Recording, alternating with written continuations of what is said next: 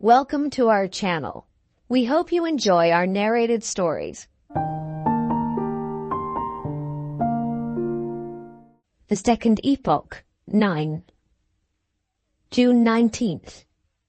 Once safely shut into my own room, I opened these pages and prepared to go on with that part of the day's record which was still left to write. For 10 minutes or more I sat idle with the pen in my hand, thinking over the events of the last 12 hours. When I at last addressed myself to my task, I found a difficulty in proceeding with it which I had never experienced before. In spite of my efforts to fix my thoughts on the matter in hand, they wandered away with the strangest persistency in the one direction of Sir Percival and the Count, and all the interest which I tried to concentrate on my journal centred instead in that private interview between them, which had been put off all through the day, and which was now to take place in the silence and solitude of the night. In this perverse state of my mind, the recollection of what had passed since the morning would not come back to me, and there was no resource but to close my journal and to get away from it for a little while.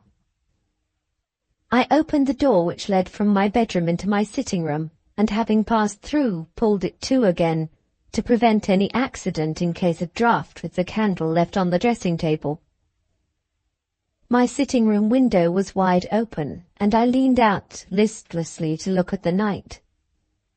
It was dark and quiet. Neither moon nor stars were visible. There was a smell like rain in the still, heavy air, and I put my hand out of the window.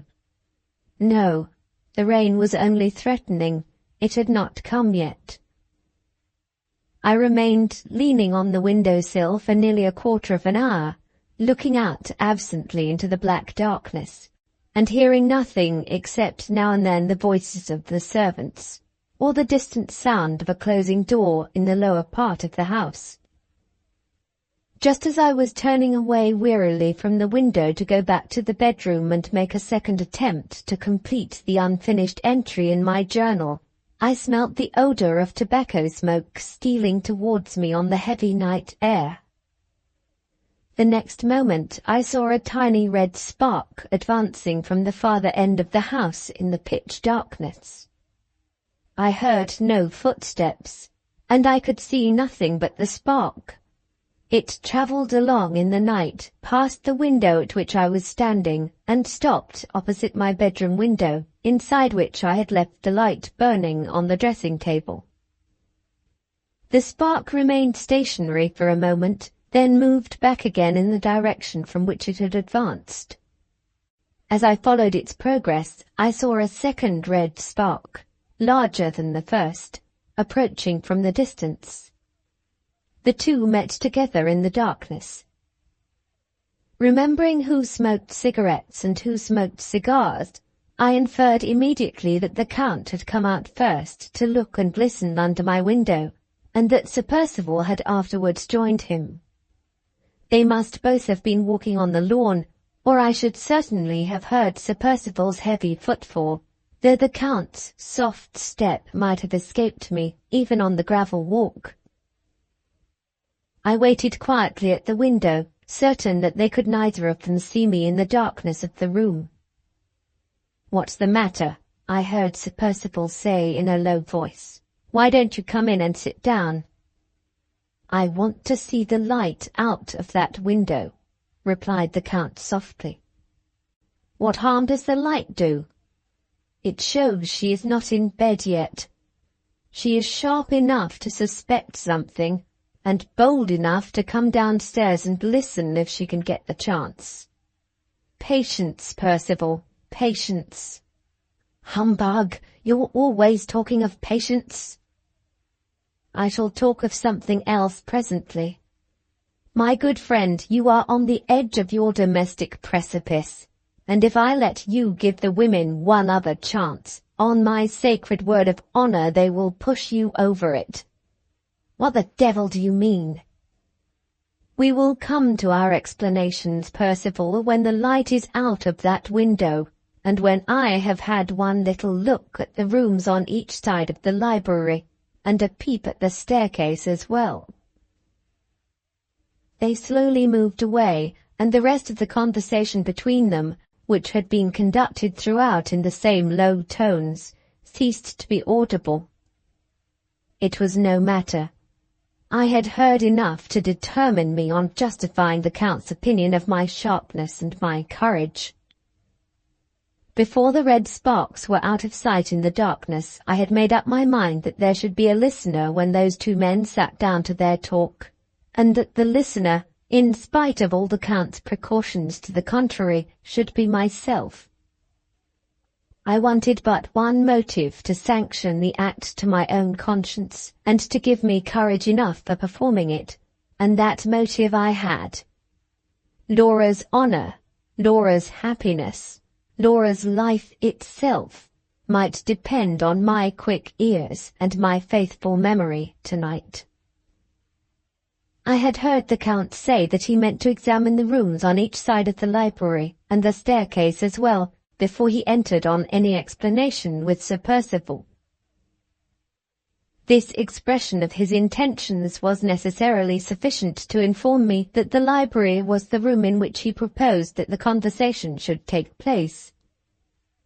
The one moment of time which was long enough to bring me to that conclusion was also the moment which showed me a means of baffling his precautions, or in other words of hearing what he and Sir Percival said to each other, without the risk of descending at all into the lower regions of the house. In speaking of the rooms on the ground floor, I have mentioned incidentally the veranda outside them, on which they all opened by means of French windows extending from the cornice to the floor. The top of this veranda was flat, the rainwater being carried off from it by pipes into tanks which helped to supply the house. On the narrow leaden roof which ran along past the bedrooms, and which was rather less, I should think, than 3 feet below the sills of the window, a row of flower pots was ranged, with wide intervals between each pot, the whole being protected from falling in high winds by an ornamental iron railing along the edge of the roof. The plan which had now occurred to me was to get out at my sitting-room window onto this roof, to creep along noiselessly till I reached that part of it which was immediately over the library window, and to crouch down between the flower-pots with my ear against the outer railing. If Sir Percival and the Count sat and smoked tonight, as I had seen them sitting and smoking many nights before, with their chairs close at the open window and their feet stretched on the zinc garden seats which were placed under the veranda, every word they said to each other above a whisper, and no long conversation, as we all know by experience, can be carried on in a whisper, must inevitably reach my ears. If, on the other hand, they chose tonight to sit far back inside the room, then the chances were that I should hear little or nothing, and in that case I must run the far more serious risk of trying to outwit them downstairs. Strongly as I was fortified in my resolution by the desperate nature of our situation, I hoped most fervently that I might escape this last emergency. My courage was only a woman's courage after all, and it was very near to failing me when I thought of trusting myself on the ground floor, at the dead of night, within reach of Sir Percival and the Count. I went softly back to my bedroom to try the safer experiment of the veranda roof first. A complete change in my dress was imperatively necessary for many reasons. I took off my silk gown to begin with, because the slightest noise from it on that still night might have betrayed me. I next removed the white and cumbersome parts of my underclothing and replaced them by a petticoat of dark flannel. Over this I put my black travelling cloak, and pulled the hood onto my head. In my ordinary evening costume I took up the room of 3 men at least. In my present dress, when it was held close about me, no man could have passed through the narrowest spaces more easily than I. The little breadth left on the roof of the veranda between the flower pots on one side and the wall and the windows of the house on the other made this a serious consideration. If I knocked anything down, if I made the least noise, who could say what the consequences might be? I only waited to put the matches near the candle before I extinguished it, and groped my way back into the sitting-room. I locked that door as I had locked my bedroom door, then quietly got out of the window and cautiously set my feet on the leaden roof of the veranda. My 2 rooms were at the inner extremity of the new wing of the house in which we all lived, and I had 5 windows to pass before I could reach the position it was necessary to take up, immediately over the library. The first window belonged to a spare room which was empty. The second and third windows belonged to Laura's room. The fourth window belonged to Sir Percival's room. The fifth belonged to the Countess's room. The others, by which it was not necessary for me to pass, were the windows of the Count's dressing-room, of the bathroom, and of the second empty spare room. No sound reached my ears. The black, blinding darkness of the night was all round me when I first stood on the veranda, except at that part of it which Madame Fosco's window overlooked. There, at the very place above the library to which my course was directed, there I saw a gleam of light. The Countess was not yet in bed. It was too late to draw back. It was no time to wait. I determined to go on at all hazards, and trust for security to my own caution and to the darkness of the night. For Laura's sake, I thought to myself, as I took the first step forward on the roof, with one hand holding my cloak close round me, and the other groping against the wall of the house. It was better to brush close by the wall than to risk striking my feet against the flower-pots within a few inches of me on the other side. I passed the dark window of the spare room, trying the leaden roof at each step with my foot before I risked resting my weight on it. I passed the dark windows of Laura's room. God bless her and keep her tonight. I passed the dark window of Sir Percival's room. Then I waited a moment, knelt down with my hand to support me, and so crept to my position under the protection of the low wall between the bottom of the lighted window and the veranda roof. When I ventured to look up at the window itself, I found that the top of it only was open, and that the blind inside was drawn down. While I was looking, I saw the shadow of Madame Fosco pass across the white field of the blind, then pass slowly back again. Thus far she could not have heard me, or the shadow would surely have stopped at the blind, even if she had wanted courage enough to open the window and look out. I placed myself sideways against the railing of the veranda, first ascertaining by touching them the position of the flower-pots on either side of me. There was room enough for me to sit between them, and no more. The sweet-scented leaves of the flower on my left hand just brushed my cheek as I lightly rested my head against the railing. The first sounds that reached me from below were caused by the opening or closing, most probably the latter, of 3 doors in succession, the doors no doubt leading into the hall and into the rooms on each side of the library, which the Count had pledged himself to examine.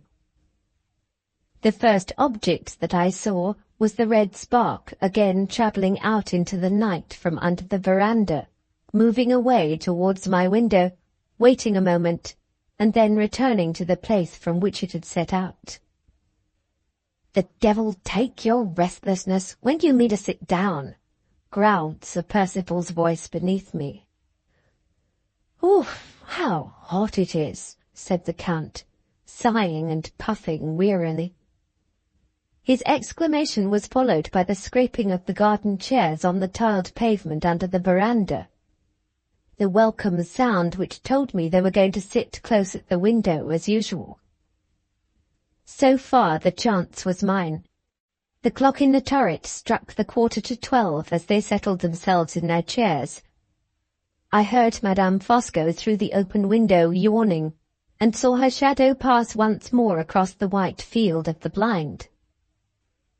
Meanwhile, Sir Percival and the Count began talking together below, now and then dropping their voices a little lower than usual, but never sinking them to a whisper.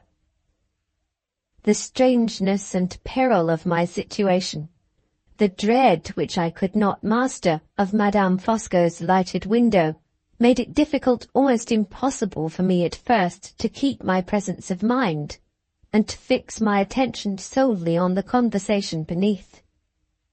For some minutes I could only succeed in gathering the general substance of it.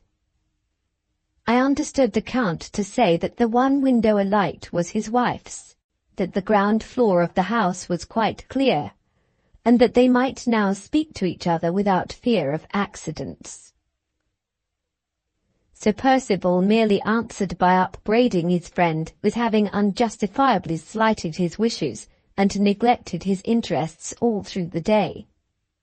The Count thereupon defended himself by declaring that he had been beset by certain troubles and anxieties which had absorbed all his attention, and that the only safe time to come to an explanation was a time when they could feel certain of being neither interrupted nor overheard. "We are at a serious crisis in our affairs, Percival," he said, "and if we are to decide on the future at all, we must decide secretly tonight." That sentence of the Count's was the first which my attention was ready enough to master exactly as it was spoken. From this point, with certain breaks and interruptions, my whole interest fixed breathlessly on the conversation, and I followed it word for word. "Crisis," repeated Sir Percival. "It's a worse crisis than you think for, I can tell you." "So I should suppose, from your behaviour for the last day or two," returned the other coolly. "But wait a little. Before we advance to what I do not know, let us be quite certain of what I do know. Let us first see if I am right about the time that is past, before I make any proposal to you for the time that is to come. Stop till I get the brandy and water. Have some yourself." "Thank you, Percival. The cold water with pleasure, a spoon and the basin of sugar. Eau sucrée, my friend, nothing more." "Sugar and water for a man of your age? There, mix your sickly mess. You foreigners are all alike." "Now listen, Percival. I will put our position plainly before you as I understand it, and you shall say if I am right or wrong. You and I both came back to this house from the Continent with our affairs very seriously embarrassed. Cut it short. I wanted some thousands and you some hundreds, and without the money we were both in a fair way to go to the dogs together. There's the situation. Make what you can of it. Go on." "Well, Percival, in your own solid English words, you wanted some thousands and I wanted some hundreds, and the only way of getting them was for you to raise the money for your own necessity, with a small margin beyond for my poor little hundreds, by the help of your wife. What did I tell you about your wife on our way to England, and what did I tell you again when we had come here, and when I had seen for myself the sort of woman Miss Halcombe was?" "How should I know? You talk 19 to the dozen, I suppose, just as usual." "I said this. Human ingenuity, my friend, has hitherto only discovered 2 ways in which a man can manage a woman. One way is to knock her down, a method largely adopted by the brutal lower orders of the people, but utterly abhorrent to the refined and educated classes above them. The other way, much longer, much more difficult, but in the end not less certain, is never to accept a provocation at a woman's hands. It holds with animals, it holds with children, and it holds with women, who are nothing but children grown up." Quiet resolution is the one quality the animals, the children, and the women all fail in. If they can once shake this superior quality in their master, they get the better of him. If they can never succeed in disturbing it, he gets the better of them. I said to you, remember that plain truth when you want your wife to help you to the money. I said, remember it doubly and trebly in the presence of your wife's sister, Miss Halcombe. Have you remembered it? Not once, in all the implications that have twisted themselves about us in this house. Every provocation that your wife and her sister could offer to you, you instantly accepted from them. Your mad temper lost the signature to the deed, lost the ready money, set Miss Halcombe writing to the lawyer for the first time. First time? Has she written again? Yes, she has written again today. A chair fell on the pavement of the veranda, fell with a crash as if it had been kicked down. It was well for me that the Count's revelation roused Sir Percival's anger as it did. On hearing that I had been once more discovered, I started, said the railing against which I leaned cracked again. Had he followed me to the inn? Did he infer that I must have given my letters to Fanny when I told him I had none for the post-bag?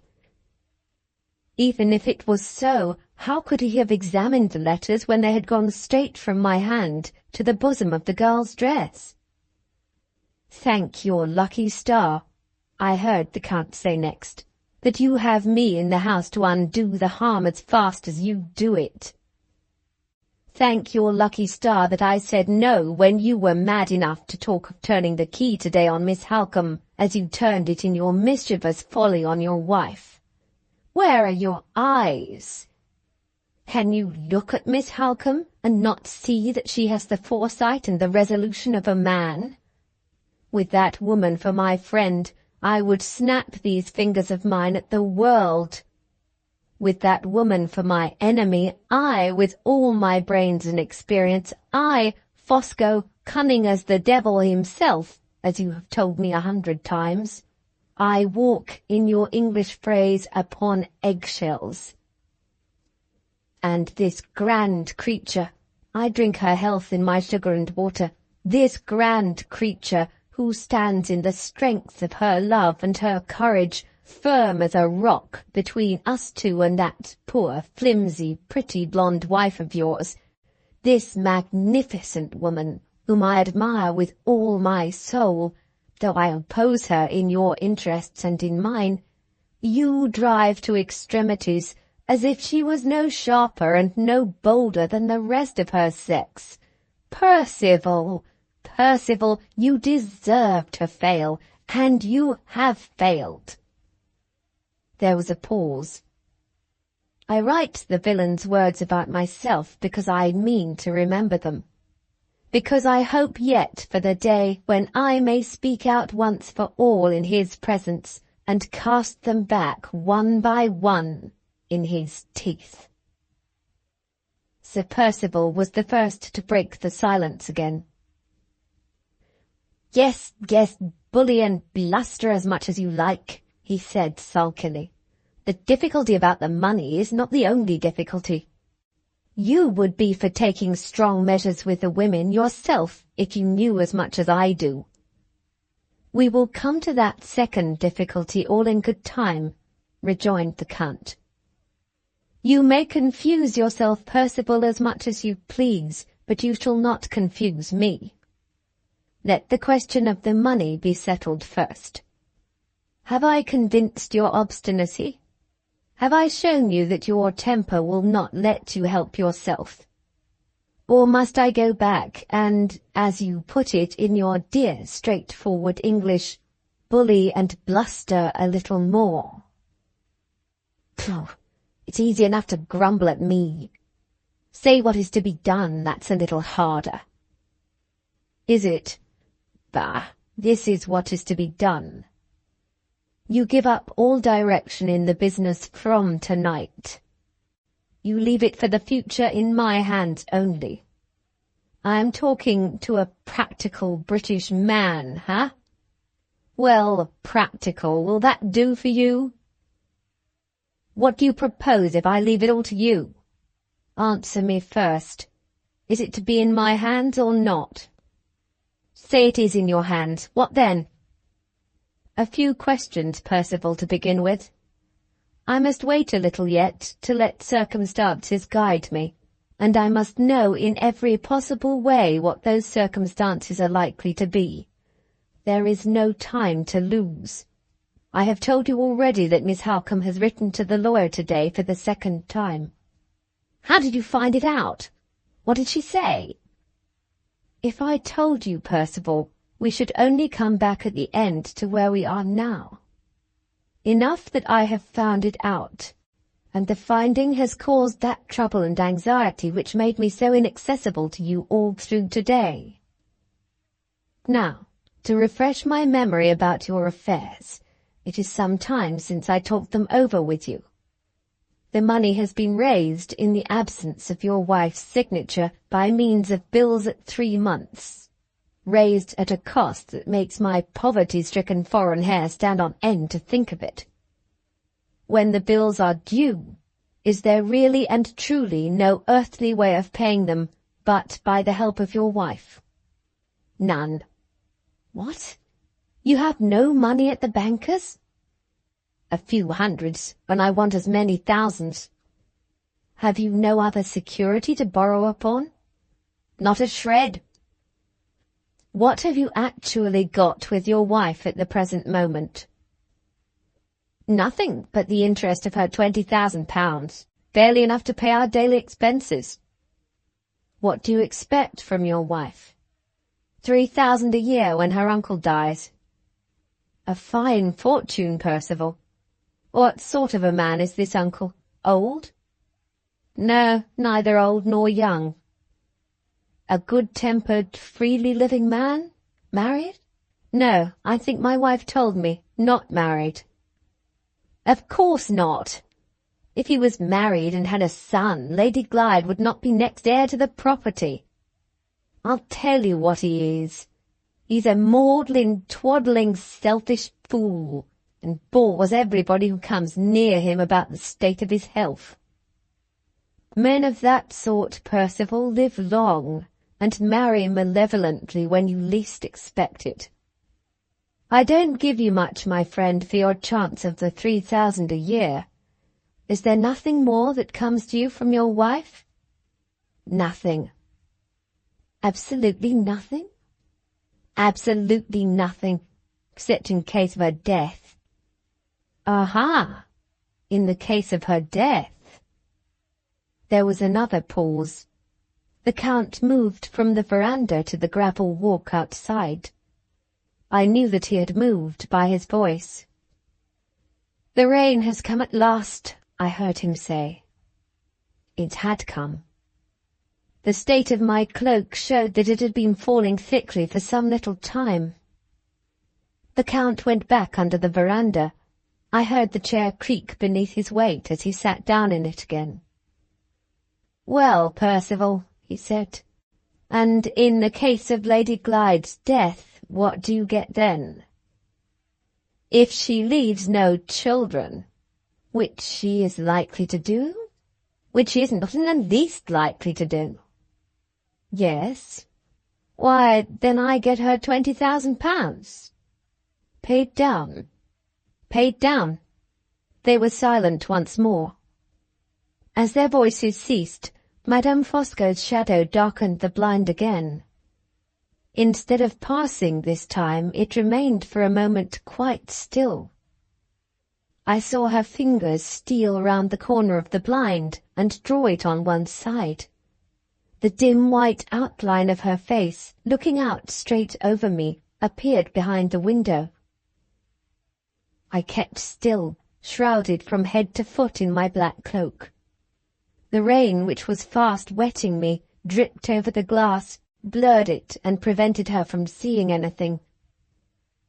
"More rain," I heard her say to herself. She dropped the blind, and I breathed again freely. The talk went on below me, the Count resuming it this time. Percival, do you care about your wife? Fosco, that's rather a downright question. I am a downright man, and I repeat it. Why the devil do you look at me in that way? You won't answer me? Well, then, let us say your wife dies before the summer is out. Drop it, Fosco. Let us say your wife dies. Drop it, I tell you. In that case, you would gain £20,000, and you would lose. I should lose the chance of 3,000 a year. The remote chance, Percival, the remote chance only. And you want money at once. In your position, the gain is certain, the loss doubtful. Speak for yourself as well as for me. Some of the money I want has been borrowed for you. And if you come to gain, my wife's death would be £10,000 in your wife's pocket. Sharp as you are, you seem to have conveniently forgotten Madame Fosco's legacy. Don't look at me in that way, I won't have it. What with your looks and your questions, upon my soul, you make my flesh creep. Your flesh? Does flesh mean conscience in English? I speak of your wife's death as I speak of a possibility. Why not? The respectable lawyers who scrabble your deeds and your wills look the deaths of living people in the face. Do lawyers make your flesh creep? Why should I? It is my business tonight to clear up your position beyond the possibility of mistake, and I have now done it. Here is your position. If your wife lives, you pay those bills with her signature to the parchment. If your wife dies, you pay them with her death. As he spoke, the light in Madame Fosco's room was extinguished, and the whole second floor of the house was now sunk in darkness.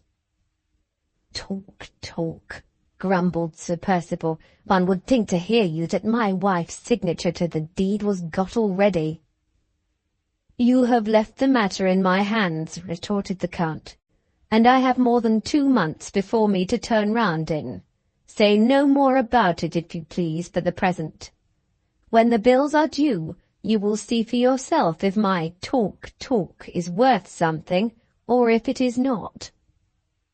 And now, Percival, having done with the money matters for tonight, I can place my attention at your disposal, if you wish to consult me on that second difficulty which has mixed itself up with our little embarrassments, and which has so altered you for the worse that I hardly know you again. Speak, my friend, and pardon me if I shock your fiery national tastes by mixing myself a second glass of sugar and water. It's very well to say speak, replied Sir Percival, in a far more quiet and more polite tone than he had yet adopted. But it's not so easy to know how to begin. Shall I help you? Suggested the Count. Shall I give this private difficulty of yours a name? What if I call it Anne Catherick? Look here, Fosco. You and I have known each other for a long time, and if you have helped me out of 1 or 2 scrapes before this, I have done the best I could to help you in return, as far as money would go. We have made as many friendly sacrifices on both sides as men could, but we have had our secrets from each other, of course, haven't we? You have had a secret from me, Percival. There is a skeleton in your cupboard here at Blackwater Park that has peeked out in these last few days at other people besides yourself. Well, suppose it has. If it doesn't concern you, you needn't be curious about it, need you? Do I look curious about it? Yes, you do. So, my face speaks the truth, then. What an immense foundation of good there must be in the nature of a man who arrives at my age and whose face has not yet lost the habit of speaking the truth. Come, Glyde, let us be candid one with the other. This secret of yours has sought me. I have not sought it. Let us say I am curious. Do you ask me as your old friend to respect your secret and to leave it once for all in your own keeping? Yes, that's just what I do ask. Then my curiosity is at an end. It dies in me from this moment. Do you really mean that? What makes you doubt me? I have had some experience, Fosco, of your roundabout ways, and I'm not so sure that you won't worm it out of me after all. The chair below suddenly creaked again. I felt the trellis-work pillar under me shake from top to bottom. The Count had started to his feet and had struck it with his hand in indignation. "Percival, Percival," he cried passionately, "do you know me no better than that? Has all your experience shown you nothing of my character yet? I am a man of the antique type. I am capable of the most exalted acts of virtue when I have the chance of performing them. It has been the misfortune of my life that I have had few chances. My conception of friendship is sublime. Is it my fault that your skeleton has peeked out at me? Why do I confess my curiosity? You poor superficial Englishman, it is to magnify my own self-control. I could draw your secret out of you if I liked, as I draw this finger out of the palm of my hand. You know I could. But you have appealed to my friendship, and the duties of friendship are sacred to me. See? I trample my base curiosity under my feet. My exalted sentiments lift me above it. Recognize them, Percival. Imitate them, Percival. Shake hands. I forgive you." His voice faltered over the last words, faltered as if he were actually shedding tears. Sir Percival confusedly attempted to excuse himself, but the Count was too magnanimous to listen to him. "No," he said, "when my friend has wounded me, I can pardon him without apologies. Tell me, in plain words, do you want my help?" "Yes, badly enough." "And you can ask for it without compromising yourself?" "I can try at any rate." "Try then." "Well, this is how it stands. I told you today that I'd done my best to find Anne Catherine and failed." "Yes, you did." "Fosco, I'm a lost man if I don't find her." "Huh, is it so serious as that?" A little stream of light travelled out under the veranda and fell over the gravel walk. The Count had taken the lamp from the inner part of the room to see his friend clearly by the light of it. "Yes," he said, "your face speaks the truth this time. Serious indeed, as serious as the money matters themselves. More serious, as true as I sit here, more serious." The light disappeared again, and the talk went on. "I showed you the letter to my wife that Anne Catherine hid in the sand," Sir Percival continued. "There's no boasting in that letter, Fosco. She does know the secret." "Say as little as possible, Percival, in my presence, of the secret." "Does she know it from you?" "No, from her mother." "Two women in possession of your private mind. Bad, bad, bad, my friend. One question here before we go any farther. The motive of your shutting up the daughter in the asylum is now plain enough to me, but the manner of her escape is not quite so clear. Do you suspect the people in charge of her of closing their eyes purposely at the instance of some enemy who could afford to make it worth their while?" "No. She was the best-behaved patient they had, and like fools they trusted her. She's just mad enough to be shut up, and just sane enough to ruin me when she's at large, if you understand that." "I do understand it. Now, Percival, come at once to the point, and then I shall know what to do. Where is the danger of your position at the present moment?" "Anne Catherick is in this neighbourhood and in communication with Lady Glyde. There's the danger, plain enough. Who can read the letter she hid in the sand and not see that my wife is in possession of the secret, deny it as she may?" "One moment, Percival. If Lady Glyde does know the secret, she must know also that it is a compromising secret for you. As your wife, surely it is her interest to keep it." "Is it? I'm coming to that. It might be her interest if she cared two straws about me. But I happen to be an encumbrance in the way of another man. She was in love with him before she married me. She's in love with him now. An infernal vagabond of a drawing-master named Hartright." "My dear friend, what is there extraordinary in that? They're all in love with some other man. Who gets the first of a woman's heart? In all my experience I have never yet met with the man who was number one. Number two sometimes, number 3, 4, 5 often.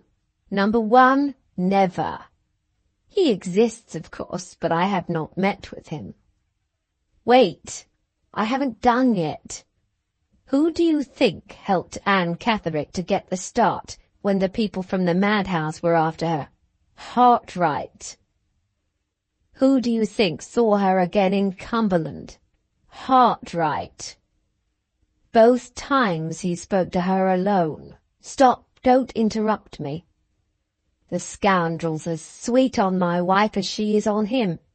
He knows the secret, and she knows the secret. Once let them both get together again, and it's her interest and his interest to turn their information against me. Gently, Percival, gently. Are you insensible to the virtue of Lady Glyde? That for the virtue of Lady Glyde.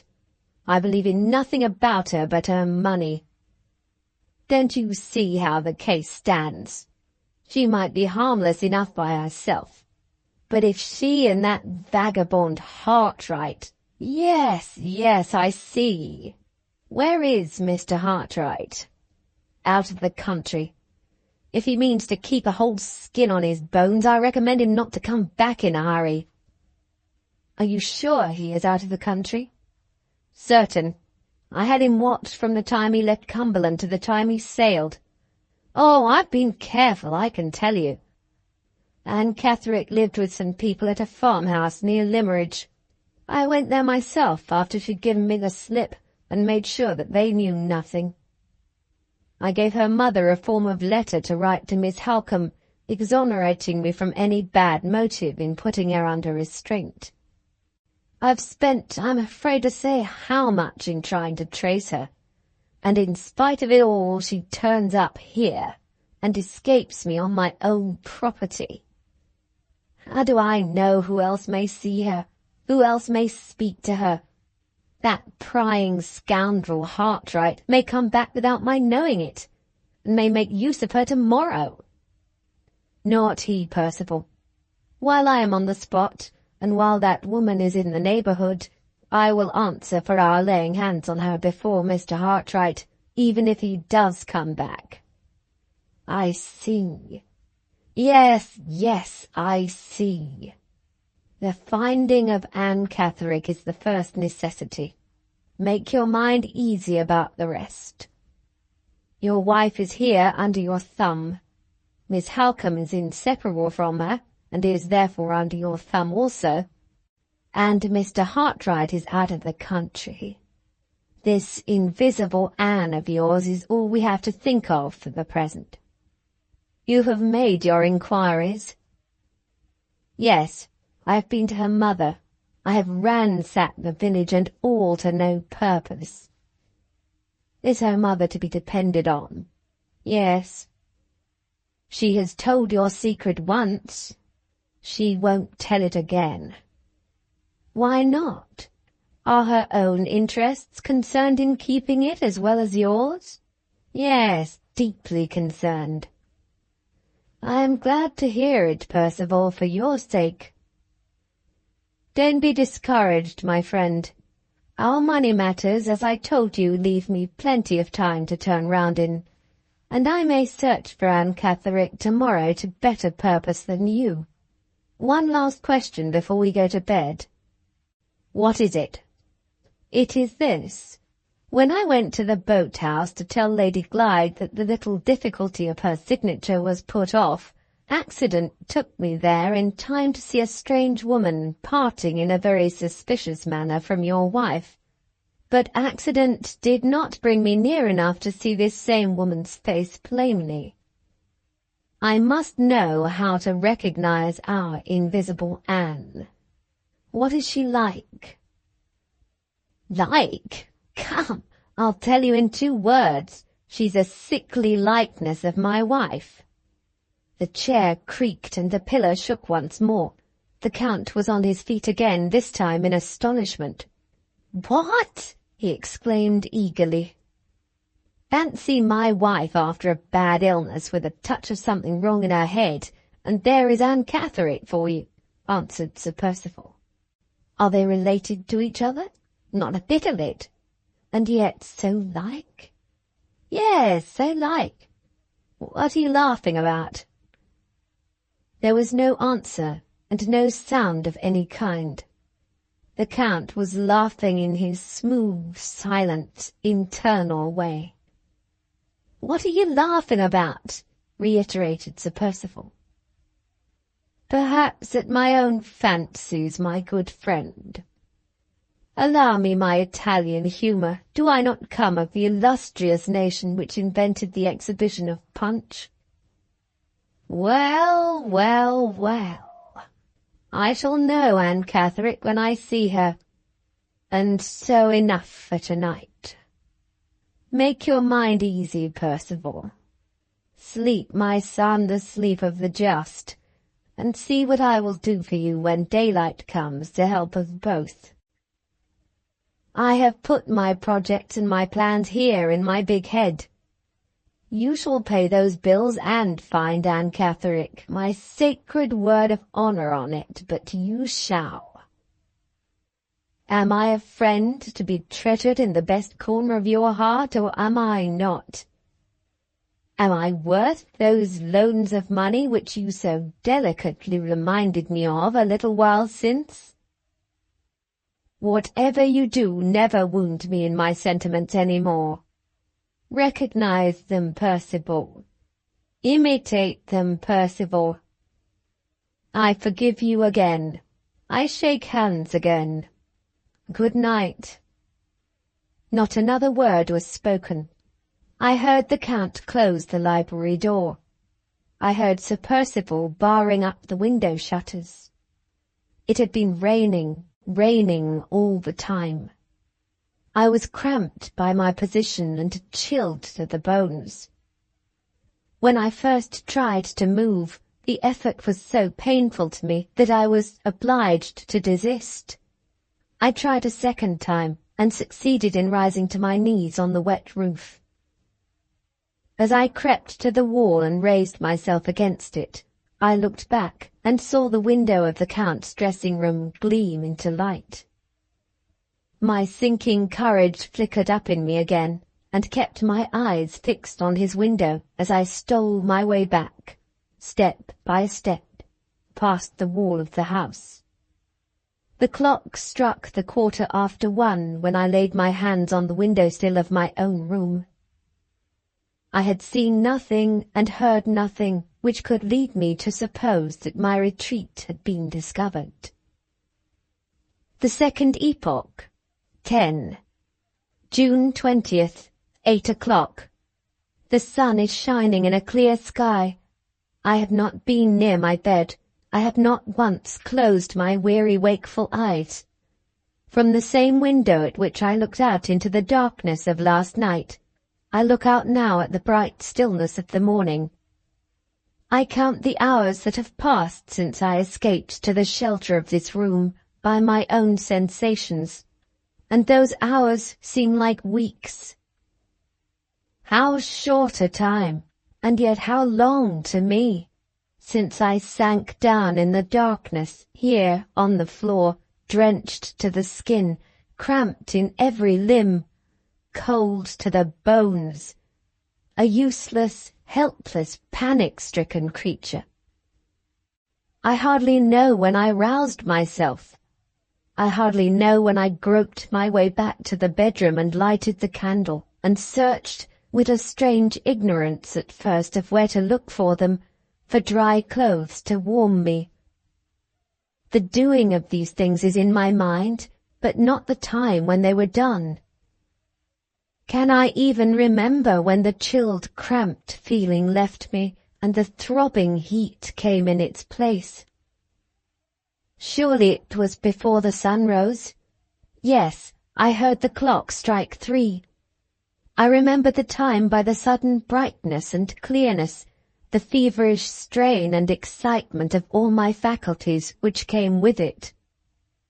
I remember my resolution to control myself, to wait patiently hour after hour, till the chance offered of removing Laura from this horrible place without the danger of immediate discovery and pursuit.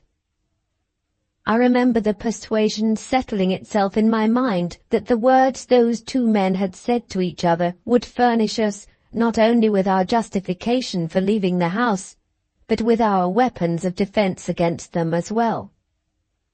I recall the impulse that awakened in me to preserve those words in writing exactly as they were spoken while the time was my own, and while my memory vividly retained them. All this I remember plainly. There is no confusion in my head yet. The coming in here from the bedroom with my pen and ink and paper before sunrise, the sitting down at the widely opened window to get all the air I could to cool me, the ceaseless writing faster and faster, hotter and hotter, driving on more and more wakefully, all through the dreadful interval before the house was astir again. How clearly I recall it from the beginning by candlelight to the end on the page before this, in the sunshine of the new day. Why do I sit here still? Why do I weary my hot eyes and my burning head by writing more? Why not lie down and rest myself, and try to quench the fever that consumes me in sleep? I dare not attempt it. A fear beyond all other fears has got possession of me. I am afraid of this heat that parches my skin. I am afraid of the creeping and throbbing that I feel in my head. If I lie down now, how do I know that I may have the sense and the strength to rise again? Oh, the rain, the cruel rain that chilled me last night. 9 o'clock. Was it 9 struck, or 8? 9, surely. I am shivering again, shivering from head to foot in the summer air. Have I been sitting here asleep? I don't know what I have been doing. Oh my God, am I going to be ill? Ill at such a time as this? My head! I am sadly afraid of my head. I can write, but the lines all run together. I see the words. Laura. I can write Laura and see I write it. 8 or 9. Which was it? So cold. So cold. Oh, that rain last night. And the strokes of the clock. The strokes I can't count. Keep striking in my head. Note. At this pace, the entry in the diary ceases to be legible. The 2 or 3 lines which follow contain fragments of words only, mingled with blots and scratches of the pen. The last marks on the paper bear some resemblance to the first 2 letters, L and A, of the name of Lady Glyde. On the next page of the diary another entry appears. It is in a man's handwriting, large, bold, and firmly regular, and the date is June the 21st. It contains these lines. Postscript by a sincere friend. The illness of our excellent Miss Halcombe has afforded me the opportunity of enjoying an unexpected intellectual pleasure. I refer to the perusal of which I have just completed of this interesting diary. There are many hundred pages here. I can lay my hand on my heart and declare that every page has charmed, refreshed, delighted me. Though, madam, my sentiments, it is unspeakably gratifying to be able to say this admirable woman, I allude to Miss Halcombe, stupendous effort. I refer to this diary. Yes, these pages are amazing. The tact which I find here, the discretion, the rare courage, the wonderful power of memory, the acute observation of the character, the easy grace of style, the charming outbursts of womanly feeling have all inexpressibly increased my admiration of this sublime creature, of this magnificent Marian. The presentation of my own character is masterly in the extreme. I certify with my whole heart to the fidelity of the portrait. I feel how vivid an impression it must have produced to have been painted in such strong, such rich, such massive colors as these. I lament the fresh, the cruel necessity which sets our interests at variance, and opposes us to each other. Under happier circumstances, how worthy I would have been of Miss Halcombe, how worthy Miss Halcombe would have been of me. The sentiments which animated my heart assured me that the lines I have just written express a profound truth. These sentiments exalt me above all merely personal considerations. I bear witness, in the most disinterested manner, to the excellence of the stratagem by which this unparalleled woman surprised the private interview between Percival and myself, also to the marvelous accuracy of her report of the whole conversation from its beginning to its end. These sentiments have induced me to offer to the unimpressionable doctor who attends on her my vast knowledge of chemistry and my luminous experience of the more subtle research which medical and magnetic science have placed at the disposal of mankind. He has hitherto declined to avail himself of my assistance. Miserable man. Finally, to have sentiments dictate the lines, grateful, sympathetic, paternal lines, which appear in his place, I close the book. My strict sense of propriety restores it by the hands of my wife to its place in the writer's table. Events are hurrying me away, circumstances are guiding me to serious issues, vast perspectives of success are unrolled themselves before my eyes. I accomplish my destiny with a calmness which is terrible to myself. Nothing but the homage of my admiration is my own. I deposit it with respectful tenderness at the feet of Miss Halcombe. I breathe my wishes for her recovery. I condole with her on the inevitable failure of every plan that she has formed for her sister's benefit. At the same time, I entreat her to believe that the information which I have derived from her diary will in no respect help me to contribute to that failure. It simply confirms the plan of conduct which I had previously arranged. I have to thank these pages for awakening the finest sensibilities in my nature. Nothing more. To a person of similar sensibility, this simple assertion will explain and excuse everything. Miss Halcombe is a person of similar sensibility. In that persuasion, I sign myself, Fosco. The manner in which Mr. Fairlie's narrative, and other narratives that I shorted to follow it, were originally obtained, forms the subject of an explanation which will appear at a later period. The story continued by Frederick Fairlie, Esquire, of Limmeridge House. It is the grand misfortune of my life that nobody will let me alone. Why, I ask everybody, why worry me? Nobody answers that question, and nobody lets me alone. Relatives, friends, and strangers all combine to annoy me. What have I done, I ask myself. I ask my servant Louis 50 times a day, what have I done? Neither of us can tell. Most extraordinary. The last annoyance that has assailed me is the annoyance of being called upon to write this narrative.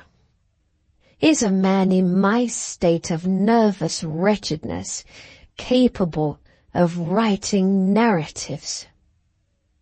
When I put this extremely reasonable objection, I'm told that certain very serious events relating to my niece have happened within my experience, and that I am the fit person to describe them on that account. I am threatened if I fail to exert myself in the manner required, with consequences which I cannot so much as think of without perfect prostration. There is really no need to threaten me. Shattered by my miserable health and my family troubles, I am incapable of resistance. If you insist, you take your unjust advantage of me, and I give way immediately. I will endeavour to remember what I can, under protest, and to write what I can, also under protest. And what I can't remember and can't write, Louis must remember and write for me. He is an ass, and I'm an invalid, and we are likely to make all sorts of mistakes between us. How humiliating! I'm told to remember dates. Good heavens, I never did such a thing in my life. How am I to begin now? I have asked Louis. He is not quite such an ass as I have hitherto supposed. He remembers the date of the event within a week or two, and I remember the name of the person. The date was towards the end of June or the beginning of July, and the name, in my opinion a remarkably vulgar one, was Fanny.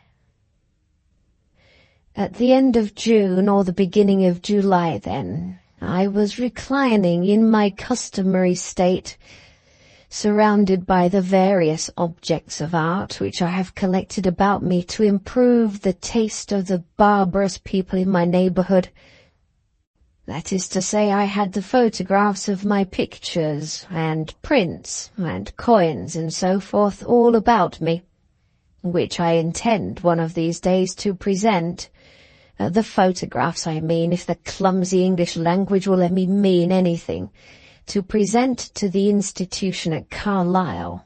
Horrid place, with a view to improving the tastes of the members, Goths and Vandals to a man. It might be supposed that a gentleman who was in course of conferring a great national benefit on his countrymen was the last gentleman in the world to be unfeelingly worried about private difficulties and family affairs. Quite a mistake, I assure you, in my case. However, there I was, reclining, with my art treasures about me, and wanting a quiet morning. Because I wanted a quiet morning, of course, Louis came in.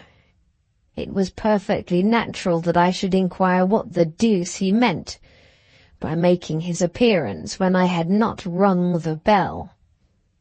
I seldom swear. It is such an ungentlemanlike habit. But when Louis answered with a grin, I think it was also perfectly natural that I should damn him for grinning. At any rate, I did. This rigorous mode of treatment, I have observed, invariably brings persons in the lower class of life to their senses.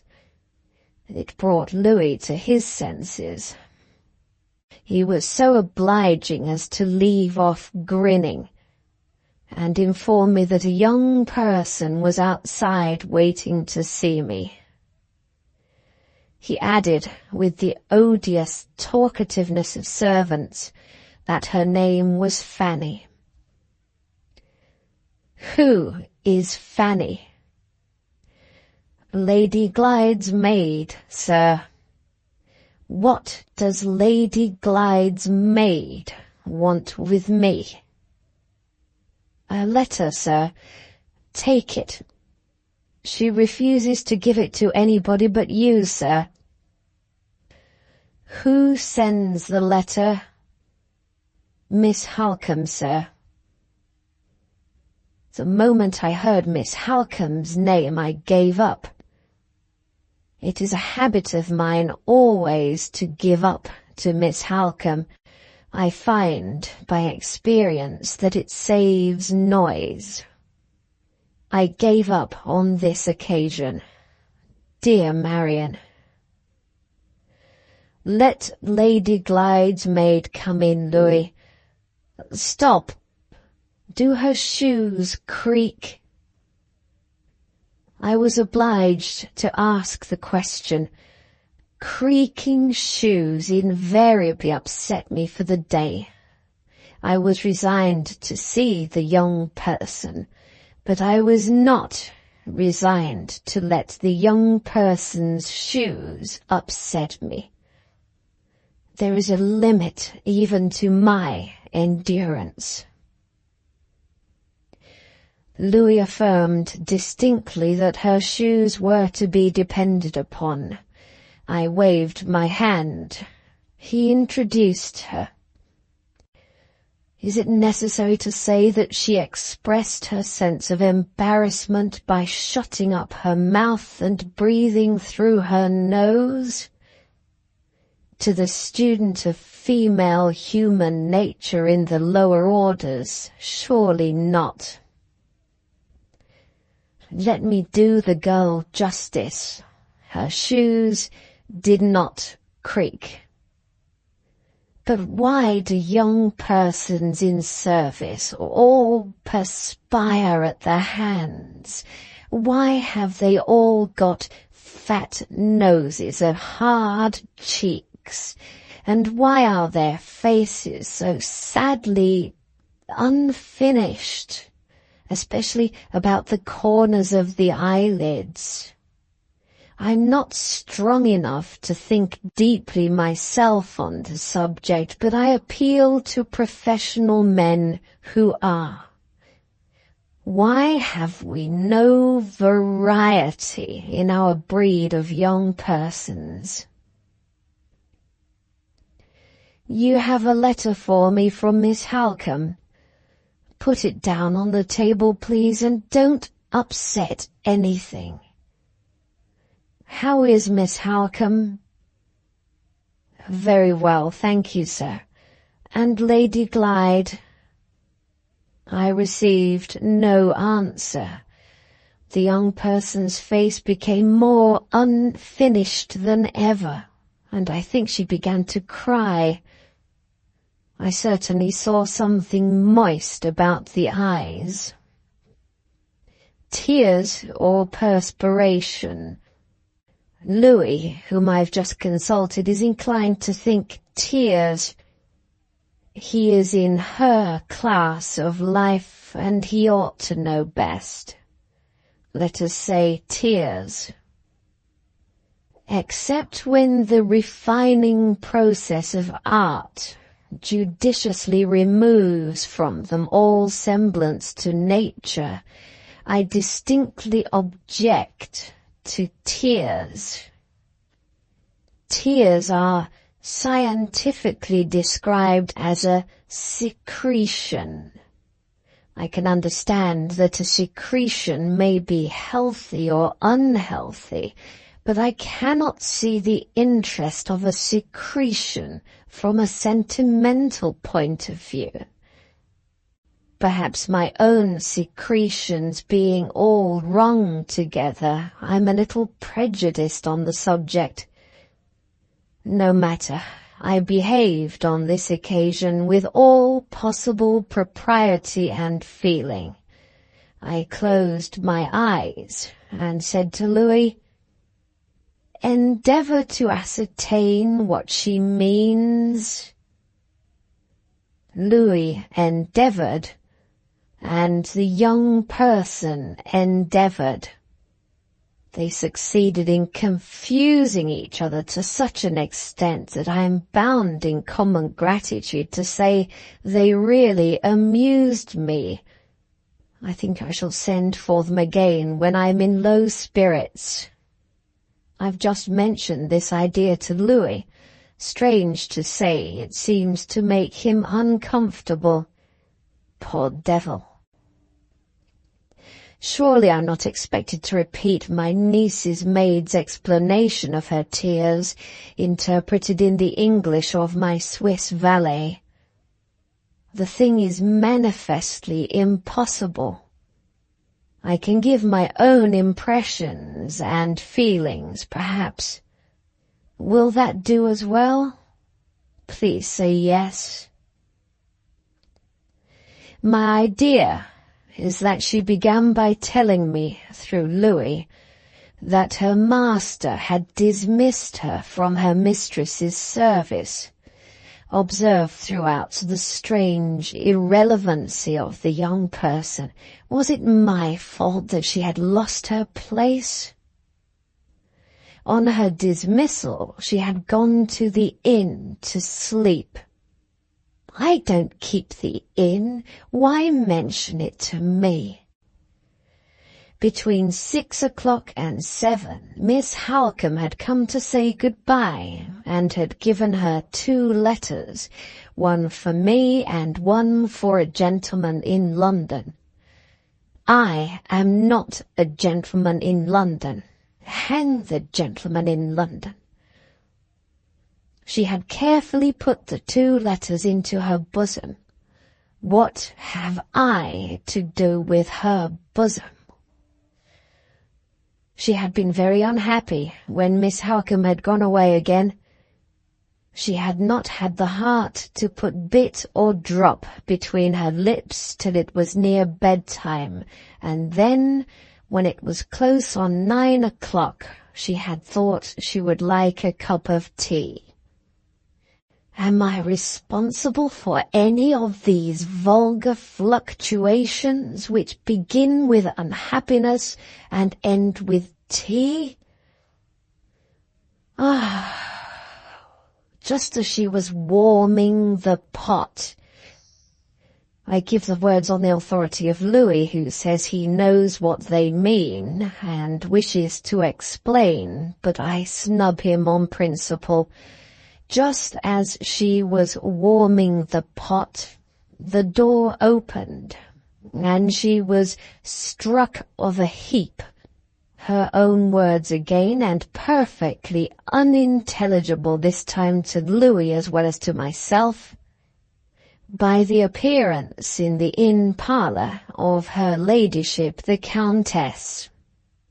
I give my niece's maid's description of my sister's title with a sense of the highest relish. My poor dear sister is a tiresome woman who married a foreigner. To resume, the door opened, her ladyship the Countess appeared in the parlour, and the young person was struck of a heap. Most remarkable. I must really rest a little before I can go on any farther. When I have reclined for a few minutes with my eyes closed, and when Louis has refreshed my poor aching temples with a little eau de cologne, I may be able to proceed. Her Ladyship the Countess. No, I am able to proceed, but not to sit up. I will recline and dictate. Louis has a horrid accent, but he knows the language and can write. How very convenient. Her Ladyship the Countess explained her unexpected appearance at the inn by telling Fanny that she had come to bring 1 or 2 little messages which Miss Halcombe, in her hurry, had forgotten. The young person thereupon waited anxiously to hear what the messages were, but the Countess seemed disinclined to mention them. So like my sister's tiresome way, until Fanny had had her tea. Her Ladyship was surprisingly kind and thoughtful about it, extremely unlike my sister, and said, "I am sure, my poor girl, you must want your tea. We can let the messages wait till afterwards. Come, come, if nothing else will put you at your ease, I'll make the tea and have a cup with you." I think those were the words, as reported excitably in my presence by the young person. At any rate, the Countess insisted on making the tea, and carried her ridiculous ostentation of humility so far as to take 1 cup herself, and to insist on the girl's taking the other. The girl drank the tea, and according to her own account solemnized the extraordinary occasion 5 minutes afterwards by fainting dead away for the first time in her life. Here again I use her own words. Louis thinks they were accompanied by an increased secretion of tears. I cannot say myself, the effort of listening being quite as much as I could manage. My eyes were closed. Where did I leave off? Ah, yes, she fainted after drinking a cup of tea with the Countess, a proceeding which might have interested me if I had been a medical man, but being nothing of the sort, I felt bored by hearing of it, nothing more. When she came to herself, in half an hour's time she was on the sofa, and nobody was with her but the landlady. The Countess, finding it too late to remain any longer at the inn, had gone away as soon as the girl showed signs of recovering, and the landlady had been good enough to help her upstairs to bed. Left by herself, she had felt in her bosom — I regret the necessity of referring to this part of the subject a second time — and had found the 2 letters there quite safe, but strangely crumpled. She had been giddy in the night, but had got up well enough to travel in the morning. She had put the letter addressed to that obtrusive stranger, the gentleman in London, into the post, and had now delivered the other letter into my hands, as she was told. This was the plain truth, and though she could not blame herself for any intentional neglect, she was sadly troubled in her mind, and sadly in want of a word of advice. At this point, Louis thinks the secretions appeared again. Perhaps they did, but it is of infinitely greater importance to mention that at this point also I lost my patience, opened my eyes, and interfered.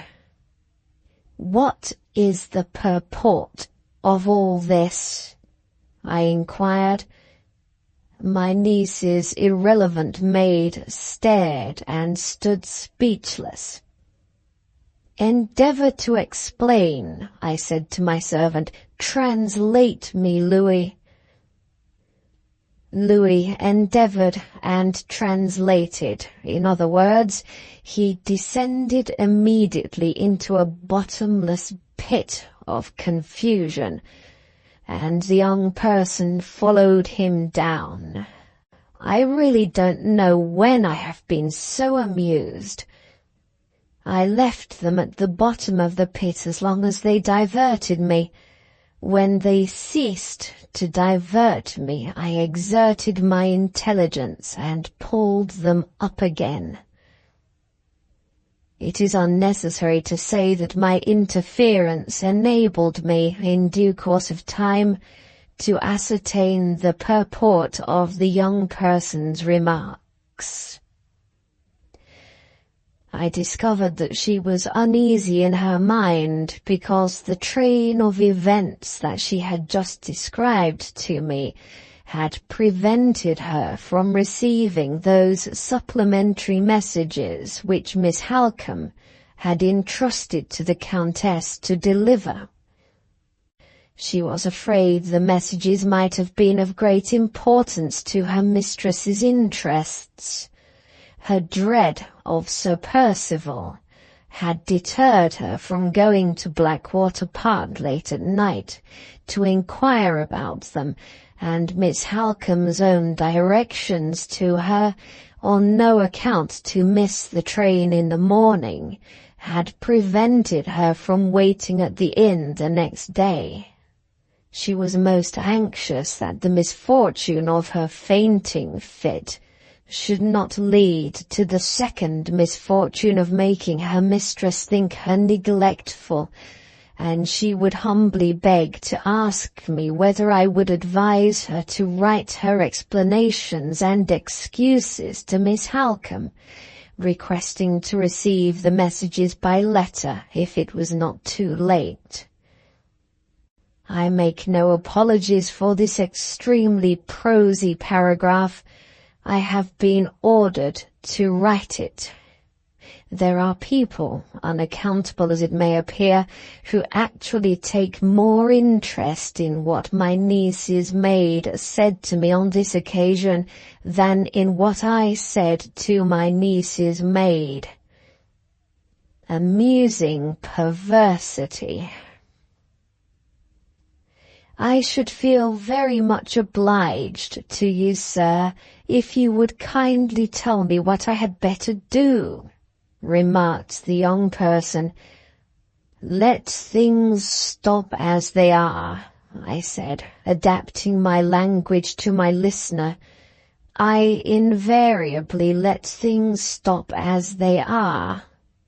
"Yes, is that all?" "If you think it would be a liberty in me, sir, to write, of course I wouldn't venture to do so, but I am so very anxious to do all I can to serve my mistress faithfully." People in the lower class of life never know when or how to go out of a room.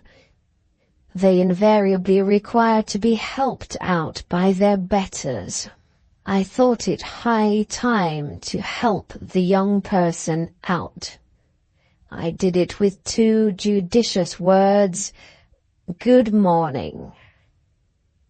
Something outside or inside this singular girl suddenly creaked.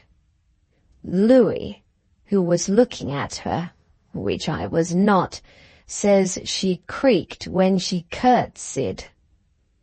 Curious. Was it her shoes, her stays, or her bones? Louis thinks it was her stays. Most extraordinary.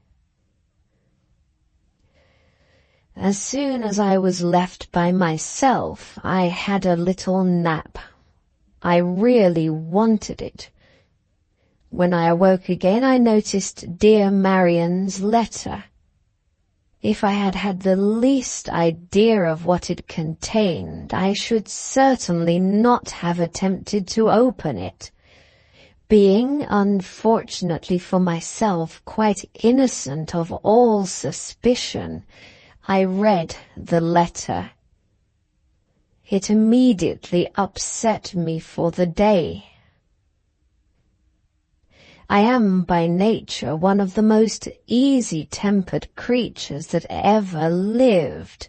I make allowances for everybody, and I take offence at nothing. But as I have before remarked, there are limits to my endurance. I laid down Marian's letter and justly felt myself, an injured man. I am about to make a remark.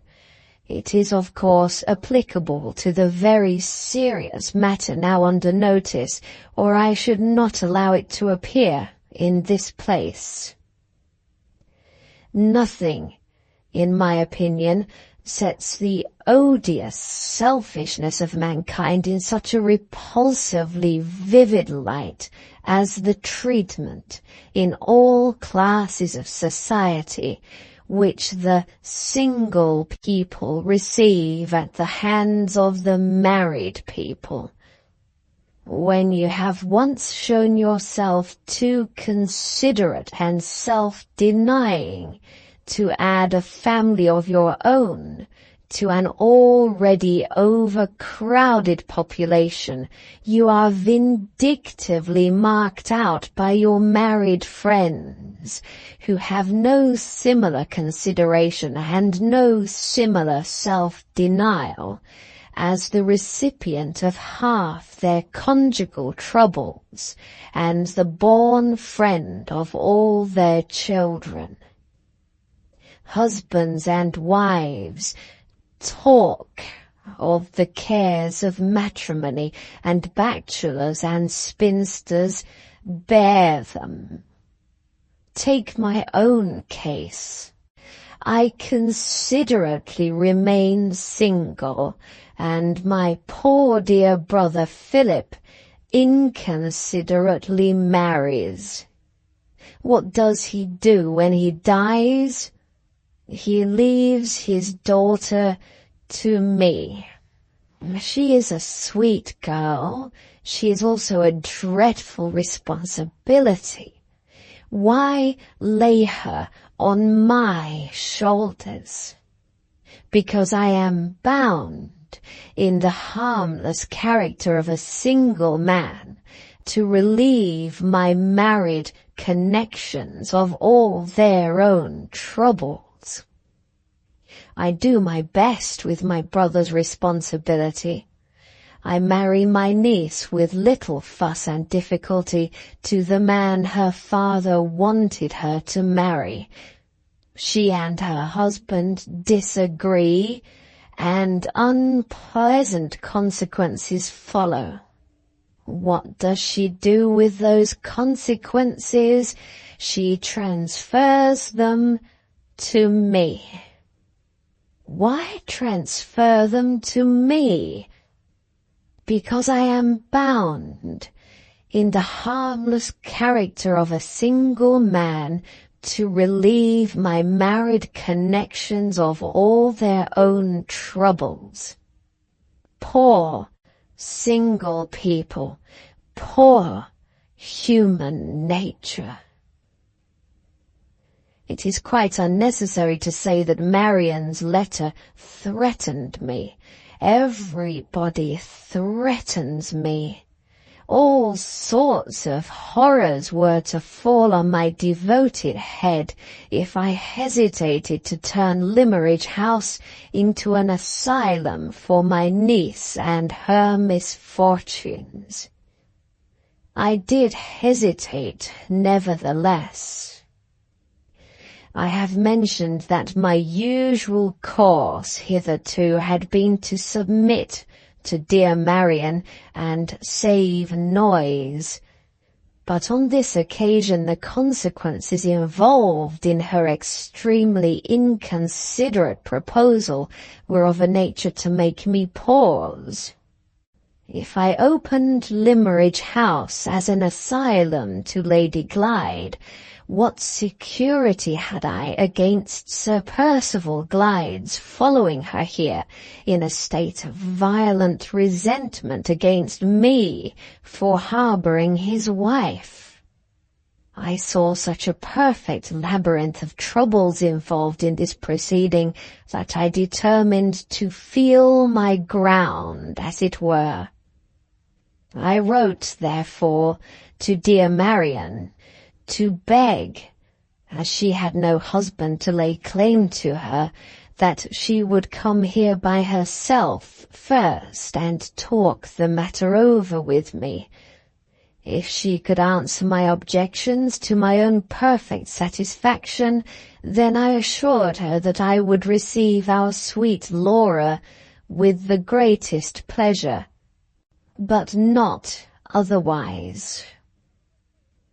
I felt, of course, at the time that this temporizing on my part would probably end in bringing Marian here in a state of virtuous indignation, banging doors. But then the other course of proceeding might end in bringing Sir Percival here in a state of virtuous indignation, banging doors also. And of the two indignations and bangings, I preferred Marian's, because I was used to her. Accordingly, I dispatched the letter by return of post. It gained me time, at all events, and, oh dear me, what a point that was to begin with! When I am totally prostrated. Did I mention that I was totally prostrated by Marian's letter? It always takes me 3 days to get up again. I was very unreasonable. I expected 3 days of quiet. Of course, I didn't get them. The 3rd day's post brought me a most impertinent letter from a person with whom I was totally unacquainted. He described himself as the acting partner of our man of business, our dear pig-headed old Gilmore, and he informed me that he had lately received, by the post, a letter addressed to him in Miss Halcombe's handwriting. On opening the envelope he had discovered, to his astonishment, that it contained nothing but a blank sheet of notepaper. This circumstance appeared to him so suspicious, as suggesting to his restless legal mind that the letter had been tampered with, that he had at once written to Miss Halcombe and had received no answer by return of post. In this difficulty, instead of acting like a sensible man and letting things take their proper course, his next absurd proceeding, on his own showing, was to pester me by writing to inquire if I knew anything about it. What the deuce should I know about it? Why alarm me as well as himself? I wrote back to that effect. It was one of my keenest letters. I have produced nothing with a sharper epistolary edge to it since I tendered his dismissal in writing to that extremely troublesome person, Mr. Walter Hartright. My letter produced its effect. I heard nothing more from the lawyer. This perhaps was not altogether surprising, but it was certainly a remarkable circumstance that no second letter reached me from Marian, and that no warning signs appeared of her arrival. Her unexpected absence did me amazing good. It was so very soothing and pleasant to infer, as I did of course, that my married connections had made it up again. 5 days of undisturbed tranquillity, of delicious single blessedness, quite restored me. On the 6th day, I felt strong enough to send for my photographer and to set him at work again on the presentation copies of my art treasures, with a view, as I have already mentioned, to the improvement of taste in this barbarous neighbourhood. I had just dismissed him to his workshop, and had just begun coquetting with my coins, when Louis suddenly made his appearance with a card in his hand. "Another young person," I said. "I won't see her. In my state of health, young persons disagree with me. Not at home."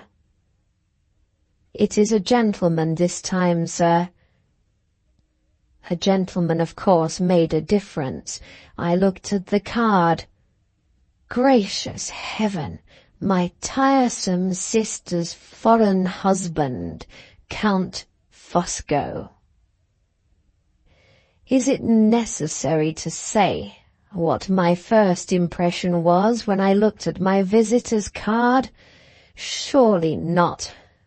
My sister having married a foreigner, there was but one impression that any man in his senses could possibly feel. Of course, the Count had come to borrow money of me. "Louis," I said, "do you think he would go away if you gave him 5 shillings? Louis looked quite shocked. He surprised me inexpressibly by declaring that my sister's foreign husband was dressed superbly, and looked the picture of prosperity. Under these circumstances my first impression altered to a certain extent. I now took it for granted that the Count had matrimonial difficulties of his own to contend with, and that he had come, like the rest of the family, to cast them all on my shoulders. "Did he mention his business?" I asked. "Count Fosco said he had come here, sir, because Miss Halcombe was unable to leave Blackwater Park. Fresh troubles, apparently. Not exactly his own, as I had supposed, but dear Marian's. Troubles, anyway. Oh, dear." "Show him in," I said resignedly. The Count's first appearance really startled me. He was such an alarmingly large person that I quite trembled. I felt certain that he would shake the floor and knock down my art treasures. He did neither the one nor the other. He was refreshingly dressed in summer costume. His manner was delightfully self-possessed and quiet. He had a charming smile. My first impression of him was highly favourable. It is not creditable to my penetration, as the sequel will show, to acknowledge this, but I am a naturally candid man, and I do acknowledge it notwithstanding. "Allow me to present myself, Mr. Fairlie," he said. "I come from Blackwater Park, and I have the honour and the happiness of being Madame Fosco's husband. Let me take my first and last advantage of that circumstance by entreating you not to make a stranger of me. I beg you will not disturb yourself. I beg you will not move." "You are very good," I replied. "I wish I was strong enough to get up. Charmed to see you at Limmeridge. Please take a chair." "I am afraid you are suffering today," said the Count. "As usual," I said, "I am nothing but a bundle of nerves dressed up to look like a man." "I have studied many subjects in my time," remarked this sympathetic person, "among others the inexhaustible subject of nerves. May I make a suggestion, at once the simplest and the most profound? Will you let me alter the light in your room?" "Certainly, if you will be so very kind as not to let any of it in on me." He walked to the window. Such a contrast to dear Marian, so extremely considerate in all his movements. "Light," he said in that delightfully confidential tone which is so soothing to an invalid, "is the first essential. Light stimulates, nourishes, preserves. You can no more do without it, Mr. Fairlie, than if you were a flower. Observe.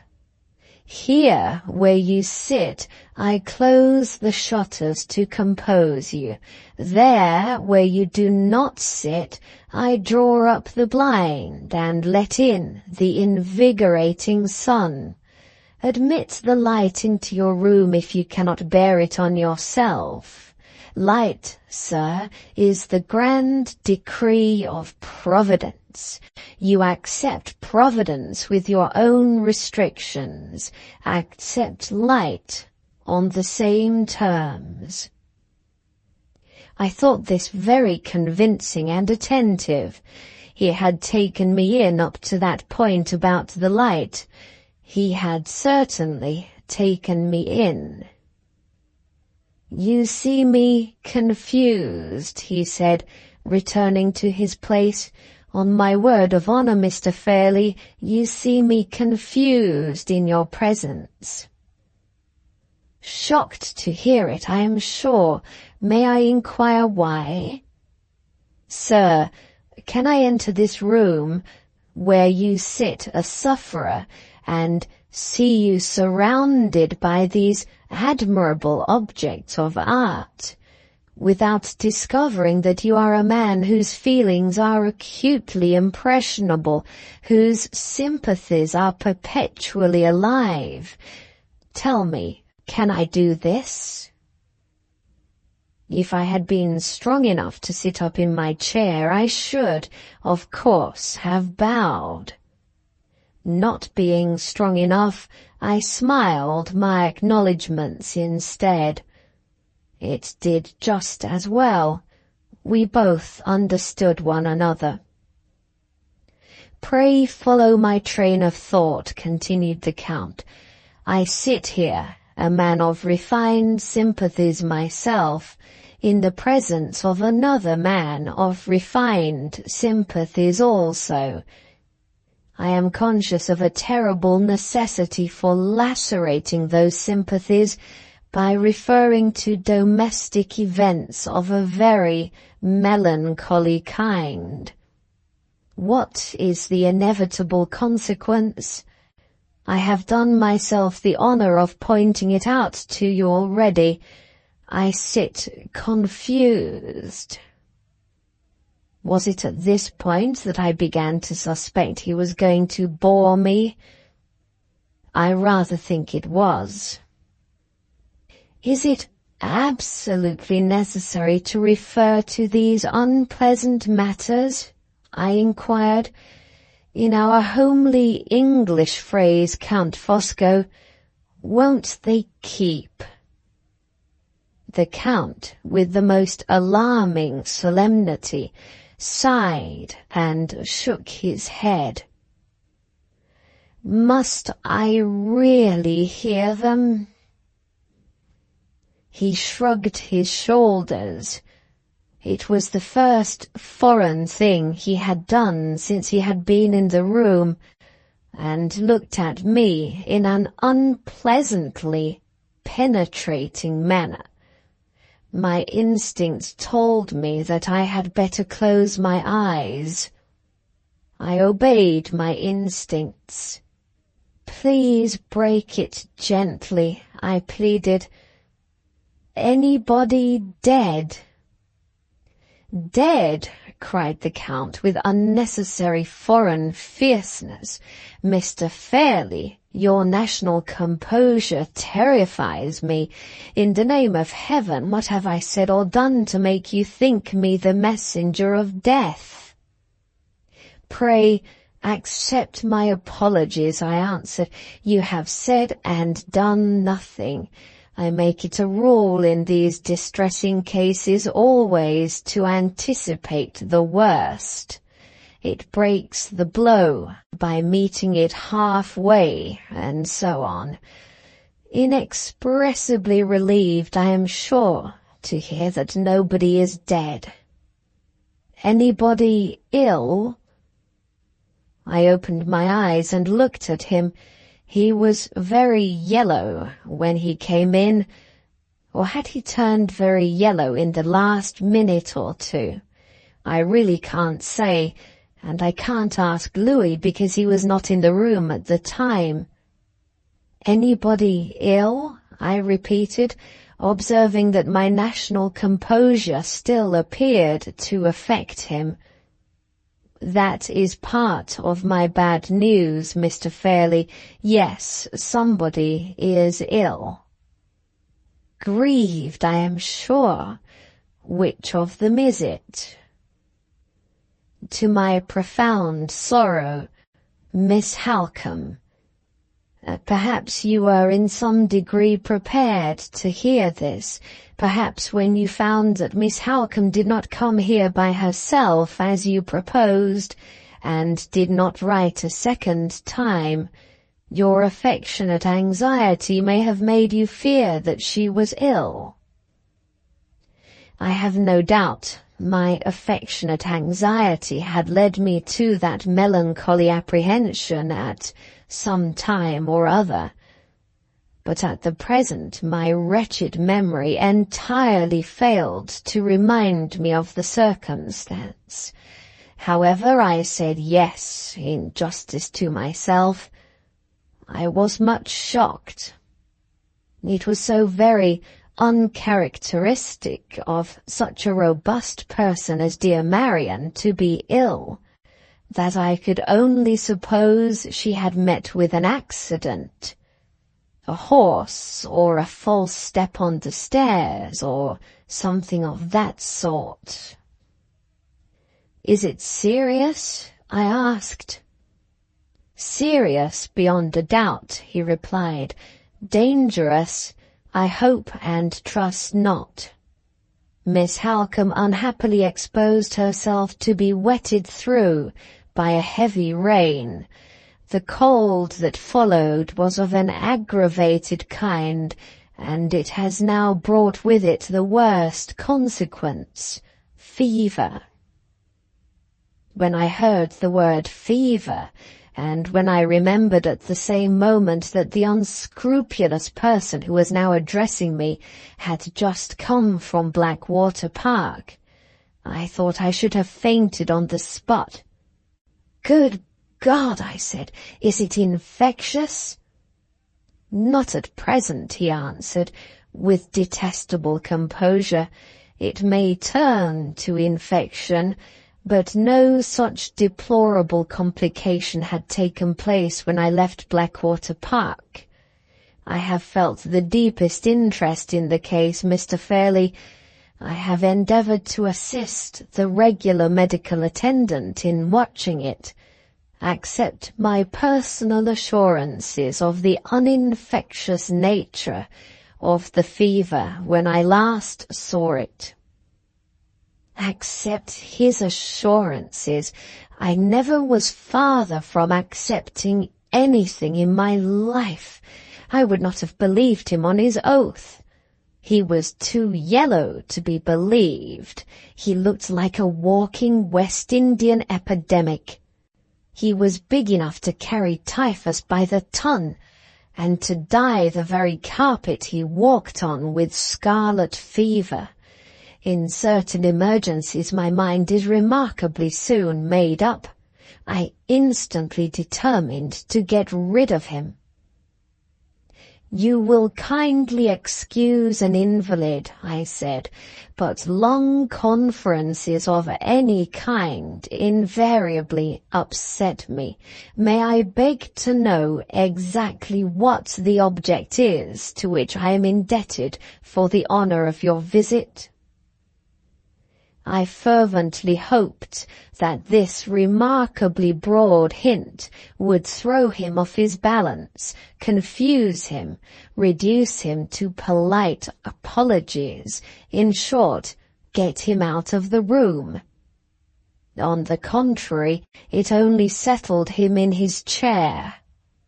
He became additionally solemn and dignified and confidential.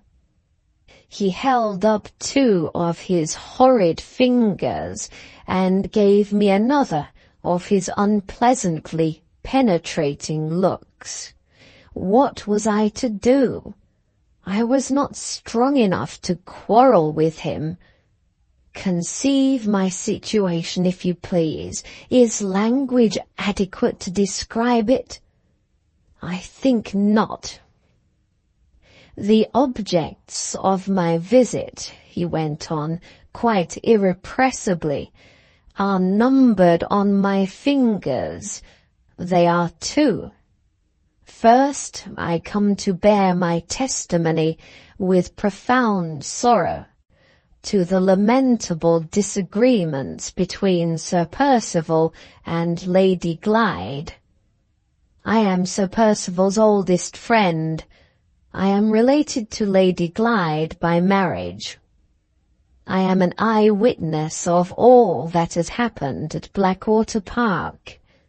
In those 3 capacities I speak with authority, with confidence, with honourable regret. Sir, I inform you, as the head of Lady Glyde's family, that Miss Halcombe has exaggerated nothing in the letter which she wrote to your address.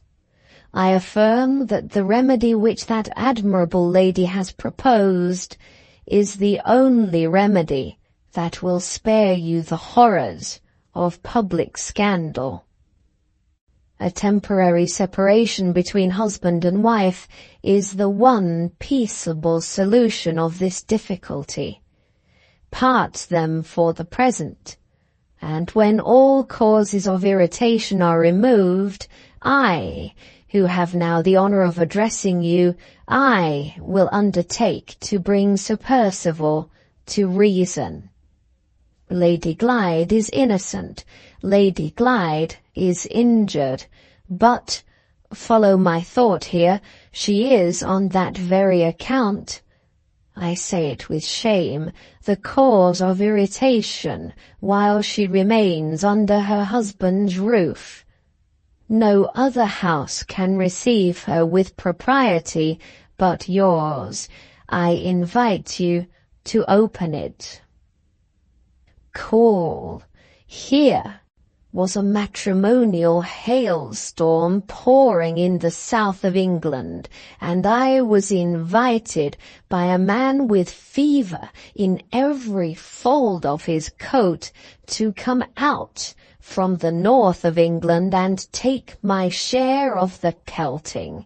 I tried to put the point forcibly, just as I have put it here. The Count deliberately lowered one of his horrid fingers, kept the other up, and went on, rode over me, as it were, without even the common coachman-like attention of crying "Hi!" before he knocked me down. "Follow my thought once more, if you please," he resumed. "My first object you have heard. My second object in coming to this house is to do what Miss Halcombe's illness has prevented her from doing herself. My large experience is consulted on all difficult matters at Blackwater Park, and my friendly advice was requested on the interesting subject of your letter to Miss Halcombe. I understood at once, for my sympathies are your sympathies, why you wished to see her here before you pledged yourself to inviting Lady Glyde. You are most right, sir, in hesitating to receive the wife until you are quite certain that the husband will not exert his authority to reclaim her. I agree to that. I also agree that such delicate explanations as this difficulty involves are not explanations which can be properly disposed of by writing only. My presence here, to my own great inconvenience, is the proof that I speak sincerely. As for the explanations themselves, Fosco, I, who know Sir Percival much better than Miss Halcombe knows him, affirm to you, on my honour and my word, that he will not come near this house or attempt to communicate with this house while his wife is living in it. His affairs are embarrassed.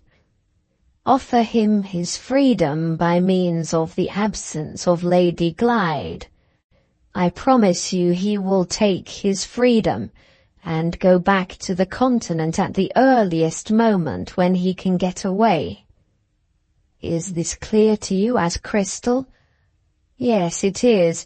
Have you questions to address to me? Be it so. I am here to answer. Ask, Mr. Fairlie, oblige me by asking to your heart's content.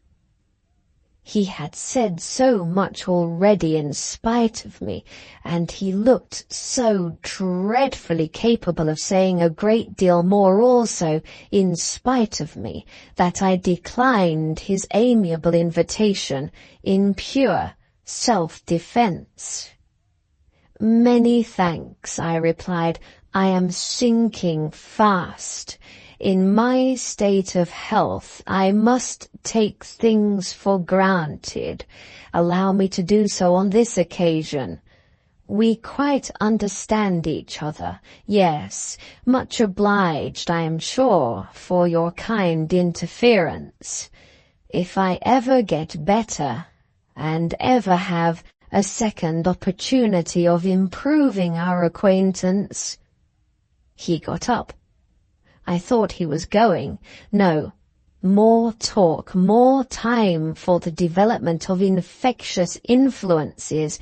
In my room, too. Remember that, in my room.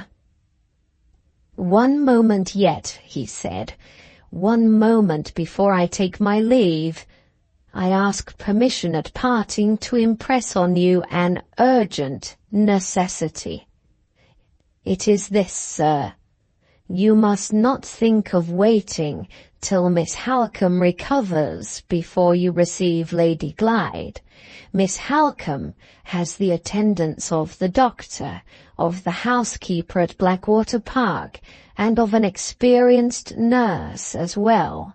3 persons for whose capacity and devotion I answer with my life.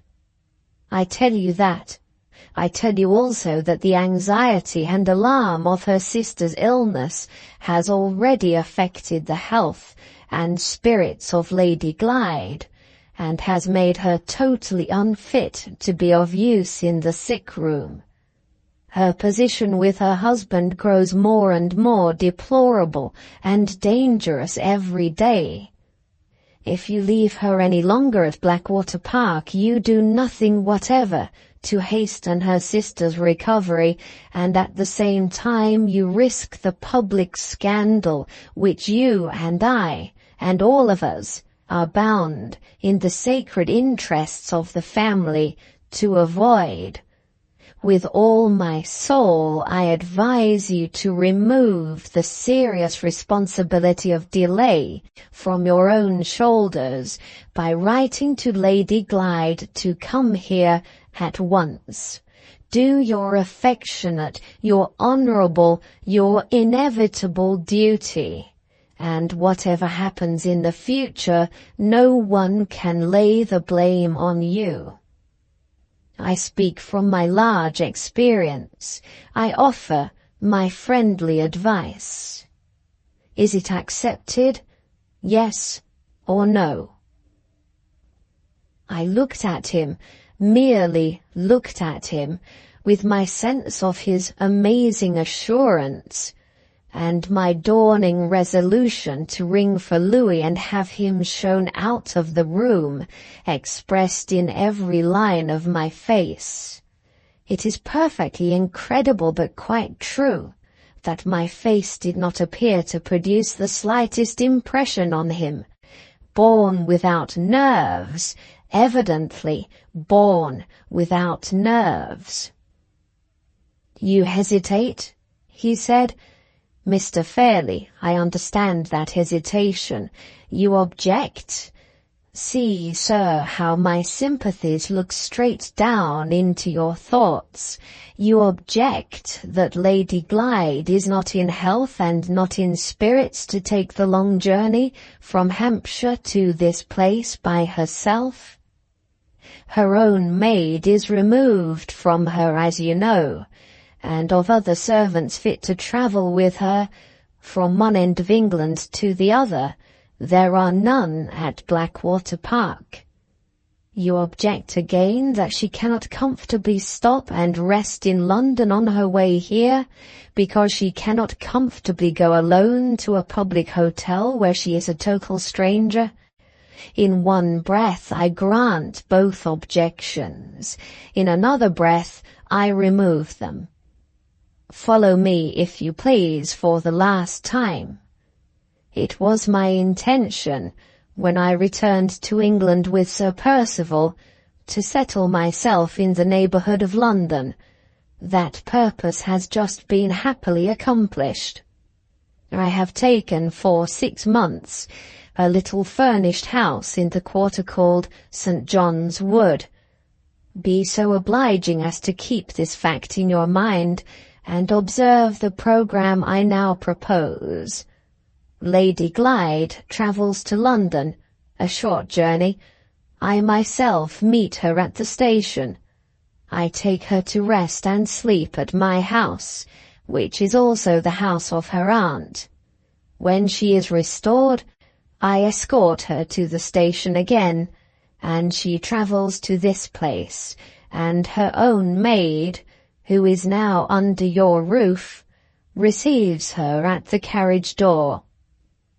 Here is comfort consulted. Here are the interests of propriety consulted. Here is your own duty, duty of hospitality, sympathy, protection, to an unhappy lady in need of all three, smoothed and made easy from the beginning to the end. I cordially invite you, sir, to second my efforts in the sacred interests of the family. I seriously advise you to write, by my hands offering the hospitality of your house and heart, and the hospitality of my house and heart, to that injured and unfortunate lady, whose cause I plead today. He waved his horrid hand at me. He struck his infectious breast. He addressed me oratorically, as if I was laid up in the House of Commons. It was high time to take a desperate course of some sort. It was also high time to send for Louis, and adopt the precaution of fumigating the room. In this trying emergency, an idea occurred to me, an inestimable idea, so to speak, killed two intrusive birds with one stone. I determined to get rid of the Count's tiresome eloquence and of Lady Glyde's tiresome troubles by complying with this odious foreigner's request and writing the letter at once. There was not the least danger of the invitation being accepted, for there was not the least chance that Laura would consent to leave Blackwater Park, while Marian was lying there ill. How this charmingly convenient obstacle could have escaped the officious penetration of the Count, it was impossible to conceive, but it had escaped him. My dread that he might yet discover it if I allowed him any more time to think stimulated me to such an amazing degree that I struggled into a sitting position, really seized the writing materials by my side, and produced the letter as rapidly as if I had been a common clerk in an office. Dearest Laura, please come whenever you like. Break the journey by sleeping in London at your aunt's house. Grieved to hear of dear Marian's illness. Ever affectionately yours. I handed these lines at arm's length to the Count. I sank back in my chair. I said, "Excuse me, I am entirely prostrated. I can do no more. Will you rest and lunch downstairs? Love to all and sympathy and so on. Good morning." He made another speech. The man was absolutely inexhaustible. I closed my eyes. I endeavoured to hear as little as possible. In spite of my endeavours, I was obliged to hear a great deal. My sister's endless husband congratulated himself and congratulated me on the result of our interview. He mentioned a great deal more about his sympathies and mine. He deplored my miserable health. He offered to write me a prescription. He impressed on me the necessity of not forgetting what he had said about the importance of light. He accepted my obliging invitation to rest and lunch. He recommended me to expect Lady Glyde in 2 or 3 days' time.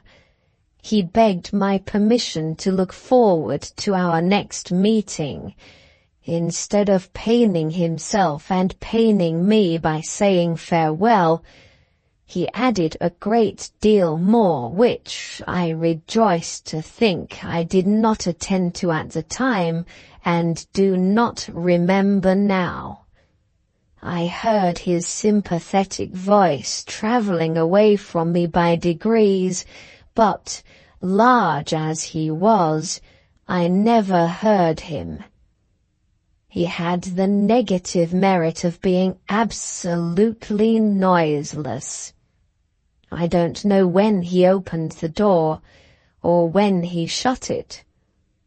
I ventured to make use of my eyes again, after an interval of silence, and he was gone. I rang for Louis, and retired to my bathroom. Tepid water, strengthened with aromatic vinegar, for myself, and copious fumigation for my study, were the obvious precautions to take, and of course I adopted them. I rejoice to say they proved successful. I enjoyed my customary siesta. I awoke moist and cool. My first enquiries were for the Count. Had we really got rid of him?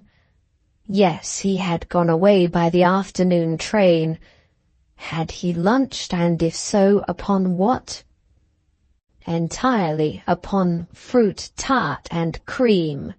What a digestion! Am I expected to say anything more? I believe not. I believe I have reached the limits assigned to me. The shocking circumstances which happened at a later period did not, I am thankful to say, happen in my presence. I do beg and entreat that nobody will be so very unfeeling as to lay any part of the blame of those circumstances upon me. I did everything for the best. I am not answerable for a deplorable calamity which it was quite impossible to foresee. I am shattered by it. I have suffered under it as nobody else has suffered. My servant, Louis, who is really attached to me in his unintelligent way, thinks I shall never get over it. He sees me dictating at this moment, with my handkerchief to my eyes. I wish to mention, in justice to myself, that it was not my fault, that I am quite exhausted and heartbroken. Need I say more?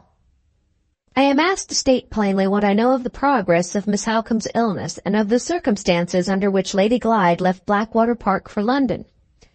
The reason given for making this demand on me is that my testimony is wanted in the interests of truth. As the widow of a clergyman of the Church of England, reduced by misfortune to the necessity of accepting a situation, I have been taught to place the claims of truth above all other considerations.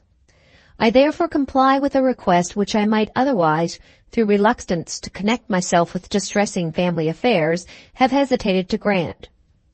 I made no memorandum at the time, and I cannot therefore be sure to a day of the date, but I believe I am correct in stating that Miss Halcombe's serious illness began during the last fortnight or 10 days in June. The breakfast hour was late at Blackwater Park, sometimes as late as 10, never earlier than 9:30. On the morning to which I am now referring, Miss Halcombe, who was usually the first to come down, did not make her appearance at the table. After the family had waited a quarter of an hour, the upper housemaid was sent to see after her and came running out of the room dreadfully frightened. I met the servant on the stairs and went at once to Miss Halcombe to see what was the matter. The poor lady was incapable of telling me. She was walking about her room with a pen in her hand, quite light-headed, in a state of burning fever. Lady Glyde, being no longer in Sir Percival's service, I may without impropriety mention my former mistress by her name instead of calling her my lady, was the first to come in from her own bedroom. She was so dreadfully alarmed and distressed that she was quite useless. The Count Fosco and his lady, who came upstairs immediately afterwards, were both most serviceable and kind. Her ladyship assisted me to get Miss Halcombe to her bed. His lordship the Count remained in the sitting-room, and having sent for my medicine chest, made a mixture for Miss Halcombe, and a cooling lotion to be applied to her head so as to lose no time before the doctor came. We applied the lotion, but we could not get her to take the mixture. Sir Percival undertook to send for the doctor. He dispatched a groom on horseback for the nearest medical man, Mr. Dawson of Oak Lodge. Mr. Dawson arrived in less than an hour's time. He was a respectable elderly man, well known all round the country, and we were much alarmed when we found that he considered the case to be a very serious one. His lordship the Count affably entered into conversation with Mr. Dawson and gave his opinions with a judicious freedom. Mr. Dawson, not over-courteously, inquired if his lordship's advice was the advice of a doctor, and being informed that it was the advice of one who had studied medicine unprofessionally, replied that he was not accustomed to consult with amateur physicians. The Count, with truly Christian meekness of temper, smiled and left the room. Before he went out, he told me that he might be found in case he was wanted in the course of the day at the boathouse on the banks of the lake. Why he should have gone there I cannot say, but he did go, remaining away the whole day till 7 o'clock, which was dinner time. Perhaps he wished to set the example of keeping the house as quiet as possible. It was entirely in his character to do so. He was a most considerate nobleman. Miss Halcombe passed a very bad night, the fever coming and going and getting worse towards the morning instead of better. No nurse fit to wait on her being at hand in the neighborhood, her ladyship the Countess and myself undertook the duty, relieving each other. Lady Glyde most unwisely insisted on sitting up with us. She was much too nervous and too delicate in health to bear the anxiety of Miss Halcombe's illness calmly. She only did herself harm without being of the least real assistance. A more gentle and affectionate lady never lived, but she cried and she was frightened, two weaknesses which made her entirely unfit to be present in a sick room. Sir Percival and the Count came in the morning to make their inquiries. Sir Percival, from distress, I presume, at his lady's affliction and at Miss Halcombe's illness, appeared much confused and unsettled in his mind.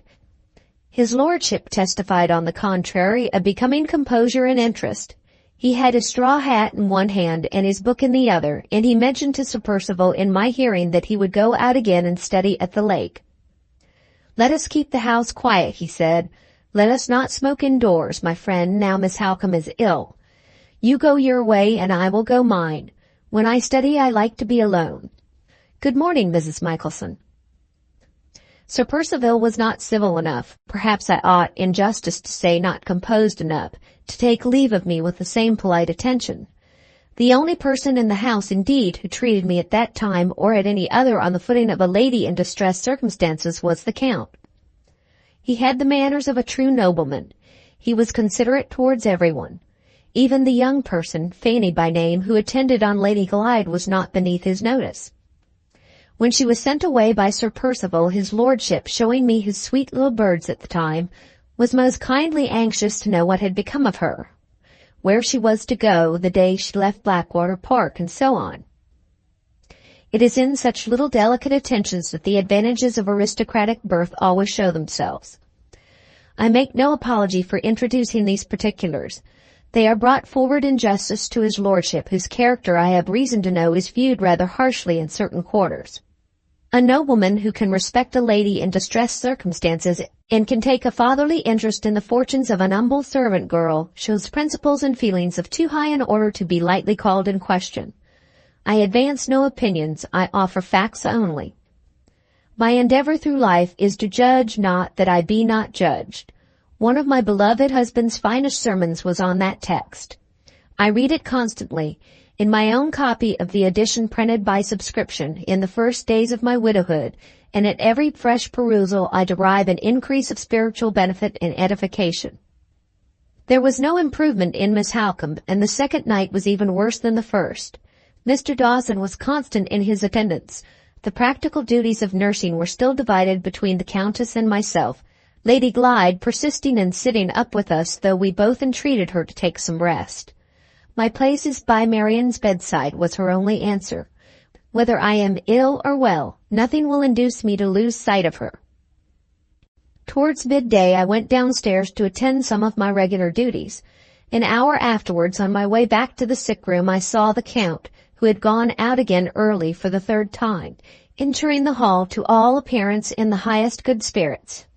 Sir Percival at the same moment put his head out of the library door and addressed his noble friend with extreme eagerness in these words: "Have you found her?" His lordship's large face became dimpled all over with placid smiles, but he made no reply in words.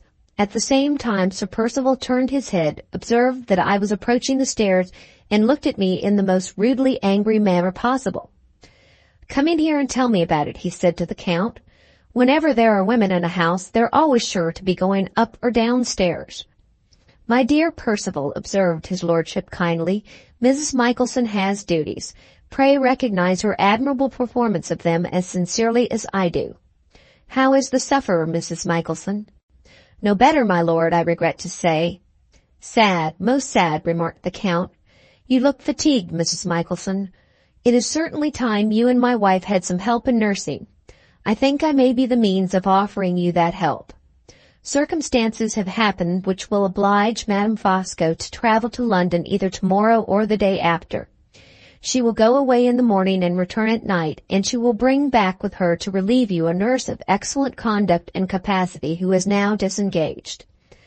The woman is known to my wife as a person to be trusted. Before she comes here, say nothing about her, if you please, to the doctor, because he will look with an evil eye on any nurse of my providing. When she appears in this house, she will speak for herself, and Mr. Dawson will be obliged to acknowledge that there is no excuse for not employing her.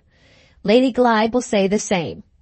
Pray present my best respects and sympathies to Lady Glyde. I expressed my grateful acknowledgments for his lordship's kind consideration. Sir Percival cut them short by calling to his noble friend, using, I regret to say, a profane expression, to come into the library and not to keep him waiting there any longer. I proceeded upstairs. We are poor erring creatures, and however well established a woman's principles may be, she cannot always keep on her guard against the temptation to exercise an idle curiosity. I am ashamed to say that an idle curiosity on this occasion got the better of my principles and made me unduly inquisitive about the question which Sir Percival had addressed to his noble friend at the library door. Who was the Count expected to find in the course of his studious morning rambles at Blackwater Park? A woman, it was to be presumed from the terms of Sir Percival's inquiry. I did not suspect the Count of any impropriety. I knew his moral character too well. The only question I asked myself was, had he found her? To resume. The night passed as usual without producing any change for the better in Miss Halcombe. The next day she seemed to improve a little. The day after that, her ladyship the Countess, without mentioning the object of her journey to any one in my hearing, proceeded by the morning train to London, her noble husband with his customary attention accompanying her to the station. I was now left in sole charge of Miss Halcombe, with every apparent chance, in consequence of her sister's resolution not to leave the bedside, of having Lady Glyde herself to nurse next. The only circumstance of any importance that happened in the course of the day was the occurrence of another unpleasant meeting between the doctor and the Count. His lordship, on returning from the station, stepped up into Miss Halcombe's sitting-room to make his inquiries. I went out from the bedroom to speak to him, like Mr. Dawson and Lady Glyde both being with the patient at the time. The Count asked me many questions about the treatment and the symptoms. I informed him that the treatment was of the kind described as saline, and that the symptoms between the attacks of fever were certainly those of increasing weakness and exhaustion. Just as I was mentioning these last particulars, Mr. Dawson came out from the bedroom. "Good morning, sir," said his lordship, stepping forward in the most urbane manner and stopping the doctor with a high-bred resolution impossible to resist. "I greatly fear you find no improvement in the symptoms today?" "I find decided improvement," answered Mr. Dawson. "You still persist in your lowering treatment of this case of fever?" continued his lordship. "I persist in the treatment which is justified by my own professional experience," said Mr. Dawson. "Permit me to put one question to you on the vast subject of professional experience," observed the Count. "I presume to offer no more advice. I only presume to make an inquiry. You live at some distance, sir, from the gigantic centers of scientific activity, London and Paris. Have you ever heard of the wasting effects of fever being reasonably and intelligibly repaired by fortifying the exhausted patient with brandy, wine, ammonia, and quinine? Has that new heresy of the highest medical authorities ever reached your ears, yes or no?" "When a professional man puts that question to me, I shall be glad to answer him," said the doctor, opening the door to go out. "You are not a professional man, and I beg to decline answering you." Buffeted by this inexcusably uncivil way on one cheek, the Count, like a practical Christian, immediately turned the other and said in the sweetest manner, "Good morning, Mr. Dawson. If my late beloved husband had been so fortunate as to know his lordship, how highly he and the Count would have esteemed each other." Her ladyship the Countess returned by the last train that night and brought with her the nurse from London. I was instructed that this person's name was Mrs. Rubel. Her personal appearance and her imperfect English when she spoke informed me that she was a foreigner. I have always cultivated a feeling of humane indulgence for foreigners. They do not possess our blessings and advantages, and they are, for the most part, brought up in the blind errors of popery. It has also always been my precept and practice, as it was my dear husband's precept and practice before me. See Sermon 29 in the collection by the late Reverend Samuel Michelson, M.A. To do as I would be done by. On both these accounts, I will not say that Mrs. Rubel struck me as being a small, wiry, sly person of 50 or thereabouts, with a dark brown or Creole complexion and watchful light gray eyes. Nor will I mention, for the reasons just alleged, that I thought her dress, though it was of the plainest black silk, inappropriately costly in texture and unnecessarily refined in trimming and finish for a person in her position in life. I should not like these things to be said of me, and therefore it is not my duty to say them of Mrs. Rubel.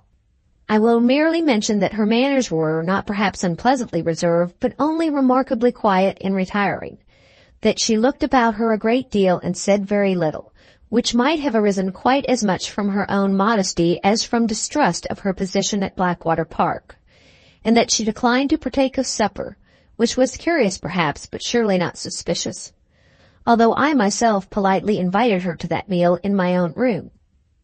At the Count's particular suggestion, so like his lordship's forgiving kindness, it was arranged that Mrs. Rubel should not enter on her duties until she had been seen and approved by the doctor the next morning. I sat up that night. Lady Glyde appeared to be very unwilling that the new nurse should be employed to attend on Miss Halcombe. Such want of liberality towards a foreigner on the part of a lady of her education and refinement surprised me.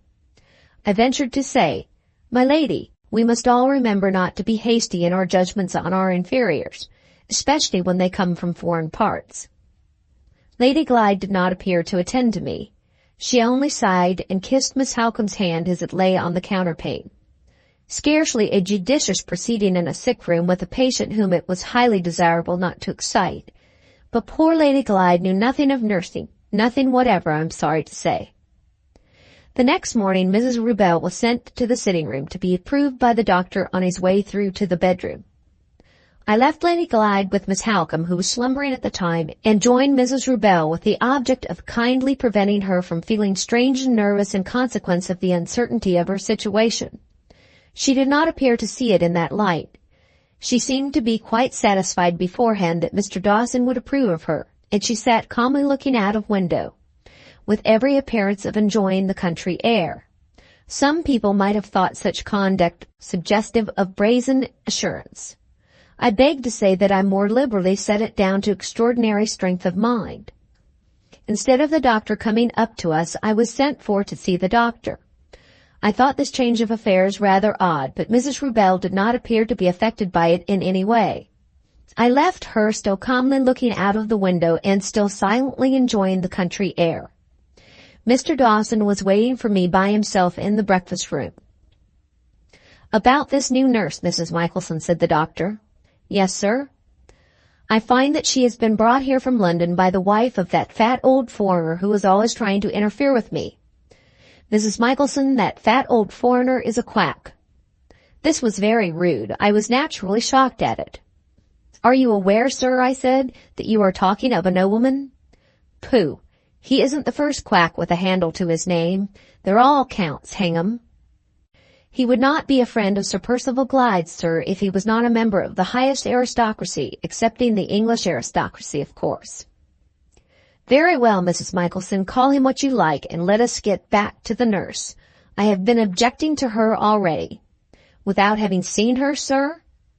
"Yes, without having seen her. She may be the best nurse in existence, but she is not a nurse of my providing. I have put that objection to Sir Percival as master of the house. He doesn't support me. He says a nurse of my providing would have been a stranger from London also, and he thinks the woman ought to have a trial after his wife's aunt has taken the trouble to fetch her from London.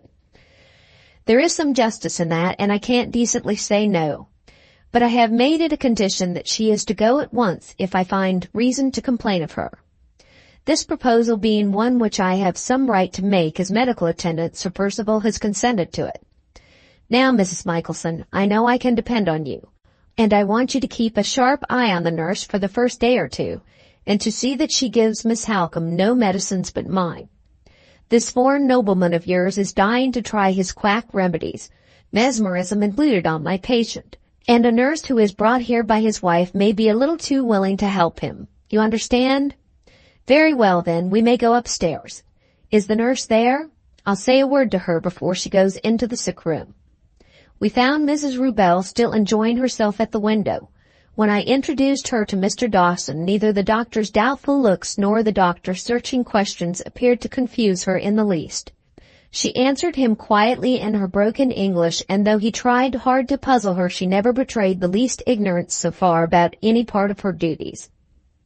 This was doubtless the result of strength of mind, as I said before, and not of brazen assurance by any means.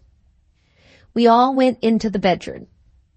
Mrs. Rubel looked very attentively at the patient, curtsied to Lady Glyde, said one or two little things right in the room, and sat down quietly in a corner to wait until she was wanted. Her ladyship seemed startled and annoyed by the appearance of the strange nurse. No one said anything for fear of rousing Miss Halcombe, who was still slumbering, except the doctor, who whispered a question about the night.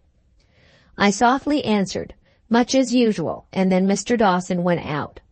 Lady Glyde followed him, I suppose to speak about Mrs. Rubel. For my own part, I had made up my mind already that this quiet foreign person would keep her situation. She had all her wits about her, and she certainly understood her business. So far, I could hardly have done much better by the bedside myself. Remembering Mr. Dawson's caution to me, I subjected Mrs. Rubel to a severe scrutiny at certain intervals for the next 3 or 4 days. I over and over again entered the room softly and suddenly, but I never found her out in any suspicious action. Lady Glyde, who watched her as attentively as I did, discovered nothing either. I never detected a sign of the medicine bottles being tampered with. I never saw Mrs. Rubel say a word to the Count or the Count to her. She managed Miss Halcombe with unquestionable care and discretion. The poor lady wavered backwards and forwards between a sort of sleepy exhaustion which was half faintness and half slumbering, and attacks of fever which brought with them more or less of wandering in her mind. Mrs. Rubel never disturbed her in the first case, and never startled her in the second, by appearing too suddenly at the bedside in the character of a stranger. Honor to whom honor is due, whether foreign or English, and I give her privilege impartially to Mrs. Rubel. She was remarkably uncommunicative about herself, and she was too quietly independent of all advice from experienced persons who understood the duties of a sick room. But with these drawbacks she was a good nurse, and she never gave either Lady Glyde or Mr. Dawson the shadow of a reason for complaining of her. The next circumstance of importance that occurred in the house was the temporary absence of the Count, occasioned by business which took him to London. He went away, I think, on the morning of the 4th day after the arrival of Mrs. Rubel, and at parting he spoke to Lady Glyde very seriously in my presence on the subject of Miss Halcombe. Trust Mr. Dawson, he said, for a few more days, if you please. But if there is not some change for the better in that time, send for advice from London, which this mule of a doctor must accept in spite of himself. Offend Mr. Dawson and save Miss Halcombe. I say this seriously, on my word of honor, and from the bottom of my heart. His lordship spoke with extreme feeling and kindness. But poor Lady Glyde's nerves were so completely broken down that she seemed quite frightened at him. She trembled from head to foot, and allowed him to take his leave without uttering a word on her side. She turned to me when he had gone and said, "Oh, Mrs. Michelson, I am heartbroken about my sister, and I have no friend to advise me. Do you think Mr. Dawson is wrong? He told me himself this morning that there was no fear and no need to send for another doctor." "With all respect to Mr. Dawson," I answered, "in your ladyship's place I should remember the Count's advice." Lady Glyde turned away from me suddenly with an appearance of despair for which I was quite unable to account. "His advice," she said to herself. "God help us, his advice." The Count was away from Blackwater Park, as nearly as I remember, a week. Sir Percival seemed to feel the loss of his lordship in various ways, and appeared also, I thought, much depressed and altered by the sickness and sorrow in the house. Occasionally he was so very restless that I could not help noticing it, coming and going, and wandering here and there and everywhere in the grounds. His inquiries about Miss Halcombe, and about his lady, whose failing health seemed to cause him sincere anxiety, were most attentive, and I think his heart was much softened. If some kind clerical friend, some such friend as he might have found in my late excellent husband, had been near him at this time, cheering moral progress might have been made with Sir Percival. I seldom find myself mistaken on a point of this sort, having had experience to guide me in my happy married days. Her ladyship the Countess, who was now the only company for Sir Percival downstairs, rather neglected him, as I considered, or perhaps it might have been that he neglected her. A stranger might also have supposed that they were bent, now that they were left alone together, on actually avoiding one another. This, of course, could not be. But it did so happen, nevertheless, that the Countess made her dinner at lunch-time, and that she always came upstairs towards evening, although Mrs. Rubel had taken the nursing duties entirely off her hands. Sir Percival dined by himself, and William, the man out of livery, made the remark in my hearing that his master had put himself on half rations of food, and on a double allowance of drink. I attached no importance to such an insolent observation as this on the part of the servant. I reprobated it at the time, and I wish to be understood as reprobating it once more on this occasion. In the course of the next few days, Miss Halcombe did certainly seem to all of us to be mending a little. Our faith in Mr. Dawson revived. He appeared to be very confident about the case, and he assured Lady Glyde, when she spoke to him on the subject, that he would himself propose to send for a physician the moment he felt so much as the shadow of a doubt crossing his own mind. The only person among us who did not appear to be relieved by these words was the Countess. She said to me privately that she did not feel easy about Miss Halcombe on Mr. Dawson's authority, and that she would wait anxiously for her husband's opinion on his return. That return, his letters informed her, would take place in 3 days' time. The Count and Countess corresponded regularly every morning during his lordship's absence. They were in that respect, as in all others, a pattern to married people. On the evening of the third day I noticed a change in Miss Halcombe which caused me serious apprehension. Mrs. Rubel noticed it too. We said nothing on the subject to Lady Glyde, who was then lying asleep, completely overpowered by exhaustion on the sofa in the sitting-room. Mr. Dawson did not pay his evening visit till later than usual. As soon as he set his eyes on his patient, I saw his face alter. He tried to hide it, but he looked both confused and alarmed. A messenger was sent to his residence for his medicine chest. Disinfecting preparations were used in the room, and a bed was made up for him in the house by his own directions. "Has the fever turned to infection?" I whispered to him. "I am afraid it has," he answered. "We shall know better tomorrow morning." By Mr. Dawson's own directions, Lady Glyde was kept in ignorance of this change for the worse. He himself absolutely forbade her, on account of her health, to join us in the bedroom that night. She tried to resist. There was a sad scene, but he had his medical authority to support him, and he carried his point. The next morning one of the men servants was sent to London at 11 o'clock with a letter to a physician in town, and with orders to bring the new doctor back with him by the earliest possible train. Half an hour after the messenger had gone, the Count returned to Blackwater Park. The Countess, on her own responsibility, immediately brought him in to see the patient. There was no impropriety that I could discover in her taking this course. His lordship was a married man. He was old enough to be Miss Halcombe's father, and he saw her in the presence of a female relative, Lady Glyde's aunt. Mr. Dawson nevertheless protested against his presence in the room, but I could plainly remark the doctor was too much alarmed to make any serious resistance on this occasion. The poor suffering lady was past knowing anyone about her. She seemed to take her friends for enemies. When the Count approached her bedside, her eyes, which had been wandering incessantly round and round the room before, settled on his face with a dreadful stare of terror, which I shall remember to my dying day. The Count sat down by her, felt her pulse and her temples, looked at her very attentively, and then turned round upon the doctor with such an expression of indignation and contempt in his face that the words failed on Mr. Dawson's lips, and he stood for a moment pale with anger and alarm, pale and perfectly speechless. His lordship looked next at me. "When did the change happen?" he asked. I told him the time. "Has Lady Glyde been in the room since?" I replied that she had not. The doctor had absolutely forbidden her to come into the room on the evening before, and had repeated the order again in the morning. "Have you and Mrs. Rubel been made aware of the full extent of the mischief?" was his next question. We were aware, I answered, that the malady was considered infectious. He stopped me before I could add anything more. It is typhus fever, he said.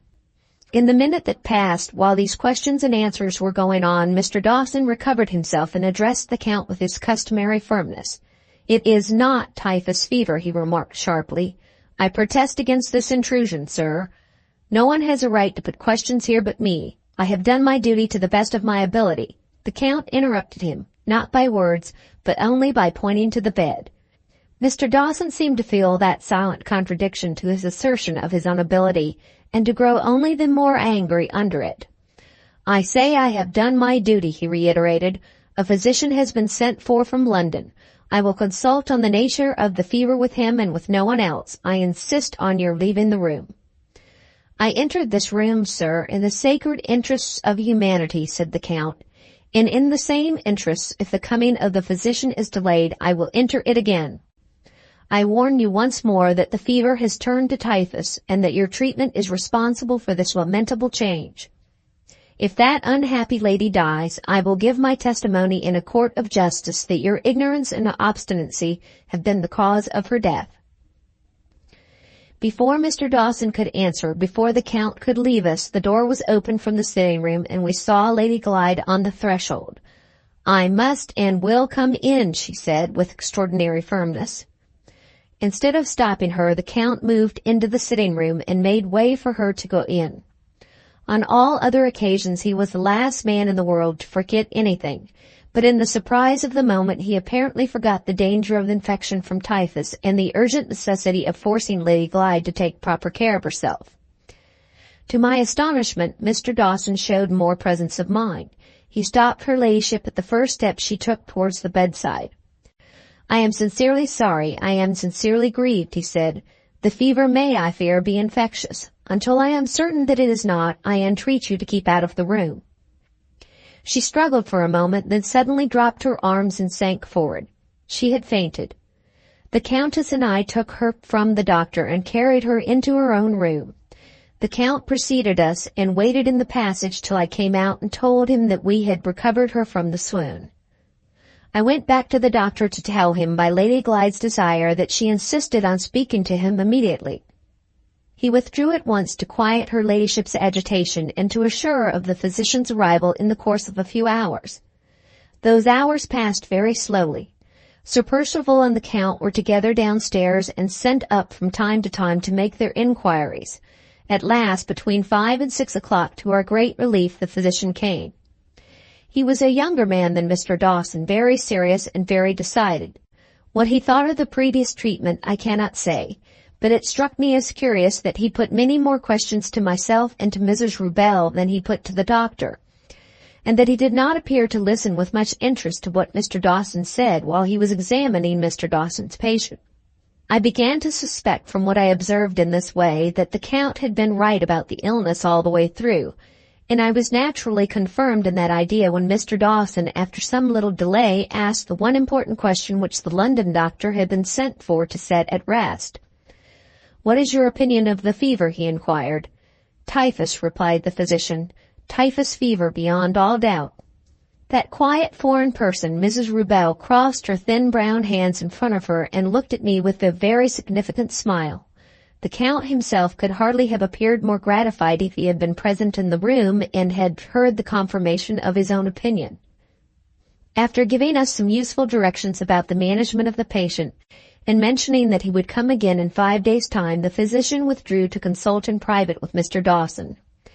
He would offer no opinion on Miss Halcombe's chances of recovery. He said it was impossible at that stage of the illness to pronounce one way or the other. The 5 days passed anxiously.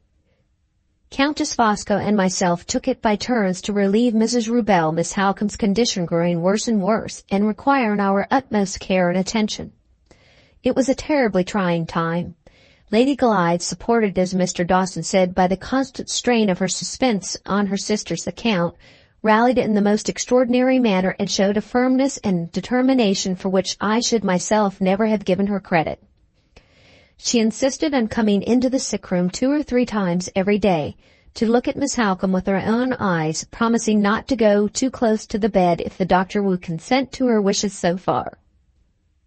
Mr. Dawson very unwillingly made the concession required of him. I think he saw that it was hopeless to dispute with her.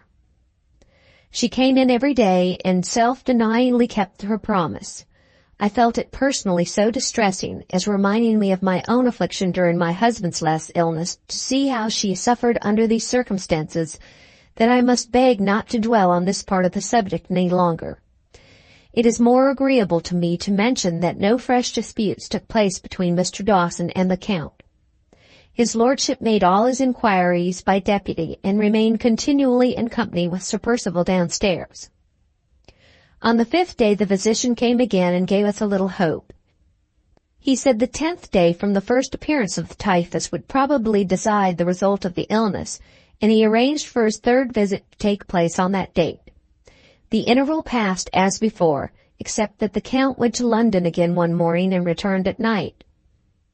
On the 10th day it pleased a merciful Providence to relieve our household from all further anxiety and alarm. The physician positively assured us that Miss Halcombe was out of danger. She wants no doctor now. All she requires is careful watching and nursing for some time to come, and that I see she has. Those were his own words. That evening I read my husband's touching sermon on recovery from sickness with more happiness and advantage in a spiritual point of view than I ever remember to have derived from it before. The effect of the good news on poor Lady Glyde was, I grieve to say, quite overpowering. She was too weak to bear the violent reaction, and in another day or two she sank into a state of debility and depression which obliged her to keep her room. Rest and quiet and change of air afterwards were the best remedies which Mr. Dawson could suggest for her benefit. It was fortunate that matters were no worse, for on the very day after she took to her room the Count and the doctor had another disagreement, and this time the dispute between them was of so serious a nature that Mr. Dawson left the house. I was not present at the time, but I understood that the subject of dispute was the amount of nourishment which it was necessary to give to assist Miss Halcombe's convalescence after the exhaustion of the fever. Mr. Dawson, now that his patient was safe, was less inclined than ever to submit to unprofessional interference, and the Count, I cannot imagine why, lost all the self-control which he had so judiciously preserved on former occasions, and taunted the doctor over and over again with his mistake about the fever when it changed to typhus. The unfortunate affair ended in Mr. Dawson's appealing to Sir Percival, and threatening, now that he could leave without absolute danger to Miss Halcombe, to withdraw from his attendance at Blackwater Park if the Count's interference was not peremptorily suppressed from that moment. Sir Percival's reply, though not designedly uncivil, had only resulted in making matters worse, and Mr. Dawson had thereupon withdrawn from the house in a state of extreme indignation at Count Fosco's usage of him, and had sent in his bill the next morning. We were now, therefore, left without the attendance of a medical man. Although there was no actual necessity for another doctor, nursing and watching being, as the physician had observed, all that Miss Halcombe required, I should still, if my authority had been consulted, have obtained professional assistance from some other quarter for form's sake. The matter did not seem to strike Sir Percival in that light. He said it would be time enough to send for another doctor if Miss Halcombe showed any signs of a relapse. In the meanwhile we had the Count to consult in any minor difficulty, and we need not unnecessarily disturb our patient in her present weak and nervous condition by the presence of a stranger at her bedside. There was much that was reasonable, no doubt, in these considerations, but they left me a little anxious nevertheless. Nor was I quite satisfied in my own mind of the propriety of our concealing the doctor's absence as we did from Lady Glyde. It was a merciful deception, I admit, for she was in no state to bear any fresh anxieties, but still it was a deception, and as such, to a person of my principles, at best a doubtful proceeding. A second perplexing circumstance which happened on the same day, and which took me completely by surprise, added greatly to the sense of uneasiness that was now weighing on my mind. I was sent for to see Sir Percival in the library. The Count, who was with him when I went in, immediately rose and left us alone together. Sir Percival civilly asked me to take a seat, and then, to my great astonishment, addressed me in these terms.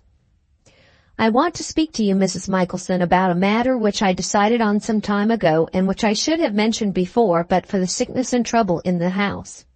In plain words, I have reasons for wishing to break up my establishment immediately at this place, leaving you in charge, of course, as usual.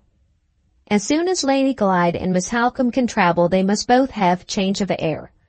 My friends, Count Fosco and the Countess, will leave us before that time to live in the neighborhood of London, and I have reasons for not opening the house to any more company with a view to economizing as carefully as I can.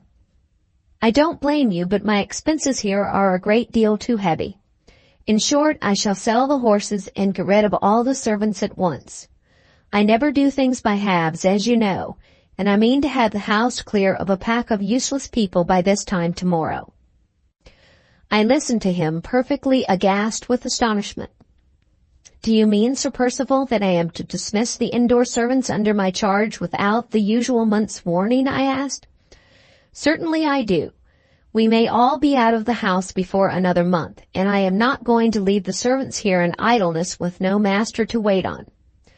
Who is to do the cooking, Sir Percival, while you are still staying here? Margaret Porcher can roast and boil. Keep her. What do I want with a cook if I don't mean to give any dinner parties? The servant you have mentioned is the most unintelligent servant in the house, Sir Percival. Keep her, I tell you, and have a woman in from the village to do the cleaning and go away again. My weekly expenses must and shall be lowered immediately. I don't send for you to make objections, Mrs. Michelson. I send for you to carry out my plans of economy. Dismiss the whole lazy pack of indoor servants tomorrow, except Porcher. She is as strong as a horse and will make her work like a horse. You will excuse me for reminding you, Sir Percival, that if the servants go tomorrow, they must have a month's wages in lieu of a month's warning. Let them. A month's wages saves a month's waste and gluttony in the servants' hall. This last remark conveyed an aspersion of the most offensive kind on my management. I had too much self-respect to defend myself under so gross an imputation. Christian consideration for the helpless position of Miss Halcombe and Lady Glyde, and for the serious inconvenience which my sudden absence might inflict on them, alone prevented me from resigning my situation on the spot.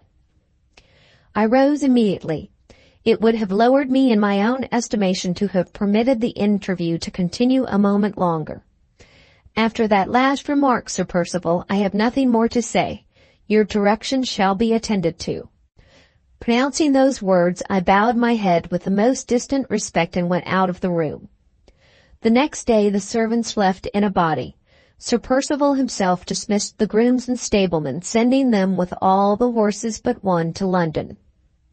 Of the whole domestic establishment, indoors and out, there now remained only myself, Margaret Porcher, and the gardener, this last living in his own cottage and being wanted to take care of the one horse that remained in the stables.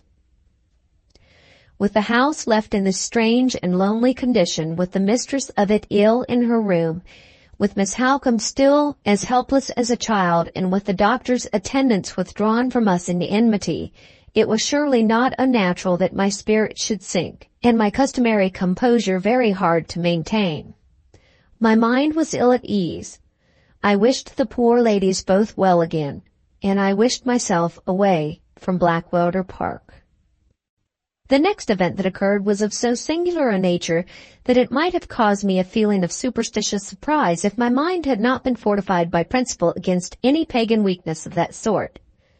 The uneasy sense of something wrong in the family which had made me wish myself away from Blackwater Park was actually followed, strange to say, by my departure from the house. It is true that my absence was for a temporary period only, but the coincidence was, in my opinion, not the less remarkable on that account.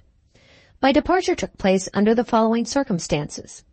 A day or two after the servants all left, I was again sent for to see Sir Percival. The undeserved slur which he had cast on my management of the household did not, I am happy to say, prevent me from returning good for evil to the best of my ability, by complying with his request as readily and respectfully as ever. It cost me a struggle with that fallen nature, which we all share in common, before I could suppress my feelings. Being accustomed to self-discipline, I accomplished the sacrifice. I found Sir Percival and Count Fosca sitting together again. On this occasion his lordship remained present at the interview, and assisted in the development of Sir Percival's views. The subject to which they now requested my attention related to the healthy change of air by which we all hoped that Miss Halcombe and Lady Glyde might soon be enabled to profit. Sir Percival mentioned that both the ladies would probably pass the autumn by invitation of Frederick Fairlie, Esquire, at Limmeridge House, Cumberland. But before they went there, it was his opinion, confirmed by Count Fosco, who here took up the conversation and continued it to the end, that they would benefit by a short residence first in the genial climate of Torquay. The great object, therefore, was to engage lodgings at that place, affording all the comforts and advantages of which they stood in need, and the great difficulty was to find an experienced person capable of choosing the sort of residence which they wanted. In this emergency the Count begged to inquire on Sir Percival's behalf whether I would object to give the ladies the benefit of my assistance by proceeding myself to Torquay in their interests. It was impossible for a person in my situation to meet any proposal made in these terms with a positive objection. I could only venture to represent the serious inconvenience of my leaving Blackwater Park and the extraordinary absence of all the indoor servants, with the one exception of Margaret Porcher. But Sir Percival and his lordship declared that they were both willing to put up with inconvenience for the sake of the invalids. I next respectfully suggested writing to an agent at Torquay, but I was met here by being reminded of the imprudence of taking lodgings without first seeing them. I was also informed that the Countess, who would otherwise have gone to Devonshire herself, could not, in Lady Glyde's present condition, leave her niece, and that Sir Percival and the Count had business to transact together which would oblige them to remain at Blackwater Park. In short, it was clearly shown me that if I did not undertake the errand, no one else could be trusted with it. Under these circumstances I could only inform Sir Percival that my services were at the disposal of Miss Halcombe and Lady Glyde. It was thereupon arranged that I should leave the next morning, that I should occupy 1 or 2 days in examining all the most convenient houses in Torquay, and that I should return with my report as soon as I conveniently could. A memorandum was written for me by his lordship, stating the requisites which the place I was sent to take must be found to possess, and a note of the pecuniary limit assigned to me was added by Sir Percival. My own idea on reading over these instructions was that no such residence as I saw described could be found at any watering place in England, and that even if it could by chance be discovered, it would certainly not be parted with for any period on such terms as I was permitted to offer. I hinted at these difficulties to both the gentlemen, but Sir Percival, who undertook to answer me, did not appear to feel them. It was not for me to dispute the question. I said no more. But I felt a very strong conviction that the business on which I was sent away was so beset by difficulties that my errand was almost hopeless at starting. Before I left, I took care to satisfy myself that Miss Halcombe was going on favorably. There was a painful expression of anxiety in her face which made me fear that her mind, on first recovering itself, was not at ease. But she was certainly strengthening more rapidly than I could have ventured to anticipate, and she was able to send kind messages to Lady Glyde, saying that she was fast getting well and entreating her ladyship not to exert herself again too soon. I left her in charge of Mrs. Rubel, who was still as quietly independent of everyone else in the house as ever.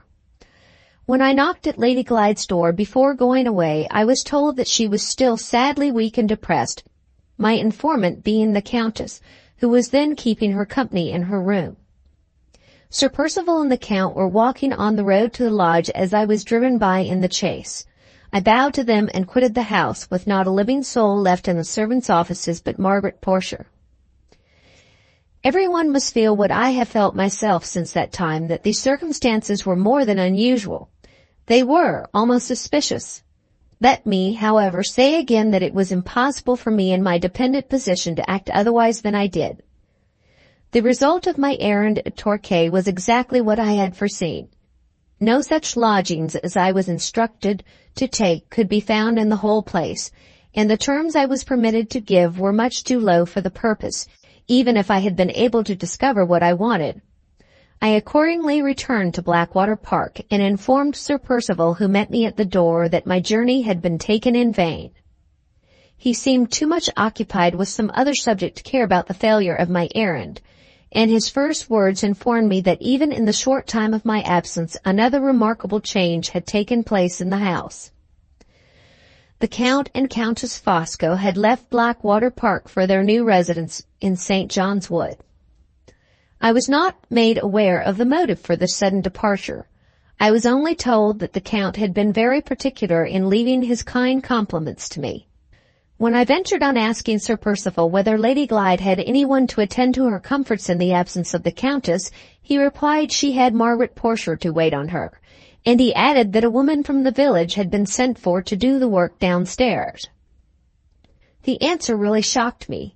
There was such a glaring impropriety in permitting an under-housemaid to fill the place of confidential attendant on Lady Glyde. I went upstairs at once and met Margaret on the bedroom landing. Her services had not been required, naturally enough, her mistress having sufficiently recovered that morning to be able to leave her bed. I asked next after Miss Halcombe, but I was answered in a slouching, sulky way which left me no wiser than I was before. I did not choose to repeat the question and perhaps provoke an impertinent reply. It was, in every respect, more becoming to a person in my position to present myself immediately in Lady Glyde's room. I found that her ladyship had certainly gained in health during the last few days. Although still sadly weak and nervous, she was able to get up without assistance and to walk slowly about her room, feeling no worse effect from the exertion than a slight sensation of fatigue. She had been made a little anxious that morning about Miss Halcombe through having received no news of her from anyone. I thought this seemed to imply a blamable want of attention on the part of Mrs. Rubel, but I said nothing, and remained with Lady Glyde to assist her to dress. When she was ready, we both left the room together to go to Miss Halcombe. We were stopped in the passage by the appearance of Sir Percival. He looked as if he had been purposely waiting there to see us. "Where are you going?" he said to Lady Glyde. "To Marian's room," she answered. "It may spare you a disappointment," remarked Sir Percival, "if I tell you at once that you will not find her there." "Not find her there?" "No, she left the house yesterday morning with Fosco and his wife." Lady Glyde was not strong enough to bear the surprise of this extraordinary statement. She turned fearfully pale and leaned back against the wall, looking at her husband in dead silence. I was so astonished myself that I hardly knew what to say. I asked Sir Percival if he really meant that Miss Halcombe had left Blackwater Park. "I certainly mean it," he answered. "In her state, Sir Percival, without mentioning her intentions to Lady Glyde?" Before he could reply, her ladyship recovered herself a little and spoke. "Impossible!" she cried out loud in a frightened manner, taking a step or two forward from the wall. "Where was the doctor? Where was Mr. Dawson when Marian went away?" "Mr. Dawson wasn't wanted, and wasn't here," said Sir Percival. "He left of his own accord, which is enough of itself to show that she was strong enough to travel. How you stare! If you don't believe she is gone, look for yourself. Open her room door and all the other room doors if you like." She took him at his word, and I followed her. There was no one in Miss Halcombe's room but Margaret Porcher, who was busy setting it to rights. There was no one in the spare rooms or the dressing rooms when we looked into them afterwards. Sir Percival still waited for us in the passage. As we were leaving the last room that we had examined, Lady Glyde whispered, "Don't go, Mrs. Michelson, don't leave me, for God's sake." Before I could say anything in return, she was out again in the passage, speaking to her husband. "What does it mean, Sir Percival? I insist. I beg and pray you to tell me what it means." "It means," he answered, "that Miss Halcombe was strong enough yesterday morning to sit up and be dressed, and that she insisted on taking advantage of Fosco's going to London to go there too." "To London?" "Yes, on her way to Limerick." Lady Glyde turned and appealed to me. "You saw Miss Halcombe last," she said. "Tell me plainly, Mrs. Michelson. Did you think she looked fit to travel?" "Not in my opinion, your ladyship." Sir Percival, on his side, instantly turned and appealed to me also. "Before you went away," he said, "did you or did you not tell the nurse that Miss Halcombe looked much stronger and better?" "I certainly made the remark, Sir Percival." He addressed her ladyship again the moment I offered that reply. "Set one of Mrs. Michelson's opinions fairly against the other," he said, "and try to be reasonable about a perfectly plain matter. If she had not been well enough to be moved, do you think we should any of us have risked letting her go? She has got 3 competent people to look after her, Fosco and your aunt and Mrs. Rubel, who went away with them expressly for that purpose. They took a whole carriage yesterday and made a bed for her on the seat in case she felt tired. Today Fosco and Mrs. Rubel go with her themselves to Cumberland. Why does Marian go to Limmeridge and leave me here by myself? Said her ladyship, interrupting Sir Percival. Because your uncle won't receive you till he has seen your sister first, he replied. Have you forgotten the letter he wrote to her at the beginning of her illness? It was shown to you, you read it yourself, and you ought to remember it. I do remember it. If you do, why should you be surprised at her leaving you? You want to be back at Limmeridge, and she has gone there to get your uncle's leave for you on his own terms. Poor Lady Glyde's eyes filled with tears. Marian never left me before, she said, without bidding me good-bye. She would have bid you good-bye this time, returned Sir Percival, if she had not been afraid of herself and of you. She knew you would try to stop her. She knew you would distress her by crying. Do you want to make any more objections? If you do, you must come downstairs and ask questions in the dining-room. These worries upset me. I want a glass of wine. He left us suddenly.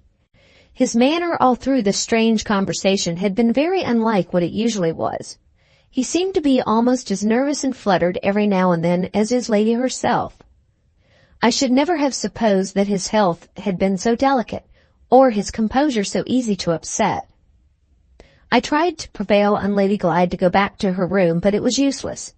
She stopped in the passage with the look of a woman whose mind was panic-stricken. Something has happened to my sister, she said.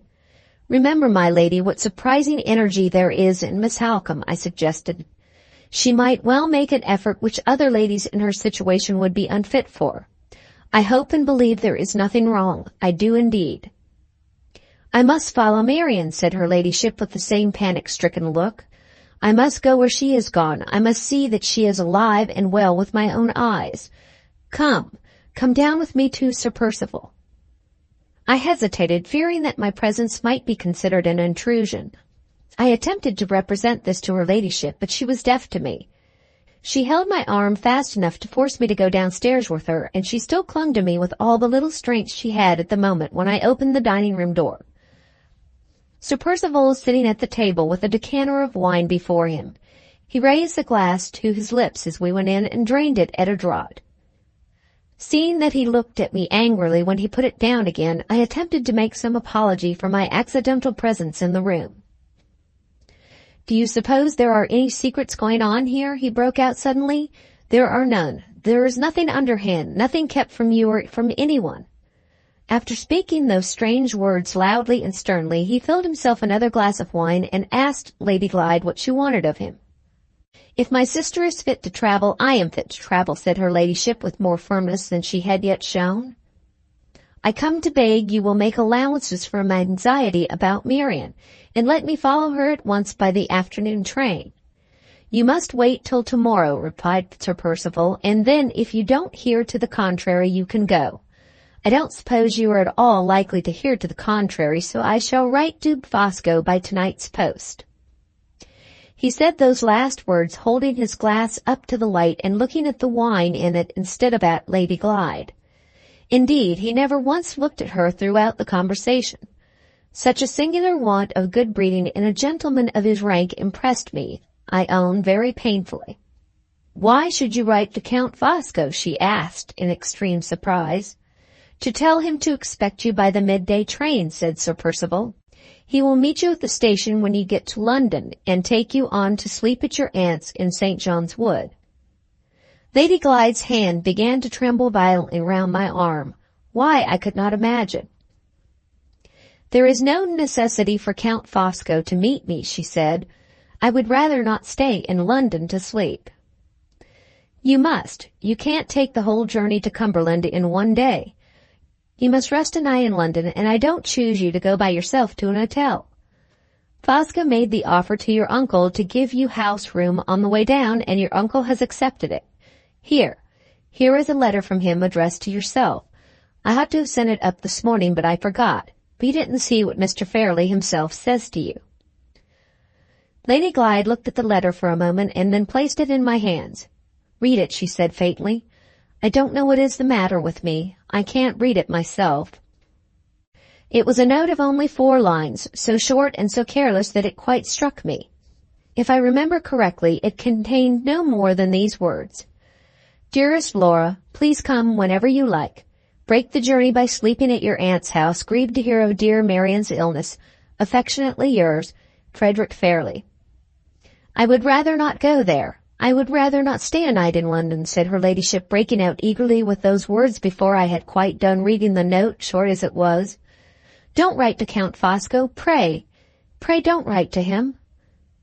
Sir Percival filled another glass from the decanter so awkwardly that he upset it and spilled all the wine over the table. "My sight seems to be failing me," he muttered to himself in an odd, muffled voice. He slowly set the glass up again, refilled it, and drained it once more at a draught. I began to fear from his look and manner that the wine was getting into his head. "Pray don't write to Count Fosco," persisted Lady Glyde more earnestly than ever. "Why not, I should like to know?" cried Sir Percival with a sudden burst of anger that startled us both. "Where can you stay more properly in London than at the place your uncle himself chooses for you, at your aunt's house? Ask Mrs. Michelson." The arrangement proposed was so unquestionably the right and the proper one that I could make no possible objection to it. Much as I sympathized with Lady Glyde in other respects, I could not sympathize with her in her unjust prejudices against Count Fosco. I never before met with any lady of her rank and station who was so lamentably narrow-minded on the subject of foreigners. Neither her uncle's note nor Sir Percival's increasing impatience seemed to have the least effect on her. She still objected to staying a night in London. She still implored her husband not to write to the Count. "Drop it," said Sir Percival, rudely turning his back on us. "If you haven't sense enough to know what is best for yourself, other people must know it for you. The arrangement is made, and there is an end of it. You are only wanted to do what Miss Halcombe has done for you." "Marian?" repeated her ladyship in a bewildered manner. "Marian sleeping in Count Fosco's house?" "Yes, in Count Fosco's house. She slept there last night to break the journey, and you are to follow her example and do what your uncle tells you. You are to sleep at Fosco's tomorrow night as your sister did to break the journey. Don't throw too many obstacles in my way. Don't make me repent of letting you go at all." He started to his feet and suddenly walked out into the veranda through the open glass doors. "Will your ladyship excuse me," I whispered, "if I suggest that we had better not wait here till Sir Percival comes back? I am very much afraid he is overexcited with wine." She consented to leave the room in a weary, absent manner. As soon as we were safe upstairs again, I did all I could to compose her ladyship's spirits. I reminded her that Mr. Fairlie's letters to Miss Halcombe and to herself did certainly sanction, and even render necessary sooner or later, the course that had been taken. She agreed to this and even admitted of her own accord that both letters were strictly in character with her uncle's peculiar disposition.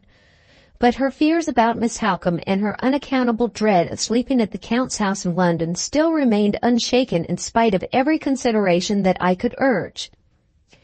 I thought it my duty to protest against Lady Glyde's unfavourable opinion of his lordship, and I did so with becoming forbearance and respect. "Your ladyship will pardon my freedom," I remarked in conclusion, "but it is said, 'By their fruits ye shall know them.' I am sure the Count's constant kindness and constant attention from the very beginning of Miss Halcombe's illness merit our best confidence and esteem. Even his lordship's serious misunderstanding with Mr. Dawson was entirely attributable to his anxiety on Miss Halcombe's account." "What misunderstanding?" inquired her ladyship with a look of sudden interest. I related the unhappy circumstance under which Mr. Dawson had withdrawn his attendance, mentioning them all the more readily because I disapproved of Sir Percival's continuing to conceal what had happened, as he had done in my presence, from the knowledge of Lady Glyde. Her ladyship started up, with every appearance of being additionally agitated and alarmed by what I had told her. Worse than I thought," she said, walking about the room in a bewildered manner. "The Count knew Mr. Dawson would never consent to Marian's taking a journey. He purposely insulted the doctor to get him out of the house. "Oh, my lady, I remonstrated. "Mrs. Michelson," she went on vehemently, "no words that ever were spoken will persuade me that my sister is in that man's power and in that man's house with her own consent. My horror of him is such that nothing Sir Percival could say and no letters my uncle could write would induce me, if I only had my own feelings to consult, to eat, drink, or sleep under his roof. But my misery of suspense about Marian gives me the courage to follow her anywhere, to follow her even into Count Fosco's house."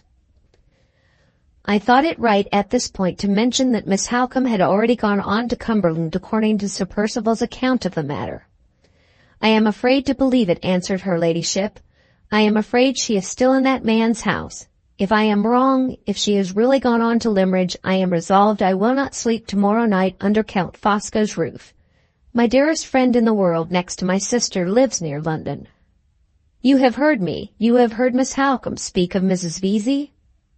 I mean to write and propose to sleep at her house. I don't know how I shall get there.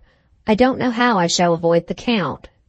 But to that refuge I will escape in some way if my sister has gone to Cumberland.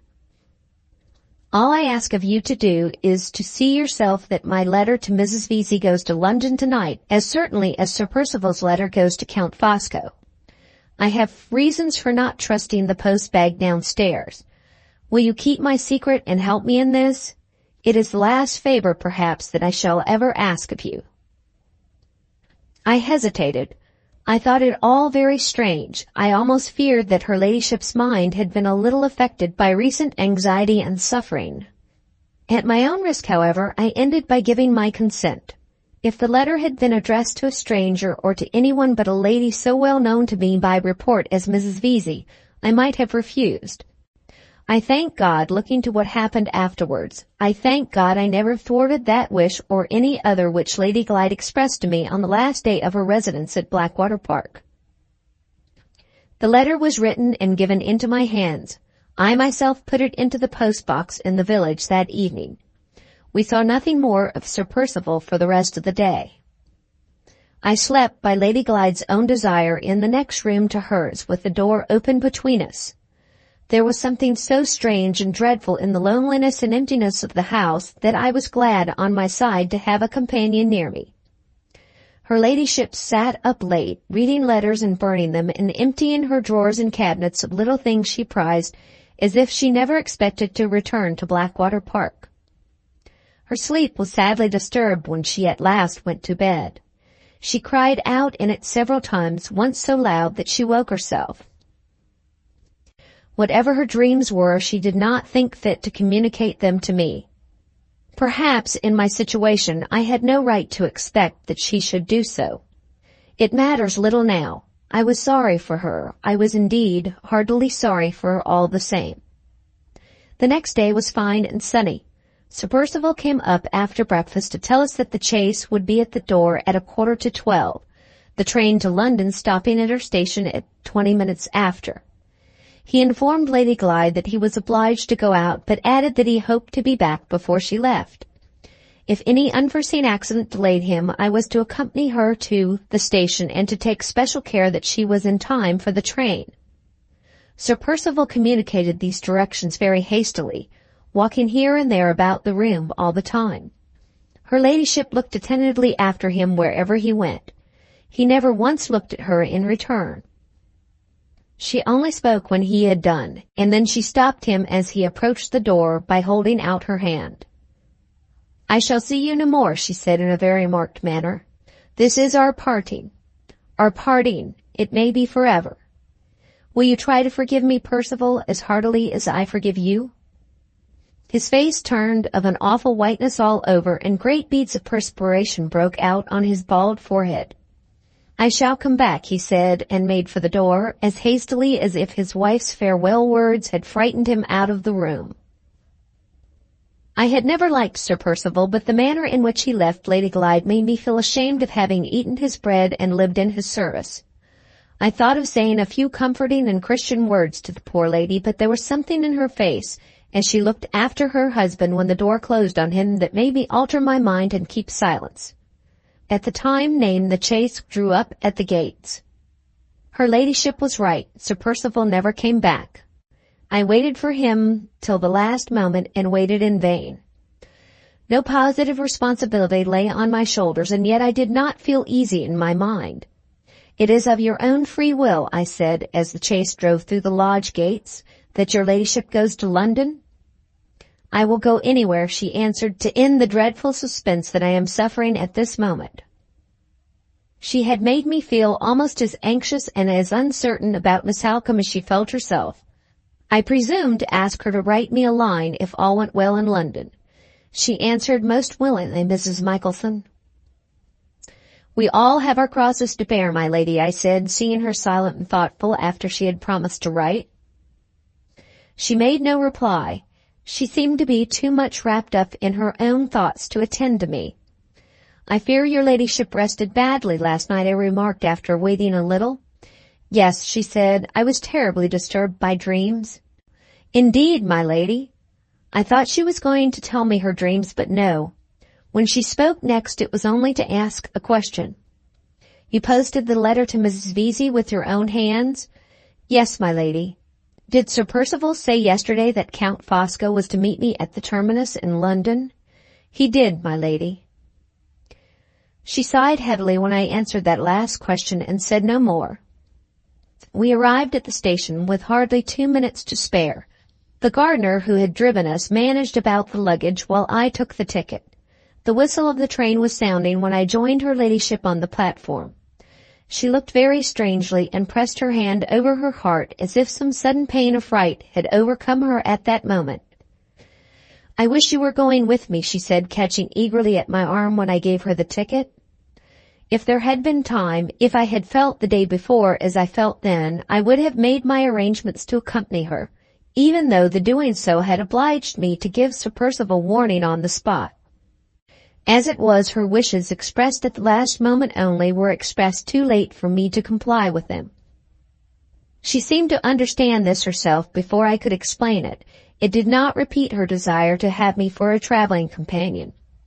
The train drew up at the platform. She gave the gardener a present for his children and took my hand, in her simple, hearty manner, before she got into the carriage. "You have been very kind to me and to my sister," she said. "Kind when we were both friendless. I shall remember you gratefully as long as I live to remember anyone. Goodbye, and God bless you." She spoke these words with a tone and a look which brought the tears into my eyes. She spoke them as if she was bidding me farewell forever. "Goodbye, my lady," I said, putting her into the carriage and trying to cheer her. "Goodbye for the present only. Goodbye with my best and kindest wishes for happier times." She shook her head and shuddered as she settled herself in the carriage. The guard closed the door. "Do you believe in dreams?" she whispered to me at the window. "My dreams last night were dreams I have never had before. The terror of them is hanging over me still." The whistle sounded before I could answer, and the train moved. Her pale, quiet face looked at me for the last time, looked sorrowfully and solemnly from the window. She waved her hand, and I saw her no more. Towards 5 o'clock on the afternoon of that same day, having a little time to myself in the midst of the household duties which now pressed upon me, I sat down alone in my own room to try and compose my mind with the volume of my husband's sermons. For the first time in my life, I found my attention wandering over those pious and cheering words. Concluding that Lady Glyde's departure must have disturbed me far more seriously than I had myself supposed, I put the book aside and went out to take a turn in the garden. Sir Percival had not yet returned to my knowledge, so I could feel no hesitation about showing myself in the grounds. On turning the corner of the house and gaining a view of the garden, I was startled by seeing a stranger walking in it. The stranger was a woman. She was lounging along the path with her back to me and was gathering the flowers. As I approached, she heard me and turned round. My blood curdled in my veins.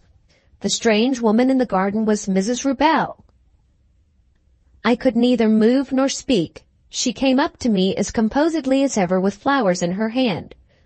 "What is the matter, ma'am?" she said quietly. "You here?" I gasped out. not gone to London, not gone to Cumberland.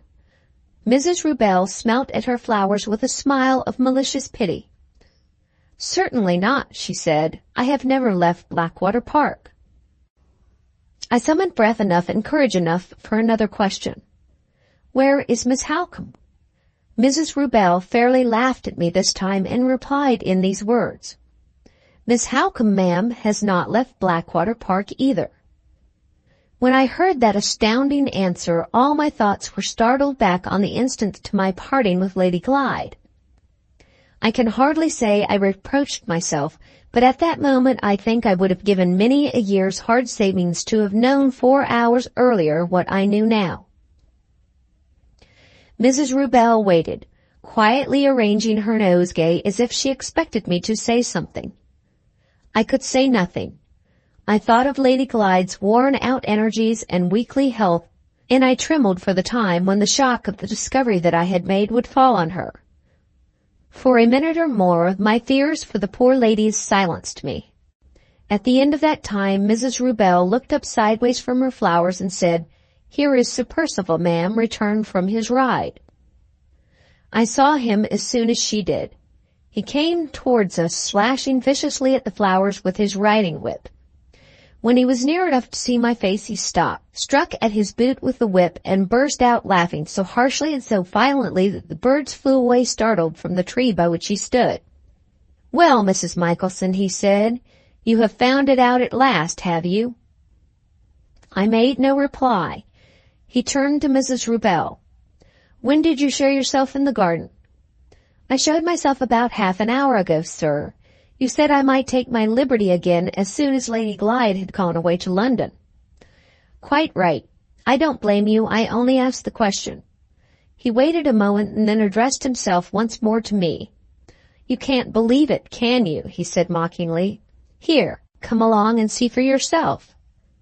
He led the way round to the front of the house. I followed him and Mrs. Rubel followed me. After passing through the iron gates, he stopped and pointed with his whip to the disused middle wing of the building. There, he said, look up at the first floor. You know the old Elizabethan bedrooms? Miss Halcombe is snug and safe in one of the best of them at this moment. Take her in, Mrs. Rubel. You have got your key. Take Mrs. Michelson in and let her own eyes satisfy her that there is no deception this time.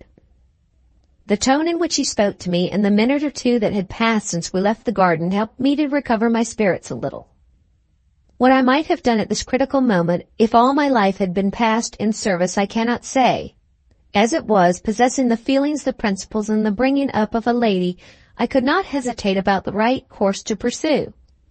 My duty to myself and my duty to Lady Glyde alike forbade me to remain in the employment of a man who had shamefully deceived us both by a series of atrocious falsehoods. I must beg permission, Sir Percival, to speak a few words to you in private, I said. Having done so, I shall be ready to proceed with this person to Miss Halcombe's room. Mrs. Rubel, whom I had indicated by a slight turn of my head, insolently sniffed at her nosegay and walked away with great deliberation towards the house door.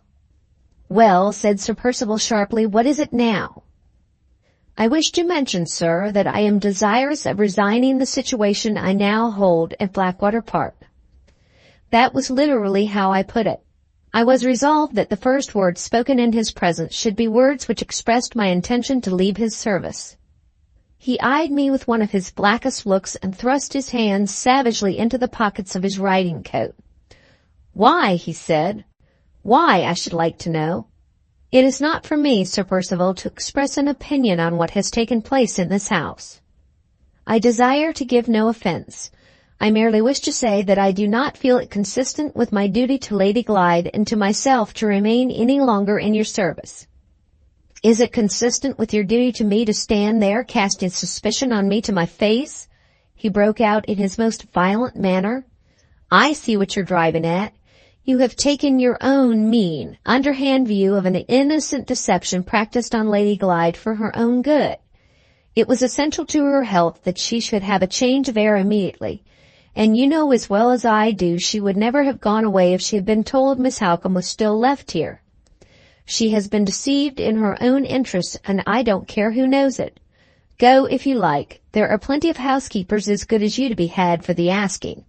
Go when you please, but take care how you spread scandals about me and my affairs when you're out of my service.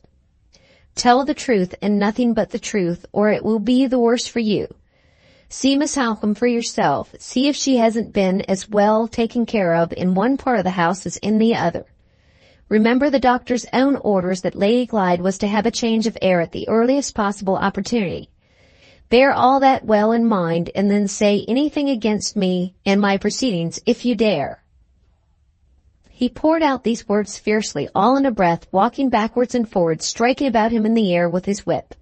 Nothing that he said or did shook my opinion of the disgraceful series of falsehoods that he had told in my presence the day before, or of the cruel deception by which he had separated Lady Glyde from her sister and had sent her uselessly to London when she was half distracted with anxiety on Miss Halcombe's account. I naturally kept these thoughts to myself and said nothing more to irritate him, but I was not the less resolved to persist in my purpose. A soft answer turneth away wrath, and I suppressed my own feelings accordingly when it was my turn to reply. "While I am in your service, Sir Percival," I said, "I hope I know my duty well enough not to inquire into your motives. When I am out of your service, I hope I know my own place well enough not to speak of matters which don't concern me." "When do you want to go?" he asked, interrupting me without ceremony. "Don't suppose I am anxious to keep you. Don't suppose I care about your leaving the house. I am perfectly fair and open in this matter from first to last. When do you want to go?" "I should wish to leave at your earliest convenience, Sir Percival." "My convenience has nothing to do with it. I shall be out of the house for good and all tomorrow morning, and I can settle your accounts tonight. If you want to study anybody's convenience, it had better be Miss Halcombe's. Mrs. Rubell's time is up today, and she has reasons for wishing to be in London tonight. If you go at once, Miss Halcombe won't have a soul left here to look after her." I hope it is unnecessary for me to say that I was quite incapable of deserting Miss Halcombe in such an emergency as had now befallen Lady Glyde and herself. After first distinctly ascertaining from Sir Percival that Mrs. Rubell was certain to leave at once if I took her place, and after also obtaining permission to arrange for Mr. Dawson's resuming his attendance on his patient, I willingly consented to remain at Blackwater Park until Miss Halcombe no longer required my services. It was settled that I should give Sir Percival's solicitor a week's notice before I left, and that he was to undertake the necessary arrangements for appointing my successor. The matter was discussed in very few words. At its conclusion, Sir Percival abruptly turned on his heel and left me free to join Mrs. Rubell. That singular foreign person had been sitting composedly on the doorstep all this time, waiting till I could follow her to Miss Halcombe's room. I had hardly walked halfway towards the house when Sir Percival, who had withdrawn in the opposite direction, suddenly stopped and called me back. "Why are you leaving my service?" he asked. The question was so extraordinary after what had just passed between us that I hardly knew what to say in answer to it. "Mind, I don't know why you are going," he went on. "You must give a reason for leaving me, I suppose, when you get another situation." "What reason? The breaking up of the family, is that it?" "There can be no positive objection, Sir Percival, to that reason." "Very well, that's all I want to know. If people apply for your character, that's your reason stated by yourself. You go in consequence of the breaking up of the family." He turned away again before I could say another word and walked out rapidly into the grounds. His manner was as strange as his language. I acknowledge he alarmed me. Even the patience of Mrs. Rubell was getting exhausted when I joined her at the house door. "At last," she said with a shrug of her lean foreign shoulders. She led the way into the inhabited side of the house, ascended the stairs, and opened with her key the door at the end of the passage which communicated with the old Elizabethan rooms, a door never previously used in my time at Blackwater Park. The rooms themselves I knew well, having entered them myself on various occasions from the other side of the house. Mrs. Rubell stopped at the third door along the old gallery, handed me the key of it with the key of the door of communication, and told me I should find Miss Halcombe in that room. Before I went in, I thought it desirable to make her understand that her attendance had ceased. Accordingly, I told her in plain words that the charge of the sick lady henceforth devolved entirely on myself. "I am glad to hear it, ma'am," said Mrs. Rubel. "I want to go very much." "Do you leave today?" I asked to make sure of her. "Now that you have taken charge, ma'am, I leave in half an hour's time. Sir Percival has kindly placed at my disposition the gardener and the chaise whenever I want them. I shall want them in half an hour's time to go to the station. I am packed up in anticipation already. I wish you good day, ma'am." She dropped a brisk curtsy and walked back along the gallery, humming a little tune and keeping time to it cheerfully with the nosegay in her hand.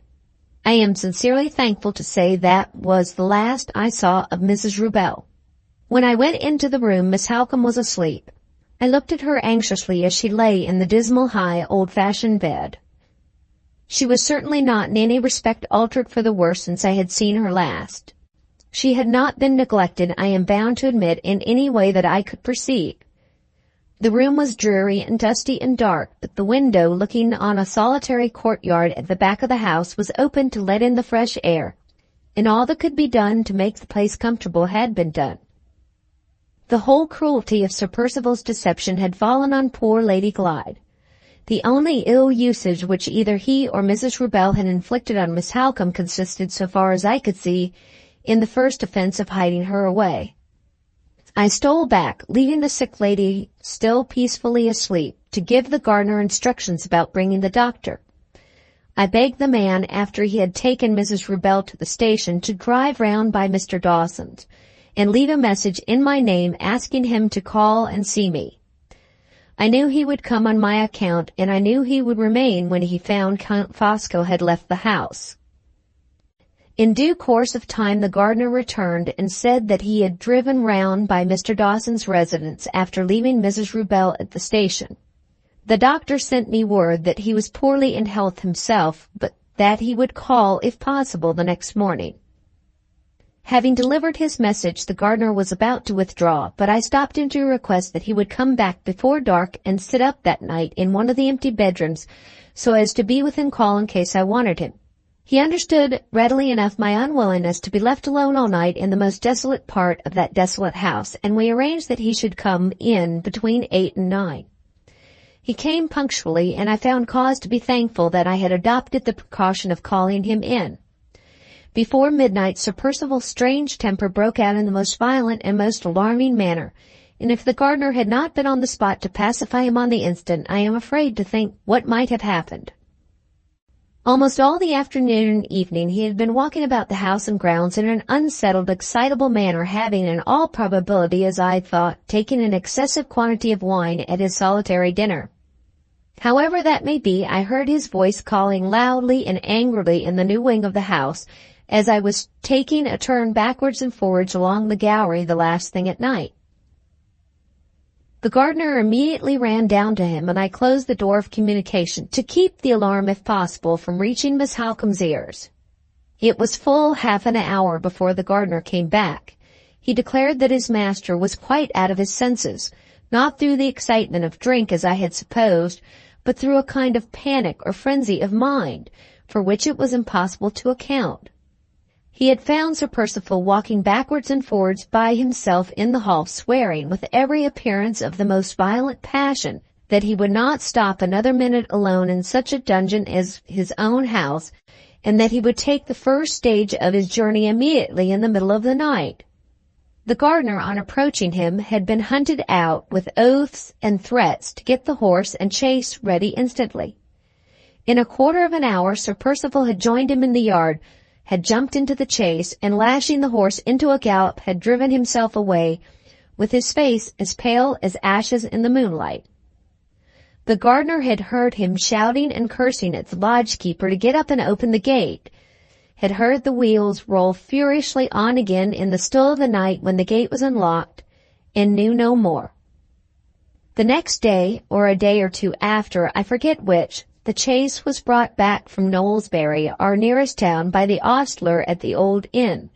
Sir Percival had stopped there and had afterwards left by the train, for what destination the man could not tell. I never received any further information, either from himself or from anyone else, of Sir Percival's proceedings, and I am not even aware at this moment whether he is in England or out of it. He and I have not met since he drove away like an escaped criminal from his own house, and it is my fervent hope and prayer that we may never meet again. My own part of this sad family story is now drawing to an end. I have been informed that the particulars of Miss Halcombe's waking, and of what passed between us when she found me sitting by her bedside, are not material to the purpose which is to be answered by the present narrative.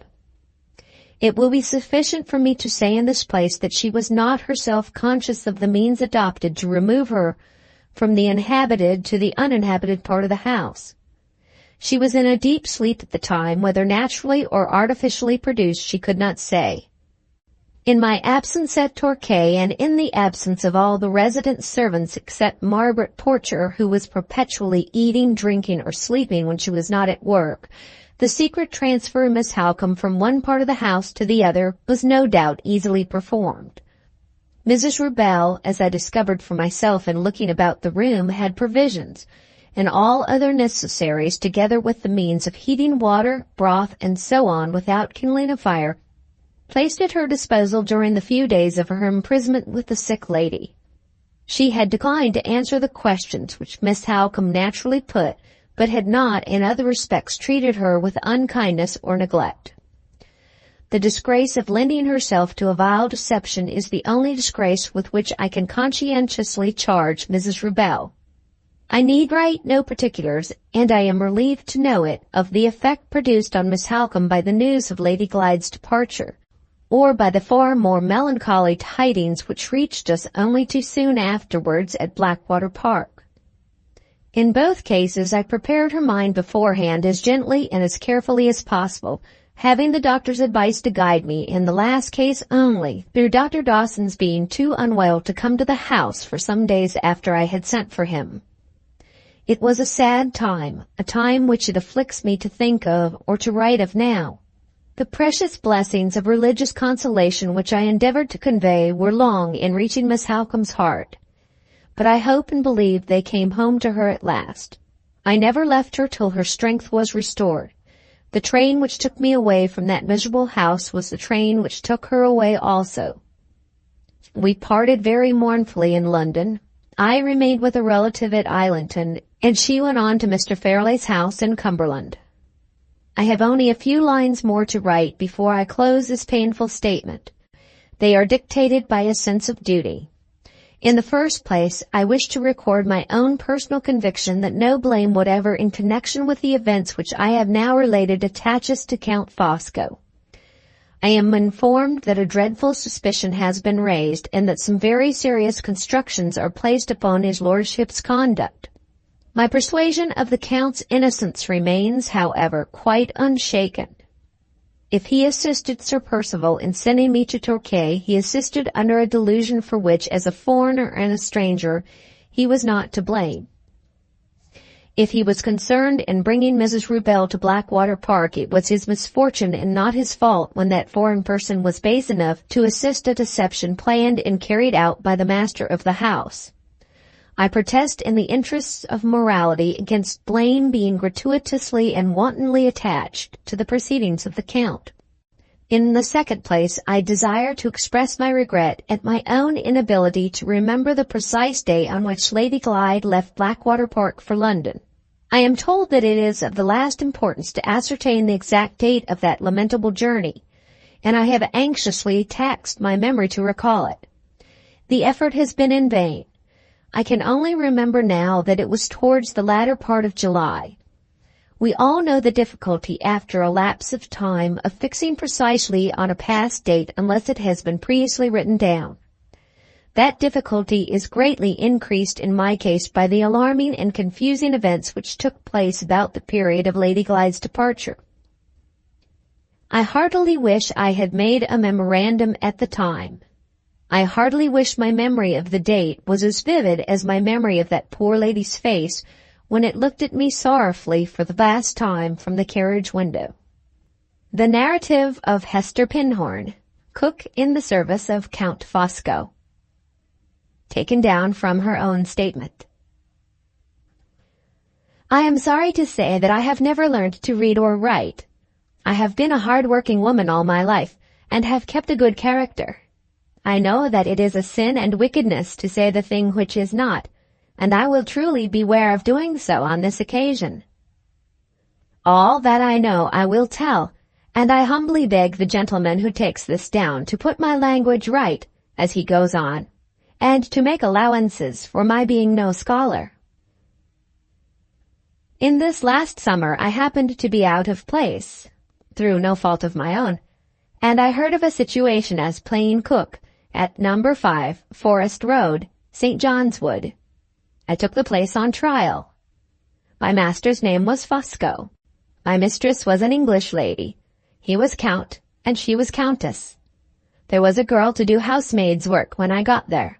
She was not over clean or tidy, but there was no harm in her. I and she were the only servants in the house. Our master and mistress came after we got in, and as soon as they did come we were told, downstairs, that company was expected from the country. The company was my mistress's niece, and the back bedroom on the first floor was got ready for her.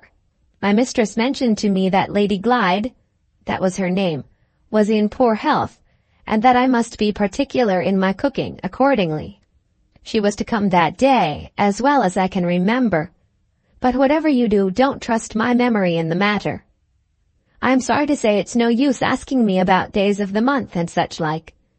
Except Sundays, half my time I take no heed of them, being a hard-working woman and no scholar. All I know is Lady Glyde came, and when she did come, a fine fright she gave us all surely. I don't know how master brought her to the house, being hard at work at the time. But he did bring her in the afternoon, I think, and the housemaid opened the door to them, and showed them into the parlor. Before she had been long down in the kitchen again with me, we heard a hurry-scurry upstairs, and the parlor bell ringing like mad, and my mistress's voice calling out for help.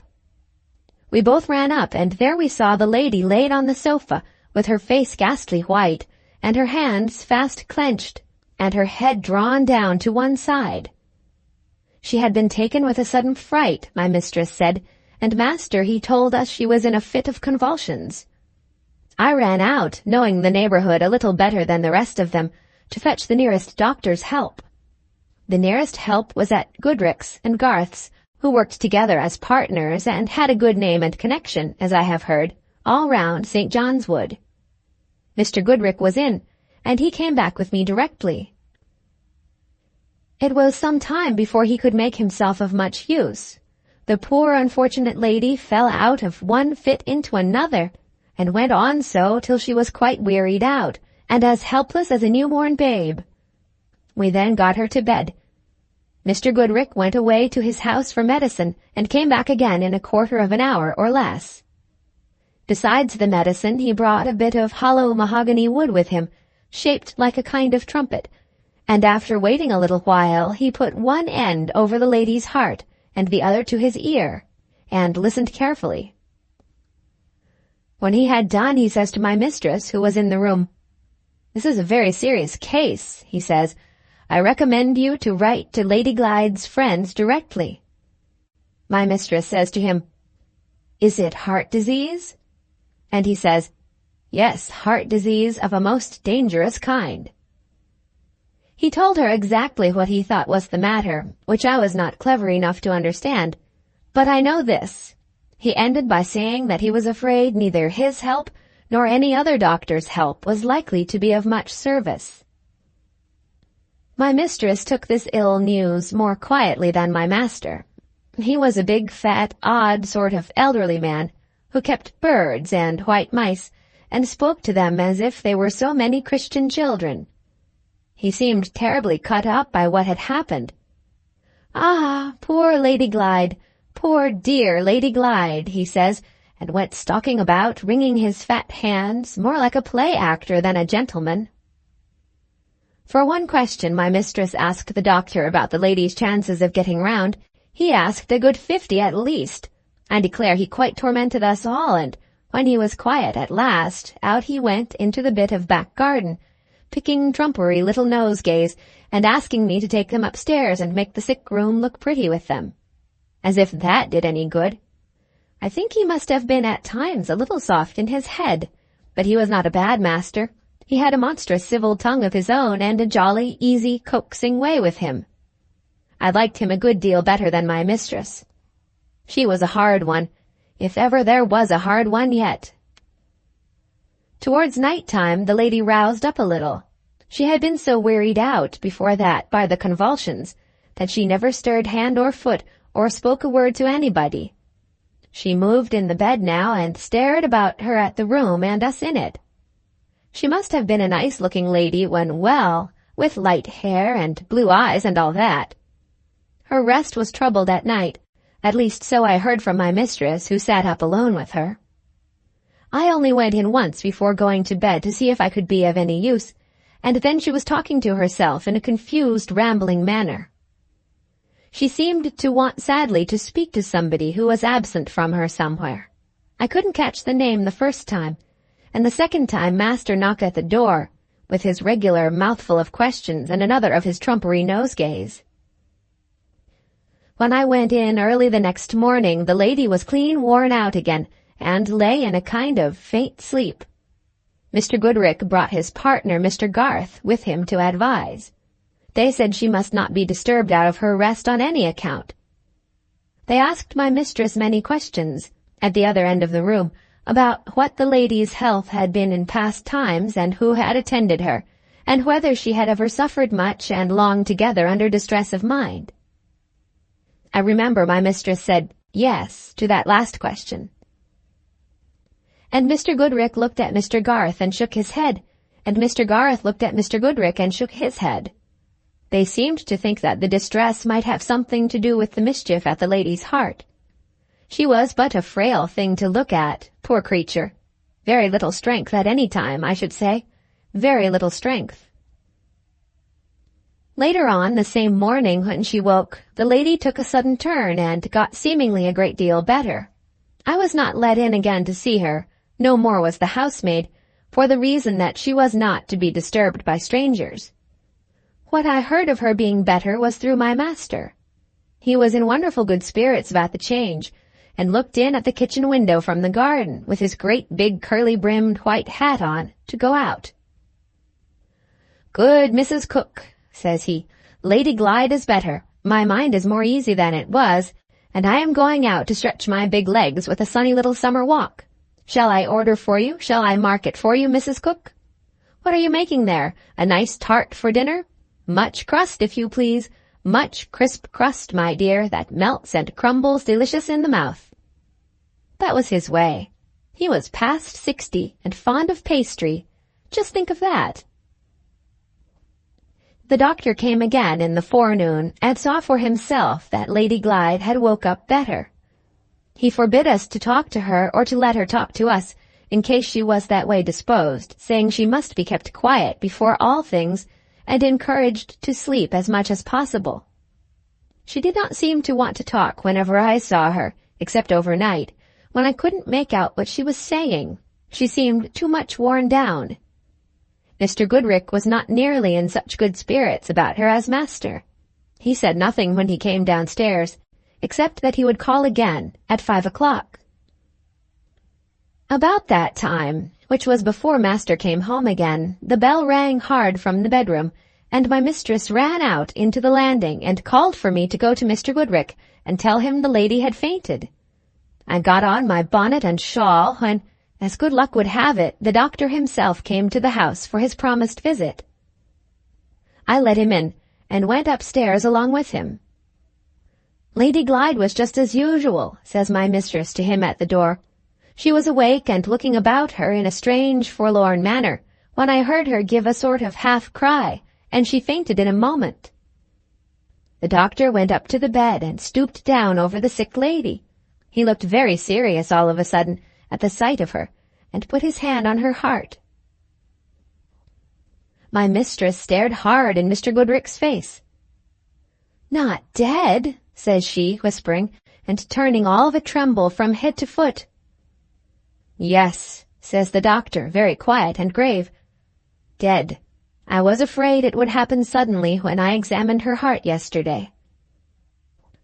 My mistress stepped back from the bedside while he was speaking, and trembled again. "Dead," she whispers to herself. "Dead so suddenly, dead so soon. What will the Count say?" Mr. Goodricke advised her to go downstairs and quiet herself a little. "You have been sitting up all night," says he, "and your nerves are shaken. This person," says he, meaning me, "this person will stay in the room till I can send for the necessary assistance." My mistress did as he told her. "I must prepare the Count," she says. "I must carefully prepare the Count." And so she left us, shaking from head to foot, and went out. "Your master is a foreigner," says Mr. Goodricke, when my mistress had left us. "Does he understand about registering the death?" "I can't rightly tell, sir," says I, "but I should think not." The doctor considered a minute, and then says he, "I don't usually do such things," says he, "but it may save the family trouble in this case if I register the death myself. I shall pass the district office in half an hour's time, and I can easily look in. Mention, if you please, that I will do so." "Yes, sir," says I, "with thanks, I'm sure, for your kindness in thinking of it." "You don't mind staying here till I can send you the proper person?" says he. "No, sir," says I, "I'll stay with the poor lady till then. I suppose nothing more could be done, sir, than was done?" says I. "No," says he, "nothing. She must have suffered sadly before ever I saw her. The case was hopeless when I was called in." "Ah, dear me, we all come to it sooner or later, don't we, sir?" says I. He gave no answer to that. He didn't seem to care about talking. He said, "Good day," and went out. I stopped by the bedside from that time till the time when Mr. Goodricke sent the person in as he had promised. She was, by name, Jane Gould. I considered her to be a respectable-looking woman. She made no remark, except to say that she understood what was wanted of her, and that she had winded a many of them in her time. How master bore the news when he first heard it is more than I can tell, not having been present. When I did see him, he looked awfully overcome by it, to be sure. He sat quiet in a corner, with his fat hands hanging over his thick knees, and his head down, and his eyes looking at nothing. He seemed not so much sorry as scared and dazed-like by what had happened. My mistress managed all that was to be done about the funeral. It must have cost a sight of money, the coffin in particular being most beautiful. The dead lady's husband was away, as we heard, in foreign parts, but my mistress, being her aunt, settled it with her friends in the country, Cumberland, I think, that she should be buried there, in the same grave along with her mother. Everything was done handsomely, in respect of the funeral, I say again, and master went down to attend the burying in the country himself. He looked grand in his deep mourning, with his big solemn face and his slow walk and his broad hat-band. That he did. In conclusion, I have to say, in answer to questions put to me, 1. That neither I nor my fellow servant ever saw my master give Lady Glyde any medicine himself. 2. That he was never, to my knowledge and belief, left alone in the room with Lady Glyde. 3. That I am not able to say what caused the sudden fright, which my mistress informed me had seized the lady on her first coming into the house. The cause was never explained, either to me or to my fellow servant. The above statement has been read over in my presence. I have nothing to add to it, or to take away from it. I say on my oath as a Christian woman, this is the truth. Signed, Hester Pinhorn, her mark. To the registrar of the sub-district in which the undermentioned death took place, I hereby certify that I attended Lady Glyde, aged 21 last birthday, that I last saw her on Thursday, the 25th July, 1850, that she died on the same day at No. 5 Forest Road, St. John's Wood, and that the cause of her death was aneurysm. Duration of disease not known. Signed, Alfred Goodrich. Professional title, member of the Royal College Surgeons England, LSA. Address, 12 Croydon Gardens, St. John's Wood. The narrative of Jane Gould. I was the person sent in by Mr. Goodrich to do what was right and needful by the remains of a lady who had died at the house named in the certificate which precedes this. I found the body in charge of the servant, Hester Pinhorn. I remained with it, and prepared it at the proper time for the grave. It was laid in the coffin in my presence, and I afterwards saw the coffin screwed down previous to its removal. When it had been done, and not before, I received what was due to me and left the house. I refer persons who may wish to investigate my character to Mr. Goodrich. He will bear witness that I can be trusted to tell the truth. Signed, Jane Gould. The Narrative of the Tombstone. Sacred to the memory of Flora, Lady Glyde, wife of Sir Percival Glyde, Baronet of Blackwater Park, Hampshire, and daughter of late Philip Fairlie, Esquire of Limbridge House, in this parish. Born March 27th, 1829. Married December 22nd, 1849. Died July 25th, 1850. The narrative of Walter Hartright. Early in the summer of 1850, I and my surviving companions left the wilds and forests of Central America for home. Arrived at the coast, we took ship there for England.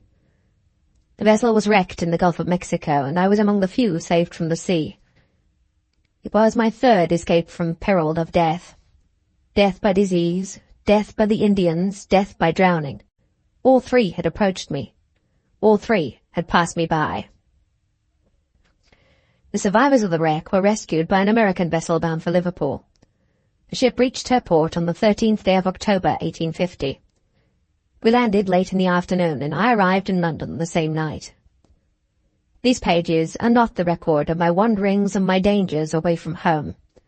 The motives which led me from my country and from my friends to a new world of adventure and peril are known. From that self-imposed exile I came back as I had hoped, prayed, and believed I should come back, a changed man. In the waters of a new life, I had tempered my nature afresh. In the stern school of extremity and danger, my will had learnt to be strong, my heart to be resolute, and my mind to rely on itself. I had gone out to fly from my own future. I came back to face it as a man should. To face it with that inevitable suppression of myself which I knew it would demand from me. I had parted with the worst bitterness of the past, but not with my heart's remembrance of the sorrow and the tenderness of that memorable time. I had not ceased to feel the one irreparable disappointment of my life. I had only learnt to bear it. Laura Fairlie was in all my thoughts as the ship bore me away, and when I looked my last at England. Laura Fairlie was in all my thoughts when the ship brought me back, and the morning light showed me the friendly shore in view. My pen traces the old letters, as my heart goes back to the old love. I write of her as Laura Fairlie still. It's hard to think of her, it's hard to speak of her by her husband's name. There are no more words of explanation to add on my appearance for the second time in these pages. This narrative, if I have the strength and courage to write it, may now go on. My first anxieties and first hopes, when the morning came, centred in my mother and my sister.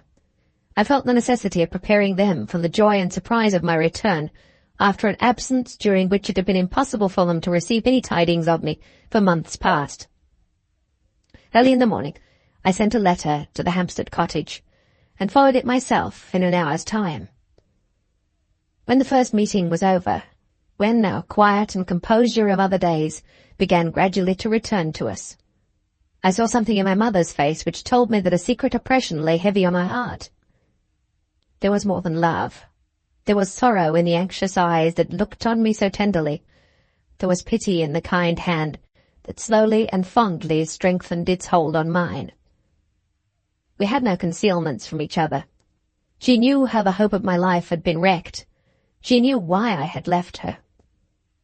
It was on my lips to ask as composedly as I could if any letter had come from me from Miss Halcombe, if there was any news of her sister that I might hear. But when I looked in my mother's face, I lost courage to put the question even in that guarded form. I could only say, doubtingly and restrainedly, "You have something to tell me." My sister, who'd been sitting opposite us, rose suddenly without a word of explanation, rose and left the room. My mother moved closer to me on the sofa and put her arms round my neck. Those fond arms trembled. The tears flowed fast over the faithful, loving face. "Walter," she whispered, "my own darling, my heart is heavy for you. Oh, my son, my son. Try to remember that I am still left." My head sank on her bosom. She had said all in saying those words. It was the morning of the 3rd day since my return, the morning of the 16th of October. I'd remained with them at the cottage, and had tried hard not to embitter the happiness of my return to them, as it was embittered to me. I had done all man could to rise after the shock, and accept my life resignedly, to let my great sorrow come in tenderness to my heart, and not in despair. It was useless and hopeless. No tears soothed my aching eyes, no relief came to me from my sister's sympathy or my mother's love. On that 3rd morning I opened my heart to them. At last the words passed my lips which I had longed to speak on the day when my mother told me of her death. "Let me go away alone for a little while," I said. "I shall bear it better when I have looked once more at the place where I first saw her, when I have knelt and prayed by the grave where they have laid her to rest." I departed on my journey to the grave of Laura Fairlie. It was a quiet autumn afternoon when I stopped at the solitary station, and set forth alone on foot by the well-remembered road. The waning sun was shining faintly through the thin white clouds. The air was warm and still. The peacefulness of the lonely country was overshadowed and saddened by the influence of the falling year. I reached the moor. I stood again on the brow of the hill. I looked out along the path. There were the familiar garden trees in the distance, the clear sweeping semicircle of the drive, the high white walls of Limmeridge House. The chances and changes, the wanderings and dangers of months and months past, all shrank and shriveled to nothing in my mind. It was like yesterday since my feet had last trodden the fragrant, healthy ground. I thought I should see her coming to meet me, with her little straw hat shading her face, her simple dress fluttering in the air, her well-filled sketch-book ready in her hand. "O death, thou hast thy sting. O grave, thou hast thy victory." I turned aside, and there below me in the glen was the lonesome grey church, the porch where I had waited for the coming of the woman in white, the hills encircling the quiet burial ground, the brook bubbling cold over its stony bed. There was the marble cross, fair and white, at the head of the tomb that now rose over mother and daughter alike.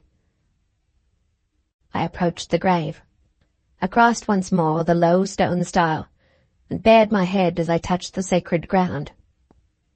Sacred to gentleness and goodness, sacred to reverence and grief.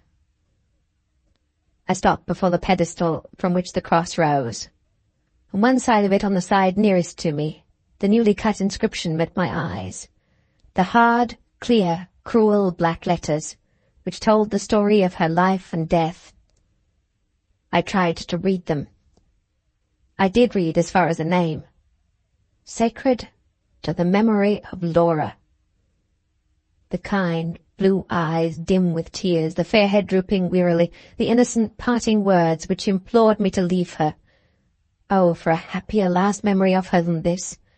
The memory I took away with me. The memory I bring back with me to her grave.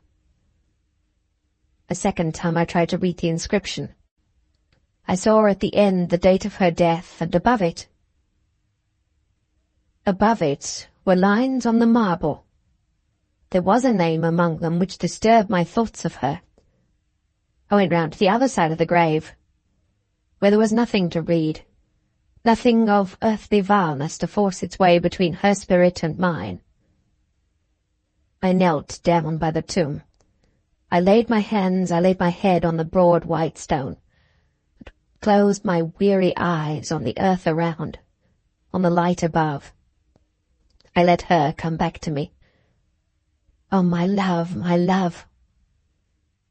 My heart may speak to you now. It is yesterday again since we parted.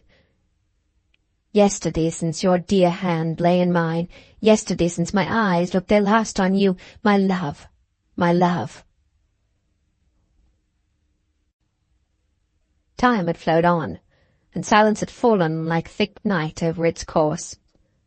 The first sound that came after the heavenly peace rustled faintly like a passing breath of air over the grass of the burial ground.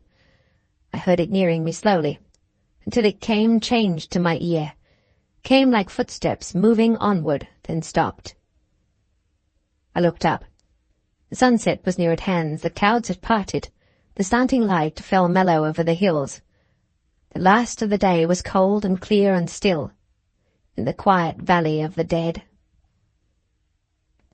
Beyond me in the burial ground, standing together in the cold clearness of the lower light, I saw two women. They were looking towards the tomb, looking towards me. Two. They came a little on, and stopped again. Their veils were down and hid their faces from me. When they stopped, one of them raised her veil. In the still evening light I saw the face of Marian Halcombe. Changed. Changed as if years had passed over it. The eyes large and wild, and looking at me with a strange terror in them. The face worn and wasted piteously. Pain and fear and grief written on her as with a brand.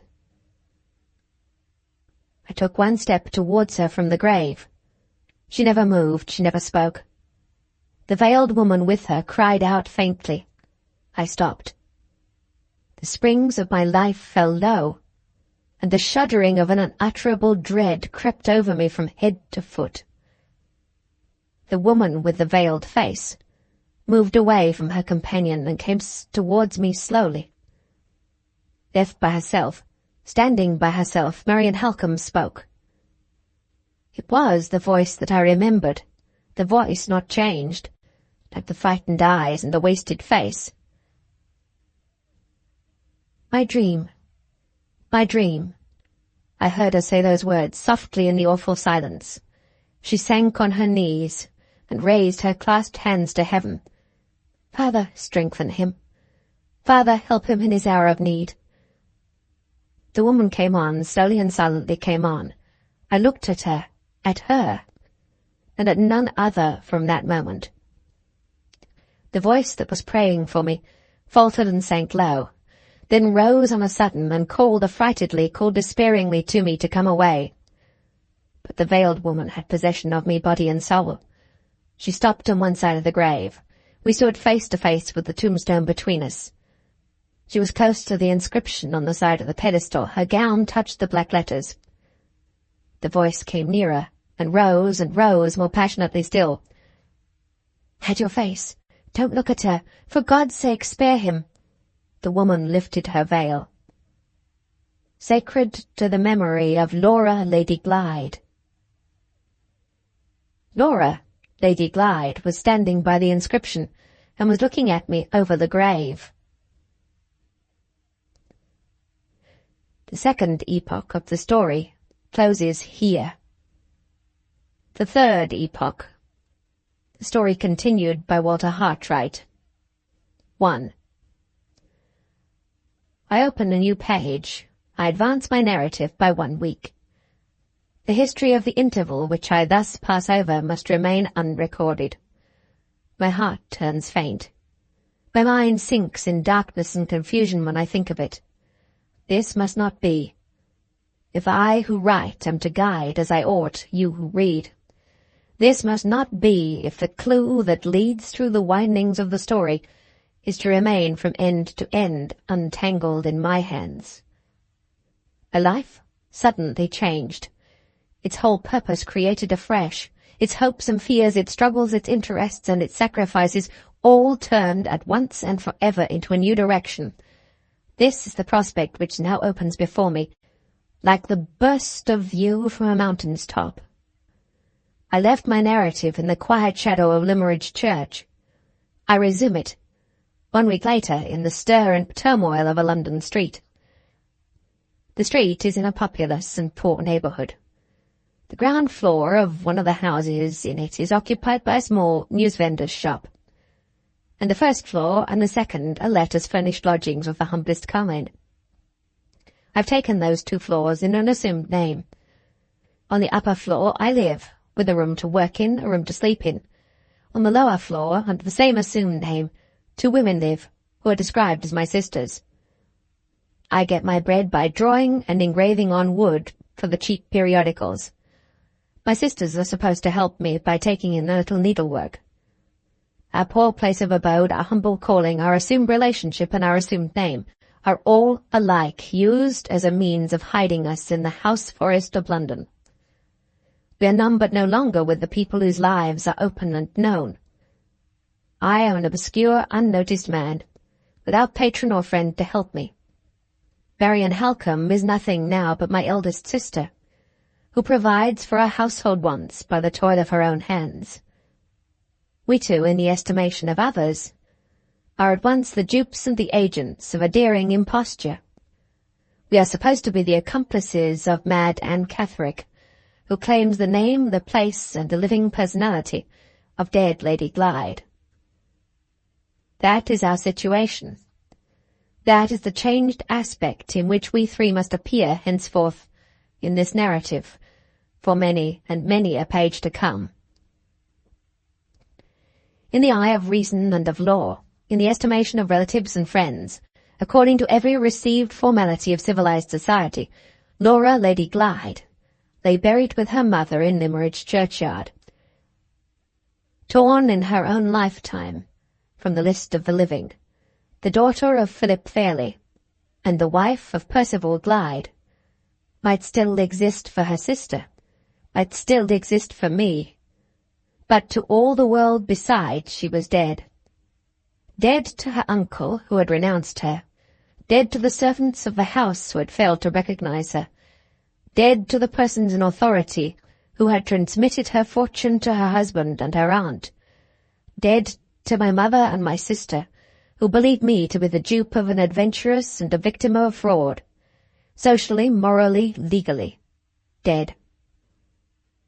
And yet alive. Alive in poverty and in hiding, alive with the poor drawing-master to fight her battle, and to win the way back for her to her place in the world of living beings. Did no suspicion, excited by my own knowledge of Anne Catherick's resemblance to her, cross my mind when her face was first revealed to me? Not the shadow of a suspicion.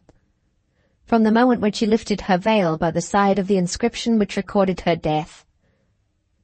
Before the sun of that day had set, before the last glimpse of the home which was closed against her had passed from our view, the farewell words I spoke when we parted at Limmeridge House have been recalled by both of us, repeated by me, recognized by her. If ever the time comes when the devotion of my whole heart and soul and strength will give you a moment's happiness or spare you a moment's sorrow, will you try to remember the poor drawing-master who has taught you? She, who now remembered so little of the trouble and terror of a later time, remembered those words, and laid her poor head innocently and trustingly on the bosom of the man who'd spoken them. In that moment, when she called me by my name, when she said, "They've tried to make me forget everything, Walter, But I remember Marian, and I remember you. In that moment, I, who had long since given her my love, gave her my life. And thank God that it was mine to bestow on her. Yes, the time had come. From thousands on thousands of miles away through forest and wilderness, where companions stronger than I had fallen by my side, through peril of death thrice renewed, and thrice escaped, the hand that leads men on the dark road to the future had led me to meet that time. Forlorn and disowned, sorely tried and sadly changed, her beauty faded, her mind clouded, robbed of her station in the world and her place among living creatures. The devotion I had promised, the devotion of my whole heart and soul and strength, might be laid blamelessly now at those dear feet. In the right of her calamity, in the right of her friendlessness, she was mine at last. Mine to support, to protect, to cherish, to restore. Mine to love and honour as father and brother both. Mine to vindicate through all risks and all sacrifices, through the hopeless struggle against rank and power, through the long fight with armed deceit and fortified success, through the waste of my reputation, through the loss of my friends, through the hazard of my life. 2. My position is defied, my motives are acknowledged, the story of Marian and the story of Laura must come next. I shall relate both narratives. Not in the words, often interrupted and inevitably confused, of the speakers themselves, but in the words of the brief, plain, studiously simple abstract which I committed to writing, for my own guidance and for the guidance of my legal adviser. So the tangled web will be most speedily and most intelligibly unrolled. The story of Marian begins where the narrative of the housekeeper at Blackwater Park left off. On Lady Glyde's departure from her husband's house, the fact of that departure, and the necessary statement of the circumstances under which it had taken place, were communicated to Miss Halcombe by the housekeeper. It was not till some days afterwards, how many days exactly, Mrs. Mitchelson, in the absence of any written memorandum on the subject, could not undertake to say, that a letter arrived from Madame Fosco, announcing Lady Glyde's sudden death in Count Fosco's house. The letter avoided mentioning dates, and it left it to Mrs. Mitchelson's discretion to break the news at once to Miss Halcombe, or to defer doing so until that lady's health should be more firmly established. Having consulted Mr. Dawson, who had been himself delayed by ill health in resuming his attendance at Blackwater Park, Mrs. Mitchelson, by the doctor's advice, and in the doctor's presence, communicated the news either on the day when the letter was received or on the day after. It is not necessary to dwell here on the effect which the intelligence of Lady Glyde's sudden death produced on her sister. It is only useful to the present purpose to say that she was not able to travel for more than 3 weeks afterwards. At the end of that time she proceeded to London accompanied by the housekeeper. They parted there, Mrs. Mitchelson previously informing Miss Halcombe of her address, in case they might wish to communicate at a future period. On parting with the housekeeper, Miss Halcombe went at once to the office of Messrs. Gilmore and Cryle, to consult the latter gentleman in Mr. Gilmore's absence. She mentioned to Mr. Cryle that she had thought it desirable to conceal from everyone else, Mrs. Mitchelson included, her suspicion of the circumstances under which Lady Glyde was said to have met her death. Mr. Cryle, who had previously given friendly proof of his anxiety to serve Miss Halcombe, at once undertook to make such inquiries as the delicate and dangerous nature of the investigation proposed to him would permit. To exhaust this part of the subject before going further, it may be mentioned that Count Fosco offered every facility to Mr. Cryle, on that gentleman stating that he was sent by Miss Halcombe to collect such particulars as had not yet reached her of Lady Glyde's decease. Mr. Cryle was placed in communication with the medical man, Mr. Goodrick, and with the 2 servants. In the absence of any means of ascertaining the exact date of Lady Glyde's departure from Blackwater Park, the result of the doctor's and the servants' evidence, and of the volunteered statements of Count Fosco and his wife, was conclusive to the mind of Mr. Crile. He could only assume that the intensity of Miss Halcombe's suffering under the loss of her sister had misled her judgment in the most deplorable manner, and he wrote her word that the shocking suspicion to which she had alluded in his presence was, in his opinion, destitute of the smallest fragment of foundation in truth. Thus the investigation by Mr. Gilmore's partner began and ended. Meanwhile, Miss Halcombe had returned to Limmeridge House, and had there collected all the additional information which he was able to obtain. Mr. Fairlie had received his first intimation of his niece's death from his sister, Madame Fosco.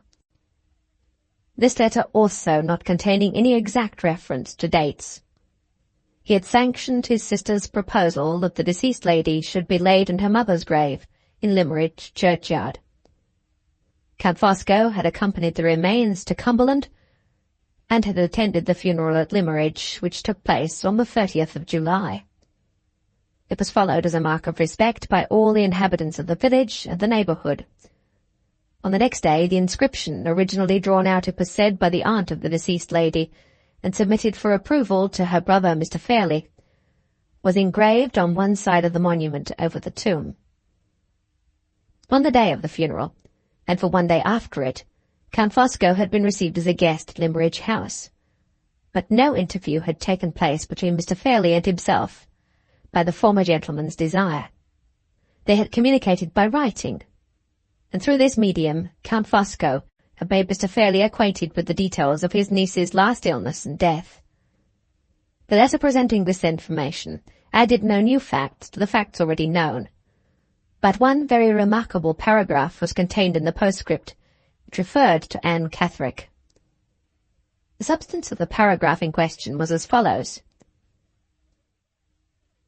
It first informed Mr. Fairlie that Anne Catherick, of whom he might hear full particulars from Miss Halcombe when she reached Limmeridge, had been traced and recovered in the neighbourhood of Blackwater Park, and had been for the second time placed under the charge of the medical man from whose custody she had once escaped.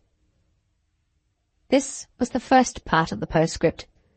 The second part warned Mr. Fairlie that Anne Catherick's mental malady had been aggravated by her long freedom from control, and that the insane hatred and distrust of Sir Percival Glyde, which had been one of her most marked delusions in former times, still existed under a newly acquired form. The unfortunate woman's last idea in connection with Sir Percival was the idea of annoying and distressing him, and of elevating herself, as she supposed, in the estimation of the patients and nurses, by assuming the character of his deceased wife. The scheme of this impersonation, having evidently occurred to her after a stolen interview, which she had succeeded in obtaining with Lady Glyde, and of which she had observed the extraordinary accidental likeness between the deceased lady and herself. It was to the last degree improbable that she should succeed a second time in escaping from the asylum, but it was just possible that she might find some means of annoying the late Lady Glyde's relatives with letters, and in that case Mr. Fairlie was warned beforehand how to receive them. The postscript, expressed in these terms, was shown to Miss Halcombe when she arrived at Limmeridge.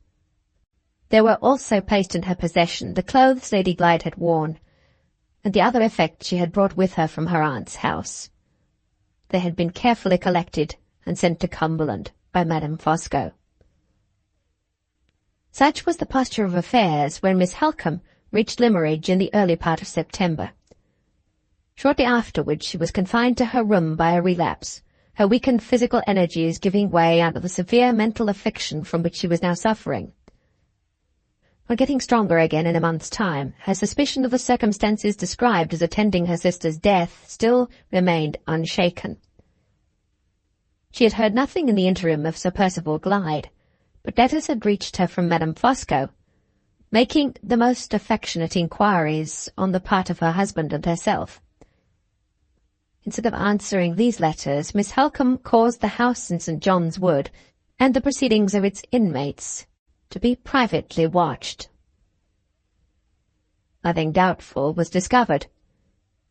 The same result attended the next investigations, which were secretly instituted on the subject of Miss Rubel. She had arrived in London about 6 months before with her husband. They had come from Dijon, and they had taken a house in the neighbourhood of Leicester Square, to be fitted up as a boarding-house for foreigners, who were expected to visit England in large numbers to see the exhibition of 1851. Nothing was known against husband or wife in the neighbourhood. They were quiet people, and they paid their way honestly up to the present time. The final inquiries related to Sir Percival Glyde. He was settled in Paris and living there quietly, in a small circle of English and French friends. Foiled at all points, but still not able to rest, Miss Halcombe was determined to visit the asylum in which she then supposed Anne Catherick to be for the second time confined. She felt a strong curiosity about the woman in her former days, and she was now doubly interested, first in ascertaining whether the report of Anne Catherick's attempted personation of Lady Glyde was true, and secondly, if it proved to be true, in discovering for herself what the poor creature's real motives were for attempting the deceit. Although Count Fosco's letter to Mr. Fairlie did not mention the address of the asylum, that important omission cast no difficulties in Miss Halcombe's way. When Mr. Hartright had met Anne Catherick at Limmeridge, she had informed him of the locality in which the house was situated, and Miss Halcombe had noted down the direction in her diary, with all the other particulars of the interview, exactly as she had heard them from Mr. Hartright's own lips. Accordingly, she looked back at the entry and extracted the address, furnished herself with the Count's letter to Mr. Fairlie, as a species of credential which might be useful to her, and started by herself for the asylum on the 11th of October. She passed the night of the 11th in London. It had been her intention to sleep at the house inhabited by Lady Glyde's old governess, but Mrs. Vesey's agitation at the sight of her lost pupil's nearest and dearest friend was so distressing that Miss Halcombe considerately refrained from remaining in her presence, and removed to a respectable boarding-house in the neighbourhood, recommended by Mrs. Vesey's married sister. The next day she proceeded to the asylum, which was situated not far from London, on the northern side of the metropolis. She was immediately admitted to see the proprietor.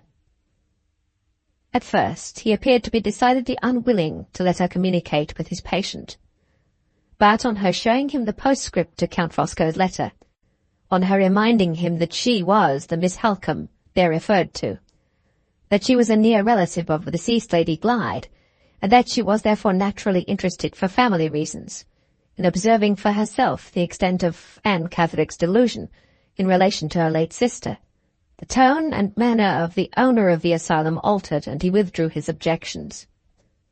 He probably felt that a continued refusal under these circumstances would not only be an act of discourtesy in itself, but would also imply that the proceedings of his establishment were not of a nature to bear investigation by respectable strangers. Miss Halcombe's own impression was that the owner of the asylum had not been received into the confidence of Sir Percival and the Count. His consenting at all to let her visit his patient seemed to afford one proof of this, and his readiness in making admissions which could scarcely have escaped the lips of an accomplice certainly appeared to furnish another. For example, in the course of the introductory conversation which took place, he informed Miss Halcombe that Anne Catherick had been brought back to him with the necessary order and certificates by Count Fosco on the 27th of July. The Count also producing a letter of explanations and instructions signed by Sir Percival Glyde. On receiving his inmate again, the proprietor of the asylum acknowledged that he had observed some curious personal changes in her. Such changes, no doubt, were without precedent in his experience of persons mentally afflicted. Insane people were often at one time, outwardly as well as inwardly, unlike what they were at another. The change from better to worse, or from worse to better, in the madness, having a necessary tendency to produce alterations of appearance externally. He allowed for these, and he allowed also for the modifications in the form of Anne Catherick's delusion, which was reflected, no doubt, in her manner and expression. But he was still perplexed at times by certain differences between his patient before she had escaped, and his patience since she had been brought back. Those differences were too minute to be described.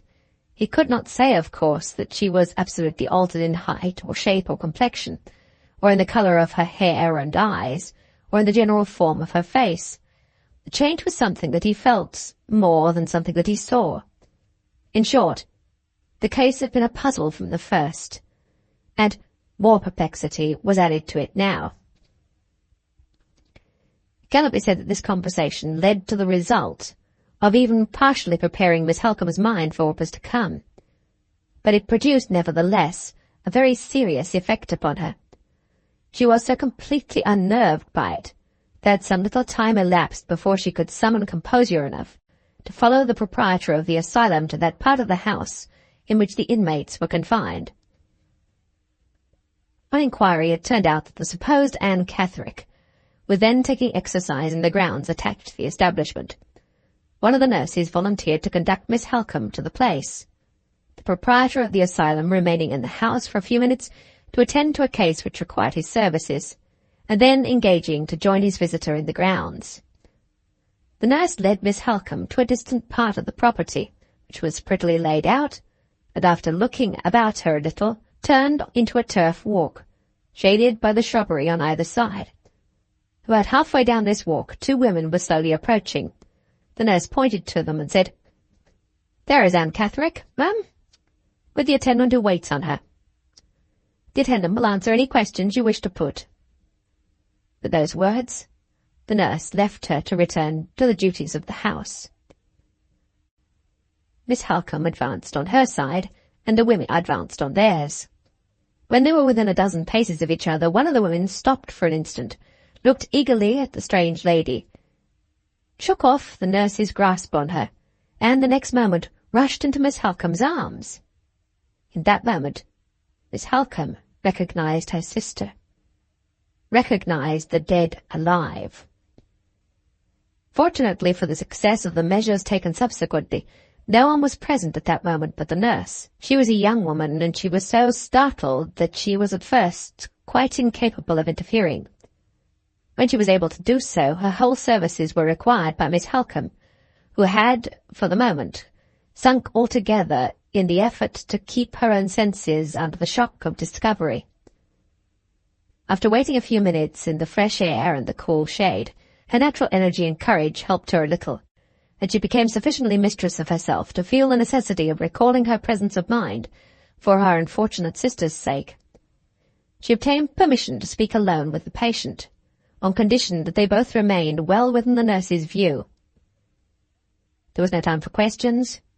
There was only time for Miss Halcombe to impress on the unhappy lady the necessity of controlling herself, and to assure her of immediate help and rescue if she did so. The prospect of escaping from the asylum by obedience to her sister's directions was sufficient to quiet Lady Glyde, and make her understand what was required of her.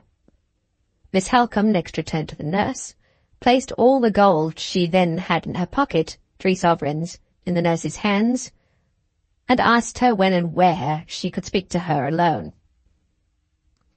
The woman was at first surprised and distrustful, but on Miss Halcombe's declaring that she only wanted to put some questions, which she was much too agitated to ask at the moment, and that she had no intention of misleading the nurse into any dereliction of duty, the woman took the money and proposed 3 o'clock on the next day as the time for the interview. She might then slip out for half an hour after the patients had dined, and she would meet the lady in a retired place outside the north wall which screened the grounds of the house. Miss Halcombe had only time to assent and to whisper to her sister that she should hear from her on the next day, when the proprietor of the asylum joined them. He noticed his visitor's agitation, which Miss Halcombe accounted for by saying that her interview with Anne Catherick had a little startled her at first.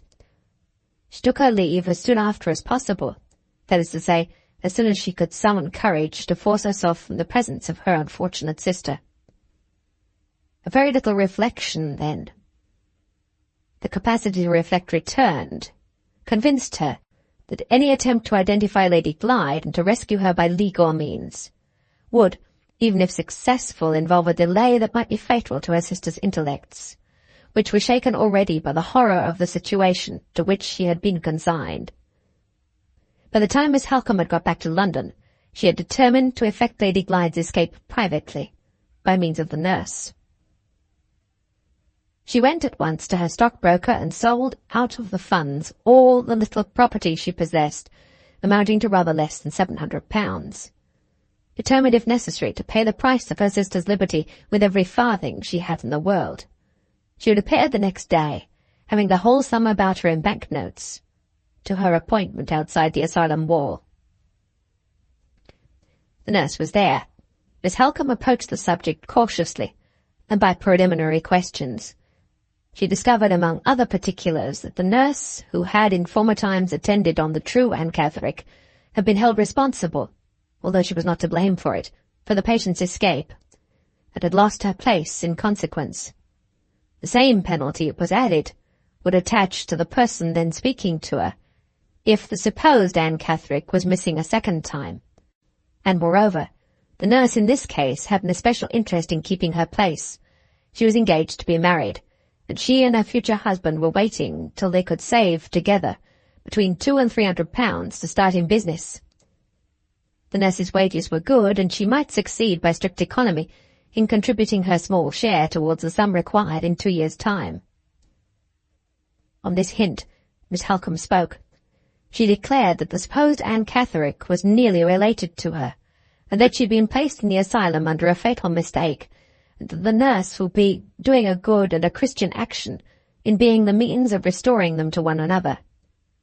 Before there was time to start a single objection, Miss Halcombe took 4 banknotes of £100 each from her pocket-book, and offered them to the woman, as a compensation for the risk she was about to run, and for the loss of her place.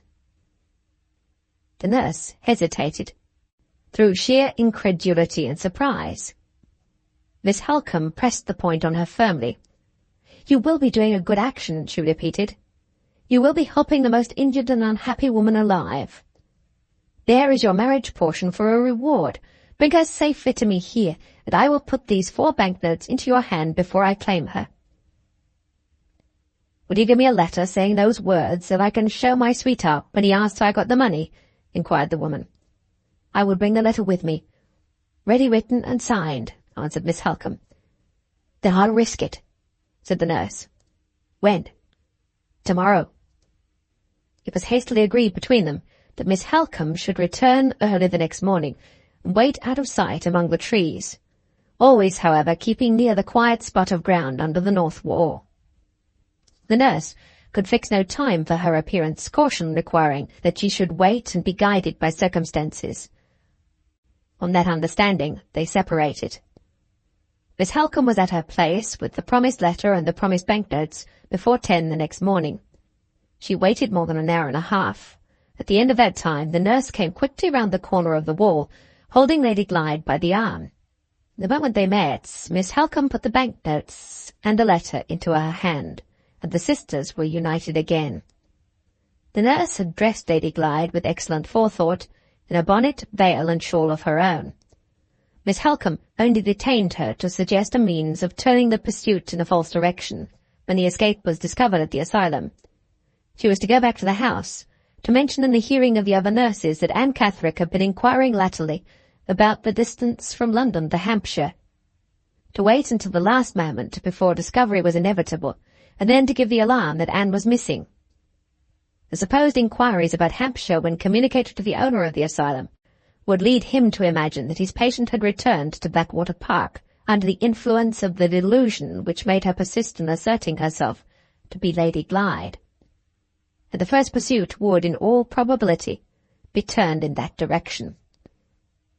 The nurse consented to follow these suggestions the more readily as they offered her the means of securing herself against any worse consequences than the loss of her place, by remaining in the asylum and so maintaining the appearance of innocence at least. She at once returned to the house, and Miss Halcombe lost no time in taking her sister back with her to London. They caught the afternoon train to Carlisle the same afternoon, and arrived at Limmeridge without accident or difficulty of any kind that night. During the latter part of their journey they were alone in the carriage, and Miss Halcombe was able to collect such remembrances of the past as her sister's confused and weakened memory was able to recall. The terrible story of the conspiracy so obtained was presented in fragments, sadly incoherent in themselves and widely detached from each other. Imperfect as the revelation was, it must nevertheless be recorded here before this explanatory narrative closes with the events of the next day at Limmeridge House. Lady Glyde's recollection of the events which followed her departure from Blackwater Park began with her arrival at the London terminus of the South Western Railway. She had omitted to make a memorandum beforehand of the day on which she took the journey. All hope of fixing that important date by any evidence of hers, or of Mrs. Mitchelson's, must be given up for lost. On the arrival of the train at the platform, Lady Glyde found Count Fosco waiting for her. He was at the carriage door as soon as the porter could open it. The train was unusually crowded, and there was great confusion in getting the luggage. Some person whom Count Fosco brought with him procured the luggage, which belonged to Lady Glyde. It was marked with her name. She drove away alone with the Count in a vehicle which she did not particularly notice at the time. Her first question on leaving the terminus referred to Miss Halcombe. The Count informed her that Miss Halcombe had not yet gone to Cumberland, after consideration having caused him to doubt the prudence of her taking so long a journey without some days' previous rest. Lady Glyde next inquired whether her sister was then staying in the Count's house. Her recollection of the answer was confused, her only distinct impression in relation to it being that the Count declared that he was then taking her to see Miss Halcombe. Lady Glyde's experience of London was so limited that she could not tell at the time through what streets they were driving. But they never left the streets, and they never passed any gardens or trees. When the carriage stopped, it stopped in a small street behind a square in which there were shops and public buildings and many people. From these recollections, of which Lady Glyde was certain, it seems quite clear that Count Fosco did not take her to his own residence in the suburb of St. John's Wood. They entered the house and went upstairs to a back room, either on the first or second floor. The luggage was carefully brought in. A female servant opened the door, and a man with a dark beard, apparently a foreigner, met them in the hall, and with great politeness showed them the way upstairs. In answer to Lady Glyde's inquiries, the Count assured her that Miss Halcombe was in the house, and that she would be immediately informed of her sister's arrival. He and the foreigner then went away and left her by herself in the room. It was poorly furnished as a sitting-room, and it looked out on the backs of houses. The place was remarkably quiet. No footsteps went up or down the stairs. She only heard in the room beneath her a dull rumbling sound of men's voices talking. Before she'd been long left alone, the Count returned to explain that Miss Halcombe was then taking rest, and could not be disturbed for a little while. He was accompanied into the room by a gentleman, an Englishman, whom he begged to present as a friend of his. After this singular introduction, in the course of which no names, to the best of Lady Glyde's recollection, had been mentioned, she was left alone with the stranger. He was perfectly civil, but he startled and confused her by some odd questions about herself, and by looking at her while he asked them in a strange manner. After remaining a short time, he went out, and a minute or two afterwards a second stranger, also an Englishman, came in. This person introduced himself as another friend of Count Fosco's, and he in his turn looked at her very oddly, and asked her some curious questions, never as well as she could remember addressing her by name, and going out again after a little while, like the first man. By this time she was so frightened about herself, and so uneasy about her sister, that she had thoughts of venturing downstairs again and claiming the protection and assistance of the only woman she had seen in the house, the servant who answered the door. Just as she had risen from her chair, the Count came back into the room. The moment he appeared, she asked anxiously how long the meeting between her sister and herself was still to be delayed.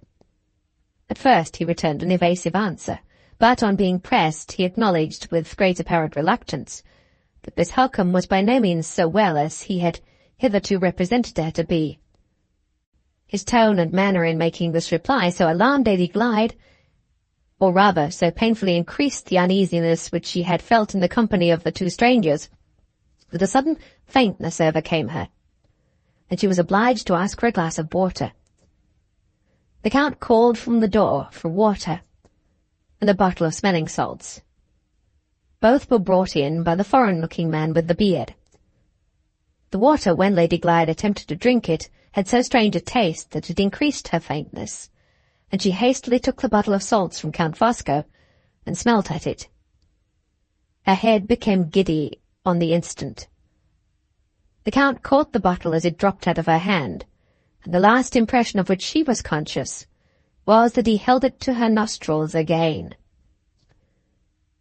From this point, her recollections were found to be confused, fragmentary, and difficult to reconcile with any reasonable probability.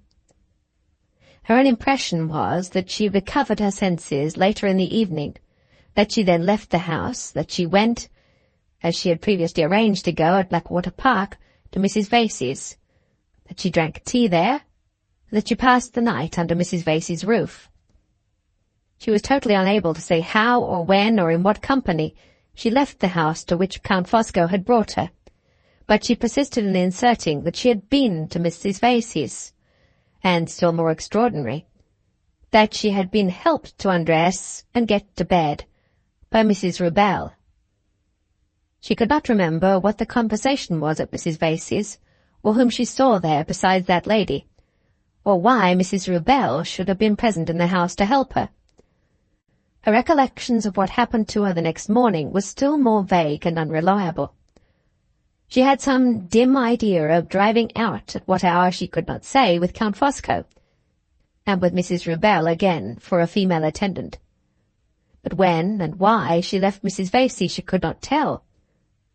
Neither did she know what direction the carriage drove in, or where it set her down, or whether the Count and Mrs. Rubel did or did not remain with her all the time she was out. At this point in her sad story, there was a total blank. She had no impressions of the faintest kind to communicate, no idea whether one day or more than one day had passed, until she came to herself suddenly in a strange place, surrounded by women who were all unknown to her. This was the asylum.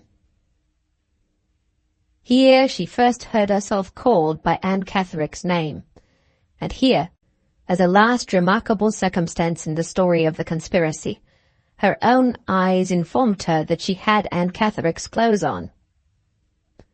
The nurse on the first night in the asylum had shown her the marks on each article of her underclothing as it was taken off, and said, not at all irritably or unkindly, "Look at your own name on your own clothes, and don't worry us all any more about being Lady Glyde. She's dead and buried, and you're alive and hearty. Do look at your clothes now. There it is, in good marking ink. And there you will find it on all your old things, which we've kept in the house, Anne Catherick, as plain as print."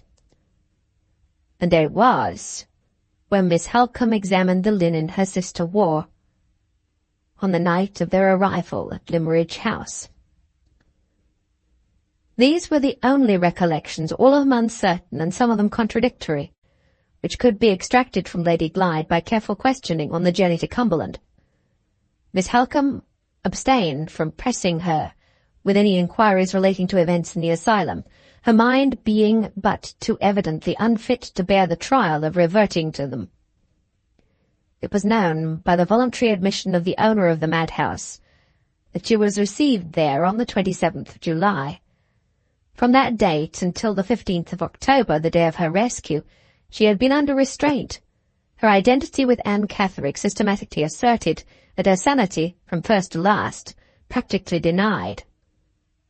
Faculties less delicately balanced, constitutions less tenderly organized, must have suffered under such an ordeal as this. No man could have gone through it and come out of it unchanged. Arriving at Limmeridge late on the evening of the 15th, Miss Halcombe wisely resolved not to attempt the assertion of Lady Glyde's identity until the next day. The first thing in the morning she went to Mr. Fairlie's room, and using all possible cautions and preparations beforehand, at last told him in so many words what had happened. As soon as his first astonishment and alarm had subsided, he angrily declared that Miss Halcombe had allowed herself to be duped by Anne Catherick. He referred her to Count Fosco's letter, and to what she had herself told him of the personal resemblance between Anne and his deceased niece, and he positively declined to admit to his presence, even for 1 minute only, a madwoman, whom it was an insult and an outrage to have brought into his house at all. Miss Halcombe left the room, waited till the first heat of her indignation had passed away, decided on reflection that Mr. Fairlie should see his niece in the interests of common humanity before he closed his doors on her as a stranger, and thereupon, without a word of previous warning, took Lady Glyde with her to his room. The servant was posted at the door to prevent their entrance, but Miss Halcombe insisted on passing him, and made her way into Mr. Fairlie's presence, leading her sister by the hand. The scene that followed, that lasted only a few minutes, was too painful to be described. Miss Halcombe herself shrank from referring to it.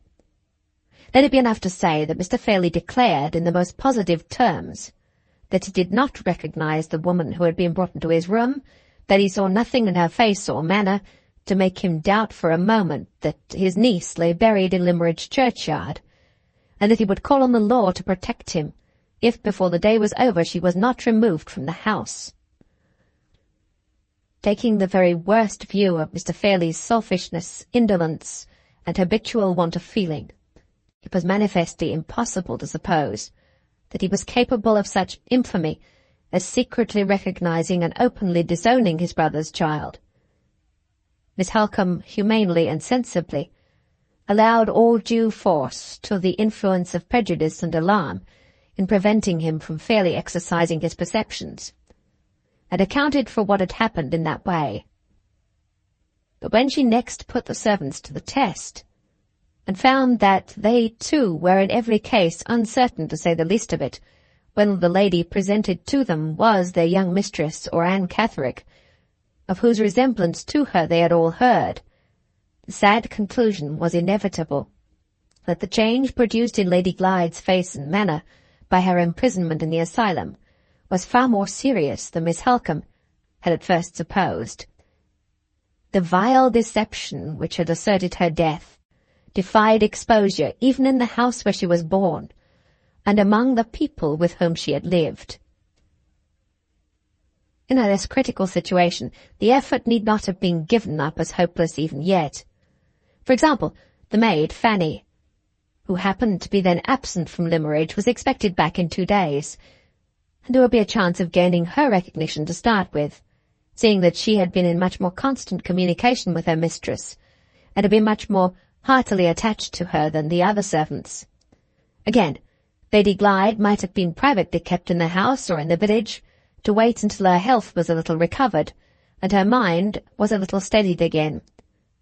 When her memory could once more be trusted to serve her, she would naturally refer to persons and events in the past with a certainty and a familiarity which no impostor could simulate. And so the fact of her identity, which her own appearance had failed to establish, might be subsequently proved, with time to help her, by the surer test of her own words. But the circumstances under which she had regained her freedom rendered all recourse to such means as these impracticable. The pursuit from the asylum, diverted to Hampshire for the time only, would infallibly next take the direction of Cumberland. The persons appointed to seek the fugitive might arrive at Limmeridge House in a few hours' notice, and in Mr. Fairlie's present temper of mind, they might count on the immediate exertion of his local influence and authority to assist them. The commonest consideration for Lady Glyde's safety forced on Miss Halcombe the necessity of resigning the struggle to do her justice, and of removing her at once from the place of all others that was now most dangerous to her, the neighbourhood of her own home. An immediate return to London was the first and wisest measure of security which suggested itself. In the great city all traces of them might be most speedily and most surely effaced. There were no preparations to make, no farewell words of kindness to exchange with anyone. On the afternoon of that memorable day of the 16th, Miss Halcombe roused her sister to a last exertion of courage, and without a living soul to wish them well at parting, the two took their way into the world alone, and turned their backs for ever on Limmeridge House. They passed the hill above the churchyard, where Lady Glyde insisted on turning back to look her last at her mother's grave. Miss Halcombe tried to shake her resolution, but in this one instance tried in vain. She was immovable. Her dim eyes lit with a sudden fire and flashed through the veil that hung over them. Her wasted fingers strengthened moment by moment round the friendly arm by which they had held so listlessly till this time. I believe in my soul that the hand of God was pointing their way back to them, and that the most innocent and the most afflicted of his creatures was chosen in that dread moment to see it. They retraced their steps to the burial ground, and by that act sealed the future of our 3 lives. The third epoch. 3. This was the story of the past. The story, so far as we knew it then. 2 obvious conclusions presented themselves to my mind after hearing it.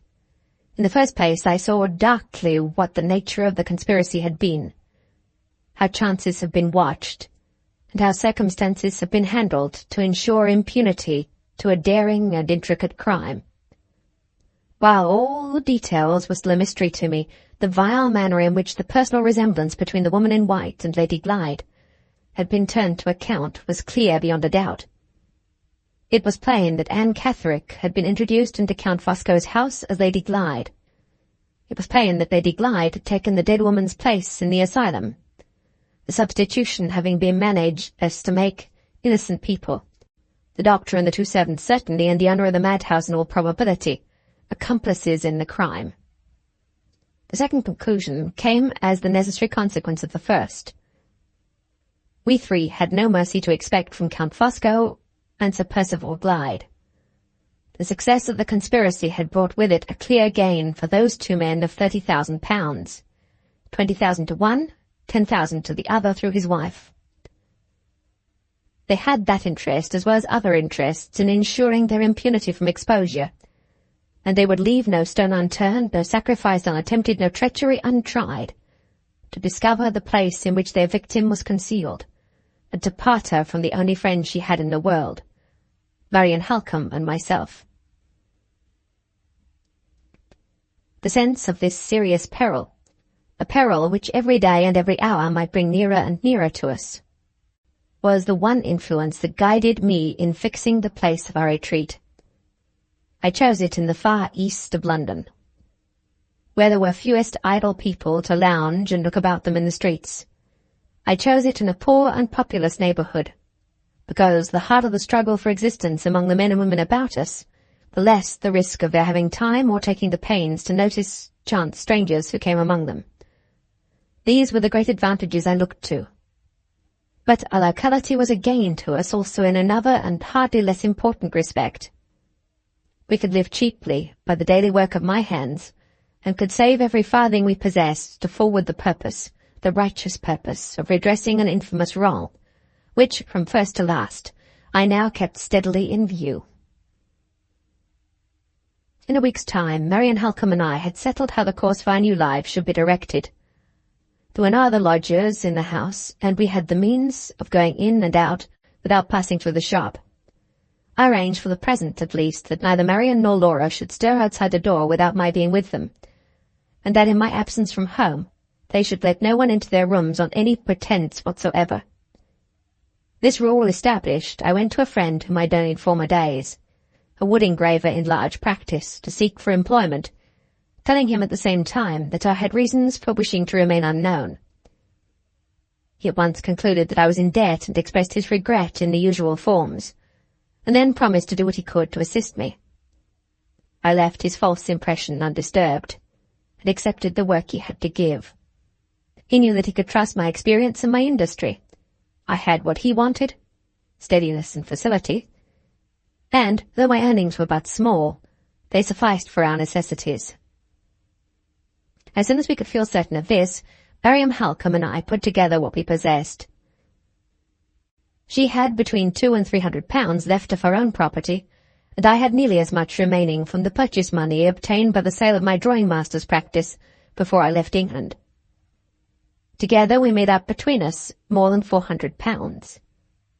I deposited this little fortune in a bank, to be kept for the expense of those secret inquiries and investigations which I was determined to set on foot, and to carry on by myself if I could find no one to help me. We calculated our weekly expenditure to the last farthing, and we never touched our little fund, except in Laura's interests and for Laura's sake. The housework, which, if we had dared trust a stranger near us, would have been done by a servant, was taken on the first day, taken as her own right by Marian Halcombe. "What a woman's hands are fit for," she said. "Early and late these hands of mine shall do." They trembled as she held them out. The wasted arms told their sad story of the past, as she turned up the sleeves of the poor, plain dress that she wore for safety's sake, and the unquenchable spirit of the woman burnt bright in her even yet. I saw the big tears rise thick in her eyes, and fall slowly over her cheeks as she looked at me. She dashed them away with a touch of her old energy, and smiled with a faint reflection of her old good spirits.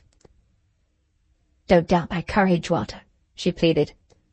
"It's my weakness that cries, not me. The housework shall conquer it, if I can't." And she kept her word. The victory was won when we met in the evening, and she sat down to rest. Her large, steady black eyes looked at me with a flash of their bright firmness of bygone days. "I'm not quite broken down yet," she said. "I'm worth trusting with my share of the work." Before I could answer, she added in a whisper, "And worth trusting, with my share in the risk and the danger too.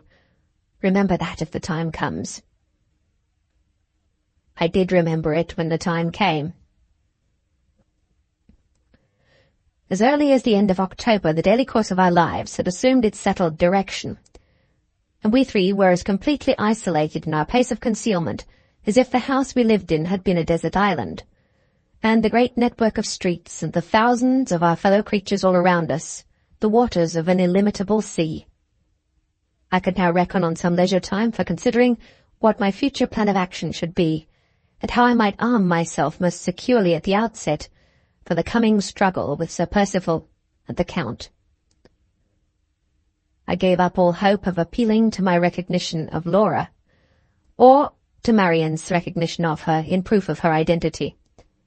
If we had loved her less dearly, if the instinct implanted in us by that love had not been far more certain than any exercise of reasoning, far keener than any process of observation, even we might have hesitated on first seeing her. The outward changes wrought by the suffering and the terror of the past had fearfully, almost hopelessly, strengthened the fatal resemblance between Anne Catherick and herself.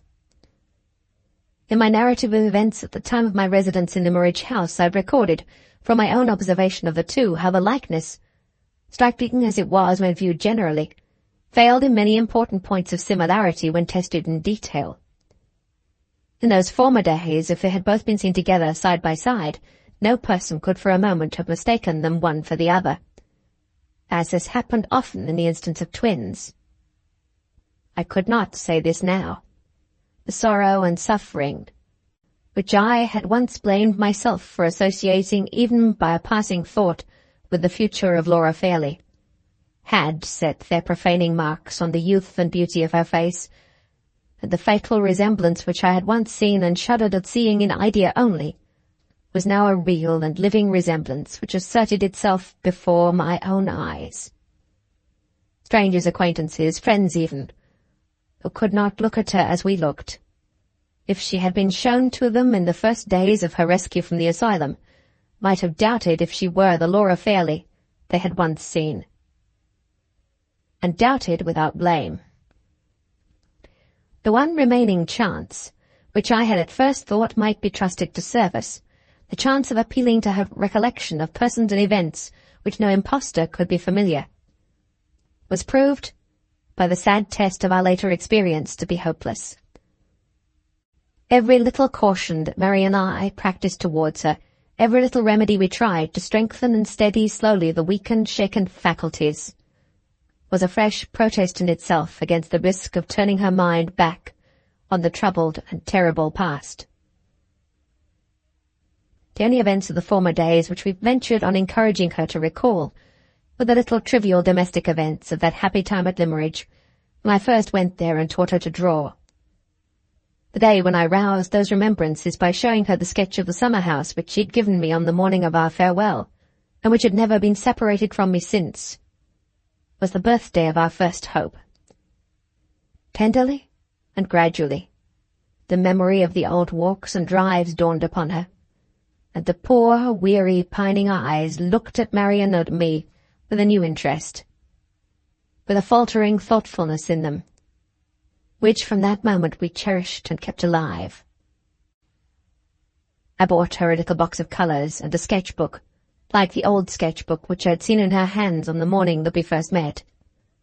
Once again, oh me, once again, at the spare hours saved from my work, in the dull London light, in the poor London room, I sat by her side to guide the faltering touch, to help the feeble hand. Day by day I raised and raised the new interest till its place in the blank of her existence was at last assured, till she could think of her drawing and talk of it, and patiently practise it by herself, with some faint reflection of the innocent pleasure in my encouragement, the growing enjoyment in her own progress, which belonged to the lost life and the lost happiness of past days. We helped her mind, slowly, by this simple means. We took her out between us to walk on fine days, in the quiet old city square near at hand, where there was nothing to confuse or alarm her. We spared a few pounds from the fund of the bankers to get her wine, and the delicate strengthening food that she required. We amused her in the evenings with children's games at cards, with scrapbooks full of prints which I borrowed from the engraver who employed me. By these and other trifling attentions like them, we composed her and steadied her, and hoped all things, as cheerfully as we could from time and care, that love that never neglected and never despaired of her. But to take her mercilessly from seclusion and repose, to confront her with strangers or with acquaintances who were little better than strangers, to rouse the painful impressions of her past life, which we had so carefully hushed to rest, this, even in her own interests, we dared not do. Whatever sacrifices it cost, whatever long, weary, heart-breaking the delays it involved, the wrong that had been inflicted on her, if mortal means could grapple it, must be redressed without her knowledge and without her help. This resolution settled, it was necessary to decide how the first risk should be ventured, and what the first proceeding should be. After consulting with Marian, I resolved to begin by gathering together as many facts as could be recollected, and then to ask the advice of Mr. Kyle, whom we knew we could trust,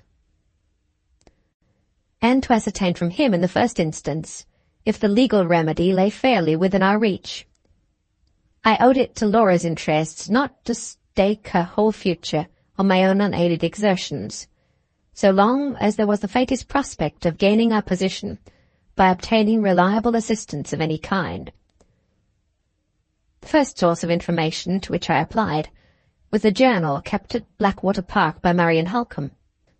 There were passages in this diary relating to myself which she thought it best that I should not see.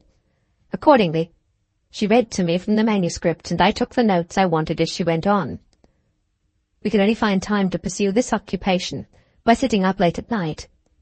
3 nights were devoted to the purpose, and were enough to put me in possession of all that Marian could tell. My next proceeding was to gain as much additional evidence as I could procure from other people without exciting suspicion. I went myself to Mrs. Facey to ascertain if Laura's impression of having slept there was correct or not. In this case, from consideration for Mrs. Facey's age and infirmity, and in all subsequent cases of the same kind, from considerations of caution, I kept our real position a secret, and was always careful to speak of Laura as the late Lady Glyde. Mrs. Vasey's answer to my inquiries only confirmed the apprehensions which I previously felt. Laura had certainly written to say she would pass the night under the roof of her old friend, but she had never been near the house.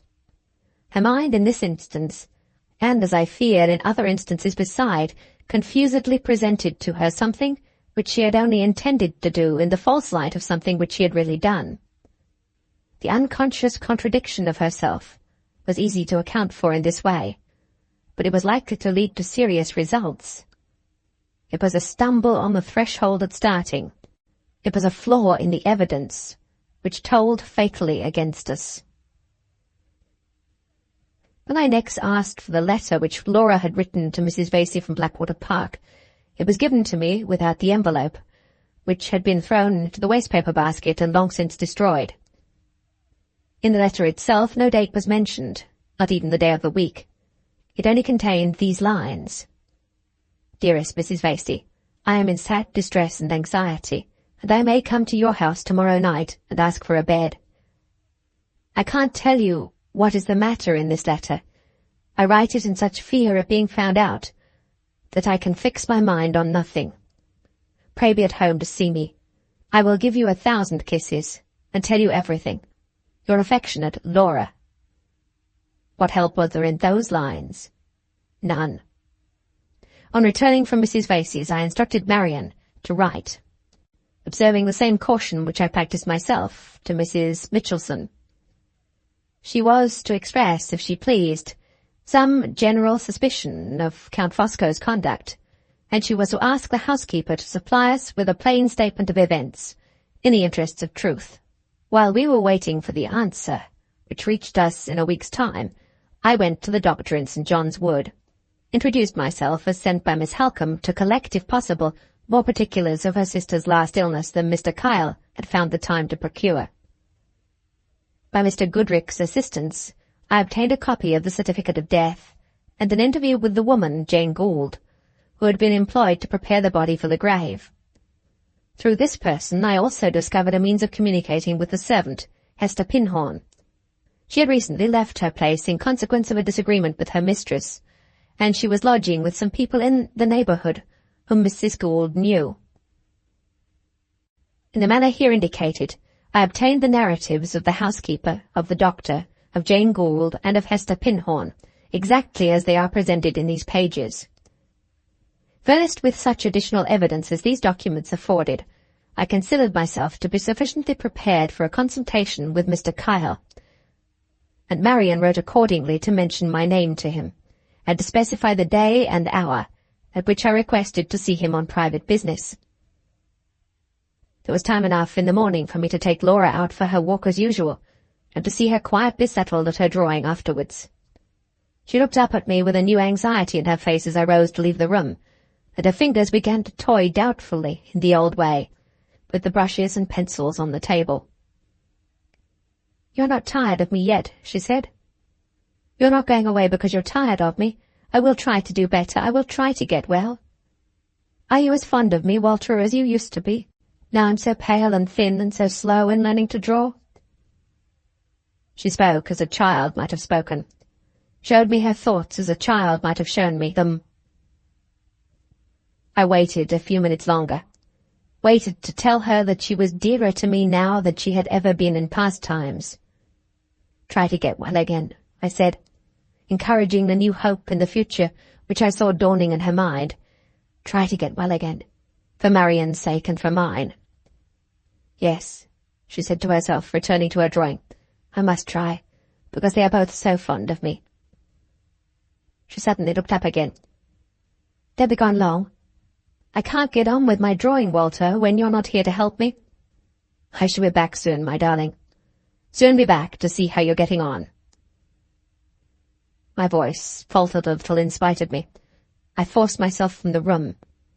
It was no time then for parting with the self-control which might yet serve me in my need before the day was out. As I opened the door, I beckoned to Marian to follow me to the stairs. It was necessary to prepare her for a result which I felt might sooner or later follow my showing myself openly in the streets. "I shall in all probability be back in a few hours," I said. "And you will take care as usual to let no one inside the doors in my absence." "But if anything happens—" "What can happen?" she interposed quickly. "Tell me plainly, Walter. If there's any danger, I shall know how to meet it." "The only danger," I replied, "is that Sir Percival Glyde may have been recalled to London by the news of Laura's escape. You are aware that he had me watched before I left England, and that he probably knows me by sight, although I don't know him." She laid her hand on my shoulder and looked at me in anxious silence. I saw she understood the serious risk that threatened us. "It's not likely," I said, "that I shall be seen in London again so soon, either by Sir Percival himself or by the persons in his employ. But it is barely possible that an accident may happen. In that case you will not be alarmed if I fail to return tonight, and you will satisfy any inquiry of Laura's with the best excuse you can make for me. If I find the least reason to suspect that I'm watched, I will take good care that no spy follows me back to this house. Don't doubt my return, Marian, however it may be delayed, and fear nothing." "Nothing," she answered firmly. "You shall not regret, Walter, that you have only a woman to help you." She paused to detain me a moment longer. "Take care," she said, pressing my hand anxiously. "Take care." I left her and set forth to pave the way for discovery, the dark and doubtful way, which began at the lawyer's door. 4. No circumstances of the slightest importance happened on my way to the offices of Messrs. Gilmore and Kyle in Chancery Lane. While my car was being taken in to Mr. Kyle, a consideration occurred to me which I deeply regretted not having thought of before. The information derived from Marian's diary made it a matter of certainty that Count Fosco had opened her first letter from Blackwater Park to Mr. Kyle, and had, by means of his wife, intercepted the second. He was therefore well aware of the address of the office, and he would naturally infer that if Marian wanted advice and assistance after Laura's escape from the asylum, she would apply once more to the experience of Mr. Kyle. In this case, the office in Chancery Lane was the very first place which he and Sir Percival would cause to be watched, and if the same persons were chosen for the purpose who had been employed to follow me before my departure from England, the fact of my return would in all probability be ascertained on that very day. I had thought generally of the chances of being recognized in the streets, but the special risk connected with the office had never occurred to me until the present moment. It was too late now to repair this unfortunate error in judgment, too late to wish that I had made arrangements for meeting the lawyer in some place privately appointed beforehand. I could only resolve to be cautious on leaving Chancery Lane, and not to go straight home again under any circumstances whatever. After waiting a few minutes, I was shown into Mr. Kyle's private room. He was a pale, thin, quiet, self-possessed man, with a very attentive eye, a very low voice, and a very undemonstrative manner. Not, as I judged, ready with his sympathy where strangers were concerned, and not at all easy to disturb in his professional composure. A better man for my purpose could hardly have been found. If he committed himself to a decision at all, and if the decision was favourable, the strength of our case was as good as proved from that moment. "Before I enter on the business which brings me here," I said, "I ought to warn you, Mr. Kyle, that the shortest statement I can make of it will occupy some little time." "My time is at Miss Halcombe's disposal," he replied. "Where any interests of hers are concerned, I represent my partner personally as well as professionally. It was at his request that I should do so, when he ceased to take an active part in business." "May I inquire whether Mr. Gilmore is in England?" "He is not. He is living with his relatives in Germany. His health has improved, but the period of his return is still uncertain." While we were exchanging these few preliminary words, he had been searching among papers before him, and he now produced from them a sealed letter. I thought he was about to hand the letter to me, but apparently changing his mind, he placed it by itself on the table, settled himself in his chair, and silently waited to hear what I had to say. Without wasting a moment in prefatory words of any sort, I entered on my narrative, and put him in full possession of the events which had already been related in these pages. Lawyer as he was to the very marrow of his bones, I startled him out of his professional composure. Expressions of incredulity and surprise, which he could not repress, interrupted me several times before I had done. I persevered, however, to the end, and as soon as I reached it, boldly asked the one important question. "What is your opinion, Mr. Kyle?" He was too cautious to commit himself to an answer, without taking time to recover his self-possession first. "Before I give you my opinion," he said, "I must beg permission to clear the ground by a few questions." He put the questions, sharp, suspicious, unbelieving questions, which clearly showed me as they proceeded that he thought I was the victim of a delusion, and that he might even have doubted, but for my introduction to him by Miss Halcombe, whether I was not attempting the perpetration of a cunningly designed fraud. "Do you believe that I've spoken the truth, Mr. Kyle?" I asked, when he had done examining me. "So far as your own convictions are concerned, I am certain you have spoken the truth," he replied. "I have the highest esteem for Miss Halcombe, and I have therefore every reason to respect a gentleman whose mediation she trusts in a matter of this kind. I will even go further, if you like, and admit, for courtesy's sake and for argument's sake, that the identity of Lady Glyde, as a living person, is a proved fact to Miss Halcombe and yourself. But you come to me for a legal opinion. As a lawyer, and as a lawyer only, it is my duty to tell you, Mr. Hartright, that you have not a shadow of a case." "You put it strongly, Mr. Kyle." "I will try to put it plainly as well.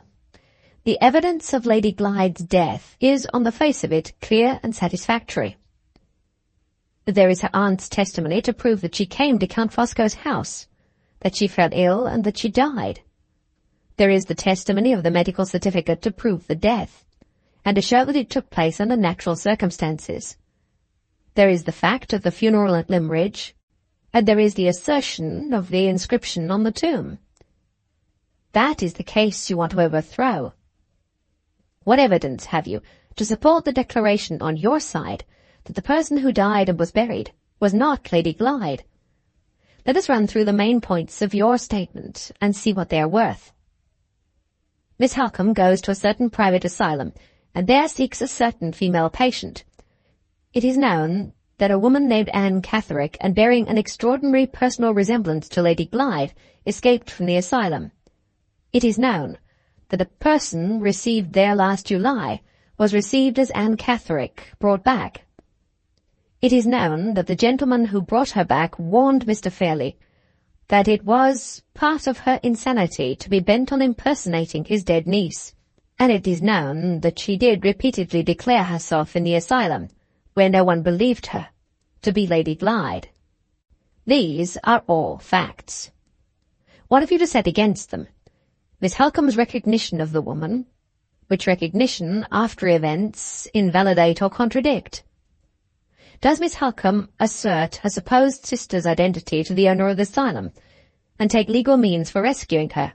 No, she secretly bribes a nurse to let her escape. When the patient has been released in this doubtful manner, and is taken to Mr. Fairlie, does he recognize her? Is he staggered for one instant in his belief of his niece's death? No. Do the servants recognize her? No. Is she kept in the neighborhood to assert her own identity and to stand the test of further proceedings? No. She is privately taken to London. In the meantime, you have recognized her also, but you are not a relative. You are not even an old friend of the family. The servants contradict you, and Mr. Fairlie contradicts Miss Halcombe, and the supposed Lady Glyde contradicts herself.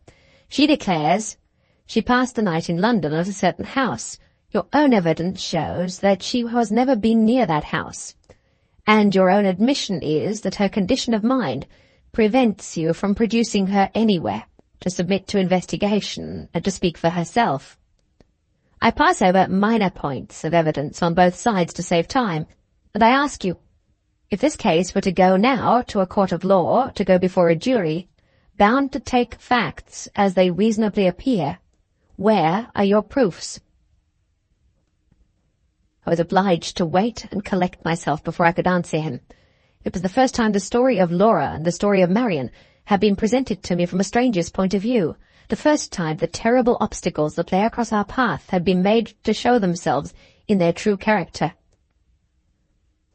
"There can be no doubt," I said, "that the facts as you have stated them appear to tell against us, but you think those facts can be explained away," interposed Mr. Kyle. "Let me tell you the result of my experience on that point. When an English jury has to choose between a plain fact on the surface and a long explanation under the surface, it always takes the fact in preference to the explanation. For example, Lady Glyde, now I shall call the lady you represent by that name for argument's sake, declares she has slept at a certain house, and it is proved that she has not slept at that house.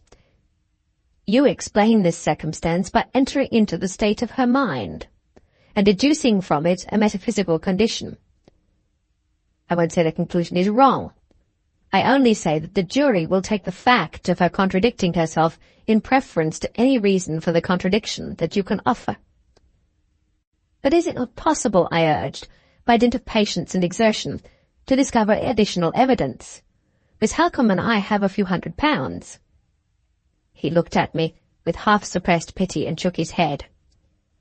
"Consider the subject, Mr. Hartright, from your own point of view," he said. "If you're right about Sir Percival Glyde and Count Fosco, which I don't admit, mind, every imaginable difficulty would be thrown in the way of your getting fresh evidence. Every obstacle of litigation would be raised. Every point in the case would be systematically contended. And by the time we had spent our thousands instead of our hundreds, the final result would in all probability be against us. Questions of identity, where instances of personal resemblance are concerned, are in themselves the hardest of all questions to settle. The hardest, even when they are free from complications which beset the case we are now discussing.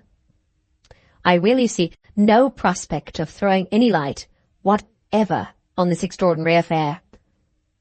Even if the person buried in Limmeridge churchyard were not Lady Glyde, she was, in life, on your own showing, so like her, that we should gain nothing if we applied for the necessary authority to have the body exhumed.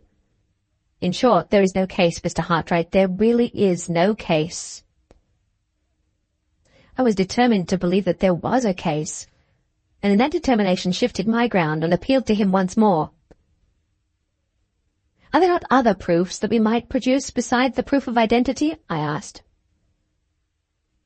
"Not as you are situated," he replied. "The simplest and surest of all proofs, the proof of comparison of dates, is, as I understand, altogether out of your reach.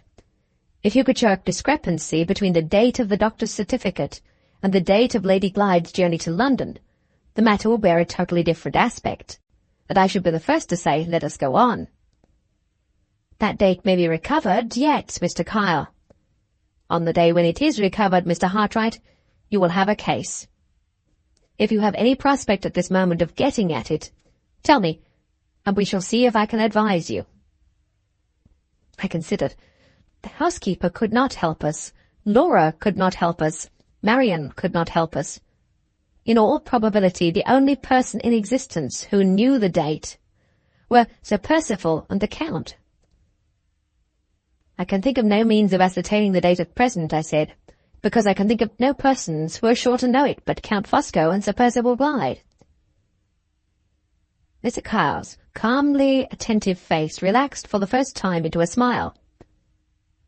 "With your opinion of the conduct of those two gentlemen," he said, "you don't expect help in that quarter, I presume.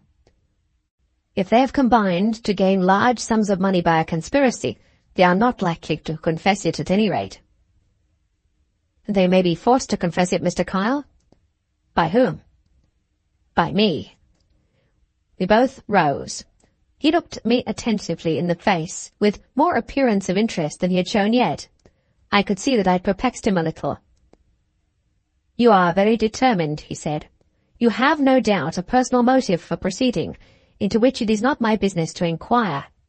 If a case can be produced in the future, I can only say my best assistance is at your service. At the same time, I must warn you, as the money question always enters into the law question, that I see little hope, even if you ultimately establish the fact of Lady Glyde's being alive, of recovering her fortune. The foreigner would probably leave the country before proceedings were commenced, and Sir Percival's embarrassments are numerous enough and pressing enough to transfer almost any sum he may possess from himself to his creditors. You are, of course, aware—" I stopped him at that point. "Let me beg that we not discuss Lady Glyde's affairs," I said. "I have never known anything about them in former times, and I know nothing of them now, except that her fortune is lost. You are right in assuming that I have personal motives for stirring in this matter. I wish those motives to be always as disinterested as they are at the present moment." He tried to interpose and explain. I was a little heated, I suppose, by feeling that he had doubted me, and I went on bluntly without waiting to hear him. "There shall be no money motive," I said, "and no idea of personal advantage in the service I mean to render to Lady Glyde. She has been cast out as a stranger from the house in which she was born. A lie which records her death has been written on her mother's tomb, and there are 2 men alive and unpunished who are responsible for it. That house shall open again to receive her in the presence of every soul who followed the false funeral to the grave. That lie shall be publicly erased from the tombstone by the authority of the head of the family, and those 2 men shall answer for their crime to me. Though the justice that sits in tribunals is powerless to pursue them, I have given my life to that purpose. And alone as I stand, if God spares me, I will accomplish it." He drew back towards his table and said nothing. His face showed plainly that he thought my delusion had got the better of my reason, and that he considered it totally useless to give me any more advice. "We each keep our opinion, Mr. Kyle," I said, "and we must wait till the events of the future decide between us. In the meantime, I am much obliged to you for the attention you have given to my statement.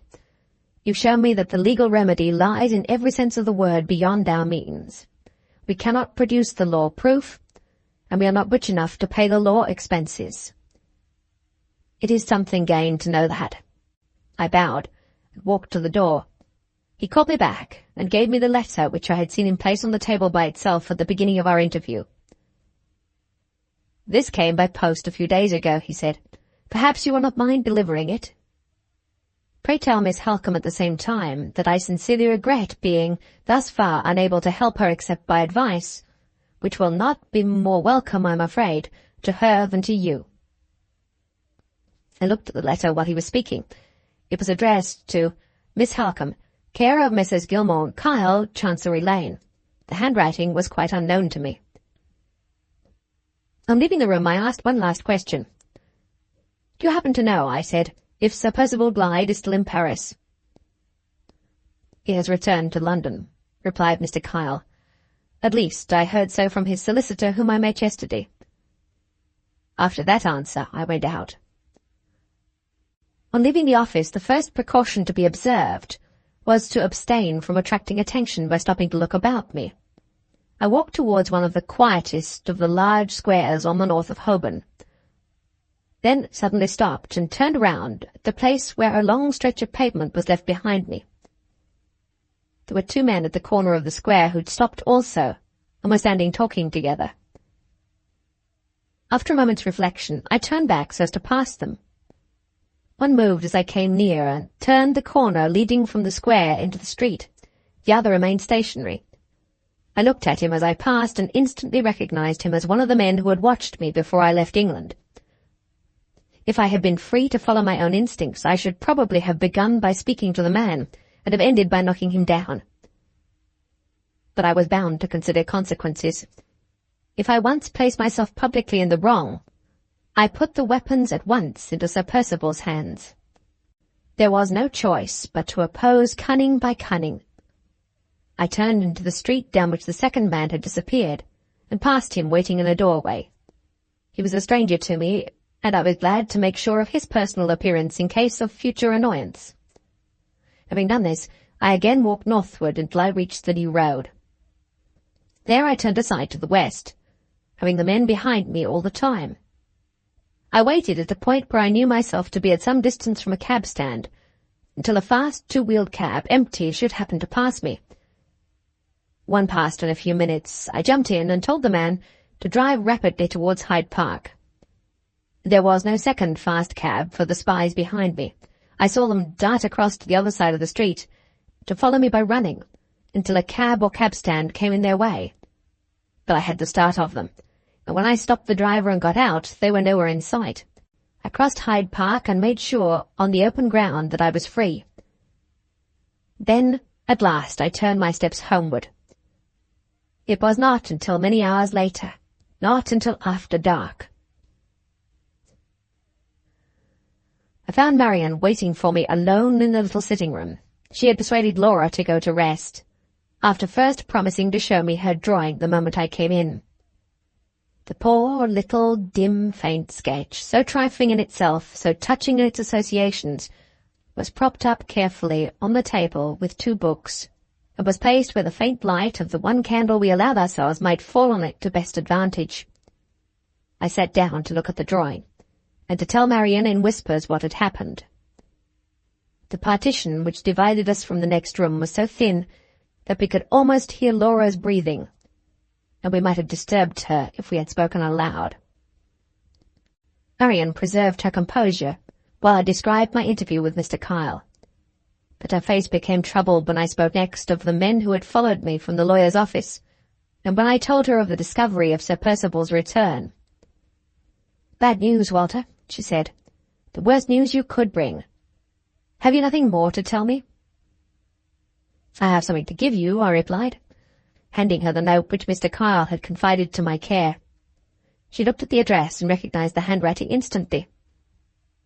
"You know your correspondent?" I said. "Too well," she answered. "My correspondent is Count Fosco."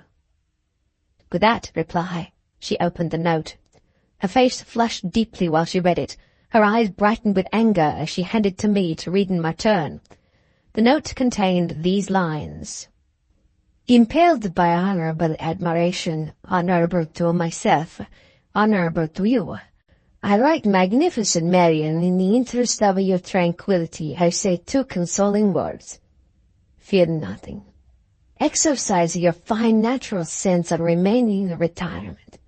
Dear and admirable woman, invite no dangers of publicity. Resignation is sublime. Adopt it. The modest response of home is eternally fresh. Enjoy it. The storms of life pass harmless over the valley of seclusion. Dwell, dear lady, in the valley. Do this, and I authorize you to fear nothing. No new calamities shall lacerate your sensibilities. Sensibilities precious to me as my own. You shall not be molested. The fair companion of your retreat shall not be pursued. She has found new asylum in your heart. Priceless asylum. I envy her and leave her there.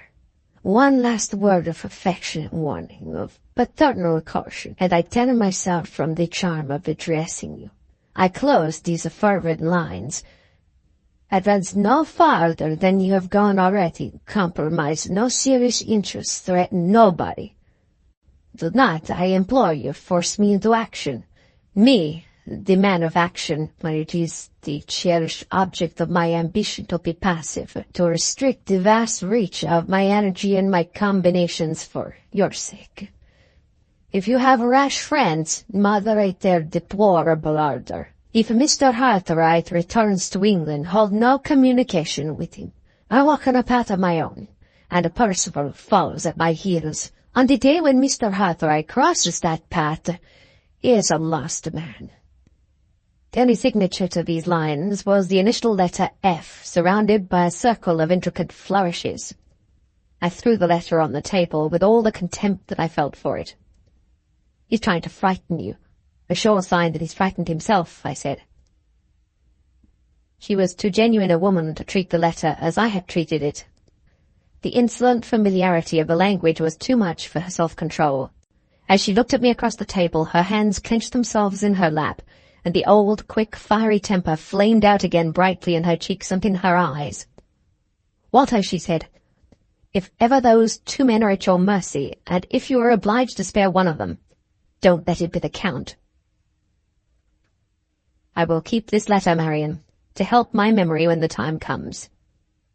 She looked at me attentively as I put the letter away in my pocket-book. "When the time comes," she repeated. "Can you speak of the future as if you were certain of it? Certain after what you've heard in Mr. Kyle's office? After what has happened to you today?" "I don't count the time from today, Marian. All I have done today is to ask another man to act for me. I count from tomorrow." "Why from tomorrow?" "Because tomorrow I mean to act for myself." "How?" "I shall go to Blackwater by the first train, and return, I hope, at night." "To Blackwater?" "Yes. I've had time to think since I left Mr. Kyle. His opinion on one point confirms my own. We must persist to the last in hunting down the date of Laura's journey. The one weak point in the conspiracy, and probably the one chance of proving that she is a living woman, centre in the discovery of that date."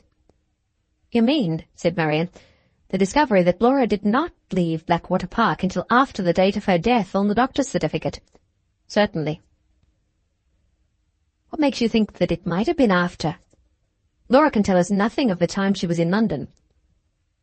"But the owner of the asylum told you that she was received there on the 27th of July. I doubt Count Fosco's ability to keep her in London and to keep her insensible to all that was passing around her more than one night. In that case, she must have started on the 26th, and must have come to London one day after the date of her own death on the doctor's certificate. If we can prove that date, we prove our case against Sir Percival and the Count." Yes, I see. But how is the proof to be obtained?" Mrs. Mitchelson's narrative has suggested to me two ways of trying to obtain it. One of them is to question the doctor, Mr. Dawson, who must know when he resumed his attendance at Blackwater Park after Laura left the house. The other is to make inquiries at the inn to which Sir Percival drove away by himself at night. We know that his departure followed Laura's after a lapse of a few hours, and we may get at the date that way. The attempt is at least worth making, and tomorrow I'm determined it shall be made." "And suppose it fails?" "I look at the worst now, Walter. But I will look at the best if disappointments come to try us.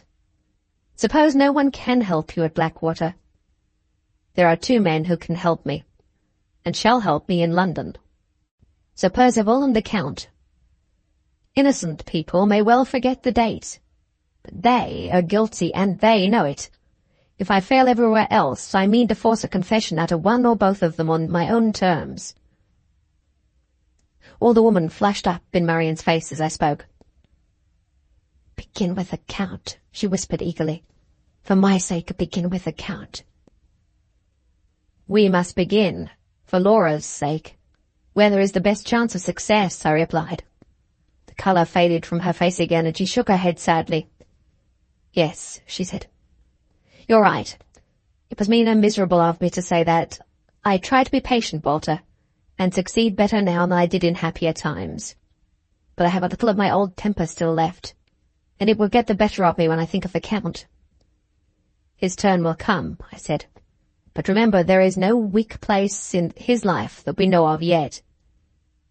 I waited a little to let her recover her self-possession, and then spoke the decisive words. "Marian, there is a weak place we both know of in Sir Percival's life." "You mean the secret?" "Yes, the secret. It's our only sure hold on him. I can force him from his position of security. I can drag him and his villainy into the face of day by no other means.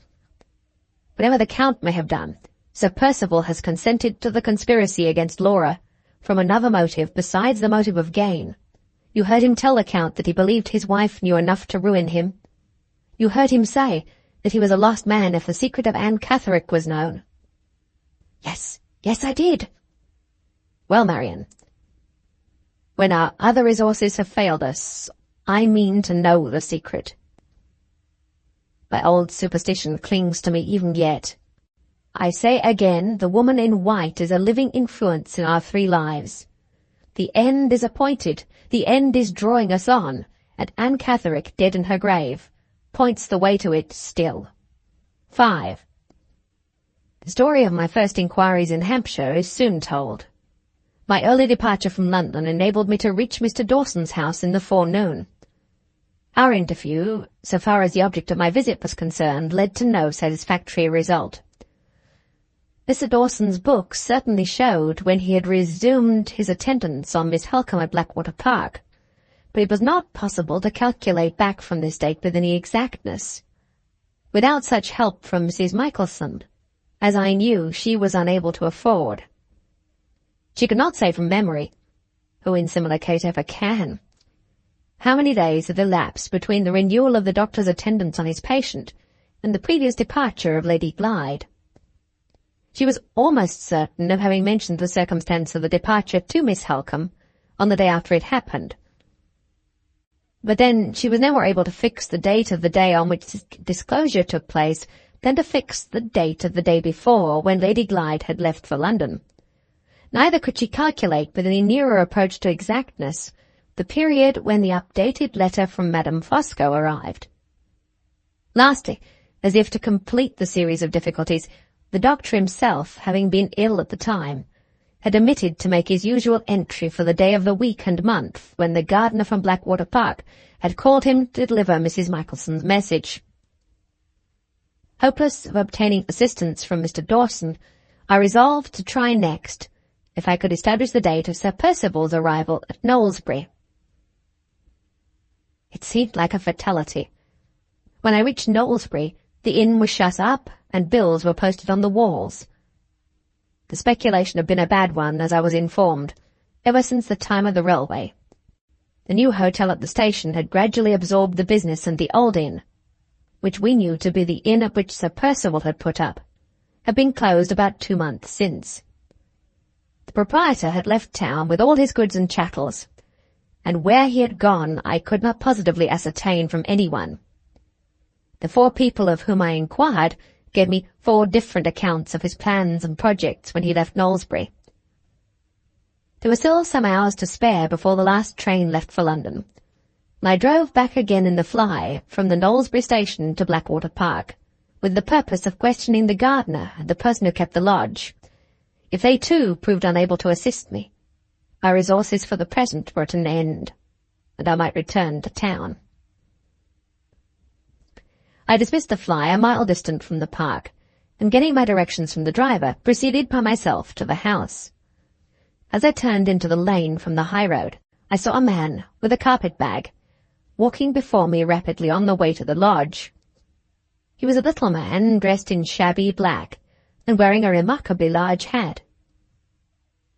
I set him down, as well as it was possible to judge, for a lawyer's clerk, and stopped at once to widen the distance between us. He had not heard me, and he walked on out of sight without looking back. When I passed through the gates myself, a little while afterwards, he was not visible. He had evidently gone on to the house. There were 2 women in the lodge. One of them was old, the other I knew at once, by Marian's description of her, to be Margaret Porcher. I asked first if Sir Percival was at the park, and, receiving a reply in the negative, inquired next when he had left it. Neither of the women could tell me more than that he had gone away in the summer. I could extract nothing from Margaret Porcher but vacant smiles and shakings of the head. The old woman was a little more intelligent, and I managed to lead her into speaking of the manner of Sir Percival's departure, and of the alarm it had caused her. She remembered her master calling her out of bed, and remembered his frightening her by swearing. But the date at which the occurrence happened was, as she honestly acknowledged, quite beyond her. On leaving the lodge, I saw the gardener at work not far off.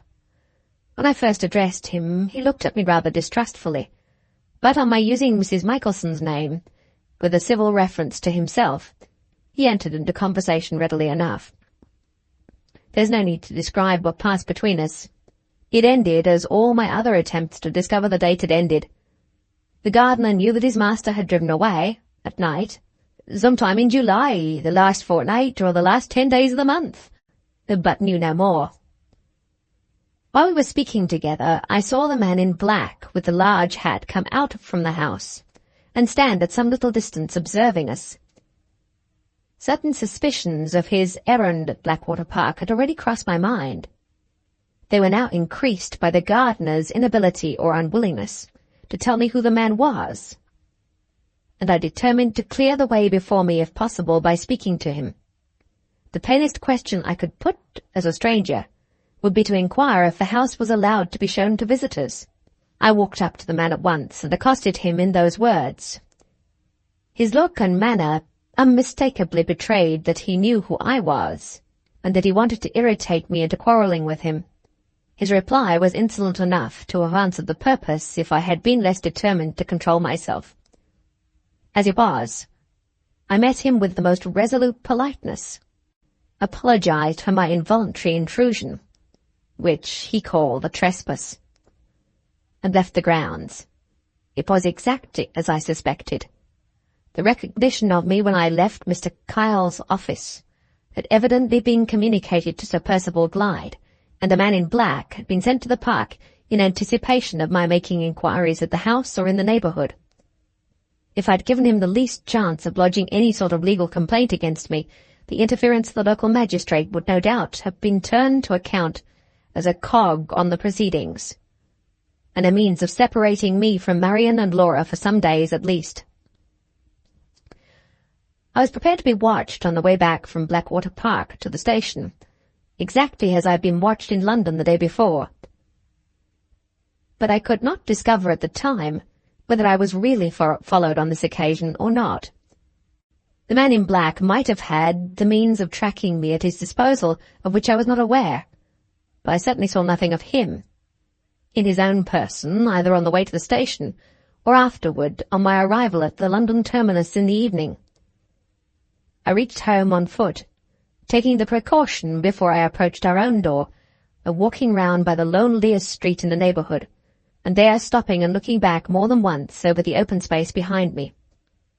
I had first learnt to use this stratagem against suspected treachery in the wilds of Central America, and now I was practising it again, with the same purpose, and with even greater caution, in the heart of civilized London. Nothing had happened to alarm Marian during my absence. She asked eagerly what success I had met with, and I told her she could not conceal her surprise at the indifference with which I spoke of the failure of my investigations thus far. The truth was that the ill success of my inquiries had in no sense daunted me. I had pursued them as a matter of duty, and I had expected nothing from them. In the state of my mind at that time, it was almost a relief to me to know that the struggle was now narrowed to a trial of strength between myself and Sir Percival Glyde. The vindictive motive had mingled itself all along with my other and better motives, and I confess it was a satisfaction to me to feel that the surest way, the only way left, of serving Laura's cause, was to fasten my hold firmly on the villain who had married her.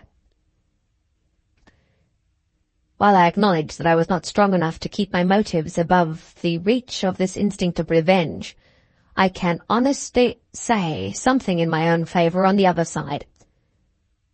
No base speculation on the future relations of Laura and myself, and on the private and personal concessions which I might force from Sir Percival, if I once had him at my mercy, ever entered my mind. I never said to myself, if I do succeed, it shall be one result of my success that I put it out of her husband's power to take her from me again. I could not look at her and think of the future with such thoughts as those. The sad sight of the change from her former self made the one interest of my love an interest of tenderness and compassion, which her father or her brother might have felt, and which I felt, God knows, in my inmost heart. All my hopes looked no further on now than to the day of her recovery. There, till she was strong again and happy again, there till she could look at me as she had once looked, and speak to me as she had once spoken, the future of my happiest thought and my dearest wishes ended. These words are written under no prompting of idle self-contemplation. Passages in this narrative are soon to come, which will set the minds of others in judgment on my conduct. It is right that the best and the worst of me should be fairly balanced before that time. On the morning after my return from Hampshire, I took Marian upstairs to my working room, and there laid before her the plan which I had matured thus far, for mastering the one assailable point in the life of Sir Percival Glyde. The way to the secret lay through the mystery, hitherto impenetrable to all of us, of the woman in white.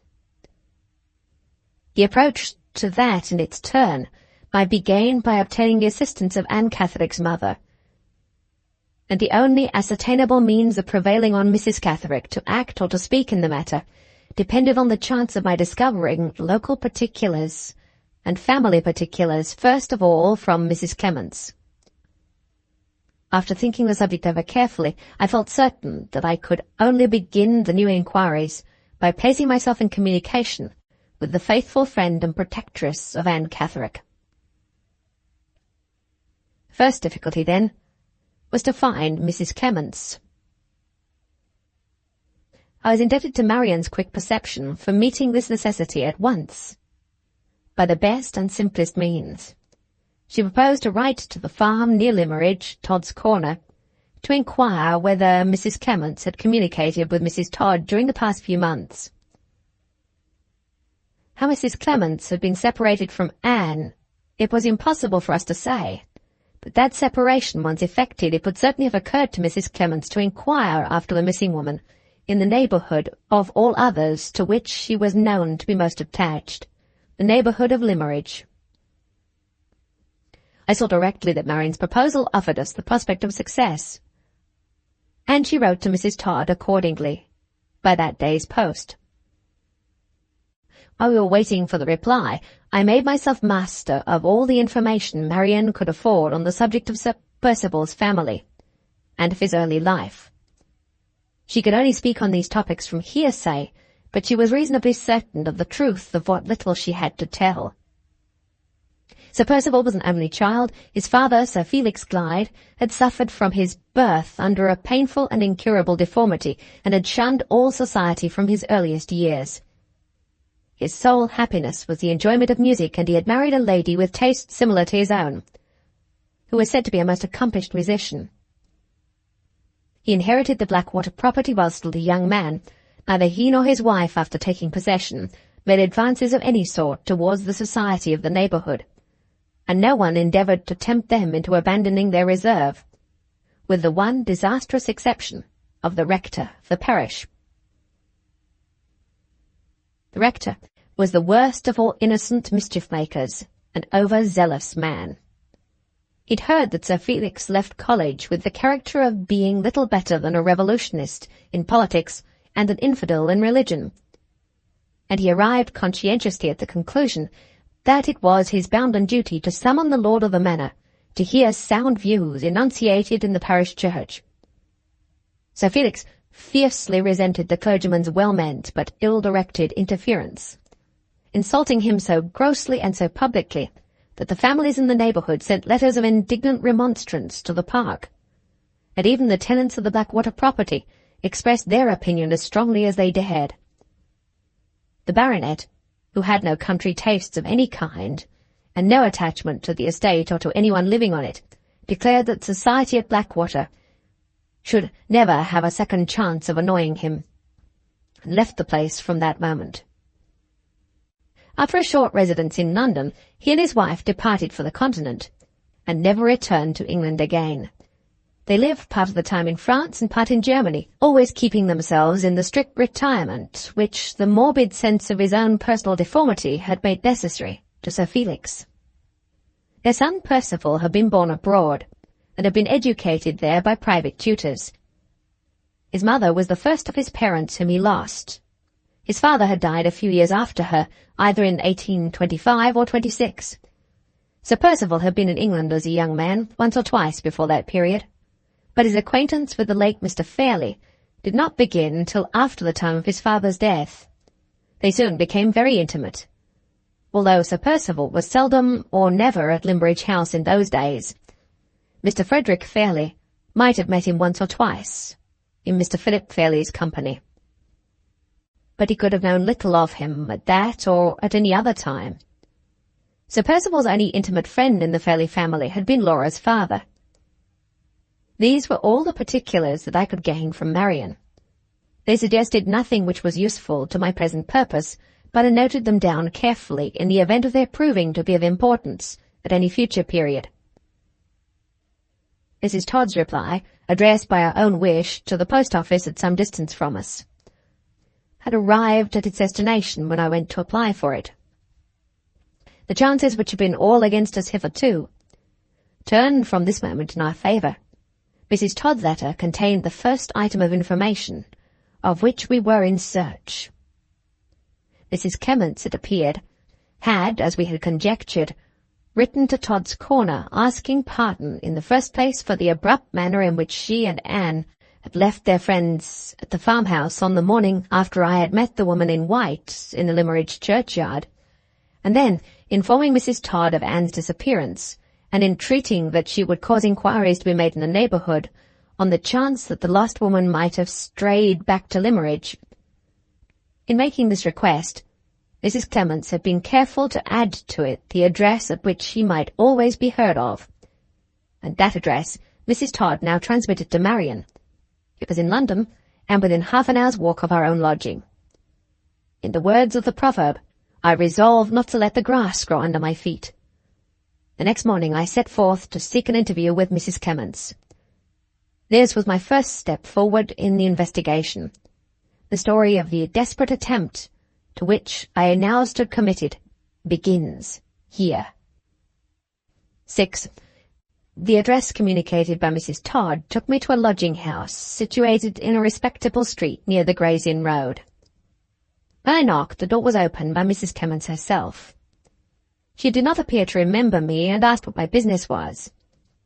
I recalled to her our meeting in Limmeridge churchyard at the close of my interview there with the woman in white, taking special care to remind her that I was the person who assisted Anne Catherick, as Anne herself declared, to escape the pursuit from the asylum. This was my only claim to the confidence of Mrs. Clements. She had remembered the circumstances the moment I spoke of it, and asked me into the parlour, in the greatest anxiety to know if I had brought her any news of Anne. It was impossible for me to tell her the whole truth, without at the same time entering into particulars on the subject of the conspiracy, which it would have been dangerous to confide to a stranger. I could only abstain most carefully from raising any false hopes, and then explain that the object of my visit was to discover the persons who were really responsible for Anne's disappearance. I even added, so as to exonerate myself from any after-reproach of my own conscience, that I entertained not the least hope of being able to trace her, that I believed we should never see her alive again, and that my main interest in the affair was to bring to punishment 2 men whom I suspected to be concerned in luring her away, and at whose hands I and some dear friends of mine had suffered a grievous wrong. With this explanation, I left it to Mrs. Clements to say whether our interest in the matter, whatever difference there might be in the motives which actuated us, was not the same, and whether she felt any reluctance to forward my object by giving me such information on the subject of my inquiries as she happened to possess. The poor woman was at first too much confused and agitated to understand thoroughly what I said to her. She could only reply that I was welcome to anything she could tell me in return for the kindness that I had shown to Anne. But as she was not very quick and ready at the best of times in talking to strangers, she would beg me to put her in the right way, and to say where I wished her to begin. Knowing by experience that the plainest narrative attainable from persons who are not accustomed to arrange their ideas is the narrative which goes far enough back at the beginning to avoid all impediments of retrospection in its course, I asked Mrs. Clements to tell me first what had happened after she had left Limmeridge. and so, by watchful questioning, carried her on from point to point till we reached the period of Anne's disappearance. The substance of the information which I obtained thus was as follows.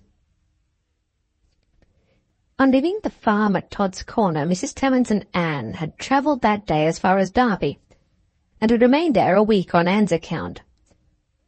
They had then gone to London, and had lived in the lodging occupied by Mrs. Clements at that time, for a month or more, when circumstances connected with the house and the landlord had obliged them to change their quarters. Anne's terror of being discovered in London or its neighbourhood, whenever they ventured to walk out, had gradually communicated itself to Mrs. Clements, and she had determined on removing to one of the most out-of-the-way places in England, to the town of Grimsby in Lincolnshire, where her deceased husband had passed all his early life. His relatives were respectable people settled in the town. They had always treated Mrs. Clements with great kindness, and she thought it impossible to do better than go there and take the advice of her husband's friends. Anne would not hear of returning to her mother in Welningham, because she had been removed to the asylum from that place, and because Sir Percival would be certain to go back there and find her again. There was serious weight in this objection, and Mrs. Clements felt that it was not to be easily removed. At Grimsby, the first serious symptoms of illness had shown themselves in Anne. They appeared soon after the news of Lady Glyde's marriage had been made public in the newspapers, and reached her through that medium.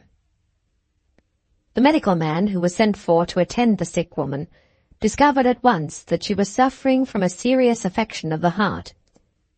The illness lasted long, left her very weak, and returned at intervals, though with mitigated severity, again and again. They remained at Grimsby in consequence during the first half of the new year, and there they might probably have stayed much longer, but for the sudden resolution which Anne took at this time to venture back to Hampshire for the purpose of obtaining a private interview with Lady Glyde. Mrs. Clements did all in her power to oppose the execution of this hazardous and unaccountable project. No explanation of her motives was offered by Anne, except that she believed the day of her death was not far off, and that she had something in her mind which must be communicated to Lady Glyde, at any risk, in secret. Her resolution to accomplish this purpose was so firmly settled that she declared her intention of going to Hampshire by herself, if Mrs. Clements felt any unwillingness to go with her. The doctor, on being consulted, was of the opinion that serious opposition to her wishes would in all probability produce another, and perhaps a fatal, fit of illness.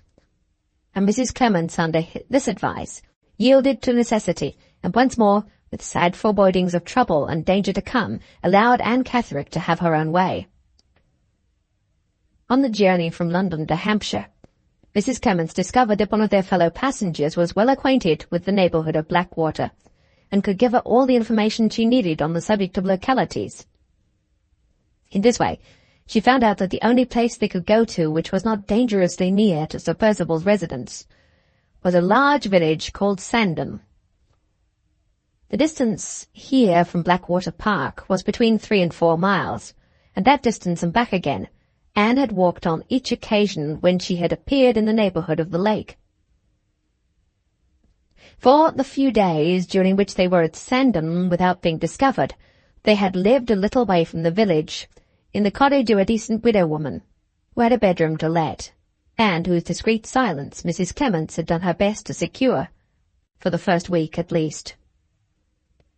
She had also tried hard to induce Anne to be content with writing to Lady Glyde in the first instance. But the failure of the warning contained in the anonymous letter sent to Limmeridge had made Anne resolute to speak this time, and obstinate in the determination to go on her errand alone. Mrs. Clements nevertheless followed her privately on each occasion when she went to the lake, without, however, venturing near enough to the boat-house to be witness of what took place there.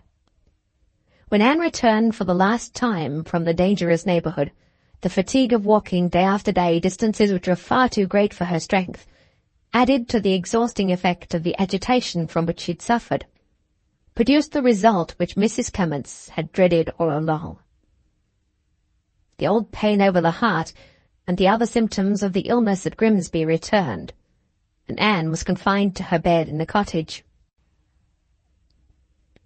In this emergency, the first necessity, as Mrs. Clements knew by experience, was to endeavour to quiet Anne's anxiety of mind, and for this purpose the good woman went herself next day to the lake, to try if she could find Lady Glyde, who would be sure, as Anne said, to take her daily walk to the boat-house, and prevail on her to come back privately to the cottage near Sandon.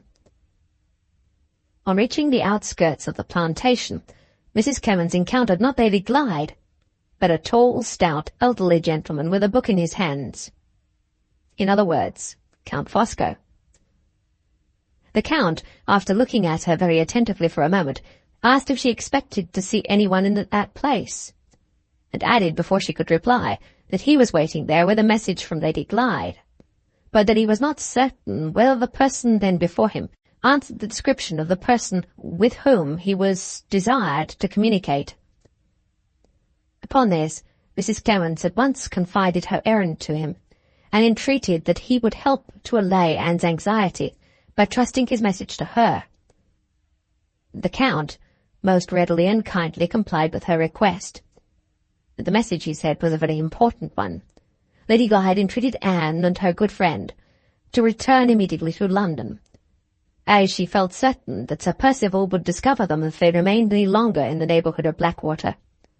She was herself going to London in a short time, and if Mrs. Clements and Anne would go there first, and would let her know what their address was, they should hear from her and see her in a fortnight or less.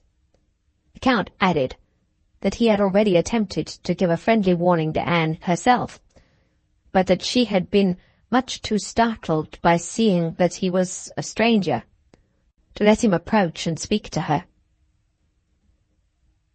To this Mrs. Clements replied, in the greatest alarm and distress, that she asked nothing better than to take Anne safely to London, but that there was no present hope of removing her from the dangerous neighbourhood, as she lay ill in her bed at that moment. The Count inquired if Mrs. Clements had sent for medical advice, and hearing that she had hitherto hesitated to do so, from the fear of making their position publicly known in the village, informed her that he was himself a medical man, and that he would go back with her if she pleased, and see what could be done for Anne. Mrs. Clements, feeling a natural confidence in the Count, as a person trusted with a secret message from Lady Glyde, gratefully accepted the offer, and they went back together to the cottage. Anne was asleep when they got there. The Count started at the sight of her, evidently from astonishment at her resemblance to Lady Glyde. Poor Mrs. Clements supposed that he was only shocked to see how ill she was.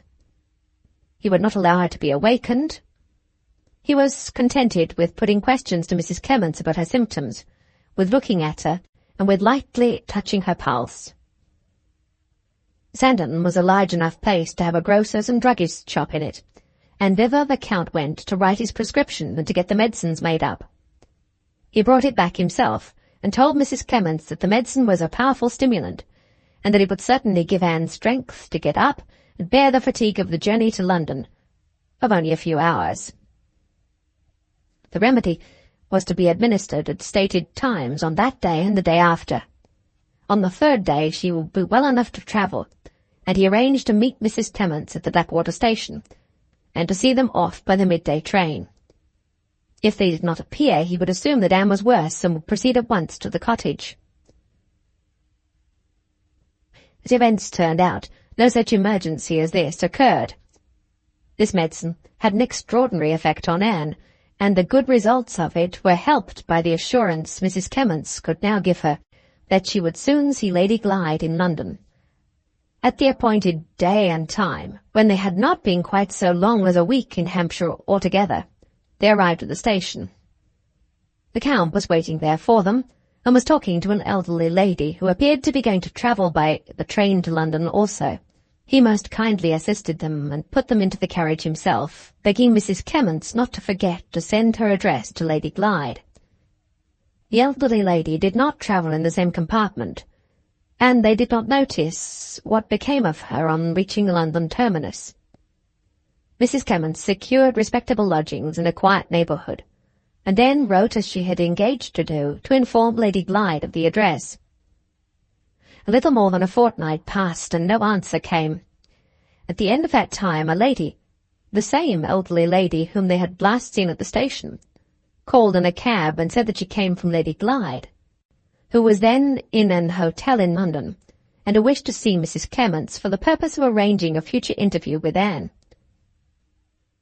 Mrs. Clements expressed her willingness, Anne being present at the time and entreating her to do so, to forward the object in view, especially as she was not required to be away from the house for more than half an hour at the most. She and the elderly lady, clearly Madame Fosco, then left in the cab. The lady stopped the cab after it had driven some distance at a shop before they got to the hotel, and begged Mrs. Clements to wait for her for a few minutes while she made a purchase that had been forgotten. She never appeared again. After waiting some time, Mrs. Clements became alarmed, and ordered the cabman to drive back to her lodgings. When she got there, after an absence of rather more than half an hour, Anne was gone. The only information to be obtained from the people of the house was derived from the servant who waited on the lodgers. She had opened the door to a boy from the street, who had left a letter for the young woman who lived on the second floor, the part of the house which Mrs. Clements occupied. The servant had delivered the letter, had then gone downstairs, and 5 minutes afterwards had observed Anne open the front door and go out, dressed in her bonnet and shawl. She had probably taken the letter with her, for it was not to be found, and it was therefore impossible to tell what inducement had been offered to make her leave the house. It must have been a strong one, for she would never stir out alone in London of her own accord. If Mrs. Clements had not known this by experience, nothing would have induced her to go away in the cab, even for so short a time as half an hour only. As soon as she could collect her thoughts, the first idea that naturally occurred to Mrs. Clements was to go and make inquiries at the asylum, to which she dreaded that Anne had been taken back. She went there the next day, having been informed of the locality in which the house was situated by Anne herself. The answer she received, her application having in all probability been made a day or two before the false Anne Catherick had really been consigned to the safe keeping of the asylum, was that no such person had been brought back there. She had then written to Mrs. Catherick in Wilmington to know if she had seen or heard anything of her daughter, and had received an answer in the negative. After that reply had reached her, she was at the end of her resources, and perfectly ignorant where else to inquire or what else to do. From that time to this, she had remained in total ignorance of the cause of Anne's disappearance, and of the end of Anne's story. 7. Thus far, the information which I had received from Mrs. Clements, though it established facts of which I had not previously been aware, was of a preliminary character only. It was clear that the series of deceptions which had removed Anne Catherick to London and separated her from Mrs. Clements had been accomplished solely by Count Fosco and the Countess. And the question whether any part of the conduct of husband or wife had been of a kind to place either of them within reach of the law might well be worthy of future consideration. But the purpose I now had in view led me in another direction than this. The immediate object of my visit to Mrs. Clements was to make some approach at least to the discovery of Sir Percival's secret. And she had said nothing as yet which advanced me on my way to that important end. I felt the necessity of trying to awaken her recollections of other times, persons and events than those on which her memory had hitherto been employed. And when I next spoke, I spoke with that object indirectly in view. "I wish I could be of any help to you in this sad calamity," I said. "All I can do is to feel heartily for your distress. If Anne had been your own child, Miss Clements, you could not have shown her truer kindness. You could have made no readier sacrifices for her sake. There's no great merit in that, sir, said Mrs. Clements, simply. The poor thing was as good as my own child to me. I nursed her from a baby, sir, bringing her up by hand, and a hard job was to rear her. It wouldn't go to my heart so to lose her, if I hadn't made her first short clothes and taught her to walk. I always said she was sent to console me for never having chick or child of my own. And now she's lost, the old times keep coming back to my mind. Even at my age I can't help crying about her. I can't indeed, sir. I waited a little to give Mrs. Clements time to compose herself. Was the light that I had been looking for so long glimmering on me, far off as yet, in the good woman's recollections of Anne's early life?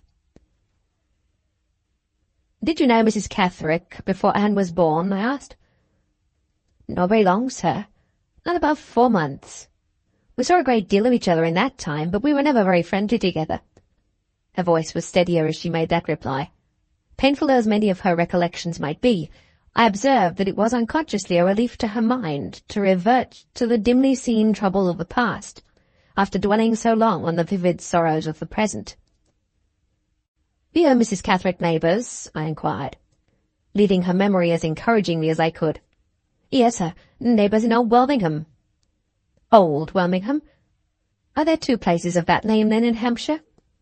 "Well, sir, they used to be in those days, better than 23 years ago. They built a new town, about 2 miles off, convenient to the river, and Old Welmingham, which was never much more than a village, got in time to be deserted. The new town is the place they call Welmingham now, but the old parish church is the parish church still, stands by itself, with the houses pulled down or gone to ruin all around it. I have lived to see sad changes. It was a pleasant, pretty place in my time." "Did you live there before you were married, Mrs. Clements?" "No, sir. I'm a Norfolk woman." "It wasn't the place my husband belonged to either. He was from Grimsby, as I told you, and he served his apprenticeship there. But having friends down south, and hearing of an opening, he got into business at Southampton. It was in a small way, but he made enough for a plain man to retire on, and settled at Old Welmingham. I went there with him when he married me. We were neither of us young, and we lived very happily together. Happier than our neighbour, Mr. Catherick. Lived along with his wife, and they came to Welmingham a year or 2 afterwards." "Was your husband acquainted with them before that?" "No, with Catherick, sir, not with his wife. She was a stranger to both of us. Some gentleman had made interest for Catherick, and he got the situation of clerk at Welmingham Church, which was the reason for his coming to settle in our neighbourhood. He brought his newly married wife along with him. We heard, in course of time, that she'd been a lady's maid in a family that lived at Vanneck Hall, near Southampton. Catherick had found it a hard matter to get her to marry him, in consequence of her holding herself uncommonly high. He had asked, and given the thing up at last, seeing she was so contrary about it. When he had given it up, she turned contrary just the other way, and came to him of her own accord without rhyme or reason, seemingly. My poor husband always said that it was the time to have given her a lesson, but Catherick was too fond of her to do anything of that sort. He never checked her either, before they were married or after. He was a quick man in his feelings, letting them carry him a deal too far. Now, in one way or another, he would have spoiled a better wife than Mrs. Catherick, if a better had married him. I don't like to speak ill of anyone, sir, but she was a heartless woman, with a terrible will of her own, fond of foolish admiration and fine clothes, and not caring to show as much as decent outward respect to Catherick, kindly as he always treated her. My husband said he thought that things would turn out badly when they first came to live near us, and his words proved true. Before they'd been quite 4 months in the neighbourhood, there was a dreadful scandal, and a miserable break-up in their household. Both of them were in fault. I'm afraid both of them were equally in fault." "You mean both husband and wife?" "Oh, no, sir. I don't mean Catherick. He was only to be pitied. I mean his wife and the person, And the person who caused the scandal? Yes, sir. A gentleman born and brought up, who ought to have set a better example. You know him, sir, and my poor dear Anne knew him only too well. Sir Percival Glyde. Yes, Sir Percival Glyde. My heart beat fast. I thought I had my hand on the clue. How little I knew then of the windings of the labyrinths which were still to mislead me. Did Sir Percival live in your neighbourhood at that time? I asked. No, sir. He came among us as a stranger. His father had died not long before in foreign parts. I remember he was in mourning. He put up at the little inn on the river. They pulled it down since that time, where gentlemen used to go to fish. He wasn't much noticed when he first came. It was a common thing enough for a gentleman to travel through all parts of England to fish in our river. Did he make his appearance in the village before Anne was born? Yes, sir.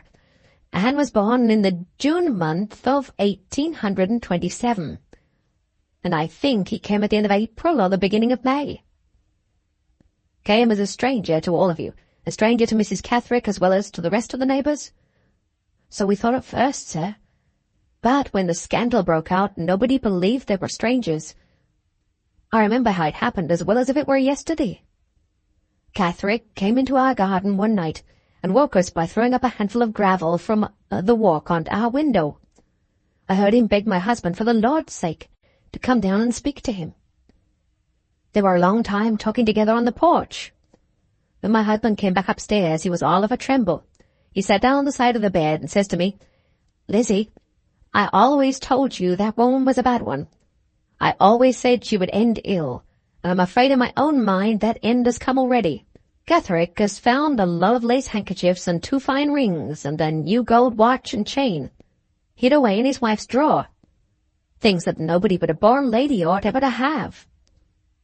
And his wife won't say how she came by them." "Does he think she sold them?" says I. "No," says he. "Stealing would be bad enough, but it's worse than that. She's had no chance of stealing such things as those, and she's not a woman to take them if she had. They're gifts, Lizzie. There's her own initials engraved inside the watch. And Catherick has seen her talking privately, and taking on as no married woman should, with that gentleman in mourning, Sir Percival Glyde. Don't you say anything about it. I've quietened Catherick for tonight. I've told him to keep his tongue to himself and his eyes and his ears open, and to wait a day or two, till he can be quite certain." "I believe you're both of you wrong," says I. "It's not in nature, comfortable and respectable as she is here, that Mrs. Catherick should take up with a chance stranger like Sir Percival Glyde." "Aye, but is he a stranger to her?" says my husband. "You forget how Catherick's wife came to marry him. She went to him of her own accord after saying no over and over again when he asked her. There have been wicked women before her time, Lizzie, who have used honest men who loved them as a means of saving their characters, and I'm sorely afraid this Mrs. Catherick is as wicked as the worst of them. We shall see," says my husband. "We shall see." And only 2 days afterwards we did see. Mrs. Cummins waited for a moment before she went on. Even in that moment I began to doubt whether the clue that I thought I had found was really leading me to the central mystery of the labyrinth after all. Was this too common story of a man's treachery and a woman's frailty the key to a secret which had been the lifelong terror of Sir Percival Glyde? "Well, sir, Catherick took my husband's advice and waited," Mrs. Clements continued. "And as I told you, he hadn't long to wait. On the second day, he found his wife and Sir Percival whispering together quite familiar, close under the vestry of the church. I suppose they thought the neighbourhood of the vestry was the last place in the world where anyone would think of looking after them. But, however that may be, there they were. Sir Percival, being seemingly surprised and confounded, defended himself in such a guilty way that poor Catherick, whose quick temper I've told you of already, fell into a kind of frenzy at his own disgrace, and struck Sir Percival. He was no match, and I'm sorry to say it, for the man who had wronged him, and he was beaten in the cruellest manner before the neighbours who had come to the place on hearing the disturbance could run in to part them. All this happened toward evening, and before nightfall, when my husband went to Catherick's house, he was gone. Nobody knew where. No living soul in the village ever saw him again. He knew too well by that time what his wife's vile reason had been for marrying him, and he felt his misery and disgrace, especially after what happened to him with Sir Percival, too keenly. The clergyman of the parish put an advertisement in the paper begging him to come back, and saying he should not lose his situation or his friends. But Catherick had too much pride and spirit, as some people said, too much feeling, as I think, sir, to face his neighbours again, and try to live down the memory of his disgrace. My husband heard from him when he left England, and heard a second time when he was settled and doing well in America. He's alive there now, as far as I know. But none of us in the old country, his wicked wife least of all, are ever likely to set eyes on him again. What became of Sir Percival? I inquired. Did he stay in the neighbourhood? Not he, sir. The place was too hot to hold him. He was heard at high words with Mrs. Catherick the same night when the scandal broke out, and the next morning he took himself off. And Mrs. Catherick? Surely she never remained in the village among the people who knew of her disgrace. She did, sir. She was hard enough and heartless enough to set the opinions of all her neighbours at flat defiance. She declared to everybody, from the clergyman downwards, that she was the victim of a dreadful mistake, and that all the scandalmongers in the place should not drive her out of it, as if she was the guilty woman.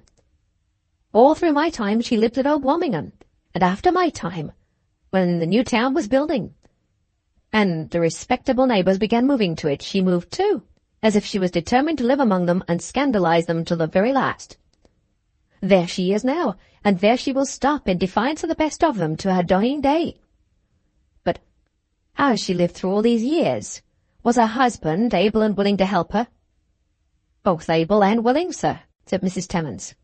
In the second letter he wrote to my good man, he said she had borne his name and lived in his home, and wicked as she was, she must not starve like a beggar in the street. He could afford to make her some small allowance, and she might draw for it quarterly at a place in London. Did she accept the allowance? Not a farthing of it, sir.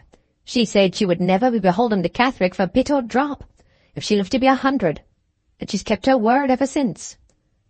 When my poor dear husband died, and left all to me, Catherick's letter was put in my possession with the other things, and I told her to let me know if she was ever in want. I'll let all England know if I'm in want, she said, before I tell Catherick or any friend of Catherick's. Take that for your answer, and give it to him for an answer if he ever writes again. Do you suppose that she had money of her own? Very little, if any, sir. It was said, and said truly, I'm afraid, that her means of living came privately from Sir Percival Glyde. After that last reply I waited a little, to reconsider what I had heard. If I unreservedly accepted the story so far, it was now plain that no approach, direct or indirect, to the secret had yet been revealed to me, and that the pursuit of my object had ended again in leaving me face to face with the most palpable and the most disheartening failure. But there was one point in the narrative which made me doubt the propriety of accepting it unreservedly, and which suggested the idea of something hidden below the surface. I could not account to myself for the circumstance of the clerk's guilty wife voluntarily living out all her after existence on the scene of her disgrace. The woman's own reported statement that she had taken this strange course as a practical assertion of her innocence did not satisfy me. It seemed, to my mind, more natural and more probable to assume that she was not so completely a free agent in this matter as she had herself asserted. In that case, who was the likeliest person to possess the power of compelling her to remain at Wilmingham? The person unquestionably from whom she derived the means of living. She had refused assistance from her husband. She had no adequate resources of her own. She was a friendless, degraded woman. From what source could she derive help but from the source at which report pointed? Sir Percival Glyde.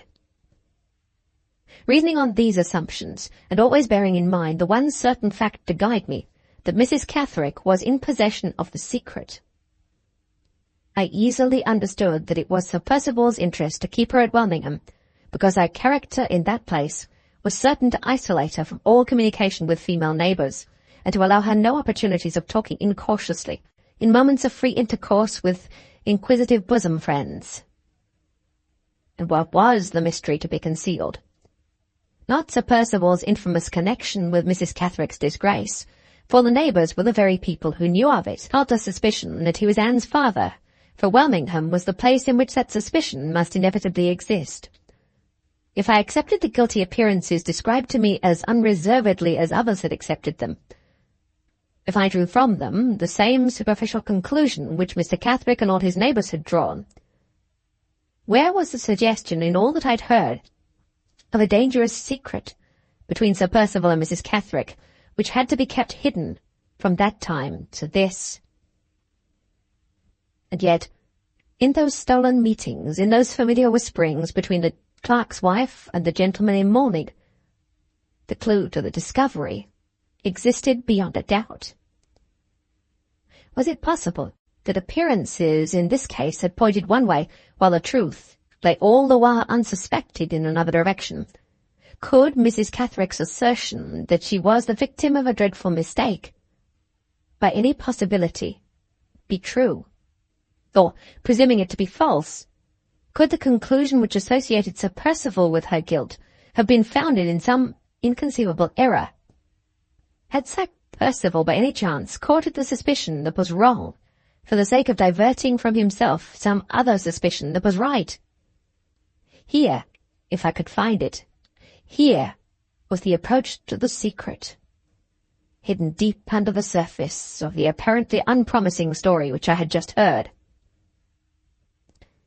My next questions were now directed to the one object of ascertaining whether Mr. Catherick had or had not arrived truly at the conviction of his wife's misconduct.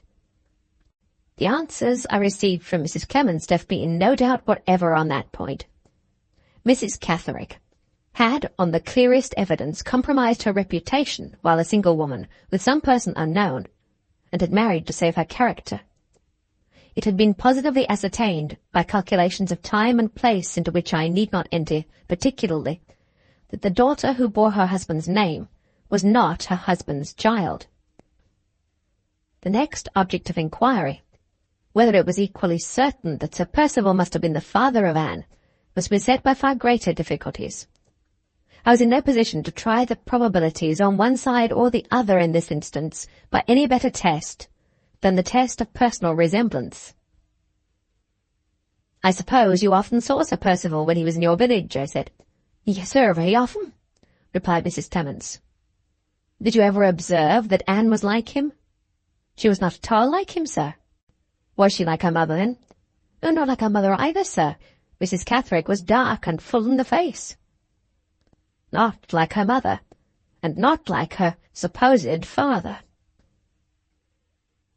I knew that the test by personal resemblance was not to be implicitly trusted, but on the other hand, it was not to be altogether rejected on that account. Was it possible to strengthen the evidence by discovering any conclusive facts in relation to the lives of Mrs. Catherick and Sir Percival before they either of them appeared at Old Birmingham? I asked my next questions with this in view. "When Sir Percival first arrived in your neighbourhood," I said, "did you hear where he had come from last?" "No, sir. Some said from Blackwater Park, and some said from Scotland, but nobody knew." "Was Mrs. Catherick living in the service at Varneck Hall immediately before her marriage?" "Yes, sir." "Had she been long in her place?" "Well, 3 or 4 years, sir. I'm not certain which." "Did you ever hear the name of the gentleman to whom Varneck Hall belonged at that time?" "Yes, sir. His name was Major Donthorne." "Did Mr. Catherick, or anyone else you knew, ever hear that Sir Percival was a friend of Major Donthorne's, or see Sir Percival in the neighbourhood of Varneck Hall?" "Catherick never did, sir, as I can remember, nor did anyone else either that I know of." I noted down Major Donthorne's name and address, on the chance that he might still be alive, and that it might be useful at some future time to apply to him. Meanwhile, the impression on my mind was now decidedly averse to the opinion that Sir Percival was Anne's father, and decidedly favourable to the conclusion that the secret of his stolen interviews with Mrs. Catherick was entirely unconnected with the disgrace which the woman had inflicted on her husband's good name. I could think of no further inquiries which I might make to strengthen this impression, I could only encourage Mrs. Clements to speak next of Anne's early days, and watch for any chance suggestion which might in this way offer itself to me. "I've not heard yet," I said, "how the poor child, born in all this sin and misery, came to be trusted, Mrs. Clements, to your care." "There wasn't nobody else, sir, to take the little helpless creature in hand," replied Mrs. Clements. "The wicked mother seemed to hate it, as if the poor baby was in fault, from the day it was born. My heart was heavy for the child, and I made the offer to bring it up as tenderly as if it was my own." "Did Anne remain entirely under your care from that time?" "Not quite entirely, sir. Mrs. Catherick had her whims and fancies about it at times, and she used now and then to lay claim to the child as if she wanted to spite me for bringing it up. But these fits of hers never lasted long. Poor little Anne was always returned to me, and always glad to get back, though she led but a gloomy life in my house, having no playmates, like other children, to brighten her up. Our longest separation was when her mother took her to Limmeridge. Just at that time I lost my husband, and I felt it was as well, in that miserable affliction, that Anne should not be in the house. She was between 10 and 11 years old then, slow at her lessons, poor soul, not so cheerful as other children, but as pretty a little girl to look at as you could wish to see. I waited at home till her mother brought her back, and then I made the offer to take her with me to London. The truth being so that I could not find it in my heart to stop at old Birmingham after my husband's death. The place was so changed and so dismal to me." "And did Mrs. Catherick consent to your proposal?" "No, sir. She came back from the north harder and bitterer than ever. Folks did say that she had been obliged to ask Sir Percival's leave to go, to begin with, and that she only went to nurse her dying sister at Limmeridge because the poor woman was reputed to have saved money. The truth being that she hardly left enough to bury her. These things may have soured Mrs. Catherick likely enough, but however that may be, she wouldn't hear of my taking the child away. She seemed to like distressing us both by parting us. All I could do was give Anne my direction, and to tell her privately that if she was ever in trouble, to come to me. But years passed before she was free to come. I never saw her again, poor soul, till the night she escaped from the madhouse." "You know, Mrs. Clements, why Sir Percival Glyde had her shut up?" "I only know what Anne herself told me, sir. The poor thing used to ramble and wander about it sadly. She said her mother had got some secret of Sir Percival's to keep, and had let it out to her long after I left Hampshire. And when Sir Percival found she knew it, he shut her up. But she never could say what it was when I asked her. All she could tell me was that her mother might be the ruin and destruction of Sir Percival if she chose. Mrs. Catherick may have let out just as much as that and no more. I'm next to certain I should have heard the whole truth from Anne if she'd really known it, as she pretended to do, and as she very likely fancied she did, poor soul." This idea had more than once occurred to my own mind. I'd already told Marian that I doubted whether Laura was really on the point of making any important discovery when she and Anne Catherick were disturbed by Count Fosco at the boat-house. It was perfectly in character with Anne's mental affliction that she should assume an absolute knowledge of the secret, on no better grounds than vague suspicion, derived from hints which her mother had incautiously let drop in her presence. Sir Percival's guilty distrust would in that case infallibly inspire him with the false idea that Anne knew all from her mother, just as it had afterwards fixed in his mind the equally false suspicion that his wife knew all from Anne. The time was passing. The morning was wearing away.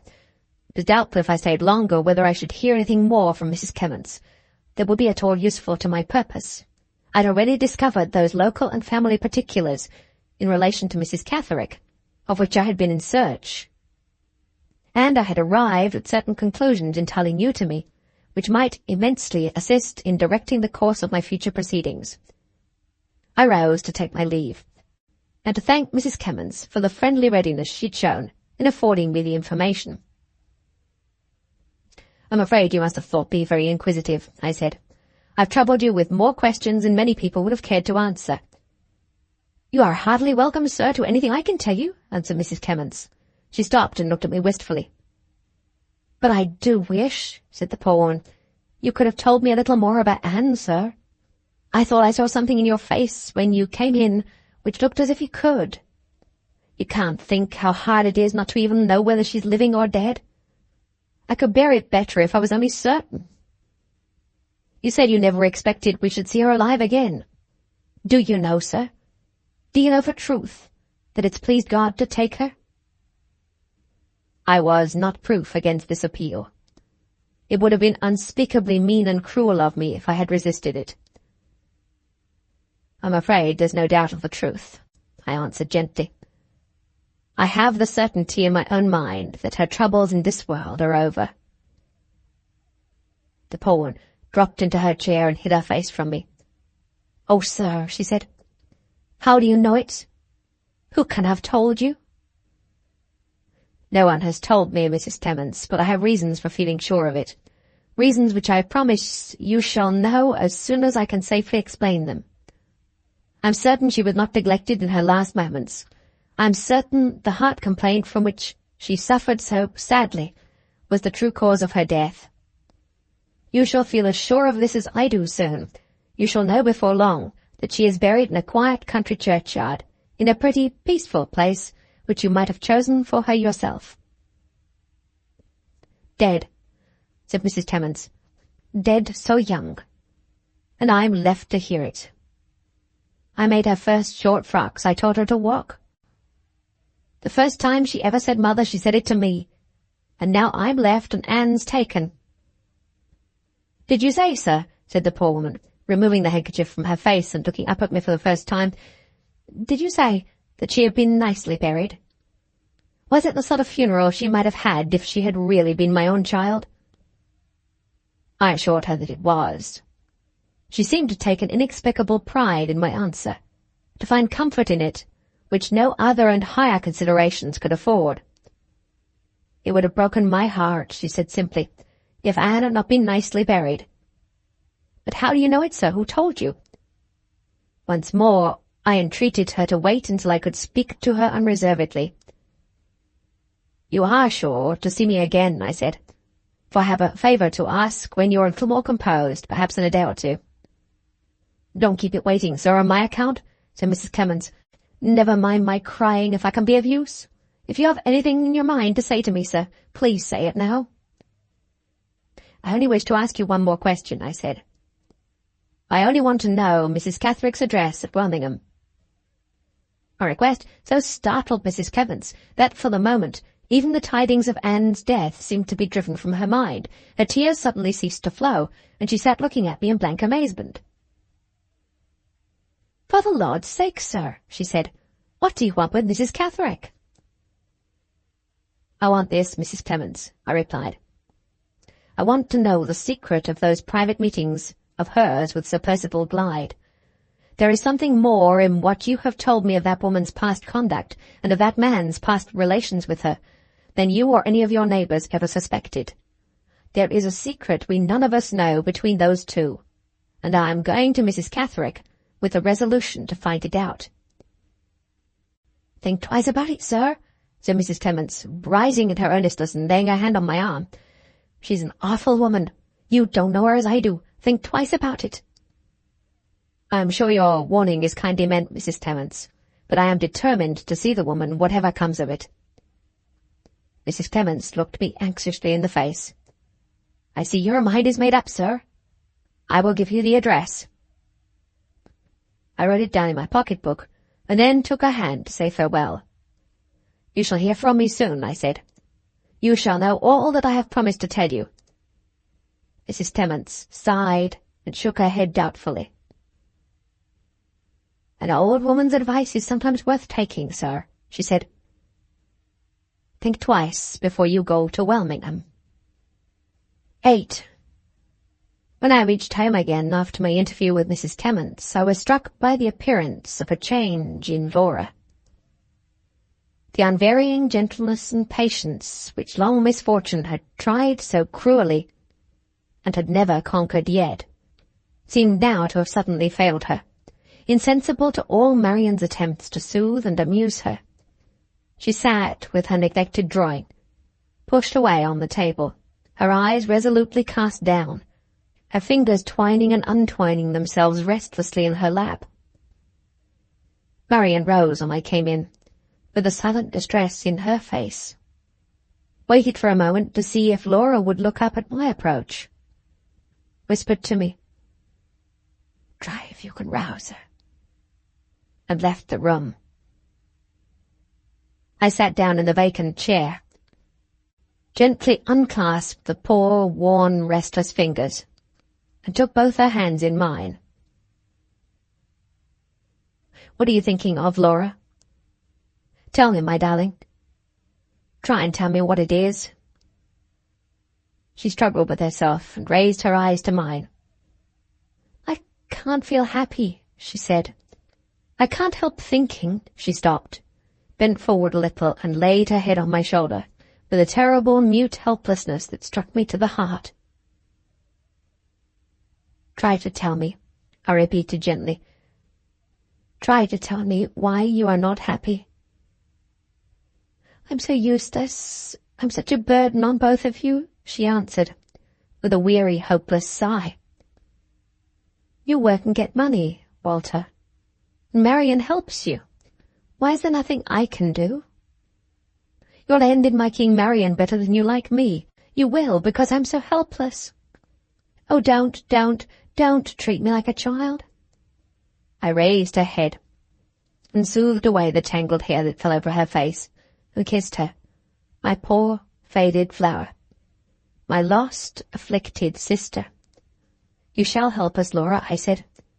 "You shall begin, my darling, today."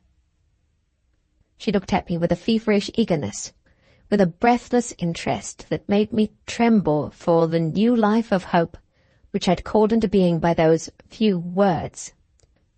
I rose and set her drawing materials in order and placed them near her again. "You know that I work and get money by drawing," I said. "Now, you've taken such pains, now that you're so much improved, you shall begin to work and get money too. Try to finish this little sketch as nicely and prettily as you can. When it's done, I'll take it away with me, and the same person will buy it who buys all that I do. You shall keep your own earnings in your own purse, and Marian shall come to you to help us as often as she comes to me. Think how useful you're going to make yourself to both of us, and you'll soon be as happy, Laura, as the day is long." Her face grew eager and brightened into a smile. In the moment while it lasted, in the moment when she again took up the pencils that had been laid aside, she almost looked like the Laura of past days. I had rightly interpreted the first signs of a new growth and strength in her mind, unconsciously expressing themselves in the notice that she'd taken of the occupations which filled her sister's life and mine. Marian, when I told her what had passed, saw as I saw, that she was longing to assume her own little position of importance, to raise herself in her own estimation and in ours, and from that day we tenderly helped the new ambition which gave promise of the hopeful, happier future that might now not be far off. Her drawings, as she finished them, or tried to finish them, were placed in my hands. Marian took them from me and hid them carefully, and I set aside a little weekly tribute from my earnings, to be offered to her as the price paid by strangers for the poor, faint, valueless sketches, of which I was the only purchaser. It was hard sometimes to maintain our innocent deception, when she proudly brought out her purse to contribute her share towards the expenses, and wondered with serious interest whether I or she had earned the most that week. I have all those hidden drawings in my possession still. They are my treasures beyond price, the dear remembrances that I love to keep alive, the friends in past adversity that my heart will never part from, my tenderness never forget. Am I trifling here with the necessities of my task? Am I looking forward to the happier time which my narrative has not yet reached? Yes. Back again, back to the days of doubt and dread. when the spirit within me struggled hard for its life, in the icy stillness of perpetual suspense. I've paused and rested for a while on our onward course. It is not perhaps time wasted, if the friends who read these pages have paused and rested too. I took the first opportunity I could find of speaking to Marian in private and of communicating to her the result of the inquiries which I had made that morning. She seemed to share the opinion on the subject of my proposed journey to Wilmingham, which Mrs. Clements had already expressed to me. "Surely, Walter," she said, "you hardly know enough yet to give you any hope of claiming Mrs. Catherick's confidence. Is it wise to proceed to these extremities before you've really exhausted all safer and simpler means of attaining your object? When you told me that Sir Percival and the Count were the only two people in existence who knew the exact date of Laura's journey, you forgot, and I forgot, that there was a third person who must surely know it. I mean Mrs. Rubell. Would it not be far easier and far less dangerous to insist on a confession from her than to force it from Sir Percival?" "It might be easier," I replied, "but we are not aware of the full extent of Mrs. Rubell's connivance and interest in the conspiracy, and we are therefore not certain that the date has been impressed on her mind, as it has been assuredly impressed on the minds of Sir Percival and the Count. It is too late now to waste the time of Mrs. Rubell, which may be all-important to the discovery of the one assailable point in Sir Percival's life. Are you thinking a little too seriously, Marian, of the risk I may run in returning to Hampshire? Are you beginning to doubt whether Sir Percival Glyde may not in the end be more than a match for me?" "He will not be more than your match," she replied decidedly, "because he will not be helped in resisting you by the impenetrable wickedness of the Count." "What led you to that conclusion?" I replied, in some surprise. "My own knowledge of Sir Percival's obstinacy and impatience of the Count's control," she answered. "I believe he will insist on meeting you single-handed, just as he insisted at first on acting for himself at Blackwater Park. The time for suspecting the Count's interference will be the time when you have Sir Percival at your mercy. His own interest will then be directly threatened, and he will act, Walter, to terrible purpose in his own defence." "We may deprive him of his weapons beforehand," I said. "Some of the particulars I've heard from Mrs. Clements may yet be turned to account against him. And other means of strengthening the case may be at our disposal. There are passages in Mrs. Michelson's narrative which show that the Count found it necessary to place himself in communication with Mr. Fairlie, and there may be circumstances which compromise him in that proceeding. While I am away, Marian, write to Mr. Fairlie, and say that you want an answer describing exactly what passed between the Count and himself, and informing you also of any particulars that may have come to his knowledge at the same time in connection with his niece. Tell him that the statement you request will, sooner or later, be insisted on, if he shows any reluctance to furnish you with it of his own accord." "The letter should be written, Walter. But are you really determined to go to Wilmingham?" "Absolutely determined. I will devote the next 2 days to earning what we want for the week to come, and on the third day I go to Hampshire." When the third day came, I was ready for my journey. As it was possible that I might be absent for some little time, I arranged with Marian that we were to correspond every day, of course addressing each other by assumed names for caution's sake. As long as I heard from her regularly, I should assume that nothing was wrong. But if the morning came and brought me no letter, my return to London would take place as a matter of course by the first train. I contrived to reconcile Laura to my departure by telling her that I was going to the country to find new purchasers for her drawings and for mine, but left her occupied and happy. Marian followed me downstairs to the street door. "Remember what anxious hearts you leave here," she whispered, as we stood together in the passage. "Remember all the hopes that hang on your safe return. If strange things happen to you on this journey, if you and Sir Percival meet—" "What makes you think we shall meet?" I asked. "I don't know. I have fears and fancies that I cannot account for. Laugh at them, Walter, if you like, but for God's sake, keep your temper if you come in contact with that man." "Never fear, Marian. I answer for my self-control." With those words, we parted. I walked briskly to the station. There was a glow of hope in me. There was a growing conviction in my mind that my journey this time would not be taken in vain. It was a fine, clear, cold morning. My nerves were firmly strung, and I felt all the strength of my resolution stirring in me vigorously from head to foot. As I crossed the railway platform and looked right and left among the people congregated on it, to search for any faces among them that I knew, the doubt occurred to me whether it might not have been to my advantage if I had adopted a disguise before setting out for Hampshire. But there was something so repellent to me in the idea, something so meanly like the common herd of spies and informers, in the mere act of adopting a disguise, that I dismissed the question from consideration almost as soon as it had arisen in my mind. Even as a mere matter of expediency, the proceeding was doubtful in the extreme. If I tried the experiment at home, the landlord of the house would sooner or later discover me, and would have his suspicions aroused immediately, and if I tried it away from home, the same persons might see me by the commonest accident with the disguise and without it, that I should in that way be inviting the notice and distrust which it was my most pressing interest to avoid. In my own character I had acted thus far, and in my own character I was resolved to continue to the end. The train left me at Wilmington early in the afternoon.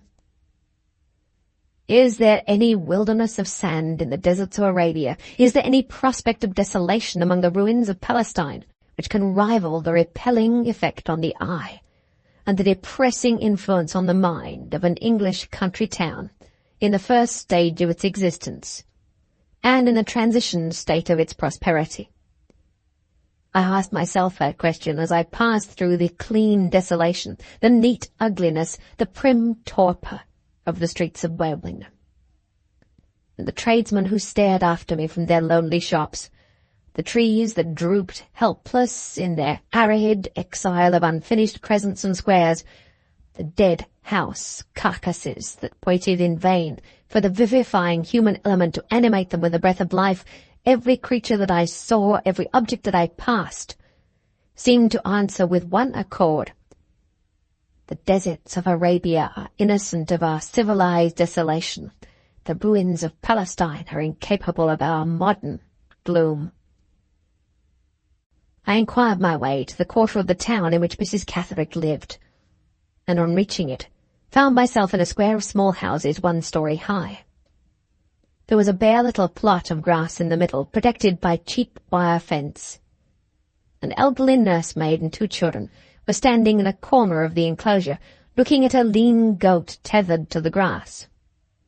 2 foot passengers were talking together on one side of the pavement before the houses, and an idle little boy was leading an idle little dog along by a string on the other. I heard the dull tinkling of a piano in the distance, accompanied by the intermittent knocking of a hammer nearer at hand. These were all the sights and sounds of life that encountered me when I entered the square. I walked at once to the door of number 13, the number of Mrs. Catterick's house, and knocked, without waiting to consider beforehand how I might best present myself when I got in. The first necessity was to see Mrs. Catterick. I could then judge from my own observation of the safest and easiest manner to approach the object of my visit. The door was opened by a melancholy, middle-aged woman servant. I gave her my card and asked if I could see Mrs. Catterick. The card was taken into the front parlour, and the servant returned with a message requesting me to mention what my business was. "Say, if you please, that my business relates to Mrs. Catterick's daughter," I replied. This was the best pretext I could think of, on the spur of the moment, to account for my visit. The servant again retired to the parlour, again returned, and this time begged me, with a look of gloomy amazement, to walk in. I entered a little room with a flaring paper of the largest pattern on the walls. Chairs, tables, chiffonier, sofa, all gleamed with the glutinous brightness of cheap upholstery. On the largest table in the middle of the room stood a smart Bible, placed exactly in the centre of a red and yellow woolen mat. And at the side of the table nearest to the window, with a little knitting basket on her lap and a wheezing, blear-eyed old spaniel crouched at her feet, there sat an elderly woman, wearing a black net cap and a black silk gown, and having slate-coloured mittens on her hands.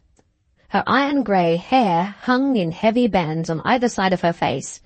Her dark eyes looked straight forward with a hard, defiant, implacable stare. She had full, square cheeks and a long, firm chin and thick, sensual, colourless lips.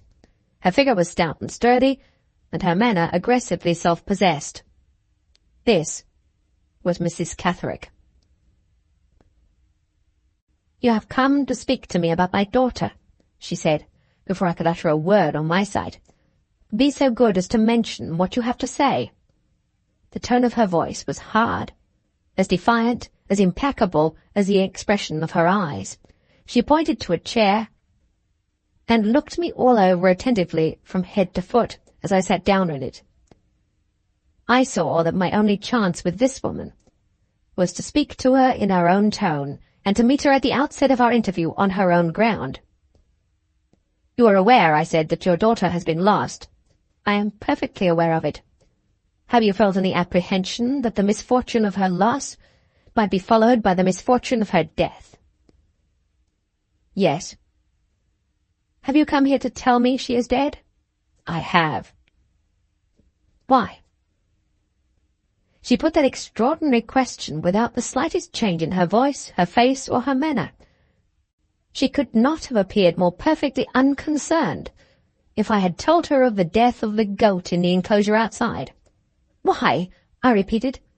"Do you ask why I come here to tell you of your daughter's death?" "Yes." "What interest have you in me or in her? How do you come to know anything about my daughter?" "In this way. I met her on the night when she escaped from the asylum, and I assisted her in reaching a place of safety." "You did very wrong." "I'm sorry to hear her mother say so." "Her mother does say so." "How do you know she is dead?" "I'm not at liberty to say how I know it, but I do know it." "Are you at liberty to say how you found out my address?" "Certainly. I got your address from Mrs. Clements." "Mrs. Clements is a foolish woman." "Did she tell you to come here?" "She did not." "Then I ask you again, why did you come?" As she was determined to have her answer, I gave it to her in the plainest possible form. "I came," I said, "because I thought Anne Catherick's mother might have some natural interest in knowing whether she was alive or dead." "Just so," said Mrs. Catherick, with additional self-possession. "Had you no other motive?" I hesitated. The right answer to that question was not easy to find at a moment's notice. "If you have no other motive," she went on, deliberately taking off her slate-coloured mittens and rolling them up, "I have only to thank you for your visit and to say that I will not detain you here any longer. Your information would be more satisfactory if you were willing to explain how you became possessed of it. However, it justifies me, I suppose, in going into mourning. There is not much alteration necessary in my dress, as you can see. When I have changed my mittens, I shall be all in black." She searched in the pocket of her gown, drew out a pair of black lace mittens, put them on with the stoniest and steadiest composure, and then quietly crossed her hands in her lap. "I wish you good morning," she said.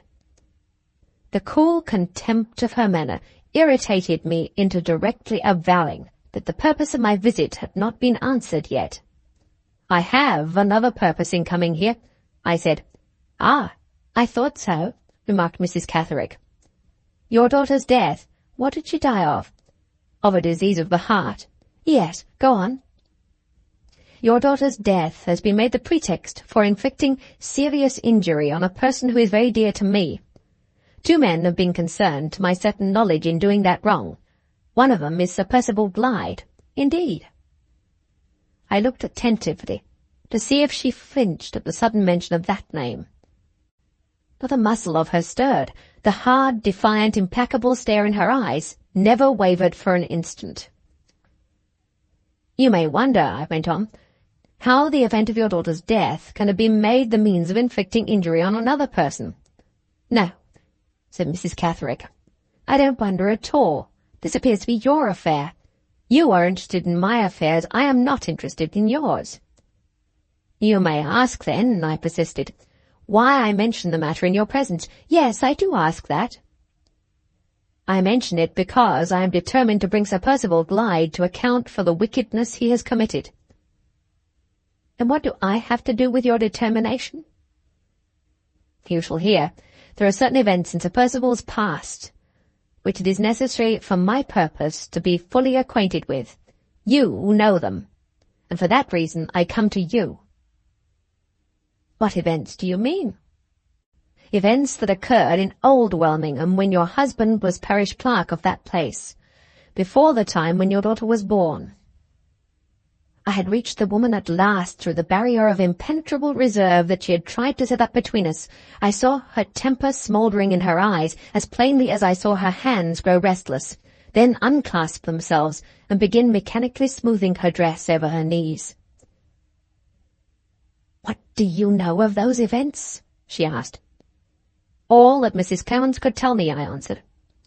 There was a momentary flush on her firm, square face, a momentary stillness in her restless hands, which seemed to betoken a coming outburst of anger that might throw her off her guard. But there, she mastered the rising irritation, leaned back in her chair, crossed her arms on her broad bosom, and, with a smile of grim sarcasm on her thick lips, looked at me as steadily as ever.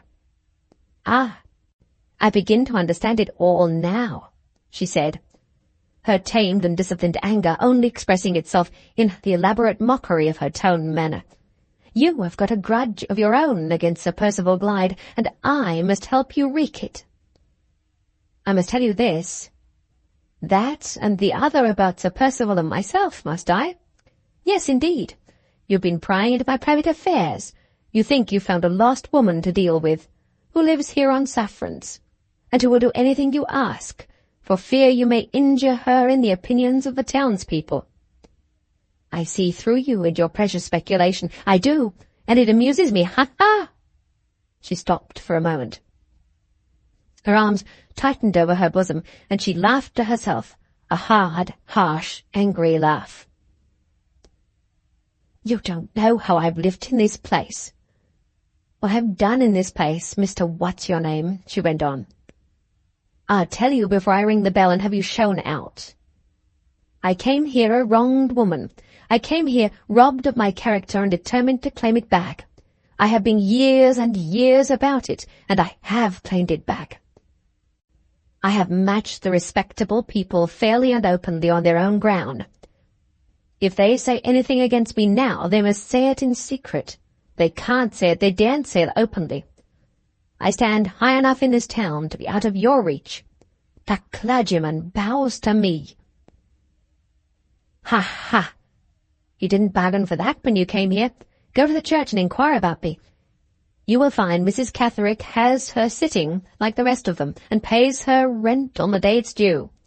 Go to the town hall, there's a petition lying there, a petition of the respectable inhabitants against allowing a circus to come and perform here to corrupt our morals, yes, our morals. I signed that petition this morning. Go to the bookseller's shop. The clergyman's Wednesday evening lectures on justification by faith are publishing there by subscription. I am down on the list. The doctor's wife only put a shilling in the plate at our last charity sermon. I put half a crown. Mr. Churchwarden Soward held the plate and bowed to me. 10 years ago he told Pigram the chemist that I ought to be whipped out of the town on a cart's tail. Is your mother alive? Has she got a better Bible on her table than I ever got on mine? Does she stand better with her tradespeople than I do with mine? Has she always lived within her income? I have always lived within mine.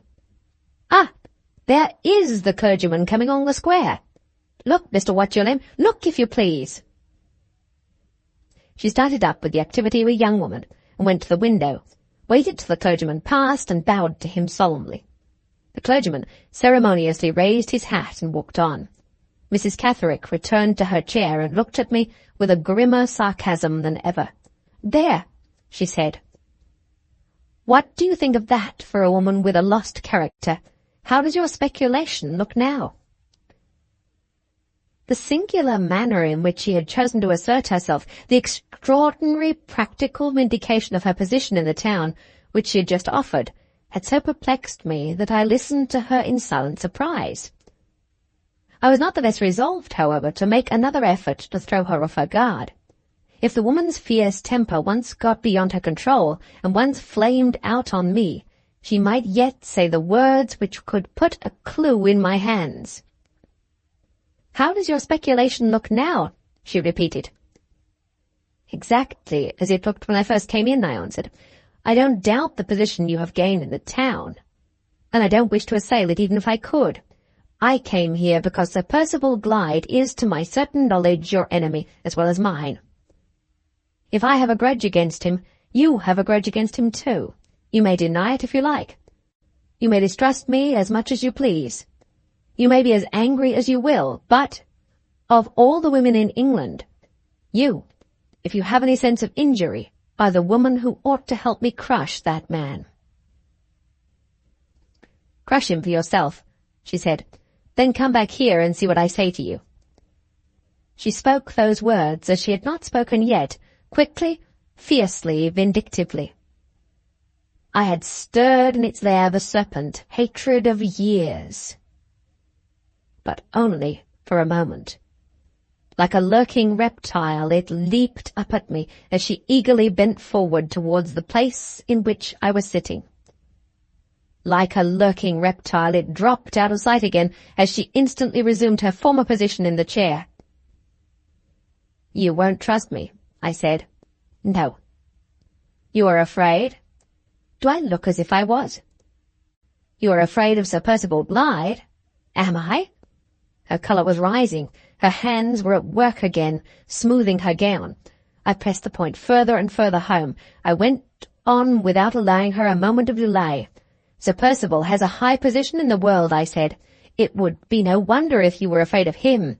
Sir Percival is a powerful man, a baronet, the possessor of a fine estate, and a descendant of a great family." She amazed me beyond expression by suddenly bursting out laughing. "Yes," she repeated, in tones of the bitterest, steadiest contempt, "a baronet, the possessor of a fine estate, the descendant of a great family. Yes, indeed, a great family, especially by the mother's side." There was no time to reflect on the words that had just escaped her.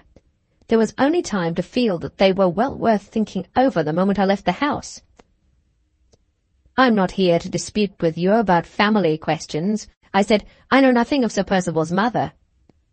"And you know as little of Sir Percival himself," she interposed sharply. "I advise you not to be too sure of that," I rejoined. "I know some things about him, and I suspect many more." "What do you suspect?" "I'll tell you what I don't suspect. I don't suspect him of being Anne's father."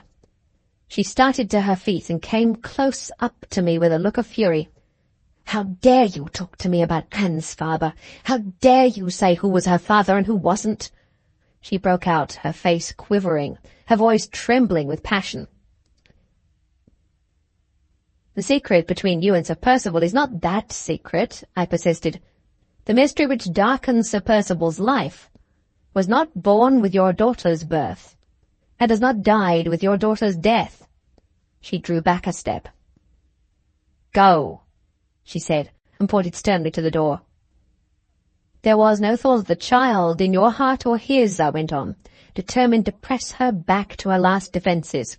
"There was no bond of guilty love between you and him when you held those stolen meetings, when your husband found you whispering together under the vestry of the church."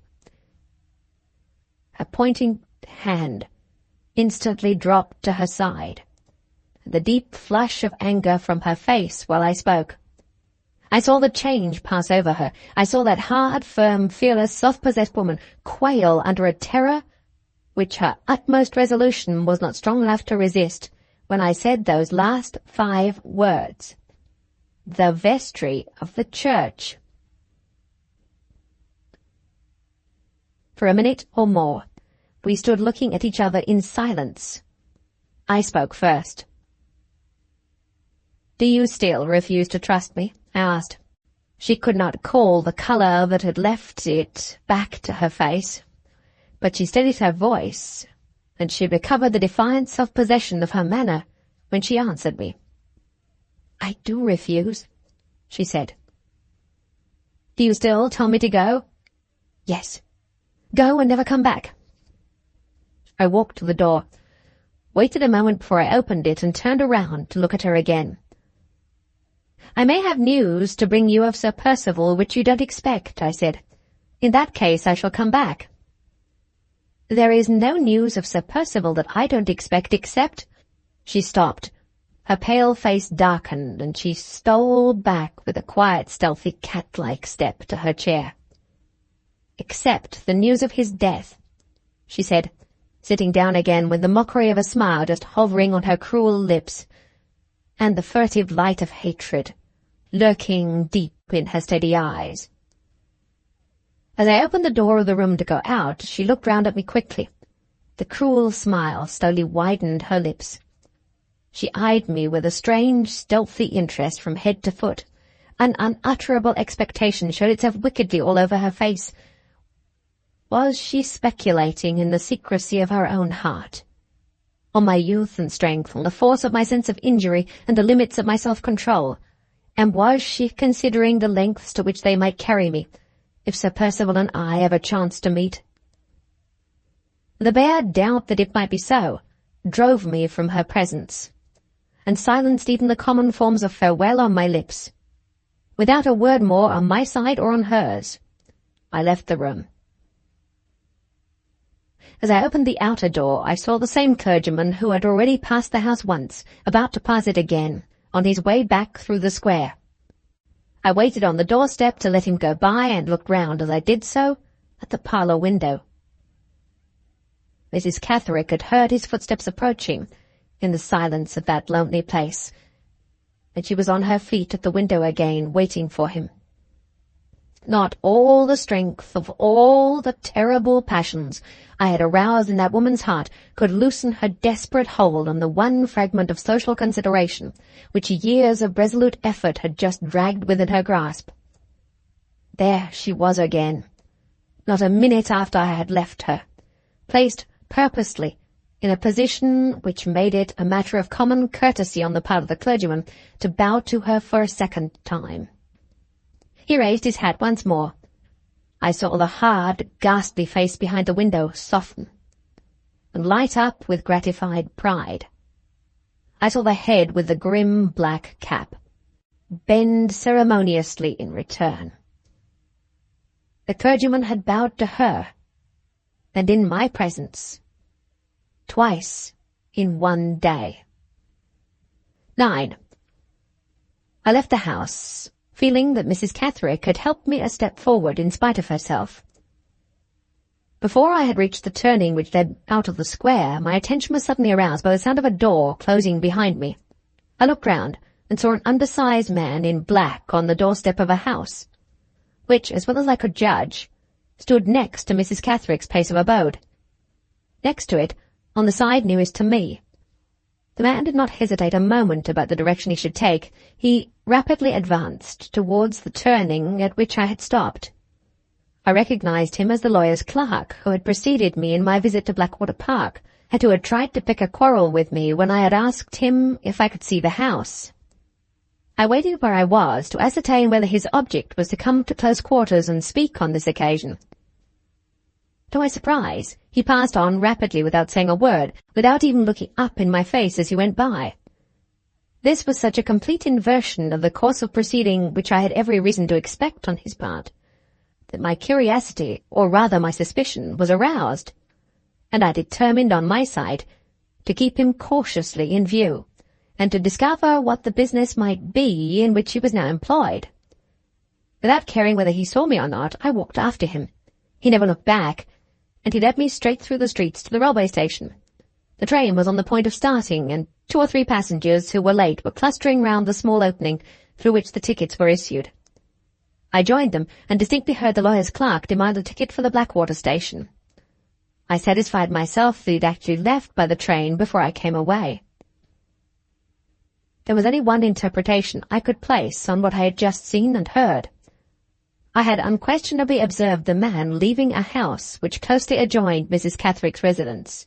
He had probably been placed there by Sir Percival's directions as a lodger, in anticipation of my inquiries leading me sooner or later to communicate with Mrs. Catherick. He had doubtless seen me go in and come out, and he had hurried away to the first train to make his report at Blackwater Park, to which place Sir Percival would naturally betake himself, knowing what he evidently knew of my movements, in order to be ready on the spot if I returned to Hampshire.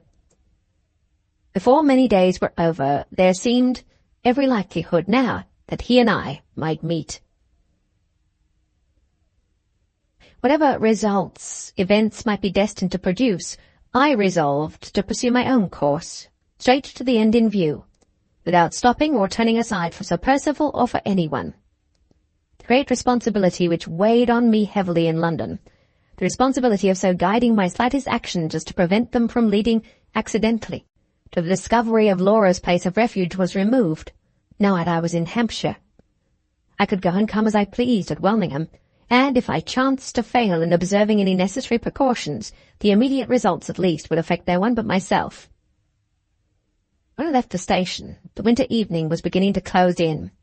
There was little hope of continuing my inquiries after dark to any useful purpose in a neighbourhood that was strange to me. Accordingly, I made my way to the nearest hotel and ordered my dinner and my bed. This done, I wrote to Marian to tell her that I was safe and well, and that I had fair prospects of success.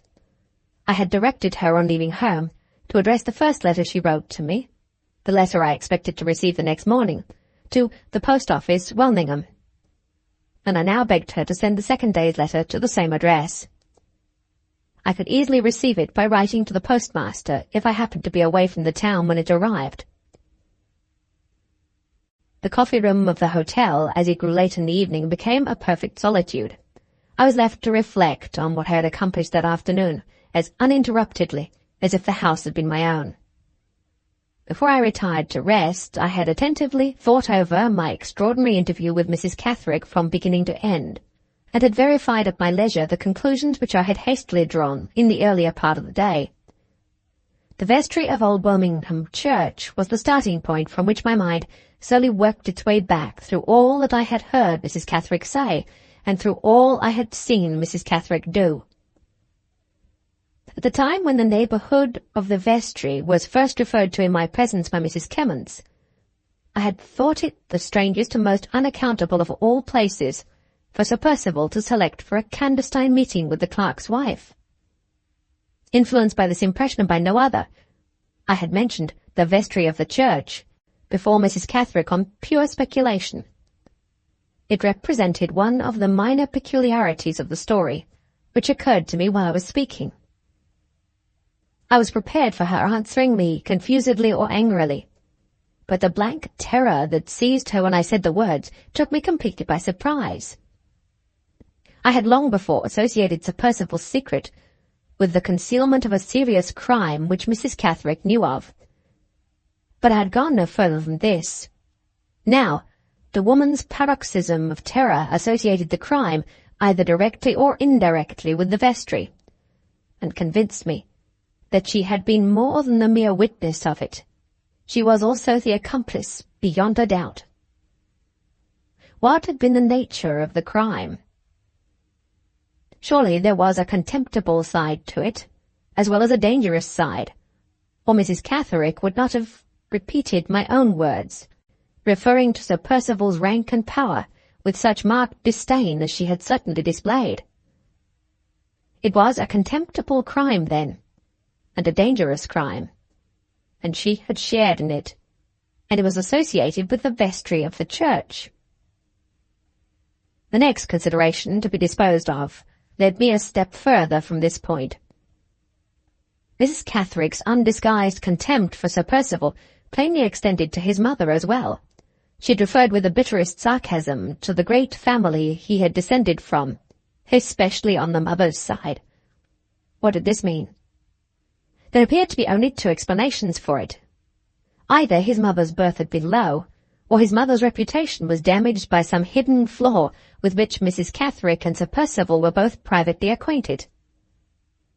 I could only put the first explanation to the test by looking at the register of her marriage, and so ascertaining her maiden name and her parentage as a preliminary to further inquiries. On the other hand, if the second case supposed were the true one, what had been the flaw in her reputation? Remembering the account which Marian had given me of Sir Percival's father and mother, and of the suspiciously unsocial, secluded life they had both led, I now asked myself whether it might not be possible that his mother had never been married at all. Here again the register might, by offering written evidence of the marriage, prove to me, at any rate, that this doubt had no foundation in truth. But where was the register to be found? At this point, I took up the conclusions which I had previously formed, and the same mental process which had discovered the locality of the concealed crime now lodged the register also in the vestry of Old Birmingham Church. These were the results of my interview with Mrs. Catherick. These were the various considerations all steadily converging to one point, which decided the course of my proceedings on the next day.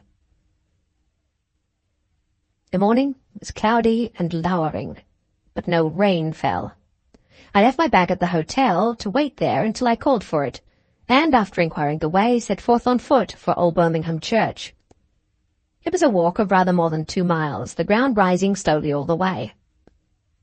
On the highest point stood the church, an ancient weather-beaten building, with heavy buttresses at its sides, and a clumsy square tower in front. The vestry at the back was built out from the church, and seemed to be of the same age. Round the building at intervals appeared the remains of the village which Mrs. Clements had described to me as her husband's place of abode in the former years, and which the principal inhabitants had long since deserted for the new town. Some of the empty houses had been dismantled to their outer walls, some had been left to decay with time, and some were still inhabited by persons evidently of the poorest class. It was a dreary scene. And yet, in the worst aspect of its ruin, not so dreary as the modern town that I had just left. Here there was the brown, breezy sweep of the surrounding fields for the eye to repose on. Here the trees, leafless as they were, still varied the monotony of the prospect, and helped the mind to look forward to summertime and shade. As I moved away from the back of the church, and passed some of the dismantled cottages in search of a person who might direct me to the clerk, I saw 2 men saunter out after me from behind the wall. The tallest of the two, a stout, muscular man in the dress of a gamekeeper, was a stranger to me. The other was one of the men who had followed me in London on the day when I left Mr. Kyle's office. I had taken particular notice of him at the time, and felt sure that I was not mistaken in identifying the fellow on this occasion. Neither he nor his companion attempted to speak to me, and both kept themselves at a respectful distance, but the motive of their presence in the neighbourhood of the church was plainly apparent. It was exactly as I had supposed. Sir Percival was already prepared for me. My visit to Mrs. Catherick had been reported to him the evening before, and those 2 men had been placed on the lookout near the church, in anticipation of my appearance at Old Birmingham. If I had wanted any further proof of my investigations had taken the right direction at last, the plan now adopted for watching me would have supplied it. I walked on, away from the church, until I reached one of the inhabited houses, with a patch of kitchen garden attached to it on which a labourer was at work. He directed me to the clerk's abode, a cottage at some little distance off, standing by itself on the outskirts of the forsaken village. The clerk was indoors, and was just putting on his greatcoat. He was a cheerful, familiar, loudly talkative old man, with a very poor opinion, as I soon discovered, of the place in which he lived, and a happy sense of superiority to his neighbours in virtue of the great personal distinction of having once been in London. "It's where you came so early, sir," said the old man, when I had mentioned the object of my visit. I should have been away in 10 minutes or more. Parish business, sir, and a goodish long trot before it's all done for a man at my age. But bless you, I'm strong in my legs still. As long as a man don't give it his legs, there's a great deal of work left in him. Don't you think so yourself, sir? He took his keys down while he was talking from a hook behind the fireplace and locked his cottage door behind us. Nobody at home to keep house for me, said the clerk, with a cheerful sense of perfect freedom from all family encumbrances. My wife's in the churchyard there, and my children are all married. Wretched place, isn't it, sir? But the parish is a large one. Every man couldn't get through the business as I do. There's learning does it, and I've had my share and little more. I can talk the Queen's English, God bless the Queen, and that's more than most of the people about here can do. You're from London, I suppose, sir? I've been in London a matter of 25 years ago. What's the news there now, if you please? Chattering on in this way, he led me back to the vestry. I looked about to see if the two spies were still in sight. They were not visible anywhere, and having discovered my application to the clerk, they had probably concealed themselves where they could watch my next proceedings in perfect freedom. The vestry door was of stout old oak, studded with strong nails, and the clerk put his large, heavy key into the lock with the air of a man who knew that he had a difficulty to encounter, and who was not quite certain, creditably, of conquering it. I'm obliged to bring you this way, sir, he said, because the door from the vestry to the church is bolted on the vestry side. We might have got in through the church otherwise. This is a perverse lock, if ever there was one yet. It's big enough for a prison door. It's been hampered over again and again, and it ought to be changed for a new one. I've mentioned that to the churchwarden 50 times over at least, and he's always saying, see about it. It does, see. It's sort of a lost corner, this place. Not like London, is it, sir? Bless you, we all asleep here. We don't march with the times. After some twisting and turning of the key, the heavy lock yielded and he opened the door. The vestry was larger than I should have supposed it to be, judging from the outside only. It was a dim, mouldy, melancholy old room, with a low, raftered ceiling. Round two sides of it, the sides nearest to the interior of the church, ran heavy wooden presses, worm-eaten and gaping with age. Hooked to the inner corner of one of these presses hung several surplices, all bulging out at their lower ends, in an irreverent-looking bundle of limp drapery. Below the surplices on the floor stood 3 packing cases with the lids half off, half on, and the straw profusely bursting out of their cracks and crevices in every direction. Behind them, in the corner, was a litter of dusty papers, some large, rolled up like architect's plans, some loosely strung together on files like bills or letters.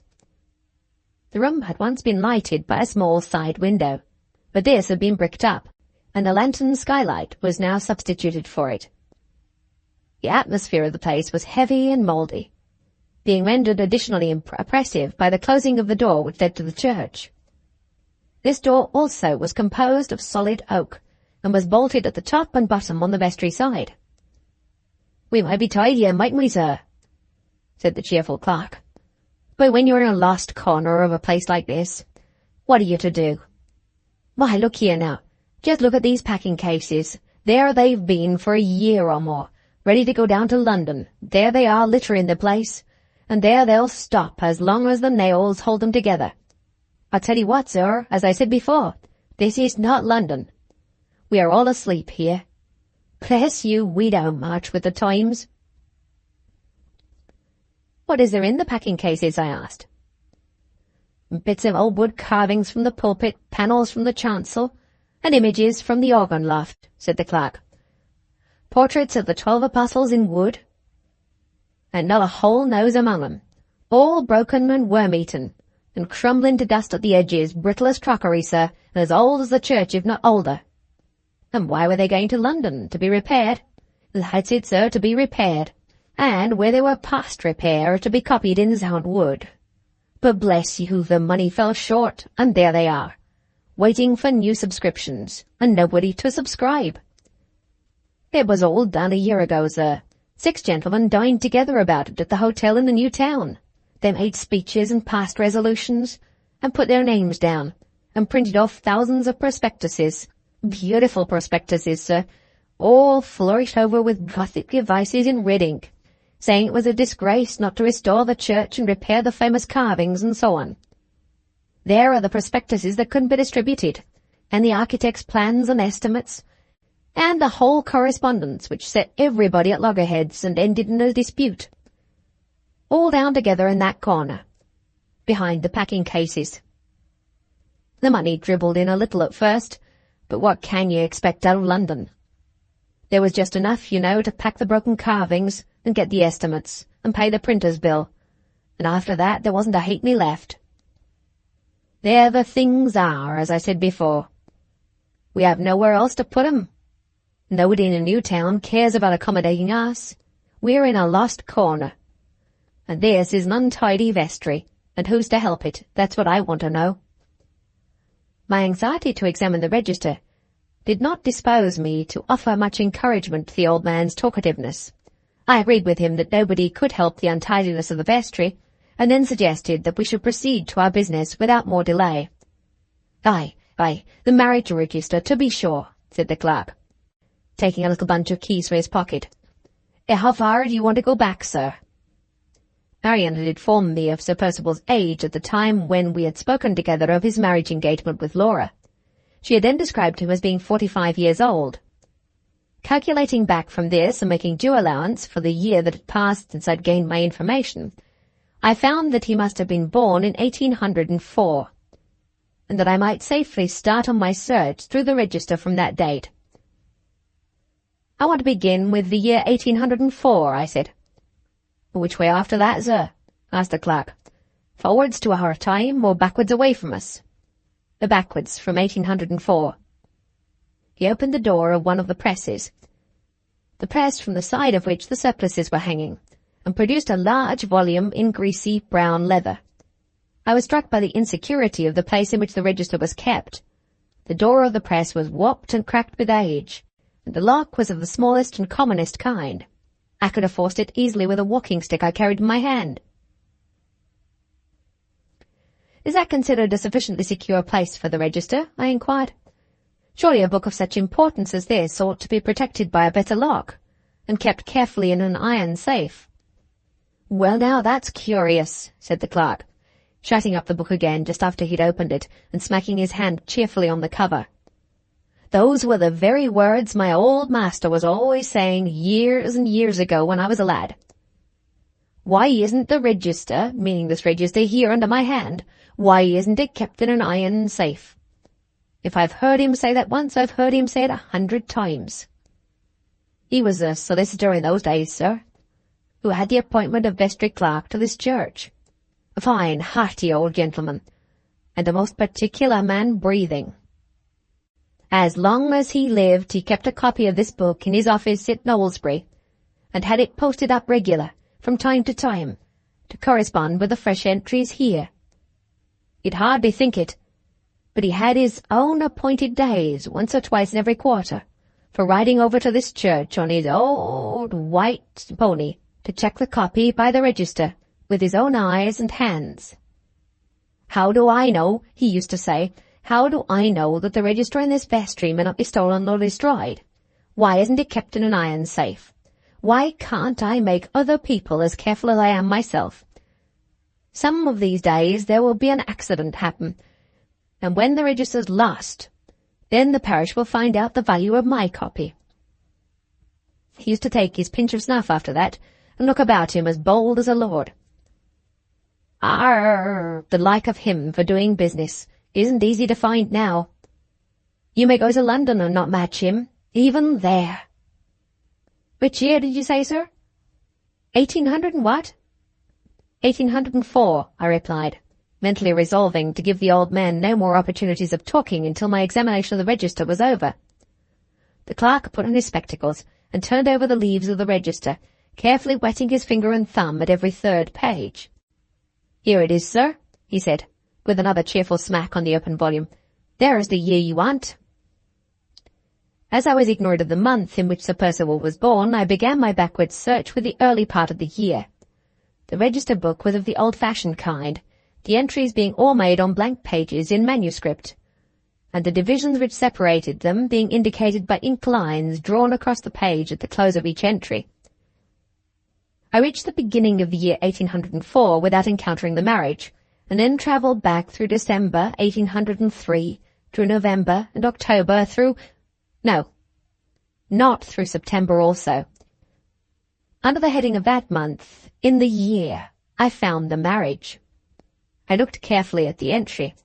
It was at the bottom of a page, and was, for want of room, compressed into a smaller space than occupied by the marriages above. The marriages immediately before it was impressed on my attention by the circumstance of the bridegroom's Christian name being the same as my own. The entry immediately following it, on the top of the next page, was noticeable in another way from the large space it occupied.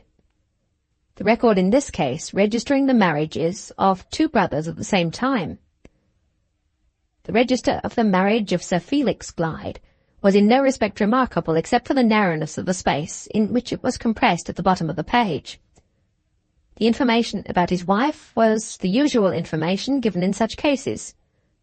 She was described as Cecilia Jane Elster, of Parkview Cottages, Knowlesbury, only daughter of the late Patrick Elster, Esquire, formerly of Bath.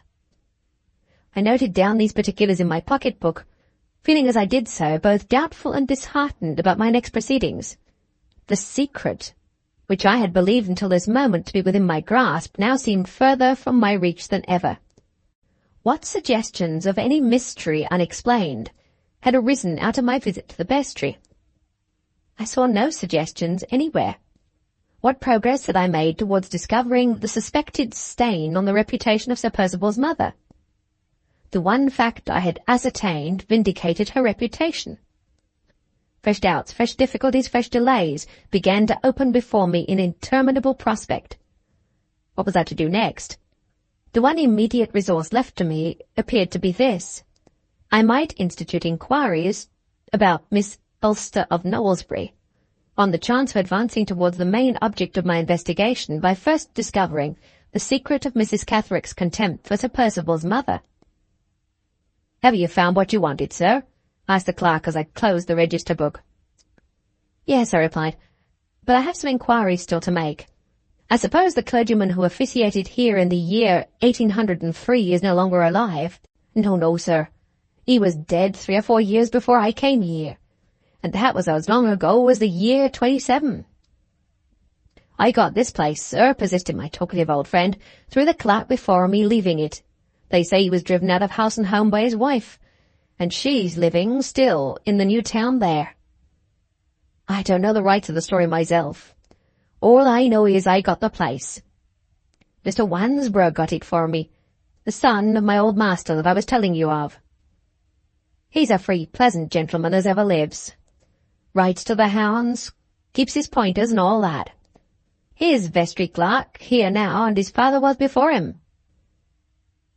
"Did you not tell me that your former master lived at Knowlesbury?" I asked, calling to mind the long story about the precise gentleman of the old school, with which my talkative friend had wearied me before he opened the register book.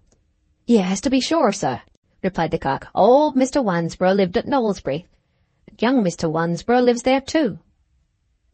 "You said just now that he was vestry clerk, like his father before him." "I'm not quite sure that I know what a vestry clerk is." "Don't you indeed, sir? And you come from London too. Every parish church, you know, has a vestry clerk and a parish clerk. The parish clerk is a man like me, except that I've got a deal more learning than most of 'em, though I don't boast of it. And the vestry clerk is a sort of appointment that the lawyers get, and if there's any business to be done for the vestry, why, they go and do it. It's just the same in London. Every parish church there has got its vestry clerk, and you may take my word for it, he's sure to be a lawyer." "Then young Mr. Wansborough is a lawyer, I suppose?" "Of course he is, sir. A lawyer in High Street, Knowlesbury, the old offices that his father had before him. The number of times I've swept those offices out and seen the old gentleman come trotting into business on his white pony, looking right and left all down the street, and nodding to everybody. Bless you, he was a popular character. He'd have done in London. How far is it to Knowlesbury from this place? Oh, a long stretch, sir, said the clerk, with that exaggerated idea of distances, and that vivid perception of difficulties in getting from place to place which is peculiar to all country people. Nigh on 5 mile, I can tell you. It was still early in the forenoon. There was plenty of time for a walk to Knowlesbury and back, to Welmingham. There was no person probably in the town who was fitter to assist my inquiries about the character and position of Sir Percival's mother before her marriage than the local solicitor. Resolving to go at once to Knowlesbury on foot, I led the way out of the vestry. "Thank you kindly, sir," said the clerk as I slipped my little present into his hand. "Are you really going to walk all the way to Knowlesbury and back? Well, you're strong in your legs too. And what a blessing that is, isn't it? There's the road, you can't miss it. I wish I was going your way. It's pleasant to meet with a gentleman from London at a lost corner like this. One hears the news. Wish you good morning, sir. Thank you kindly once more." We parted. As I left the church behind me, I looked back, and there were the 2 men again on the road below, with a third in their company, that third person being the short man in black, whom I had traced to the railway station the evening before. The 3 stood talking together for a little while, then separated. The man in black went away by himself towards Welmingham. The other 2 remained together, evidently waiting to follow me as soon as I walked on. I proceeded on my way without letting the fellows see that I took any special notice of them. They caused me no conscious irritation of feeling at that moment. On the contrary, they rather revived my sinking hopes. In the surprise of discovering the evidence of the marriage, I had forgotten the inference I had first drawn on perceiving the men in the neighbourhood of the vestry. Their reappearance reminded me that Sir Percival had anticipated my visit to Old Birmingham Church as the next result of my interview with Mrs. Catherick. Otherwise he would never have placed his spies there to wait for me. Smoothly and fairly as appearances looked in the vestry, there was something wrong beneath them. There was something in the register book, for aught I knew, that I had not discovered yet.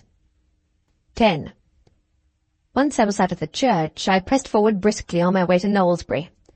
The road was, for the most part, straight and level. Whenever I looked back over it, I saw the 2 spies steadily following me. For the greater part of the way, they kept at a safe distance behind, but once or twice quickened their pace, as if for the purpose of overtaking me. Then stopped, consulted together, and fell back again to their former position. They had some special object evidently in view, and they seemed to be hesitating or differing about the best means of accomplishing it. I could not guess exactly what their design might be, but I felt serious doubts of reaching Knowlesbury without some mischance happening to me on the way. These doubts were realized. I just entered on a lonely part of the road with a sharp turn at some distance ahead, and had just concluded, calculating by time, that I must be getting near to the town, when suddenly I heard the steps of the men close behind me. Before I could look round, one of them, the man by whom I had been followed in London, passed rapidly on my left side and hustled me with his shoulder. I had been more irritated by the manner in which he and his companion had dogged my steps all the way from Old Birmingham than I was myself aware of, and I unfortunately pushed the fellow away smartly with my open hand. He instantly shouted for help. His companion, the tall man in the gamekeeper's clothes, sprang to my right side, and the next moment the 2 scoundrels held me pinioned between them in the middle of the road. The conviction that a trap had been laid for me, and the vexation of knowing that I had fallen into it, fortunately restrained me from making my position still worse by an unavailing struggle with the 2 men, one of whom would in all probability have been more than a match for me single-handed. I repressed the first natural movement by which I had attempted to shake them off, and looked about, to see if there was any person nearby to whom I could appeal. A labourer was at work in an adjoining field who must have witnessed all that had passed. I called to him to follow us to the town. He shook his head with stolid obstinacy, and walked away in the direction of a cottage which stood back from the high road.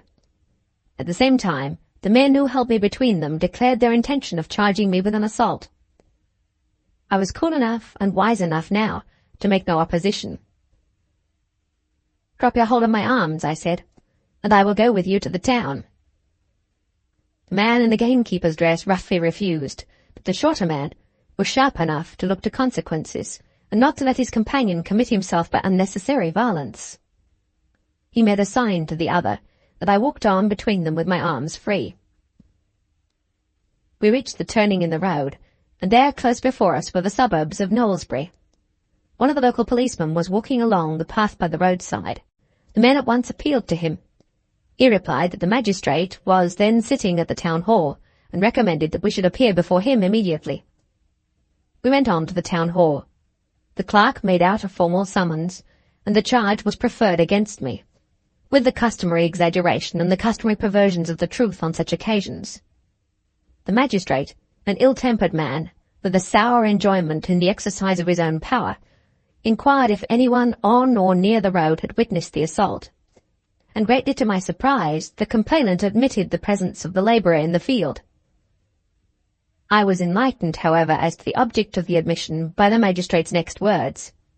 He reminded me at once for the production of the witness, expressing at the same time his willingness to take bail for my reappearance, if I could produce one responsible surety to offer for it.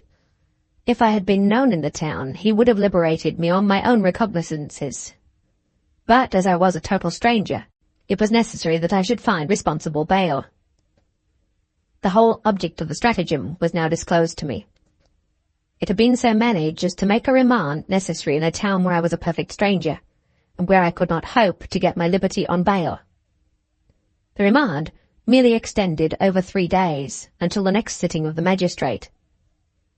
But in that time, while I was in confinement, Sir Percival might use any means he pleased to embarrass my future proceedings, perhaps to screen himself from detection altogether, without the slightest fear of any hindrance on my part.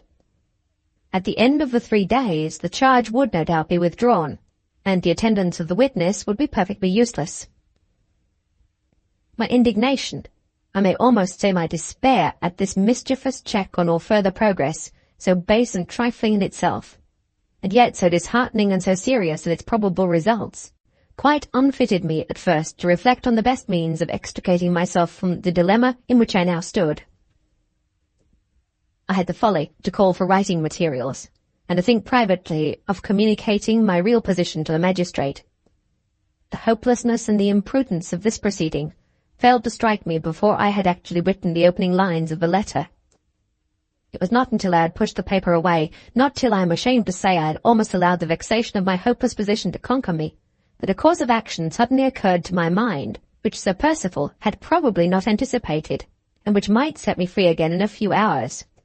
I determined to communicate the situation in which I was placed to Mr. Dawson of Oak Lodge.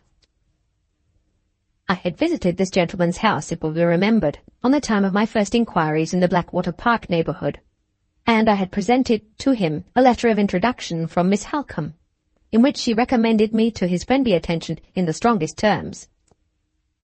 I now wrote, referring to this letter, and to what I had previously told Mr. Dawson of the delicate and dangerous nature of my inquiries. I had not revealed to him the truth about Laura, having merely described my errand as being the utmost importance to private family interests with which Miss Halcombe was concerned. Using the same caution still, I now accounted for my presence at Knowlesbury in the same manner, and I put it to the doctor to say whether the trust reposed in me by a lady whom he well knew, and the hospitality I had myself received in his house, justified me or not in asking him to come to my assistance, in a place where I was quite friendless. I obtained permission to hire a messenger to drive away at once with my letter in a conveyance which might be used to bring the doctor back immediately. Oak Lodge was on the Knowlesbury side of Blackwater. The man declared he could drive there in 40 minutes and could bring Mr. Dawson back in 40 more. I directed him to follow the doctor wherever he might happen to be, if he was not at home, and then sat down to wait for the result with all the patience and all the hope that I could summon to help me. It was not quite 1:30 when the messenger departed. Before 3:30 he returned and brought the doctor with him. Mr. Dawson's kindness, and the delicacy with which he treated his prompt assistance, quite as a matter of course, almost overpowered me. The bail required was offered and accepted immediately. Before 4 o'clock on that afternoon I was again shaking hands warmly with the good old doctor, a free man again, in the streets of Knowlesbury. Mr. Dawson hospitably invited me to go back with him to Oak Lodge, and to take up my quarters there for the night. I could only reply that my time was not my own, and I could only ask him to let me pay my visit in a few days, when I might repeat my thanks, and offer to him all the explanations which I felt to be only his due, but which I was not then in a position to make.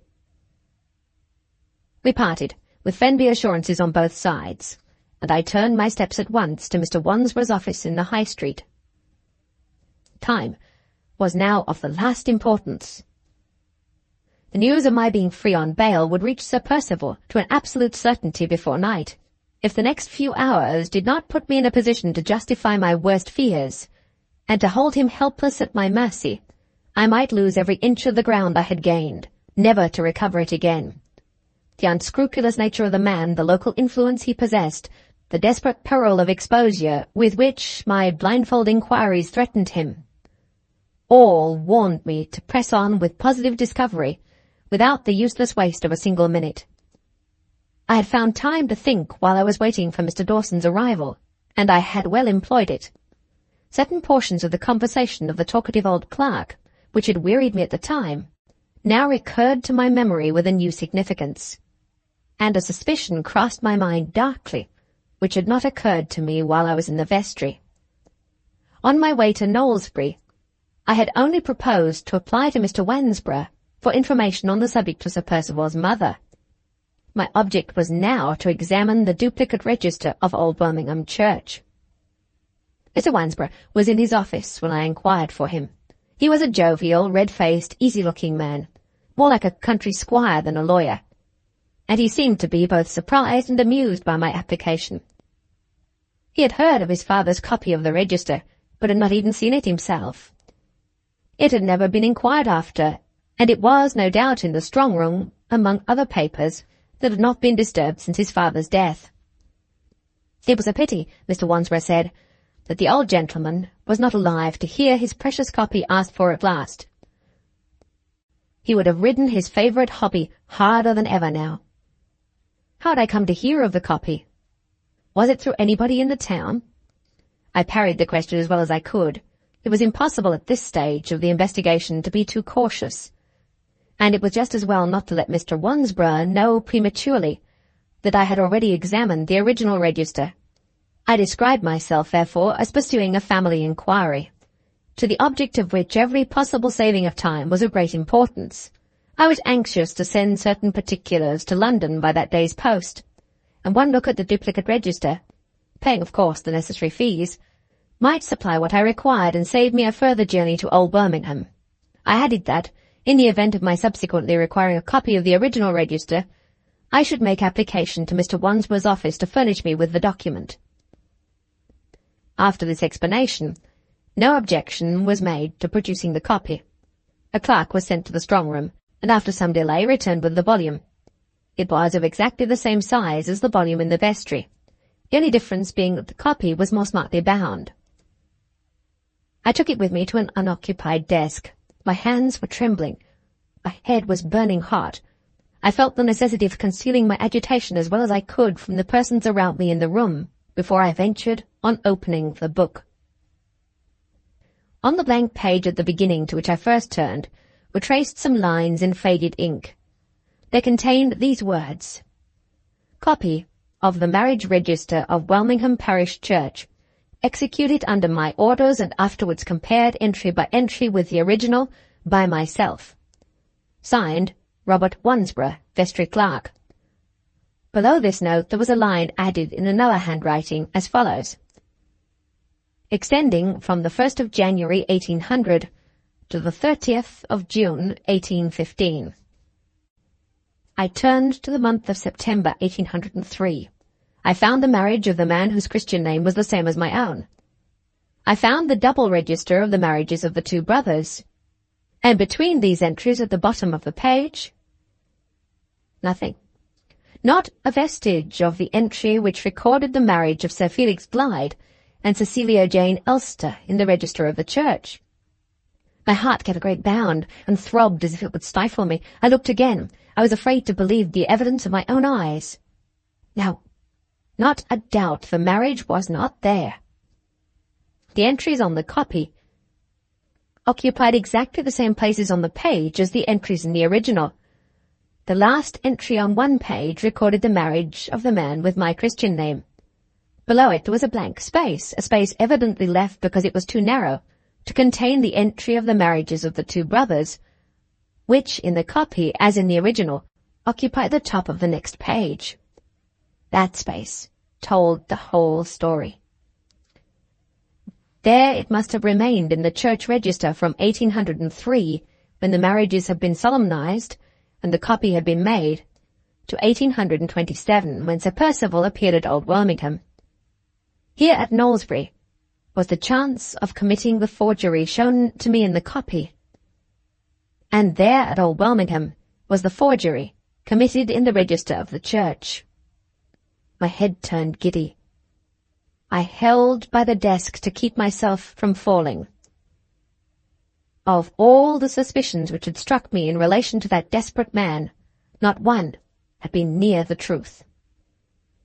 The idea that he was not Sir Percival Glyde at all, that he had no more claim to the baronetcy and to Blackwater Park than the poorest labourer who worked on the estate, had never once occurred to my mind. At one time I had thought that he might be Anne Catherick's father. At another time I had thought that he might have been Anne Catherick's husband. The offence of which he was really guilty had been from first to last beyond the widest reach of my imagination. The paltry means by which the fraud had been effected, the magnitude and daring of the crime that it represented, the horror of the consequences involved in its discovery overwhelmed me. Who could wonder now at the brute restlessness of the wretch's life, at his desperate alternations between abject duplicity and reckless violence, at the madness of guilty distrust, which had made him imprison Anne Catherick in the asylum, and had given him over to the vile conspiracy against his wife, on the bare suspicion that the one and the other knew his terrible secret. The disclosure of that secret might in past years have hanged him, might now transport him for life. The disclosure of that secret, even if the sufferers by his deception spared him the penalties of the law, would deprive him at one blow of the name, the rank, the estate, the whole social existence that he had usurped. This was the secret, and it was mine. A word from me, and house, lands, baronetcy were gone from him forever. A word from me, and he was driven out into the world a nameless, penniless, friendless outcast. The man's whole future hung on my lips, and he knew it by this time as certainly as I did. That last thought steadied me. Interests far more precious than my own depended on the caution which must now guide my slightest actions. There was no possible treachery which Sir Percival might not attempt against me. In the danger and desperation of his position, he would be staggered by no risks. He would recoil at no crime. He would literally hesitate at nothing to save himself. I considered for a minute. My first necessity was to secure positive evidence in writing of the discovery that I had just made, and in the event of any personal misadventure happening to me, to place that evidence beyond Sir Percival's reach. The copy of the register was surely to be safe in Mr. Wandsworth's strong room, but the position of the original in the vestry was, as I had seen with my own eyes, anything but secure. In this emergency I resolved to return to the church, to apply again to the clerk, and to take the necessary extract from the register before I stepped that night.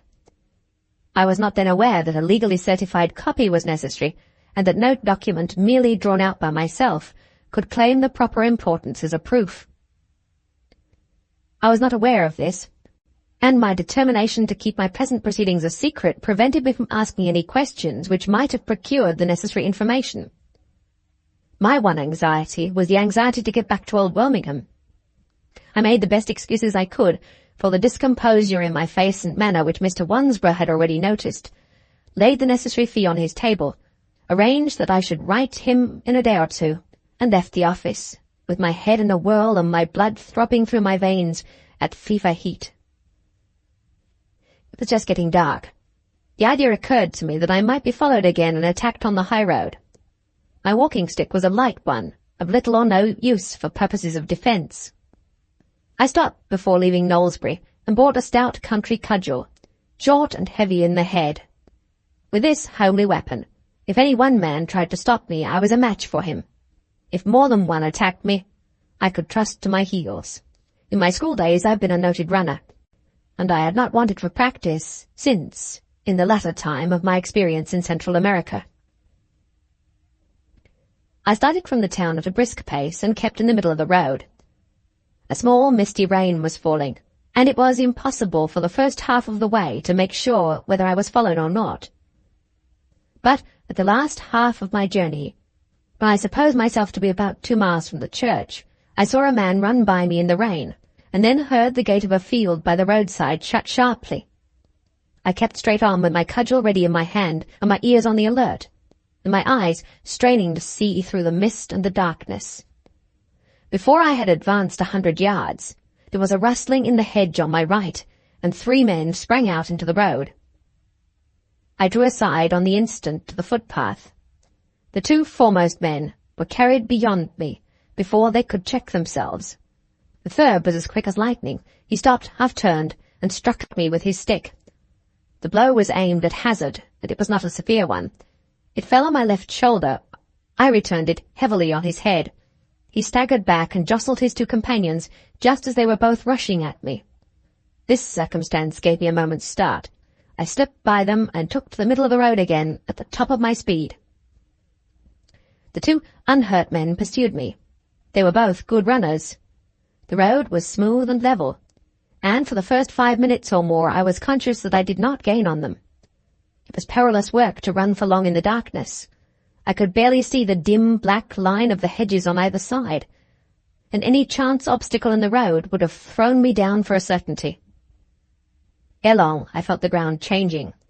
It descended from the level at a turn, and then rose again beyond. Downhill the men rather gained on me, but uphill I began to distance them.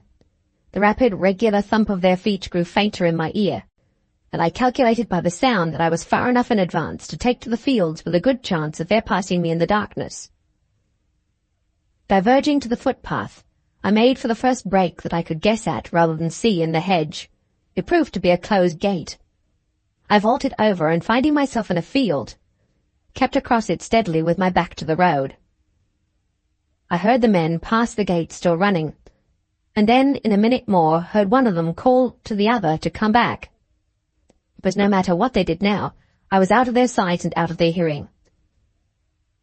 I kept straight across the field, and, when I had reached the farther extremity of it, waited there for a minute to recover my breath. It was impossible to venture back to the road, but I was determined nevertheless to get to Old Birmingham that evening. Neither moon nor stars appeared to guide me. I only knew that I had kept the wind and rain at my back on leaving Knowlesbury, and if I now kept them on my back still, I might at least be certain of not advancing altogether in the wrong direction. Proceeding on this plan, I crossed the country, meeting with no worse obstacles than hedges, ditches, and thickets, which every now and then obliged me to alter my course for a little while, until I found myself on a hillside, with the ground sloping away steeply before me. I descended to the bottom of the hollow, squeezed my way through a hedge, and got out into a lane. Having turned to the right on leaving the road, I now turned to the left, on the chance of regaining the line from which I had wandered. After following the muddy windings of the lane for 10 minutes or more, I saw a cottage with a light in one of the windows. The garden gate was open to the lane, and I went in at once to inquire my way. Before I could knock at the door, it was suddenly opened, and a man came running out with a lighted lantern in his hand. He stopped and held it up at the sight of me. We both started as we saw each other. My wanderings had led me to the outskirts of the village, and it had brought me out at the lower end of it. I was back at Old Birmingham, and the man with the lantern was no other than my acquaintance of the morning, the parish clerk. His manner appeared to have altered strangely in the interval since I had last seen him. He looked suspicious and confused. His ruddy cheeks were deeply flushed, and his first words when he spoke were quite unintelligible to me. "Where are the keys?" he asked. "Have you taken them?" "What keys?" I repeated. "I have this moment come from Knowlesbury. What keys do you mean?" "The keys to the vestry. Lord, save us and help us. What shall I do? The keys are gone. Do you hear?"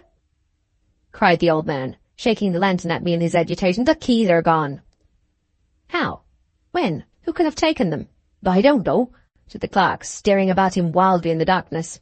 "I have only just got back. I told you I had a long day's work this morning. I opened the door and shut the window down. It's open now, the window's open.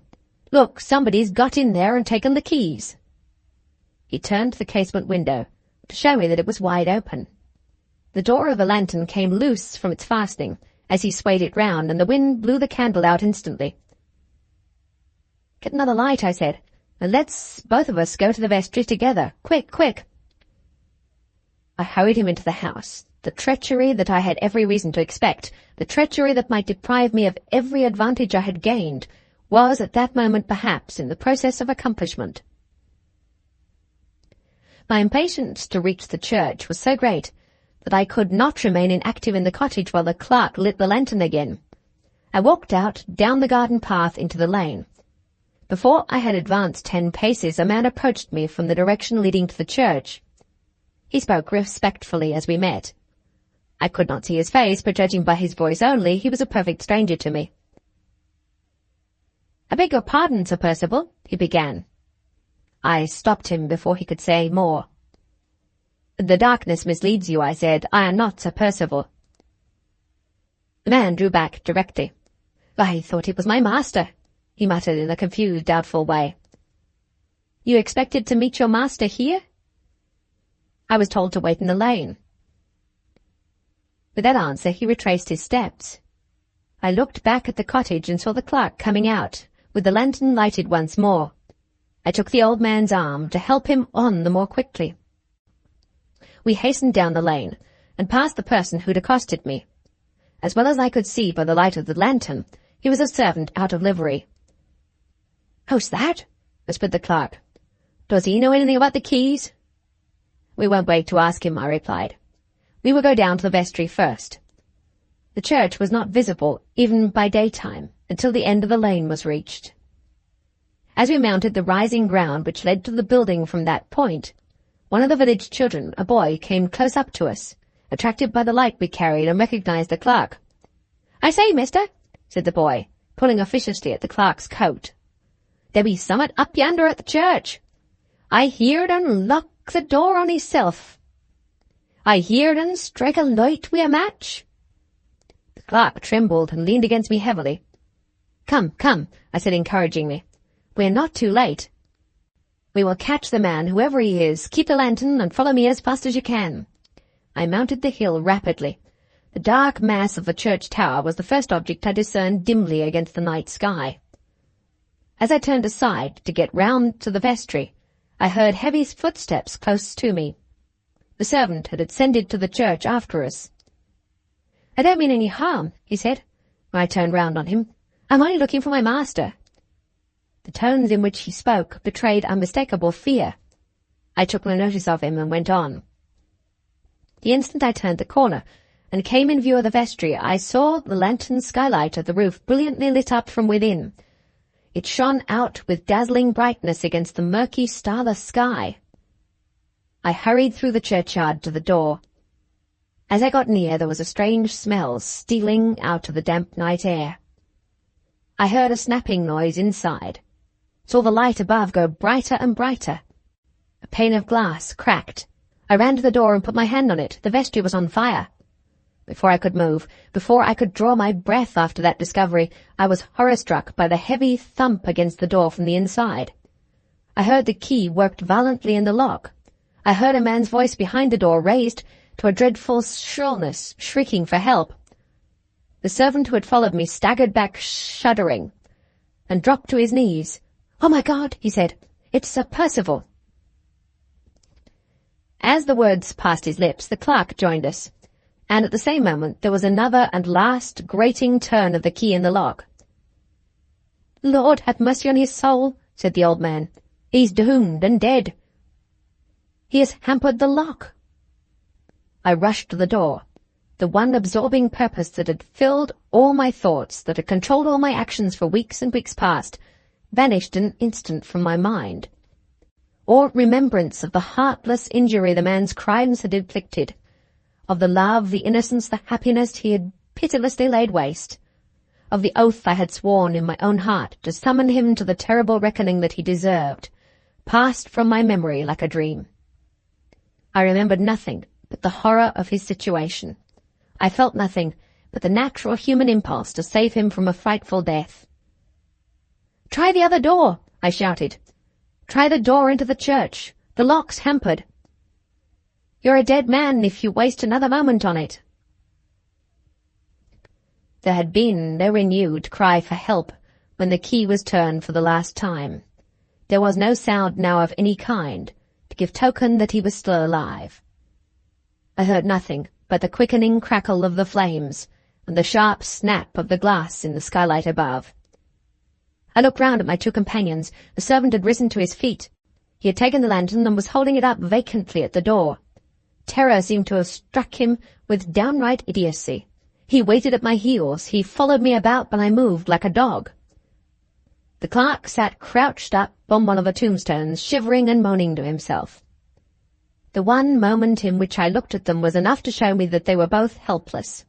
Hardly knowing what I did, acting desperately on the first impulse that occurred to me, I seized the servant and pushed him against the vestry wall. "Stoop," I said, "and hold by the stones. I'm going to climb over you to the roof. I'm going to break the skylight and give him some air." The man trembled from head to foot, but he held firm. I got on his back, with my cudgel in my mouth, seized the parapet with both hands, and was instantly on the roof. In a frantic hurry and agitation of the moment, it never struck me that I might let out the flame instead of letting in the air. I struck at the skylight, and battered in the cracked, loosened glass with a blow. The fire leapt out like a wild beast from its lair. If the wind had not chanced, in the position I occupied, to send it away from me, my exertions might have ended then and there. I crouched on the roof as the smoke poured above me with the flame. The gleams and flashes of the light showed me the servant's face staring up vacantly under the wall. The clerk risen to his feet on the tombstone, wringing his hands in despair. And the scanty population of the village, haggard men and terrified women, clustered beyond in the churchyard, all appearing and disappearing, in the red of the dreadful glare, in the black of the choking smoke. And the man beneath my feet, the man suffocating, burning, dying so near us all, so utterly beyond our reach. The thought half maddened me. I lowered myself from the roof by my hands and dropped to the ground. "The key of the church!" I shouted to the clerk. "We must try it that way. We may save him yet, if we can burst open the inner door." "No, no, no," cried the old man. "No hope. The church key and the vestry key are on the same ring, both inside there. Oh, sir, he's past saving. He's dust and ashes by this time." "They'll see the fire from the town," said a voice from among the men behind me. "There's an Indian in the town. They'll save the church." I called to that man. He had his wits about him. I called to him to come and speak to me. It would be a quarter of an hour at least before the town could reach us. The horror of remaining inactive all that time was more than I could face. In defiance of my own reason, I persuaded myself that the doomed and lost wretch in the vestry might still be lying senseless on the floor, might not be dead yet. If we broke open the door, might we save him?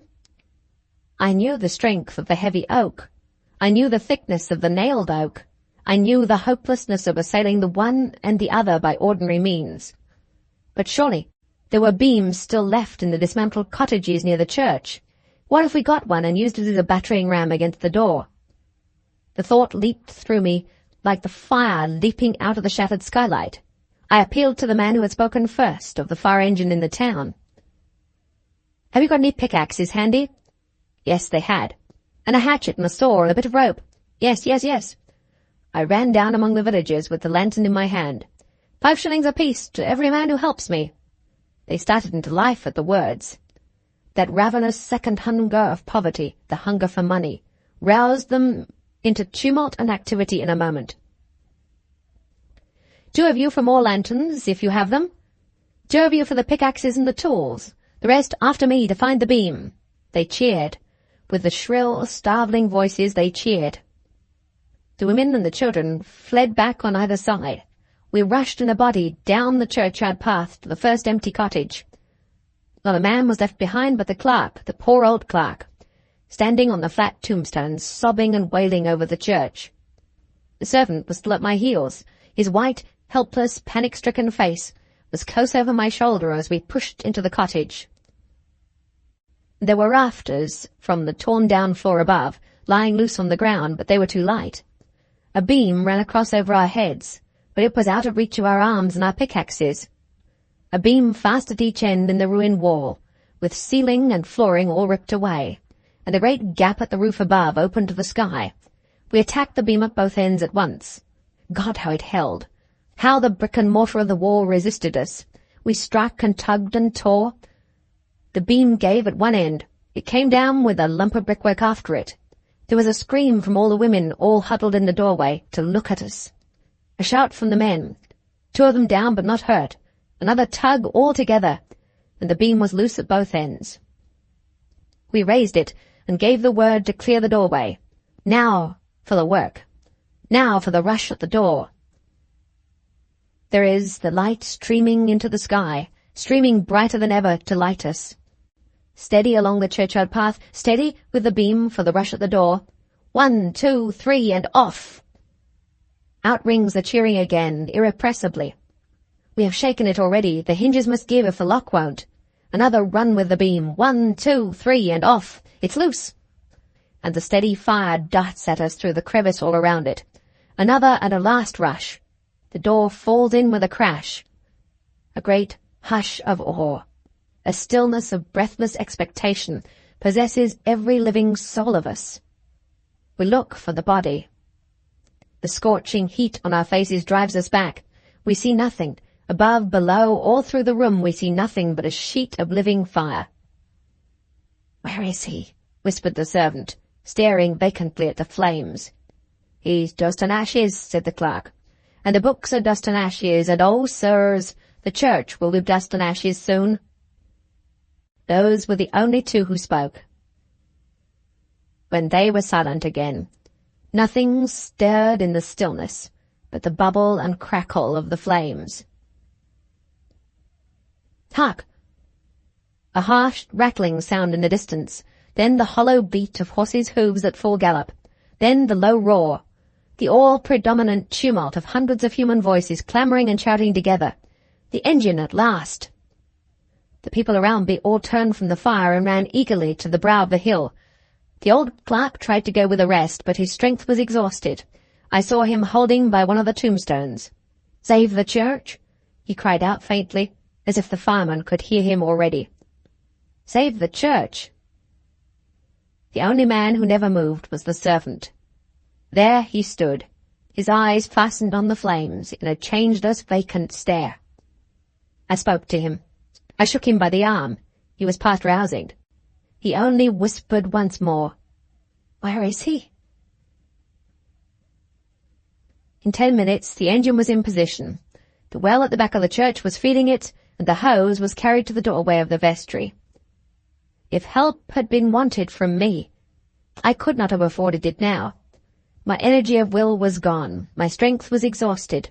The turmoil of my thoughts was fearfully and suddenly stilled. Now I knew that he was dead.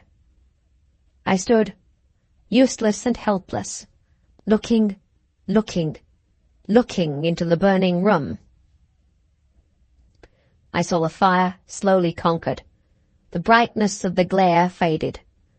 The steam rose in white clouds, and the smouldering heaps of embers showed red and black through it on the floor. There was a pause, then an advance altogether of the firemen and the police which blocked up the doorway, then a consultation in low voices, and then 2 men were detached from the rest and sent out of the churchyard through the crowd. The crowd drew back on either side in dead silence to let them pass. After a while a great shudder ran through the people, and the living lane widened slowly. The men came back along it with a door from one of the empty houses. They carried it to the vestry and went in. The police closed again round the doorway. The men stole out from among the crowd by twos and threes and stood behind them to be the first to see. Others waited near to be the first to hear. The women and children were among these last. The tidings from the vestry began to flow out among the crowd. They dropped slowly from mouth to mouth until they reached the place where I was standing. I heard the questions and answers repeated again and again in low, eager tones all around me. Have they found him? Yes. Where? Against the door. On his face. Which door? The door that goes into the church. His head was against it. He was down on his face. Is his face burnt? No. Yes, it is. No, scorched, not burnt. He lay on his face, I tell you. Who was he? The Lord, they say. No, not a lord. Sir something. Sir means knight. And baronet, too. No. Yes, he does. What do you want in there? No good, you may depend on it. Did he do it on purpose? Burn himself on purpose? I don't mean himself, I mean the vestry. Is he dreadful to look at? Dreadful. Not about the face, though. No, not much about the face. Don't anybody know him? There's a man says he does. Who? A servant, they say. But he's struck stupid like, and the police don't believe him. Don't anybody else know he is? Hush. The loud, clear voice of a man in authority silenced the low hum of talking all around me in an instant. Where is the gentleman who tried to save him? Said the voice. Here, sir, here he is. Dozens of eager faces pressed about me. Dozens of eager arms parted the crowd. The man in authority came up to me with a lantern in his hand. This way, sir, if you please, he said quietly. I was unable to speak to him. I was unable to resist him when he took my arm. I tried to say that I had never seen the dead man in his lifetime, that there was no hope of identifying him by means of a stranger like me.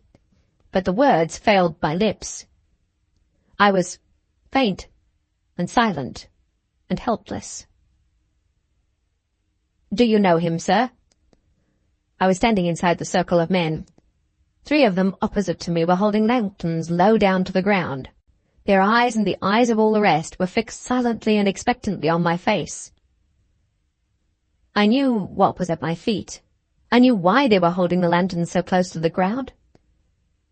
Can you identify him, sir? My eyes dropped slowly. At first I saw nothing under them but coarse canvas cloth. The dripping of the rain on it was audible in the dreadful silence. I looked up along the cloth, and there at the end, stark and grim and black in the yellow light, there was his dead face. So, for the first and last time, I saw him. So, the visitation of God ruled it that he and I should meet. 11. The inquest was hurried for certain local reasons which weighed with the coroner and the town authorities. It was held on the afternoon of the next day. I was necessarily one of the witnesses summoned to assist the objects of the investigation. My first proceeding in the morning was to go to the post office and inquire for the letter which I expected from Marian. No change of circumstances, however extraordinary, could affect the one great anxiety which weighed on my mind while I was away from London. The morning's letter, which was the only assurance I could receive that no misfortune had happened in my absence, was still the absorbing interest with which my day began. To my relief, the letter from Marian was at the office waiting for me. Nothing had happened. They were both as safe and as well as when I had left them. Laura sent her love and begged that I should let her know of my return a day beforehand. Her sister added, in explanation of this message, that she had saved nearly a sovereign out of her own private purse, and that she had claimed the privilege of ordering the dinner and giving the dinner which was to celebrate the day of my return.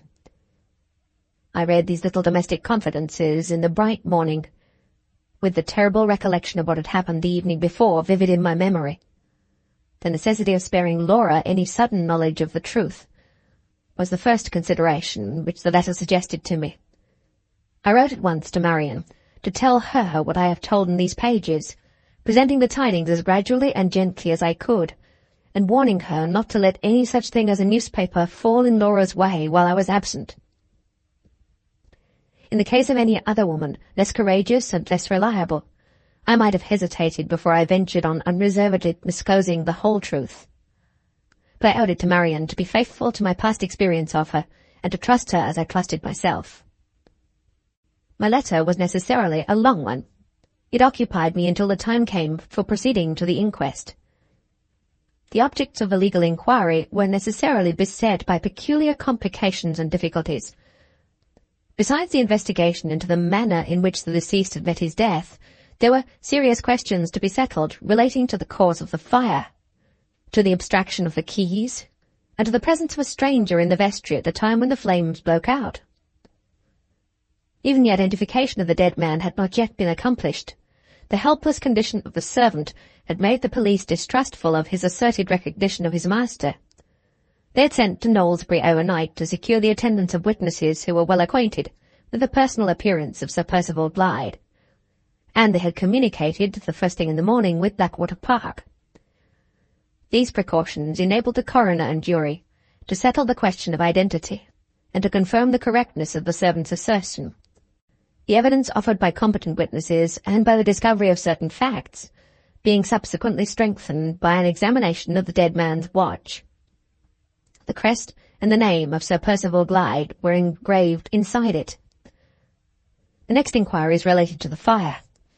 The servant and I, and the boy who had heard the light struck in the vestry, were the first witnesses called. The boy gave his evidence clearly enough, but the servant's mind had not yet recovered the shock inflicted on it. He was plainly incapable of assisting the objects of the inquiry, and he was desired to stand down. To my own relief, my examination was not a long one.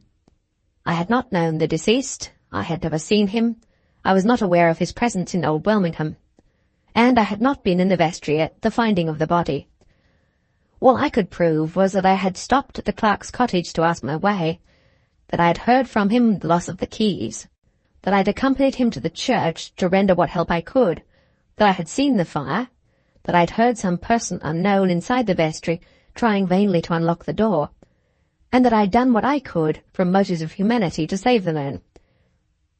Other witnesses who had been acquainted with the deceased were asked if they could explain the mystery of his presumed abstraction of the keys, and his presence in the burning room.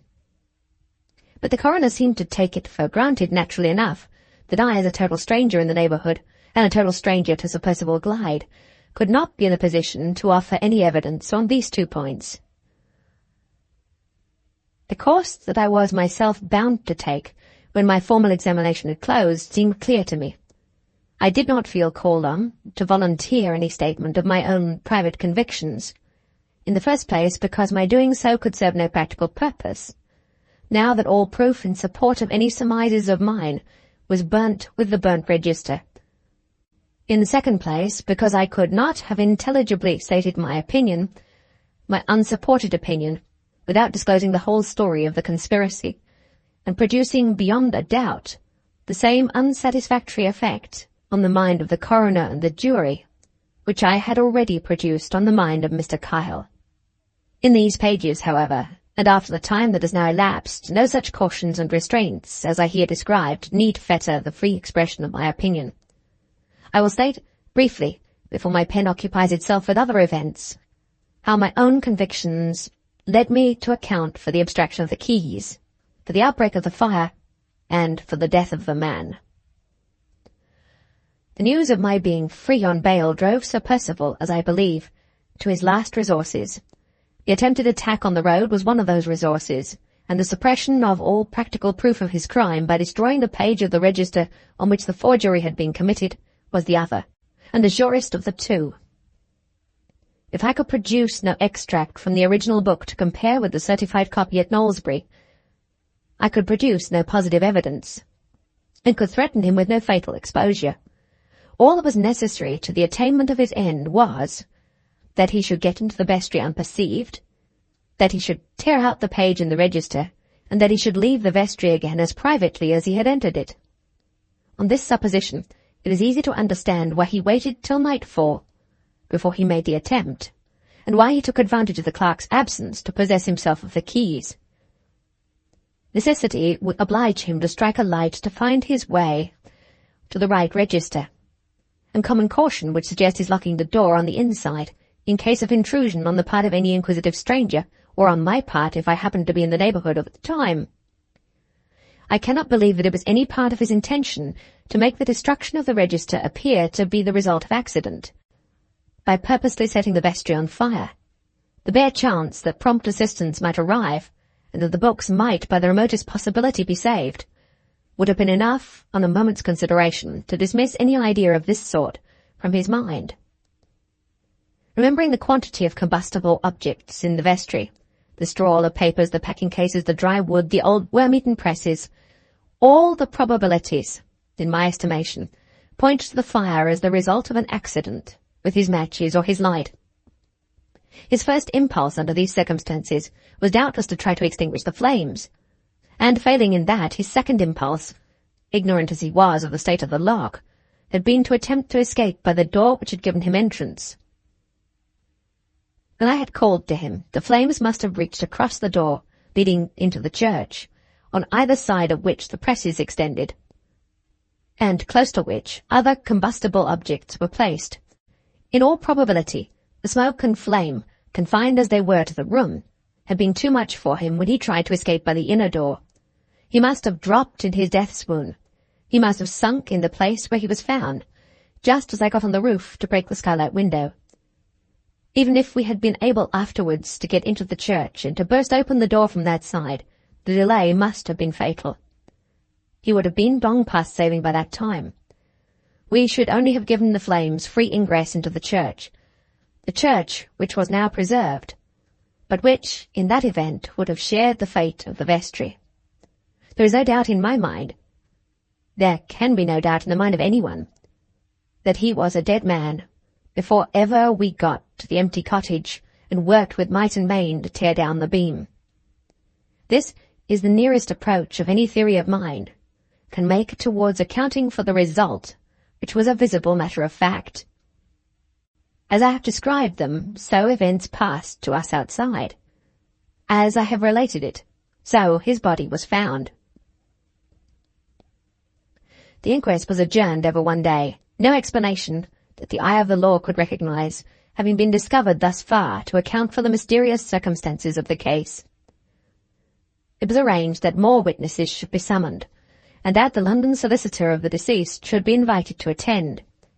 A medical man was also charged with the duty of reporting on the mental condition of the servant, which appeared at present to debar him from giving any evidence of the least importance.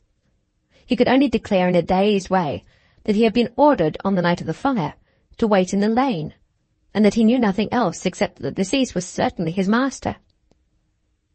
My own impression was that he had been first used, without any guilty knowledge on his own part, to ascertain the fact of the clerk's absence from home on the previous day, and that he had been afterwards ordered to wait near the church, but out of sight of the vestry, to assist his master in the event of my escaping the attack on the road, and of a collision occurring between Sir Percival and myself.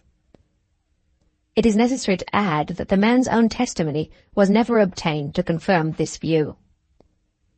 The medical report of him declared that what little mental faculty he possessed was seriously shaken. Nothing satisfactory was extracted from him at the adjourned inquest, and for aught I know to the contrary, he may never have recovered to this day. I returned to the hotel at Birmingham, so jaded in body and mind, so weakened and depressed by all I had gone through, as to be quite unfit to endure the local gossip about the inquest, and to answer the trivial questions that the talkers addressed to me in the coffee-room. I withdrew from my scanty dinner to my cheap garret chamber, to secure myself a little quiet, and to think undisturbed of Laura and Marian.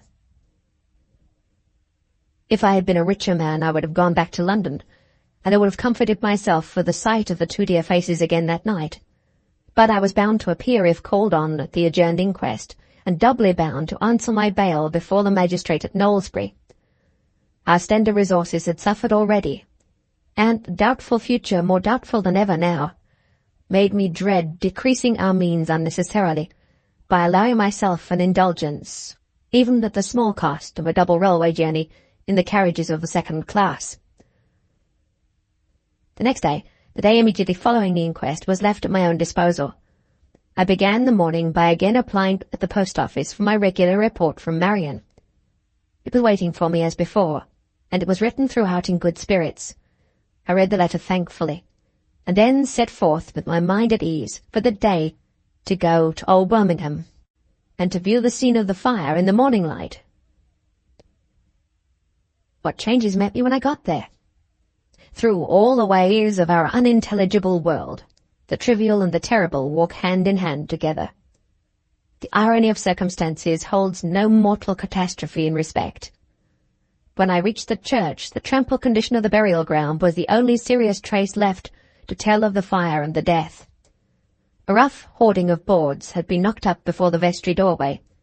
Rude caricatures were scrawled on it already, and the village children were fighting and shouting for the possession of the best peephole to see through. At the point where I had heard the cry for help from the burning room, on the spot where the panic-stricken servant had dropped to his knees, a fussy flock of poultry was now scrambling for the first choice of worms after the rain, and on the ground at my feet, where the door and its dreadful burden had been laid, a workman's dinner was waiting for him, tied up in a yellow basin, and his faithful cur in charge was yelping at me for coming near the food. The old clerk, looking idly at the slow commencement of the repairs, had only one interest that he could talk about now, the interest of escaping all blame for his own part on account of the accident that had happened. One of the village women, whose white, wild face I remembered the picture of terror when we pulled down the beam, was giggling with another woman, the picture of inanity, over an old washing tub. There is nothing serious in mortality. Solomon in all his glory was Solomon with the elements of the contemptible lurking in every fold of his robes and every corner of his palace. As I left the place, my thoughts turned, not for the first time, to the complete overthrow that all present hope of establishing Laura's identity had now suffered through Sir Percival's death. He was gone, and with him the chance was gone which had been the one object of all my labours and all my hopes. Could I look at my failure from no truer point of view than this? Suppose he had lived. Would that change of circumstances have altered the result? Could I have made my discovery a marketable commodity, even for Laura's sake, after I had found out that the robbery of the rights of others was the essence of Sir Percival's crime? Could I have offered the price of my silence for his confession of the conspiracy, when the effect of that silence must have been to keep the right heir from the estates and the right owner from the name? Impossible. If Sir Percival had lived, the discovery from which, in my ignorance of the true nature of the secret, I had hoped so much, could not have been mine to suppress or to make public, as I thought best, for the vindication of Laura's rights. In common honesty and common honour, I must have gone at once to the stranger whose birthright had been usurped. I must have renounced the victory at the moment when it was mine. By placing my discovery unreservedly in that stranger's hands, I must have faced afresh all the difficulties which stood between me and the one object of my life, exactly as I was resolved in my heart of hearts to face them now. I returned to Birmingham with my mind composed, feeling more sure of myself and my resolution than I had felt yet. On my way to the hotel, I passed the end of the square in which Mrs. Catherine lived. Should I go back to the house and make another attempt to see her? No. That news of Sir Percival's death, which was the last news she ever expected to hear, must have reached her hours since. All the proceedings at the inquest had been reported in the local paper that morning. There was nothing I could tell her which she did not know already. My interest in making her speak had slackened.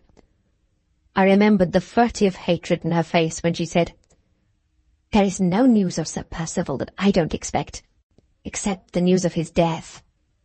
I remembered the stealthy interest in her eyes when they settled on me at parting, after she had spoken those words. Some instinct, deep in my heart, which I felt to be a true one, made the prospect of again entering her presence repulsive to me. I turned away from the square and went straight back to the hotel. Some hours later, while I was resting in the coffee-room, a letter was placed in my hands by the waiter. It was addressed to me by name, and I found on inquiry that it had been left at the bar by a woman just as it was near dusk, and just before the gas was lighted.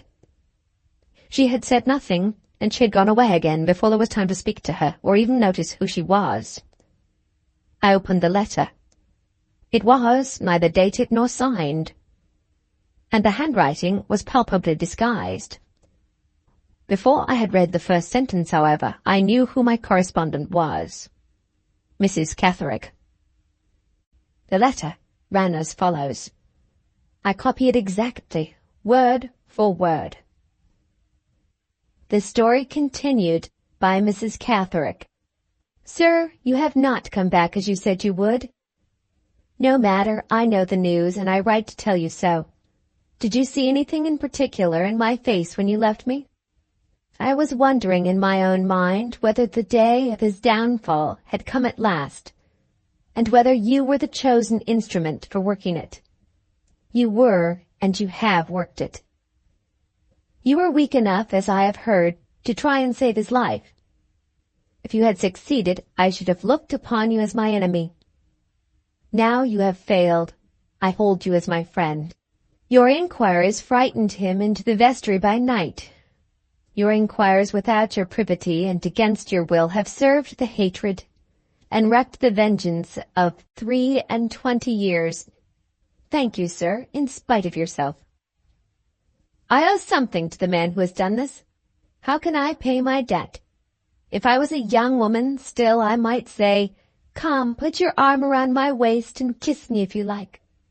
I should have been fond enough of you even to go that length, and you would have accepted my invitation. You would, sir, 20 years ago. But I am an old woman now. Well, I can satisfy your curiosity and pay my debt in that way. You had a great curiosity to know certain private affairs of mine when you came to see me, private affairs which all your sharpness could not look into without my help, private affairs which you have not discovered even now. You shall discover them. Your curiosity shall be satisfied. I will take any trouble to please you, my estimable young friend. You were a little boy, I suppose, in the year 27? I was a handsome young woman at that time, living at Old Wellingham. I had a contemptible fool for a husband. I had also the honor of being acquainted, never mind how, with a certain gentleman, never mind whom. I shall not call him by his name. Why should I? It was not his own. He never had a name, you know that by this time as well as I do. It will be more to the purpose to tell you how he worked himself into my good graces. I was born with the tastes of a lady, and he gratified them. In other words, he admired me, and he made me presents. No woman can resist admiration and presents, especially presents provided they happen to be just the thing she wants. He was sharp enough to know that most men are. Naturally, he wanted something in return. All men do. And what do you think was the something? The merest trifle. Nothing but the key of the vestry, the key of the press inside it, when my husband's back was turned. Of course he lied when I asked him why he wished me to get him the keys in that private way. He might have saved himself the trouble. I didn't believe him. I liked my presents, and I wanted more. So I got him the keys without my husband's knowledge, and I watched him without his knowledge. Once, twice, 4 times I watched him, and the 4th time I found him out. I was never over-scrupulous where other people's affairs were concerned, and I was not over-scrupulous about his adding one of the marriages in the register of his own account. Of course I knew it was wrong, but it did no harm to me, which was one good reason for not making a fuss about it. And I had not got a gold watch and chain, which was another, still better. And he had promised me one from London only the day before, which was the 3rd and best of all. If I had known what the law considered the crime to be, and how the law punished it, I should have taken proper care of myself and have exposed him then and there. But I knew nothing, and I longed for the gold watch. All the conditions I insisted on were that he should take me into his confidence and tell me everything. I was as curious about his affairs then as you are about mine now. He granted my conditions. Why, you will see presently. This, put in short, is what I heard from him. He did not willingly tell me all that I tell you here. I drew some of it from him by persuasion and some of it by questions. I was determined to have all the truth, and I believe I got it. He knew no more than anyone else of what the state of things really was between his father and mother till after the mother's death. Then his father confessed it and promised to do what he could for his son. He died having done nothing, not having even made a will. The son, who can blame him, wisely provided for himself. He came to England at once, and took possession of the property. There was no one to suspect him, and no one to say nay. His father and mother had always lived as man and wife. None of the people who were acquainted with them ever supposed them to be anything else.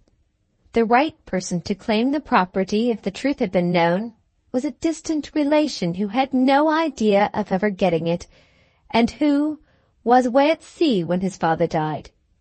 He had no difficulty so far. He took possession, as a matter of course. But he could not borrow money on the property as a matter of course. There were two things wanted of him before he could do this. One was a certificate of his birth, and the other was a certificate of his parents' marriage. The certificate of his birth was easily got. He was born abroad, and the certificate was there in due form. The other matter was a difficulty, and that difficulty brought him to Old Welmingham. But for one consideration he might have gone to Knowlesbury instead. His mother had been living there just before she met with his father, living under her maiden name, the truth being that she was really a married woman, married in Ireland, where her husband had ill-used her and had afterwards gone off with some other person. I give you this fact on good authority. Sir Felix mentioned it to his son as the reason why he had not married. You may wonder why the son, knowing that his parents had met each other at Knowlesbury, did not play his first tricks with the register of that church, where it might have been fairly presumed his father and mother were married. The reason was that the clergyman who did duty at Knowlesbury Church in the year of 1803, when according to his birth certificate his father and mother ought to have been married, was alive still when he took possession of the property in the new year of 1827. This awkward circumstance forced him to extend his inquiries to our neighborhood. There no such danger existed, the former clergyman at our church having been dead for some years. Old Wellingham suited his purpose as well as Knowlesbury.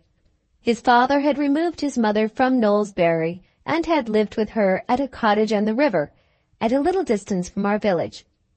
People had known his solitary ways when he was single, did not wonder at his solitary ways when he was supposed to be married.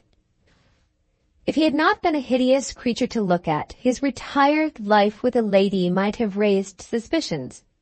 But as things were, his hiding, his ugliness, and his deformity in the strictest privacy surprised nobody. He lived in our neighborhood till he came in possession of the park. After 3 or 4 and 20 years had passed, who was to say, the clergyman being dead, that this marriage had not been as private as the rest of his life, and that it had not taken place at Old Welmingham Church? So, as I told you, the son found our neighborhood the surest place he could choose to set things right, secretly in his own interests. It may surprise you to hear that what he really did to the marriage register was done on the spur of the moment, done on second thoughts. His first notion was only to tear the leaf out in the right year and month, to destroy it privately, to go back to London, and to tell the lawyers to get him the necessary certificate of his father's marriage, innocently referring them, of course, to the date on the leaf that was gone.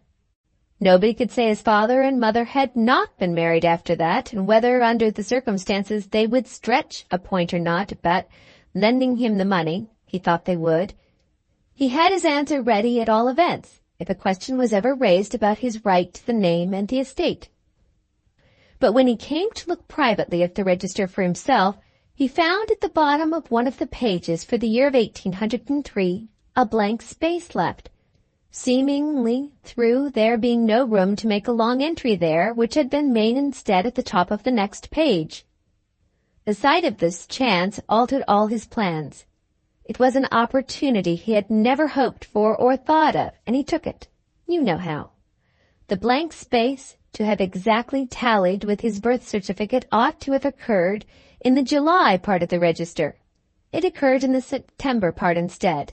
However, in this case, if suspicious questions were asked, the answer was not hard to find. He had only to describe himself as a 7 months child. I was fool enough, when he told me his story, to feel some interest and some pity for him, which was just what he calculated on, as you will see. I thought him hardly used. It was not his fault that his father and mother were not married, and it was not his father's and mother's fault either. A more scrupulous woman than I was, a woman who had not set her heart on a gold watch and chain, would have found some excuses for him. At all events, I held my tongue and helped to screen what he was about. He came some time getting the ink the right color, mixing it over and over again in pots and bottles of mine, and some time afterward in practicing the handwriting. But he succeeded in the end, and made an honest woman of his mother after she was dead in her grave. So far, I don't deny that he behaved honorably enough to myself. He gave me my watch and chain and spared no expense in buying them. Both were of superior workmanship and very expensive. I have got them still. The watch goes beautifully. You said the other day that Mrs. Clemens had told you everything she knew. In that case, there is no need for me to write about the trumpery scandal by which I was the sufferer, the innocent sufferer, I positively assert. You must know as well as I do what the notion was which my husband took into his head when he found me and my fine gentleman acquaintance meeting each other privately and talking secrets together. But what you don't know is how it ended between that same gentleman and myself. You shall read and see how he behaved to me. The first words I said to him, when I saw the turn things had taken, were, "Do me justice, clear my character of the stain on it which you know I don't deserve. I don't want you to make a clean breast of it to my husband.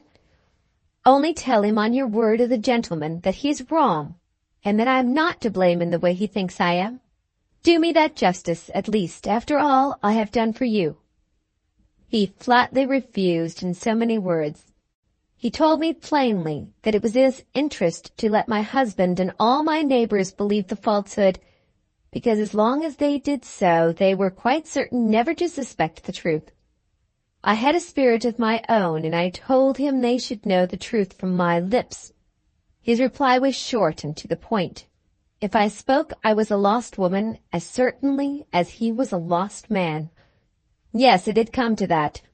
He had deceived me about the risk I ran in helping him. He had practiced my ignorance. He had tempted me with his gifts. He had interested me with his story. And the result of it was that he made me his accomplice. He owned this coolly, and he ended by telling me for the first time what the frightful punishment really was for his offense, and for anyone who helped him to commit it. In those days the law was not so tender-hearted as I hear it is now. Murderers were not the only people liable to be hanged, and women convicts were not treated like ladies in undeserved distress. I confess he frightened me, the mean impostor, the cowardly blackguard. Do you understand now how I hated him? Do you understand why I am taking all this trouble, thankfully taking it, to gratify the curiosity of the meritorious young gentleman who hunted him down? Well, to go on, he was hardly fool enough to drive me to downright desperation. I was not the sort of woman who it was quite safe to hunt into a corner. He knew that, and wisely quieted me with proposals for the future. I deserved some reward, he was kind enough to say, for the service I had done him, and some compensation he was so obliging as to add for what I had suffered. He was quite willing, generous scoundrel, to make me a handsome yearly allowance, payable quarterly, on 2 conditions. First, I was to hold my tongue, in my own interests as well as in his. Secondly, I was not to stir away from Wilmingham without first letting him know and waiting till I had obtained his permission. In my own neighborhood, no virtuous female friends would tempt me into dangerous gossiping at the tea-table. In my own neighborhood, he would always know where to find me. A hard condition, that second one, but I accepted it. What else was I to do? I was left helpless, with the prospect of a coming encumbrance in the shape of a child. What else was I to do? Cast myself on the mercy of my runaway idiot of a husband who had raised the scandal against me? I would have died first. Besides, the allowance was a handsome one. I had a better income, a better house over my head, and better carpets on my floor than half the women who turned up the whites of their eyes at the sight of me. The dress of virtue in our parts was cotton print. I had silk. So I accepted the conditions he offered me and made the best of them, and fought my battle with the respectable neighbors of their own ground, and won it in course of time, as you saw yourself. How I kept his secret and mine through all the years that have passed from that time to this, and whether my late daughter, Anne, ever really crept into my confidence and got the keeping of the secret too, are questions, I dare say, to which you are curious to find an answer. Well, my gratitude refuses you nothing. I will turn a fresh page and give you the answer immediately. But you must excuse one thing. You must excuse my beginning, Mr. Hartright, with an expression of surprise at the interest which you appear to have felt in my late daughter. It is quite unaccountable to me. If that interest makes you anxious for any particulars of her early life, I must refer you to Mrs. Clements, who knows more of the subject than I do. Pray understand that I do not profess to have been at all over-fond of my late daughter. She was a worry to me from the first to the last, with the additional disadvantage of always being weak in the head. You like candor, and I hope this satisfies you. There is no need to trouble you with many personal particulars relating to those past times. It will be enough to say that I observed the terms of the bargain on my side, and that I enjoyed my comfortable income in return, paid quarterly. Now and then I got away and changed the scene for a short time, always asking leave of my lord and master first, and generally getting it. He was not, as I have already told you, fool enough to drive me too hard, and he could reasonably rely on my holding my tongue for my own sake, if not for his. One of my longest trips away from home was the trip I took to Limmeridge to nurse a half-sister there who was dying. She was reported to have saved money, and I thought it as well, in case any accident happened to stop my allowance, to look after my own interests in that direction. As things turned out, however, my pains were all thrown away, and I got nothing, because nothing was to be had. But taking Anne to the north with me, having my whims and fancies occasionally about my child, and getting at such times jealous of Mrs. Clements' influence over her. I never liked Mrs. Clements. She was a poor, empty-headed, spiritless woman, what you call a born drudge, and I was now and then not averse to plaguing her by taking Anne away. Not knowing what else to do with my girl while I was nursing in Cumberland, I put her to school in Limmeridge. The lady of the manor, Mrs. Fairlie, a remarkably plain-looking woman who had entrapped one of the handsomest men in England into marrying her, amused me wonderfully by taking a violent fancy to my girl.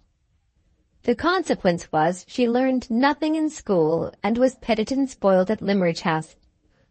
Among other whims and fancies which they taught her there, they put some nonsense into her head about always wearing white. Hating white and liking colors myself, I determined to take the nonsense out of her head as soon as we got home again.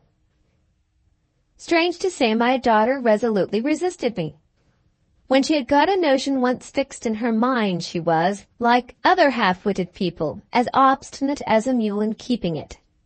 We quarrelled finely, and Mrs. Clements, not liking to see it, I suppose offered to take Anne away to live in London with her.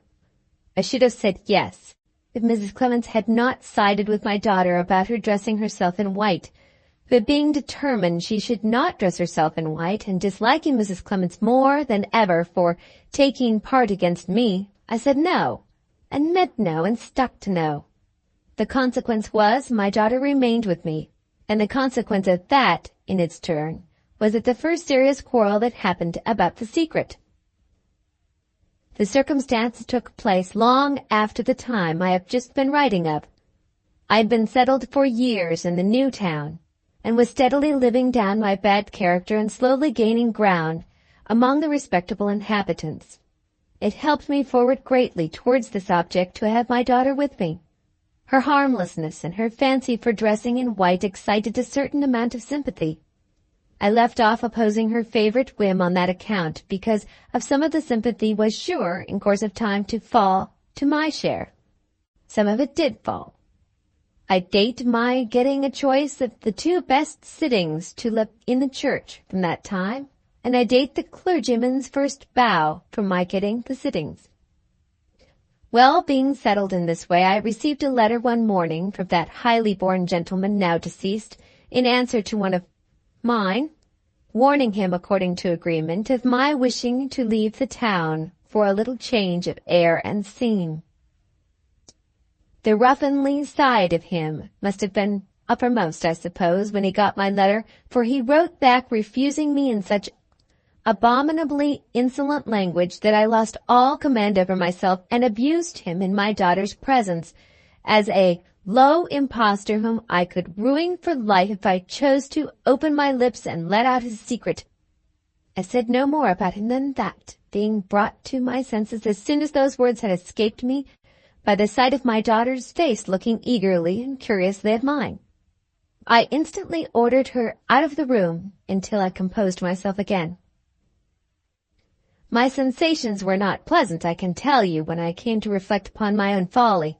Anne had been more than usually crazy and queer that year, and when I thought of the chance there might be of her repeating my words in town, and mentioning his name in connection with them, if inquisitive people got hold of her, I was finally terrified at the possible consequences. My worst fears for myself, my worst dread of what he might do, led me no farther than this. I was quite unprepared for what really did happen only the next day. On the next day, without any warning to me to expect him, he came to the house. His first words and the tone in which he spoke them, surely as it was, showed me plainly enough that he had repented already of his insolent answer to my application, and that he had come in a mighty bad temper to try and set matters right again before it was too late. Seeing my daughter in the room with me, I had been afraid to let her out of my sight after what had happened the day before. He ordered her away. They neither of them liked each other, and he vented the ill temper on her which he was afraid to show me. "Leave us," he said, looking at her over his shoulder. She looked back over her shoulder and waited as if she didn't care to go. "Do you hear?" he roared out. "Leave the room." "Speak to me civilly," says she, getting red in the face. "Turn the idiot out," says he, looking my way. She had always had crazy notions of her own about her dignity, and that word idiot upset her in a moment. Before I could interfere, she stepped up to him in a fine passion. "Beg my pardon directly," says she, "or I'll make it worse for you. I'll let out your secret. I can ruin you for life if I choose to open my lips." My own words, repeated exactly from what I had said the day before, repeated in his presence, as if they had come from herself. He sat down speechless, as white as the paper I am writing on, while I pushed her out of the room. When he recovered himself— No, I am too respectable a woman to mention what he said when he recovered himself. My pen is the pen of a member of the rector's congregation, and a subscriber to the Wednesday lectures on justification by faith. How can you expect me to employ it in writing bad language? Suppose for yourself the raging, swearing frenzy of the lowest ruffian in England, and let us get on together, as fast as may be, to the way in which it all ended. It ended, as you probably guessed by this time, in his insisting on securing his own safety by shutting her up. I tried to set things right. I told him that she had merely repeated like a parrot the words she had heard me say, that she knew no particulars whatever because I had mentioned none. I explained that she had affected out of crazy spite against him to know what she really did not know, that she only wanted to threaten him and aggravate him for speaking to her as he had just spoken, and that my unlucky words gave her just the chance of doing mischief of which she was in search. I referred to him in other queer ways of hers, and to his own experience of the vagaries of half-witted people. It was all to no purpose. He would not believe me on my oath. He was absolutely certain I had betrayed the whole secret. In short, he would hear of nothing but shutting her up. Under these circumstances, I did my duty as a mother. "No pauper asylum," I said. "I won't have her put in a pauper asylum. A private establishment, if you please.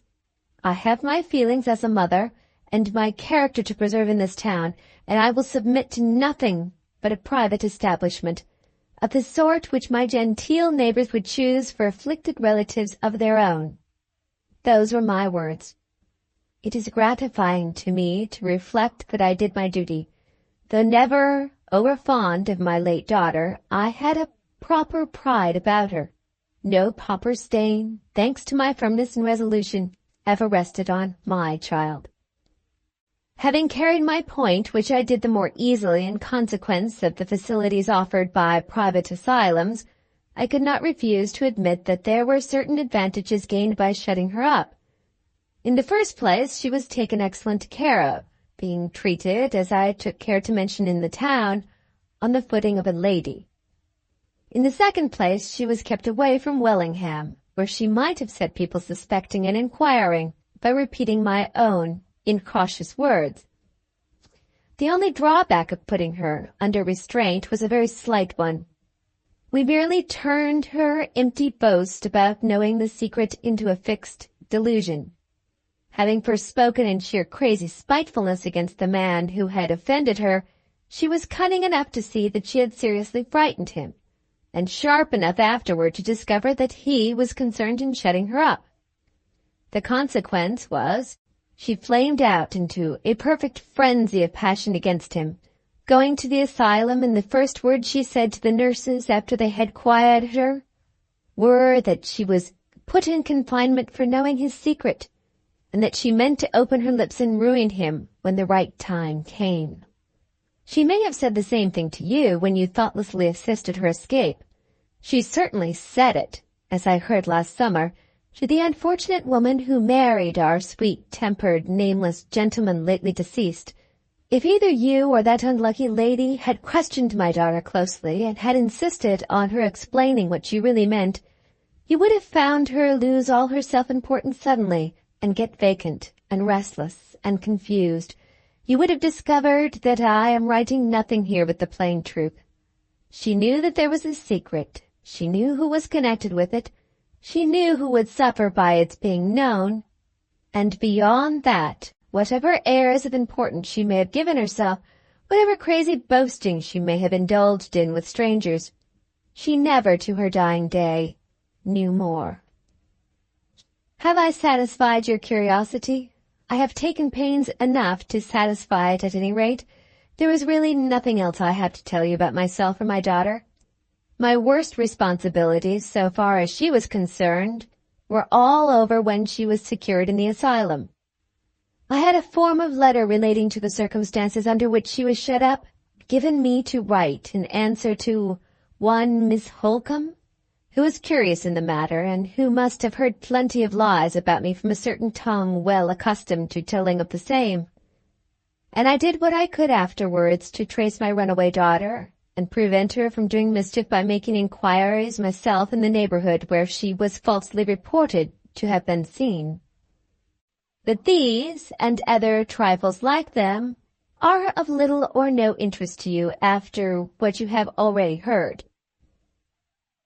So far I have written in the friendliest possible spirit, but I cannot close this letter without adding a word here of serious remonstrance and reproof addressed to yourself. In the course of your personal interview with me, you audaciously referred to my late daughter's parentage on the father's side, as if that parentage was a matter of doubt. This was highly improper and very ungentlemanlike on your part. If we see each other again, remember, if you please, that I will allow no liberties to be taken with my reputation, and that the moral atmosphere of Wellingham, to use a favorite expression of my friend the rector's, must not be tainted by loose conversation of any kind. If you allow yourself to doubt that my husband was Anne's father, you personally insult me in the grossest manner.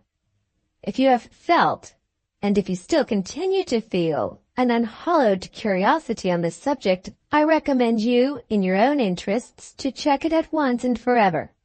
On this side of the grave, Mr. Hartright, whatever may happen on the other, that curiosity will never be gratified. Perhaps after what I have just said, you will see the necessity of writing me an apology. Do so, and I will willingly receive it. I will afterwards, if your wishes point to a second interview with me, go a step farther and receive you. My circumstances only enable me to invite you to tea. Not that they are at all altered for the worse by what has happened. I have always lived, as I think I told you, well within my income, and I have saved enough in the last 20 years to make me quite comfortable for the rest of my life. It is not my intention to leave Wellingham. There are one or two little advantages which I have still to gain in the town. The clergyman bows to me, as you saw. He is married, and his wife is not quite so civil. I propose to join the Dorcas Society, and I mean to make the clergyman's wife bow to me next. If you favor me with your company, pray understand that the conversation must be entirely on general subjects. Any attempted reference to this letter will be quite useless. I am determined not to acknowledge having written it. The evidence has been destroyed in the fire, I know, but I think it desirable to err on the side of caution, nevertheless. On this account, no names are mentioned here, nor is any signature attached to these lines. The handwriting is disguised throughout, and I mean to deliver the letter myself, under circumstances which will prevent all fear of its being traced to my house. You can have no possible cause to complain of these precautions, seeing that they do not affect the information I here communicate, in consideration of the special indulgence which you have deserved at my hands. My hour for tea is 5:30, and my buttered toast waits for nobody. The story continued by Walter Hartright. 1. My first impulse after reading Mrs. Catherick's extraordinary narrative was to destroy it. The hardened, shameless depravity of the whole composition, from beginning to end, the atrocious perversity of mind which persistently associated me with a calamity for which I was in no sense answerable, and with a death which I had risked my life in trying to avert, so disgusted me, that I was on the point of tearing the letter, when a consideration suggested itself which warned me to wait a little before I destroyed it. This consideration was entirely unconnected with Sir Percival. The information communicated to me, so far as it concerned him, did little more than confirm the conclusions at which I had already arrived. He had committed his offence as I had supposed him to have committed it, and the absence of all reference on Mrs. Catherick's part to the duplicate register at Knowlesbury strengthened my previous conviction that the existence of the book, and the risk of detection which it implied, must have been necessarily unknown to Sir Percival. My interest in the question of the forgery was now at an end, and my only object in keeping the letter was to make it of some future service in clearing up the last mystery that still remained to baffle me, the parentage of Anne Catherick on the father's side. There were 1 or 2 sentences dropped in her mother's narrative, which it might be useful to refer to again, when matters of more immediate importance allowed me leisure to search for the missing evidence.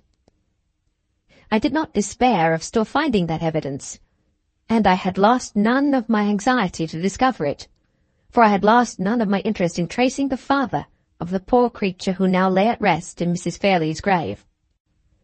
Accordingly, I sealed up the letter and put it away carefully in my pocket-book, to be referred to again when the time came. The next day was my last in Hampshire. When I had appeared again before the magistrate at Knowlesbury, and when I had attended the adjourned inquest, I should be free to return to London by the afternoon or the evening train. My first errand in the morning was, as usual, to the post office. The letter from Marian was there. But I thought, when it was handed to me, that it felt unusually light. I anxiously opened the envelope. There was nothing inside but a small strip of paper folded in two. The few hurriedly written lines which were traced on it contained these words: "Come back as soon as you can. I've been obliged to move. Come to Gower's Walk, Fulham, number 5. I will be on the lookout for you. Don't be alarmed about us. We are both safe and well, but come back. Marian." The news which those lines contained, news which I instantly associated with some attempted treachery on the part of Count Fosco, fairly overwhelmed me. I stood breathless with the paper crumpled up in my hand. What had happened? What subtle wickedness had the Count planned and executed in my absence? A night had passed since Marian's note was written. Hours must elapse still before I could get back to them. Some new disaster might have happened already, of which I was ignorant, and here, miles and miles away from them, here I must remain, held, doubly held, at the disposal of the law. I hardly know to what forgetfulness of my obligations, anxiety and alarm might not have tempted me. But for the quieting influence of my faith in Marian, my absolute reliance on her was the one earthly consideration which helped me to restrain myself, and gave me courage to wait. The inquest was the first of the impediments in the way of my freedom of action. I attended it at the appointed time, the legal formalities requiring my presence in the room, but, as it turned out, not calling on me to repeat my evidence. This useless delay was a hard trial. Although I did my best to quiet my impatience by following the course of the proceedings as closely as I could. The London solicitor of the deceased, Mr. Merriman, was among the persons present. But he was quite unable to assist the object of the inquiry. He could only say that he was inexpressibly shocked and astonished, and that he could throw no light whatever on the mysterious circumstances of the case. At intervals during the adjourned investigation, he suggested questions which the coroner put, but which led to no results. After a patient inquiry, which lasted nearly 3 hours and which exhausted every available source of information, the jury pronounced the customary verdict in cases of sudden death by accident. They added to the formal decision a statement that there had been no evidence to show how the keys had been abstracted, how the fire had been caused, or what the purpose was for which the deceased had entered the vestry. This act closed the proceedings. The legal representative of the dead man was left to provide for the necessities of the interment, and the witnesses were free to retire. Resolved not to lose a minute in getting to Knowlesbury, I paid my bill at the hotel and hired a fly to take me to the town. A gentleman who heard me give the order, and who saw that I was going alone, informed me that he lived in the neighbourhood of Knowlesbury, and asked if I would have any objection to his getting home by sharing the fly with me. I accepted his proposal as a matter of course. Our conversation during the drive was naturally occupied by the one absorbing subject of local interest. My new acquaintance had some knowledge of the late Sir Percival's solicitor, and he and Mr. Merriman had been discussing the state of the deceased gentleman's affairs, and the succession to the property. Sir Percival's embarrassments were so well known all over the county that his solicitor could only make a virtue of necessity and plainly acknowledge them. He had died without leaving a will, and he had no personal property to bequeath. Even if he'd made one, the whole fortune which he derived from his wife having been swallowed up by his creditors. The heir to the estate, Sir Percival having left no issue, was a son of Sir Felix Glyde's first cousin, an officer in command of an East Indiaman. He would find his unexpected inheritance sadly encumbered, but the property would recover with time, and if the captain was careful, he might be a rich man yet before he died. Absorbed as I was in the one idea of getting to London, this information, which events proved to be perfectly correct, had an interest of its own to attract my attention. I thought it justified me in keeping secret my discovery of Sir Percival's fraud. The heir whose rights he had usurped was the heir who would now have the estate. The income from it for the last 23 years, which should properly have been his, and which the dead man had squandered to the last farthing, was gone beyond recall. If I spoke, my speaking would confer advantage on no one. If I kept the secret, my silence concealed the character of the man who had cheated Laura into marrying him. For her sake I wished to conceal it.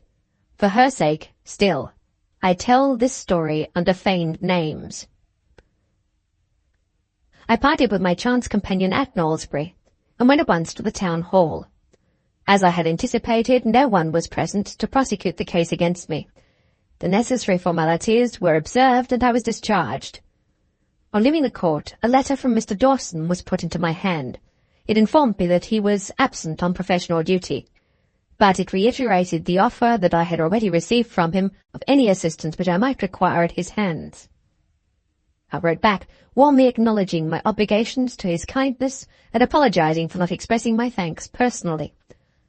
In consequence of my immediate recall on pressing business to town, half an hour later I was speeding back to London by the express train. 2. It was between 9 and 10 o'clock before I reached Fulham, and found my way to Gower's Walk. Both Laura and Marian came to the door to let me in. I think we had hardly known how close the tie was which bound us three together, until the evening came which united us again. We met as if we'd been parted for months instead of for a few days only. Marian's face was sadly worn and anxious. I saw who had known all the danger and borne all the trouble in my absence the moment I looked at her.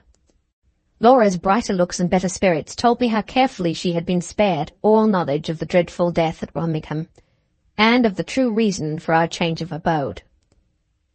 The stir of the removal seemed to have cheered and interested her. She spoke of it as a happy thought of Marian's to surprise me on my return with a change from the close, noisy street to the pleasant neighbourhood of trees and fields and the river. She was full of projects for the future, of the drawings she was to finish, of the purchasers I had found in the country who were to buy them, of the shillings and sixpences she had saved, till her purse was so heavy that she proudly asked me to weigh it in my own hand. The change for the better which had been wrought in her during the few days of my absence was a surprise to me, for which I was quite unprepared, and for all the unspeakable happiness of seeing it, I was indebted to Marian's courage and to Marian's love.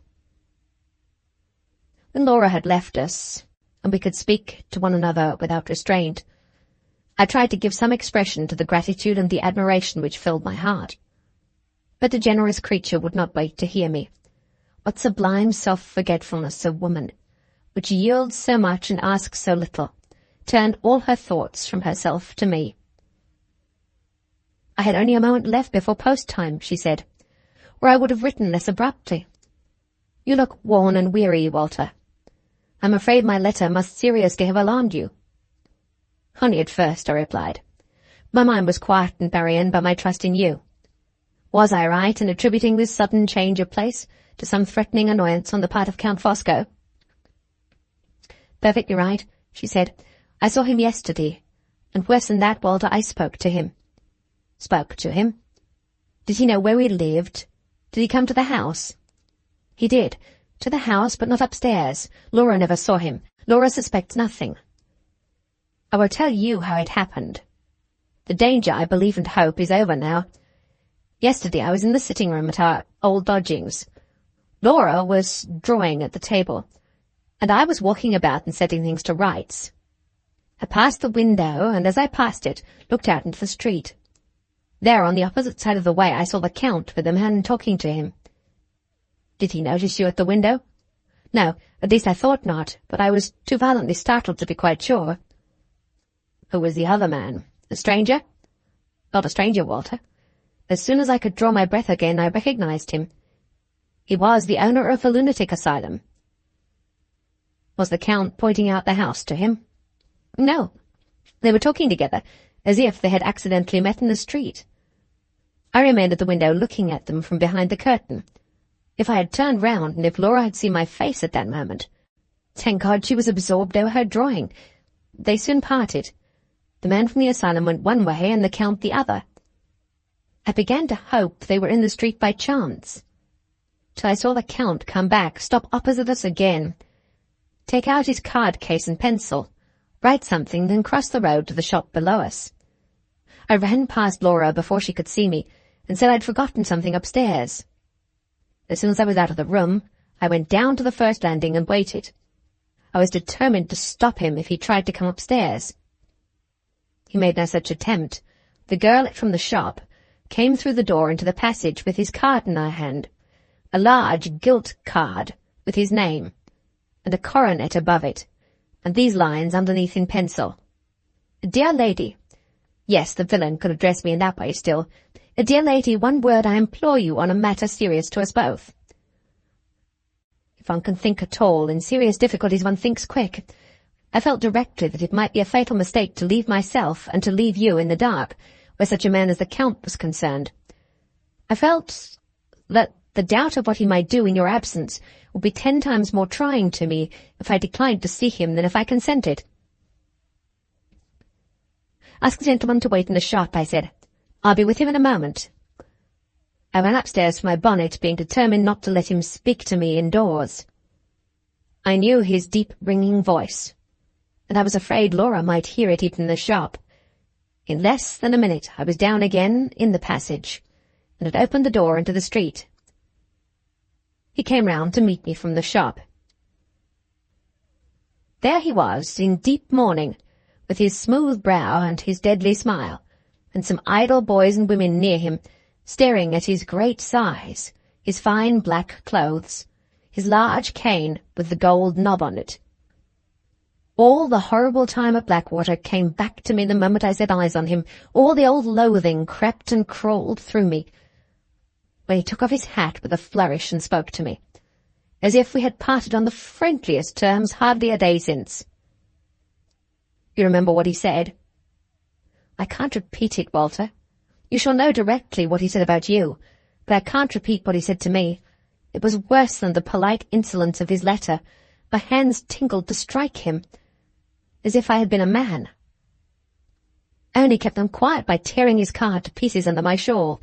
Without saying a word on my side, I walked away from the house for fear of Laura seeing us, and he followed, protesting softly all the way. In the first by-street I turned and asked him what he wanted with me.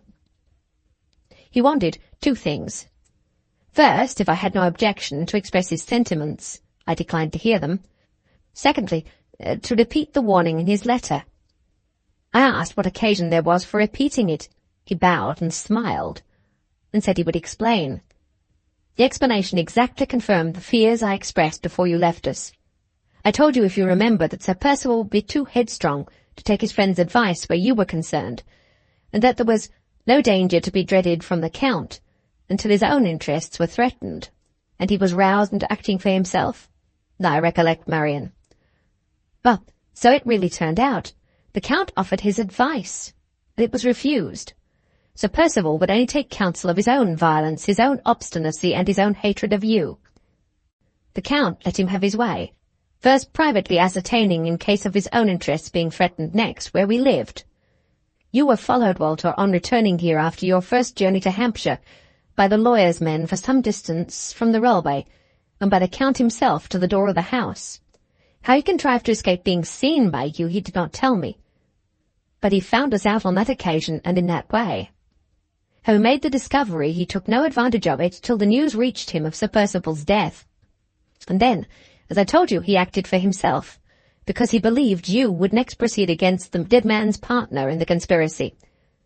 He at once made his arrangements to keep the owner of the asylum in London, and to take him to the place where his runaway patient was hidden, believing that the results, whichever way they ended, would be to involve you in interminable legal disputes and difficulties, and to tie your hands for all purposes of offence, so far as he was concerned.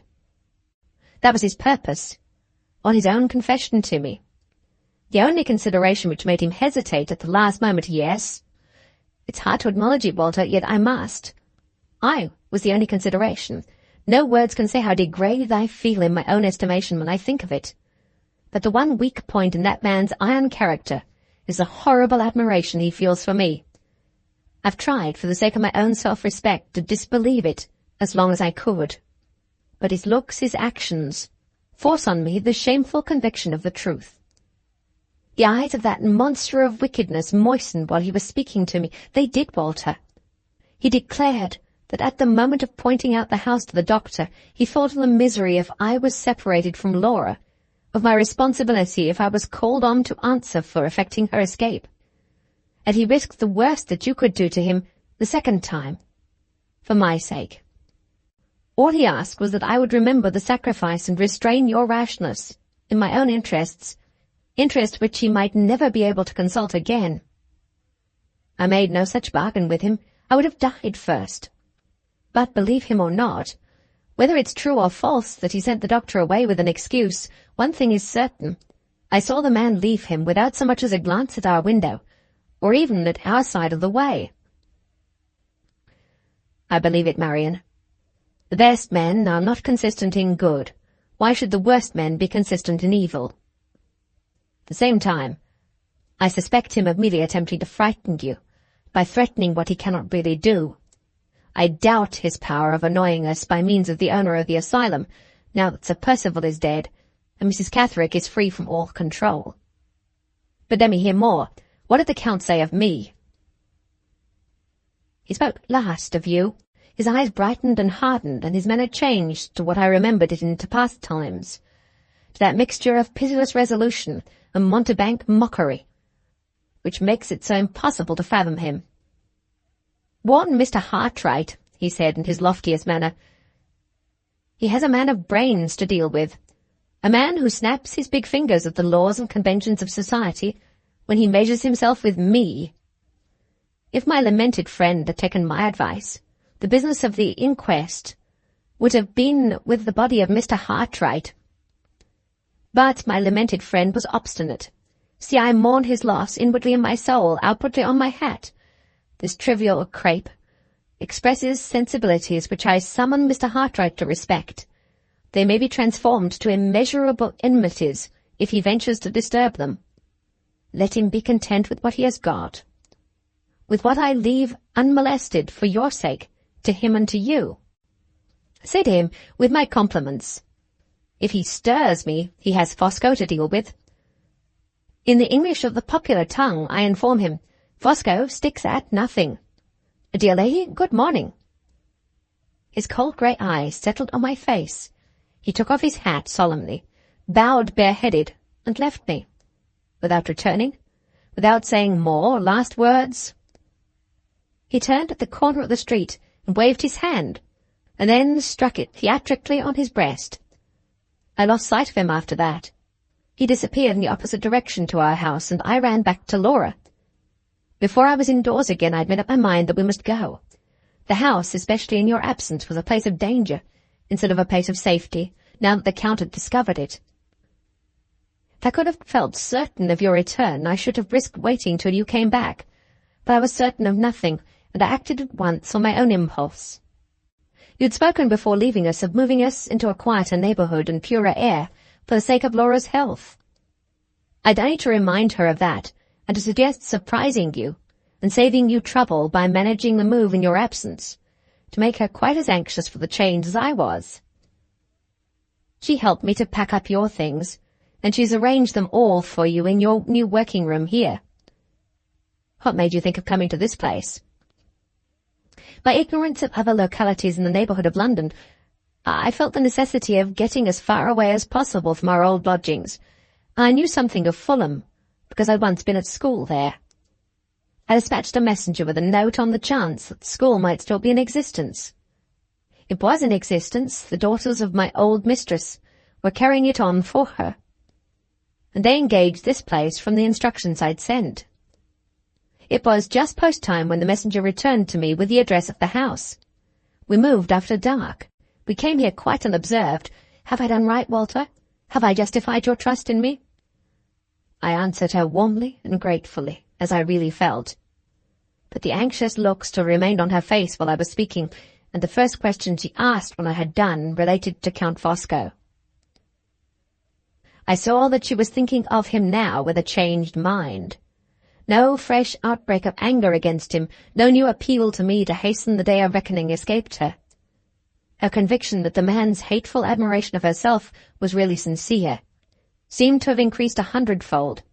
her distrust of his unfathomable cunning, her inborn dread of the wicked energy and vigilance of all his faculties. Her voice fell low, her manner was hesitating, her eyes searched into mine with an eager fear, when she asked me what I thought of his message, and what I meant to do next after hearing it. "How many weeks have passed, Marian," I answered, "since my interview with Mr. Kyle. When he and I parted, the last words I said to him about Laura were these: Her uncle's house shall open to receive her, in the presence of every soul who followed the false funeral to the grave. The lie that records her death shall be publicly erased from the tombstone by the authority of the head of the family, and the 2 men who wronged her shall answer for their crime to me, though the justice that sits in tribunals is powerless to pursue them. One of those men is beyond mortal reach. The other remains, and my resolution remains." Her eyes lit up, her colour rose. She said nothing, but I saw all her sympathies gathering to mine in her face. "I don't disguise from myself or from you," I went on. "The prospect before us is more than doubtful. The risks we have run already are, it may be, trifles compared with the risks that threaten us in the future. But the venture shall be tried, Marian, for all that. I'm not rash enough to measure myself against such a man as the Count before I am well prepared for him. I've learned patience. I can wait my time. Let him believe that his message has produced its effect. Let him know nothing of us and hear nothing of us. Let us give him full time to feel secure. His own boastful nature, unless I seriously mistake him, will hasten that result. This is one reason for waiting. But there's another more important still. My position, Marian, towards you and towards Laura ought to be a stronger one than it is now before I try our last chance." She leaned near to me, with a look of surprise. "How can it be stronger?" she asked. "I'll tell you," I replied, "when the time comes. It has not come yet, it may never come at all. I may be silent about it to Laura forever. I must be silent now even to you till I see for myself that I can harmlessly and honourably speak. Let us leave that subject. There's another which has more pressing claims on our attention. You've kept Laura, mercifully kept her, in ignorance of her husband's death. But, Walter, surely it must be long yet before we tell her of it." "No, Marian. Better that you should reveal it to her now, than that accident, which no one can guard against, should reveal it to her at some future time. Spare her all the details, break it to her very tenderly, but tell her that he is dead." "You have a reason, Walter, for wishing her to know of her husband's death, besides the reason you have just mentioned?" "I have. A reason connected with the subject which must not be mentioned between us yet? Which may never be mentioned to Laura at all?" She dwelt on the last words meaningfully. When I answered her in the affirmative, I dwelt on them too. Her face grew pale. For a while she looked at me with a sad, hesitating interest. An unaccustomed tenderness trembled in her dark eyes and softened her firm lips, as she glanced aside at the empty chair, in which the dear companion of all our joys and sorrows had been sitting. "I think I understand," she said. "I think I owe it to her and to you, Walter, to tell her of her husband's death." She sighed, and held my hand fast for a moment, then dropped it abruptly and left the room. On the next day, Laura knew that his death had released her, and that the error and the calamity of her life lay buried in his tomb. His name was mentioned among us no more. Thenceforward we shrank from the slightest approach to the subject of his death, and in the same scrupulous manner, Marian and I avoided all further reference to that other subject, which, by her consent and mine, was not to be mentioned between us yet. It was not the less present in our minds. It was rather kept alive in them by the restraint which we had imposed on ourselves. We both watched Laura more anxiously than ever, sometimes waiting and hoping, sometimes waiting and fearing, till the time came. By degrees we returned to our accustomed way of life. I resumed the daily work which had been suspended during my absence in Hampshire. Our new lodgings cost us more than the smaller and less convenient rooms which we'd left, and the claims thus implied on my increased exertions were strengthened by the doubtfulness of our future prospects. Emergencies might yet happen which would exhaust our little fund at the banker's, and the work of my hands might be ultimately all we had to look to for support. More permanent and more lucrative employment than had yet been offered to me was a necessity for our position, a necessity for which I now diligently set myself to provide. It must not be supposed that the interval of rest and seclusion of which I am now writing entirely suspended on my part all pursuit of the one absorbing purpose with which my thoughts and actions are associated in these pages. That purpose was for months and months yet never to relax its claims on me. The slow ripening of it still left me a measure of precaution to take, an obligation of gratitude to perform, and a doubtful question to solve. The measure of precaution related necessarily to the Count. It was of the last importance to ascertain if possible whether his plans committed him to remaining in England, or in other words, to remaining within my reach. I contrived to set this doubt at rest by a very simple means. His address in St. John's Wood being known to me, I inquired in the neighbourhood, and having found out the agent who had the disposal of the furnished house in which he lived, I asked if number 5, Forest Road, was likely to be let within a reasonable time. The reply was in the negative. I was informed that the foreign gentleman then residing in the house had renewed his term of occupation for another 6 months, and would remain in possession until the end of June in the following year. We were then at the beginning of December only. I left the agent with my mind relieved from all present fear of the Count's escaping me. The obligation I had to perform took me once more into the presence of Mrs. Clements. I had promised to return and to confide to her those particulars relating to the death and burial of Anne Catherick, which I had been obliged to withhold at our first interview. Changed as circumstances now were, there was no hindrance to my trusting the good woman with as much of the story of the conspiracy as it was necessary to tell. I had every reason that sympathy and friendly feeling could suggest to urge on me the speedy performance of my promise, and I did conscientiously and carefully perform it. There's no need to burden these pages with any statement of what passed at the interview. It will be more to the purpose to say that the interview itself necessarily brought to my mind the one doubtful question still remaining to be solved, the question of Anne Catherick's parentage on her father's side. A multitude of small considerations in connection with this subject, trifling enough in themselves but strikingly important when massed together, had latterly led my mind to a conclusion which I resolved to verify. I obtained Marian's permission to write to Major Donthorne of Varneck Hall, where Mrs. Catherick had lived in service for some years previous to her marriage, to ask him certain questions. I made the inquiries in Marian's name, and described them as relating to matters of personal history in her family, which might explain and excuse my application. When I wrote the letter, I had no certain knowledge that Major Donthorne was still alive. I dispatched on the chance that he might be living and able and willing to reply. After a lapse of 2 days, proof came, in the shape of a letter, that the Major was living, and that he was ready to help us. The idea in my mind when I wrote to him, and the nature of my inquiries, will be easily inferred from his reply. His letter answered my questions by communicating these important facts. In the first place, the late Sir Percival Glyde of Blackwater Park had never set foot in Varneck Hall. The deceased gentleman was a total stranger to Major Donthorne, and to all his family.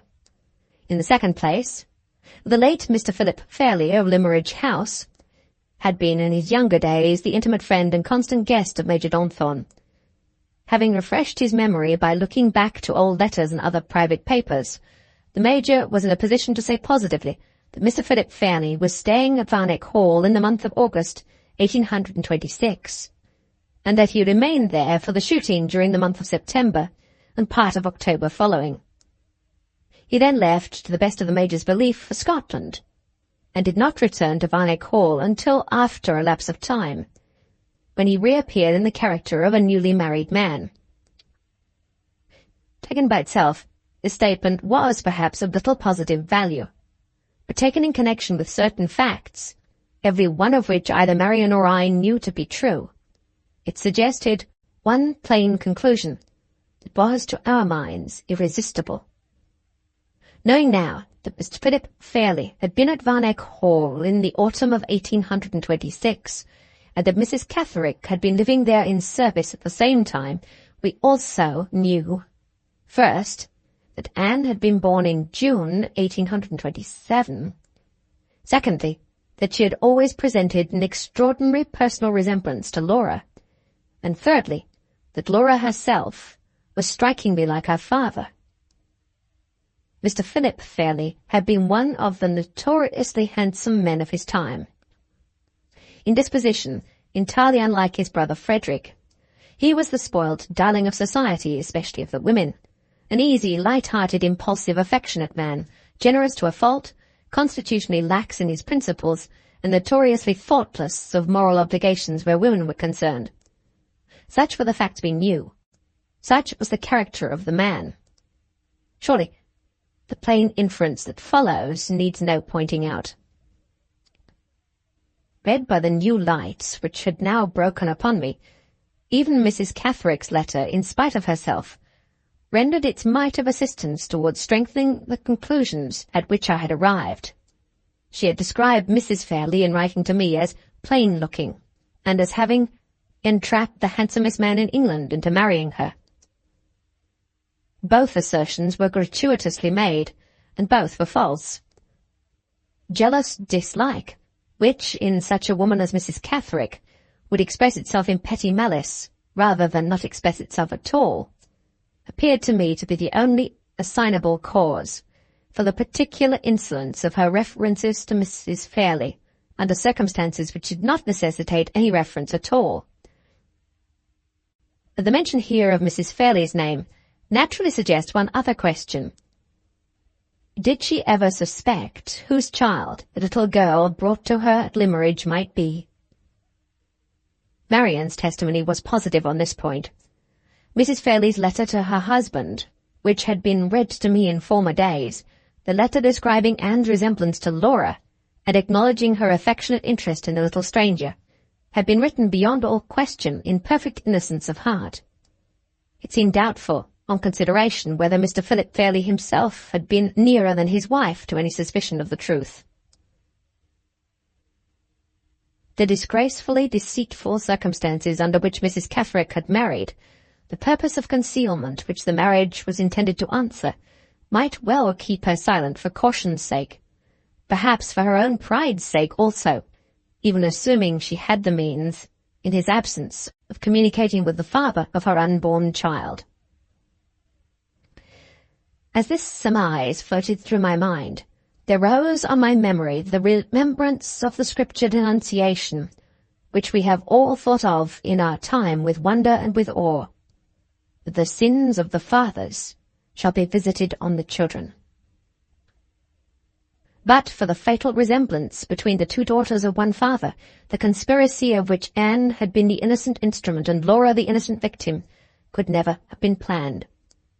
With that unerring and terrible directness the long chain of circumstances led down from the thoughtless wrong committed by the father to the heartless injury inflicted on the child. These thoughts came to me, and others with them, which drew my mind away to the little Cumberland churchyard where Anne Catherick now lay buried. I thought of the bygone days when I had met her by Mrs. Fairlie's grave, and met her for the last time. I thought of her poor helpless hands beating on the tombstone, and her weary yearning words murmuring to the dead remains of her protectress and her friend, "Oh, if I could die and be hidden and at rest with you!" Little more than a year had passed since she breathed that wish, and how inscrutably, how awfully it had been fulfilled. The words she had spoken to Laura by the shores of the lake, the very words had now come true. "Oh, if I could only be buried with your mother! If I could only wake at her side when the angel's trumpet sounds, and the graves give up their dead at the resurrection!" Through what mortal crime and horror, Through what darkest windings of the way down to death the lost creature had wandered in God's leading to the last home that living she had never hoped to reach. In that sacred rest I leave her. In that dread companionship let her remain undisturbed. So, the ghostly figure which has haunted these pages, as it haunted my life, goes down to the impenetrable gloom. Like a shadow she first came to me in the loneliness of the night. Like a shadow she passes away in the loneliness of the dead. 3. 4 months elapsed. April came, the month of spring, the month of change. The course of time had flowed through the intervals since the winter peacefully and happily in our new home. I had turned my long leisure to good account, had largely increased my sources of employment, and had placed our means of subsistence on surer grounds.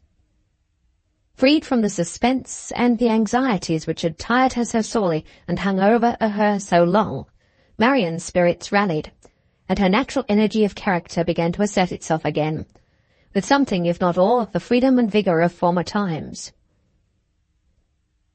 More pliable under change than her sister, Laura showed more plainly the progress made by the healing influences of her new life. The worn and wasted look which had prematurely aged her face was fast leaving it, and the expression which had been the first of its charms in past days was the first of its beauties that now returned.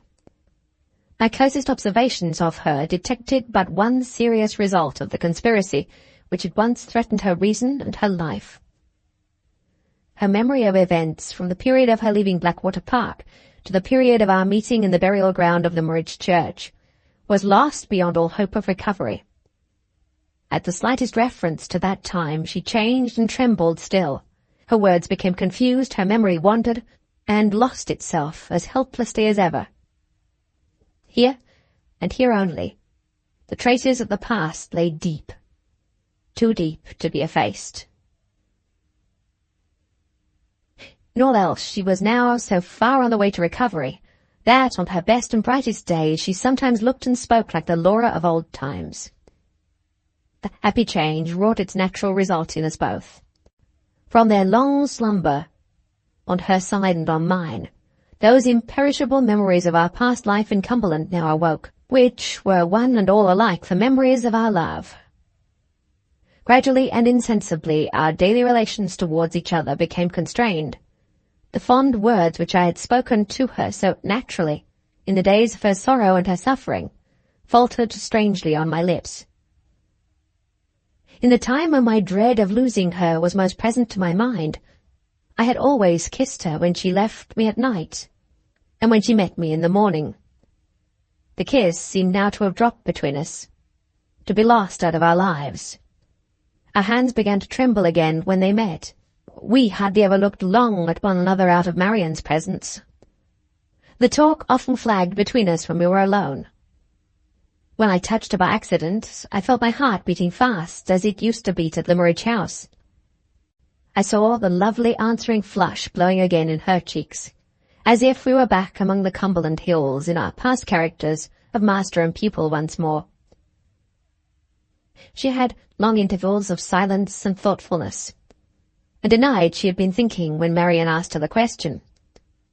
I surprised myself one day neglecting my work to dream over the little watercolour portrait of her, which I had taken in the summer house where we first met, just as I used to neglect Mr. Fairlie's drawings to dream over the same likeness, when it was newly finished in the bygone time.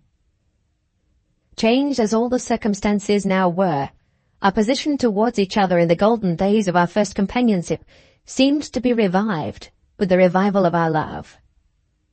It was as if time had drifted us back on the wreck of our early hopes to the old familiar shore.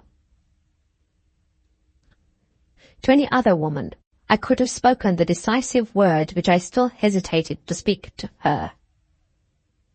The utter helplessness of her position, her friendless dependence on all the forbearing gentleness that I could show her, my fear of touching too soon some secret sensitiveness in her, which my instinct as a man might not have been fine enough to discover. These considerations, and others like them, kept me self-distrustfully silent. And yet I knew that the restraint on both sides must be ended, that the relations in which we now stood towards one another must be altered in some settled manner for the future, and that it rested with me in the first instance to recognize the necessity for a change. The more I thought of our position, the harder the attempt to alter it appeared.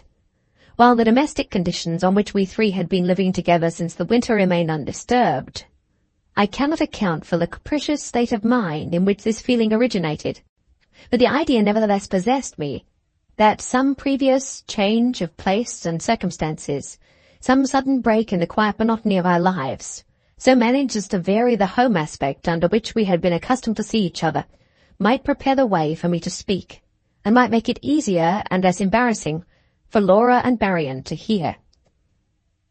With this purpose in view, I said one morning that I thought we had all earned a little holiday and a change of scene. After some consideration, it was decided that we should go for a fortnight to the seaside. On the next day we left Fulham for a quiet town on the south coast.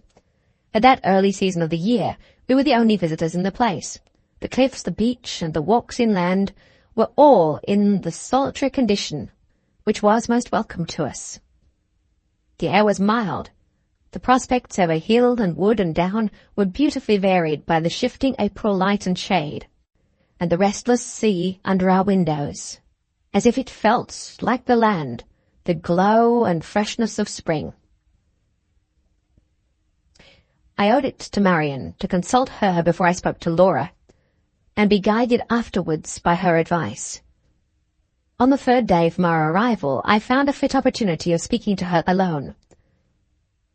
The moment we looked at one another, her quick instinct detected the thought in my mind before I could give it expression. With her customary energy and directness, she spoke at once, and spoke first. "You're thinking of that subject which was mentioned between us on the evening of your return from Hampshire," she said. "I've been expecting you to allude to it for some time past. There must be a change in our little household, Walter. We cannot go on much longer as we are now. I see it as plainly as you do, as plainly as Laura sees it, though she says nothing. How strangely the old times in Cumberland seem to have come back. You and I are together again, and the one subject of interest between us is Laura, once more. I could almost fancy that this room is the summer house at Limmeridge, and that those waves beyond us are beating on our seashore. I was guided by your advice in those past days," I said, "and now, Marian, with reliance tenfold greater, I will be guided by it again." She answered by pressing my hand. I saw that she was deeply touched by my reference to the past. We sat together near the window, and while I spoke and she listened, we looked at the glory of the sunlight shining on the majesty of the sea. "Whatever comes of this confidence between us," I said, "whether it ends happily or sorrowfully for me, Laura's interests will still be the interests of my life. When we leave this place, on whatever terms we leave it, my determination to wrest from Count Fosco the confession which I failed to obtain from his accomplice goes back with me to London, as certainly as I go back myself. Neither you nor I can tell how that man may turn on me if I bring him to bay. We only know by his own words and actions that he is capable of striking at me through Laura, without a moment's hesitation or a moment's remorse. In our present position I have no claim on her which society sanctions, and which the law allows to strengthen me in resisting him, and in protecting her. This places me at a serious disadvantage. If I am to fight our cause with the Count, strong in the consciousness of Laura's safety, I must fight it for my wife. Do you agree with that, Marian, so far?" "To every word of it," she answered. "I will not plead out of my own heart," I went on. "I will not appeal to the love which has survived all changes and all shocks. I will rest my only vindication of myself for thinking of her and speaking of her as my wife on what I have just said.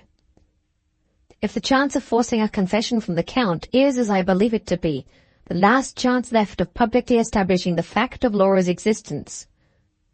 The least selfish reason that I can advance for our marriage is recognized by us both.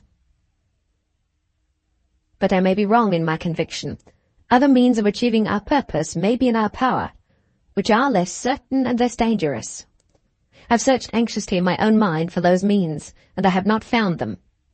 Have you? No, I've thought about it too, and thought in vain. In all likelihood, I continued, the same questions have occurred to you, in considering this difficult subject which have occurred to me.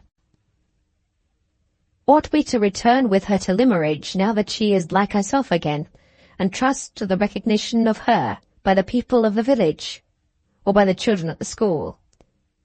Ought we to appeal to the practical test of our handwriting? Suppose we did so. Suppose the recognition of her obtained, and the identity of the handwriting established.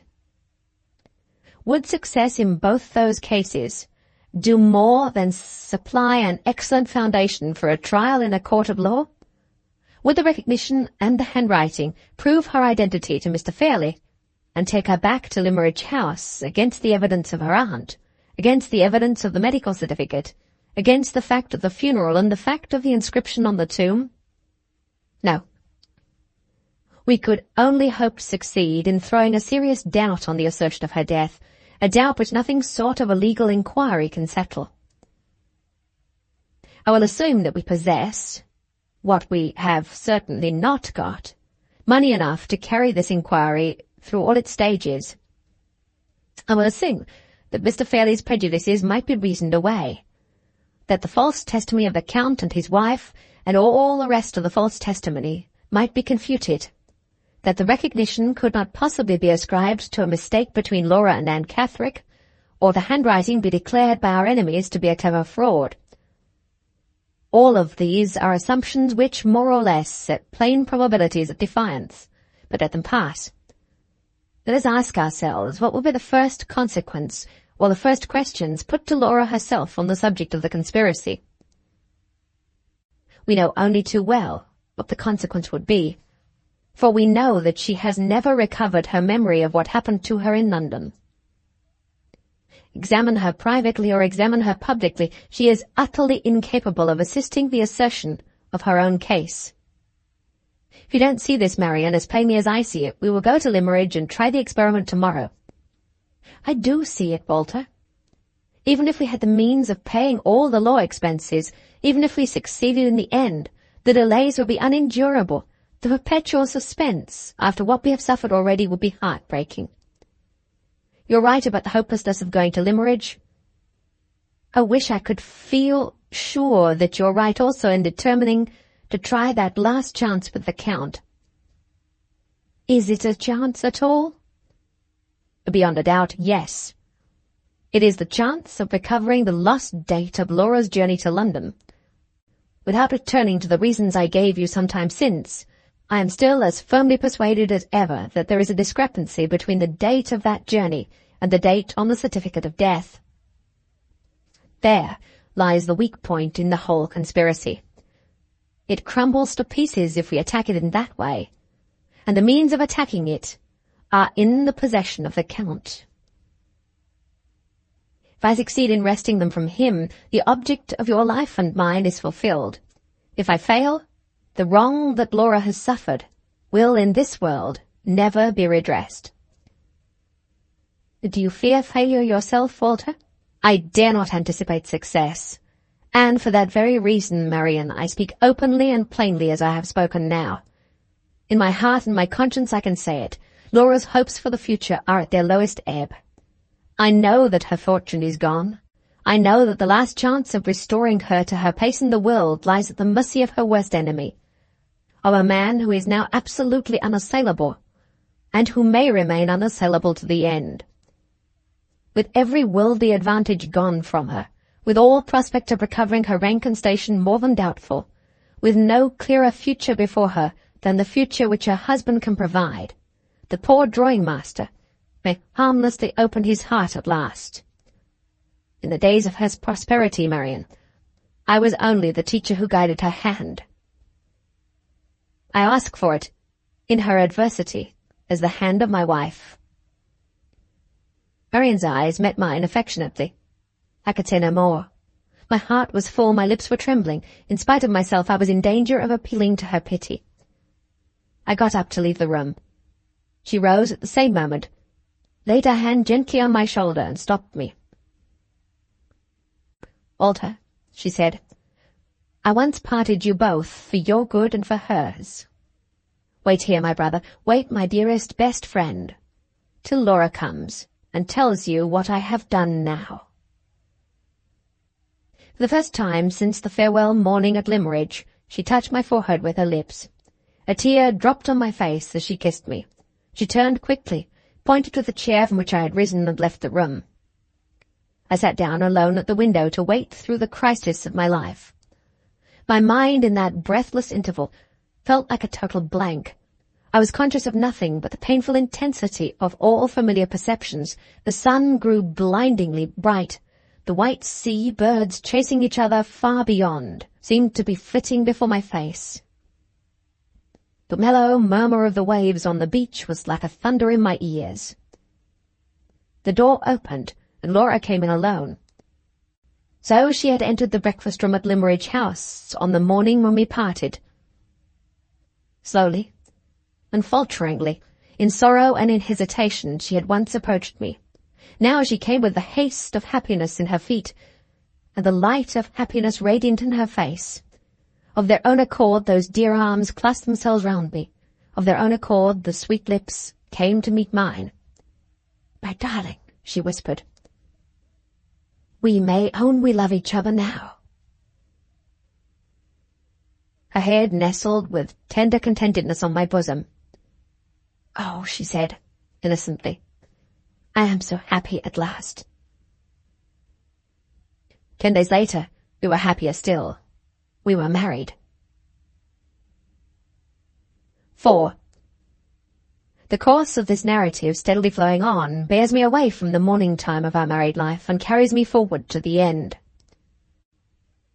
In a fortnight more, we three were back in London, and the shadow was stealing over us of the struggle to come. Marian and I were careful to keep Laura in ignorance of the cause that had hurried us back, the necessity of making sure of the Count. It was now the beginning of May, and his term of occupation at the house in Forest Road expired in June. If he renewed it, and I had reason, shortly to be mentioned, for anticipating that he would, I might be certain of his not escaping me. But if by any chance he disappointed my expectations and left the country, then I had no time to lose in arming myself to meet him as I best might. In the first fullness of my new happiness, there had been moments when my resolution faltered, moments when I was tempted to be safely content, now that the dearest aspiration of my life was fulfilled in the possession of Laura's love. For the first time I thought faint-heartedly of the greatness of the risk, of the adverse chances arrayed against me, of the fair promise of our new life, and of the perils in which I might place the happiness which we had so hardly earned. Yes, let me own it honestly. For a brief time I wandered in the sweet guiding of love, far from the purpose to which I had been true under sterner discipline, and in darker days. Innocently, Laura had tempted me aside from the hard path. Innocently, she was destined to lead me back again. At times, dreams of the terrible past still disconnectedly recalled to her, in the mystery of sleep, the events which her waking memory had lost all trace. One night, barely 2 weeks after our marriage, when I was watching her at rest, I saw the tears come slowly through her closed eyelids. I heard the faint murmuring words escape her, which told me that her spirit was back again on the fatal journey from Blackwater Park. That unconscious appeal, so touching and so awful in the sacredness of her sleep, ran through me like fire. The next day was the day we came back to London, the day when my resolution returned to me with tenfold strength. The first necessity was to know something of the man. Thus far, the true story of his life was an impenetrable mystery to me. I began with such scanty sources of information as were at my own disposal. the important narrative written by Mr. Frederick Fairlie, which Marian had obtained by following the directions I had given her in the winter, proved to be of no service to the special object with which I now looked at it. While reading it, I reconsidered the disclosure revealed to me by Mrs. Clements of the series of deceptions which had brought Anne Catherick to London, and which had there devoted her to the interests of the conspiracy. Here again, the Count had not openly committed himself. Here again, he was, to all practical purposes, out of my reach. I next returned to Marian's journal at Blackwater Park. At my request, she read to me again a passage which had referred to her past curiosity about the Count, and to the few particulars which she had discovered relating to him. The passage to which I allude occurs in that part of her journal which delineates his character and his personal appearance. She describes him as not having crossed the frontiers of his native country for years past, as anxious to know if any Italian gentleman was settled in the nearest town to Blackwater Park, as receiving letters with all sorts of odd stamps on them, and one with a large official-looking seal on it.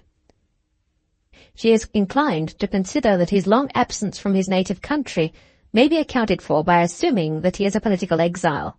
But she is, on the other hand, unable to reconcile this idea with the reception of the letter from abroad bearing the large official-looking seal. Letters from the continent addressed to political exiles being usually the last to court attention from foreign post offices in that way. The considerations thus presented to me in the diary, joined to certain surmises of my own that grew out of them, suggested a conclusion which I wondered I had not arrived at before. I now said to myself what Laura had once sent to Marian at Blackwater Park, what Madame Fosco had overheard by listening at the door. The Count is a spy. Laura had applied the word to him at hazard, in natural anger at his proceedings towards herself.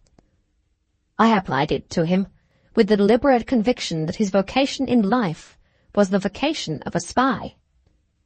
On this assumption, the reasons for his extraordinary stay in England so long after the objects of the conspiracy had been gained became, to my mind, quite intelligible. The year of which I am now writing was the year of the famous Crystal Palace exhibition in Hyde Park. Foreigners in unusually large numbers had arrived already, and were still arriving in England. Men were among us by hundreds, whom the ceaseless distrustfulness of their governments had followed privately, by means of appointed agents to our shores. My surmises did not for a moment class a man of the Count's abilities and social position with the ordinary rank and file of foreign spies. I suspected him of holding a position of authority, of being entrusted by the government which he secretly served, with the organization and management of agents specially employed in this country, both men and women, and I believed Mrs. Rebel, who had been so opportunely found to act as a nurse at Blackwater Park, to be in all probability one of their number. Assuming this idea of mine had foundation in truth, the position of the Count might prove to be more assailable than I had hitherto ventured to hope. To whom could I apply to know something more of the man's history and of the man himself than I knew now?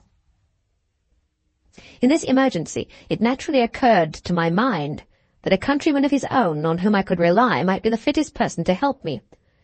The first man I thought of under these circumstances was also the only Italian with whom I have had intimate acquaintance, my quaint little friend, Professor Pesca. The Professor had been so long absent from these pages that he has run some risk of being forgotten altogether. It is the necessary law of such a story as mine that the persons concerned in it only appear when the course of events takes them up. They come and go, not by favour of my personal partiality, but by right of their direct connection with the circumstances to be detailed. For this reason, not Pesca alone, but my mother and sister as well, have been left far in the background of the narrative. My visits to the Hampstead cottage, my mother's belief in the denial of Laura's identity, which the conspiracy had accomplished, my vain efforts to overcome the prejudice on her part and on my sister's, to which, in their jealous affection for me, they both continued to adhere, the painful necessity which that prejudice imposed on me of concealing my marriage from them, till they had learnt to do justice to my wife. All these little domestic occurrences have been left unrecorded, because they were not essential to the main interest of the story.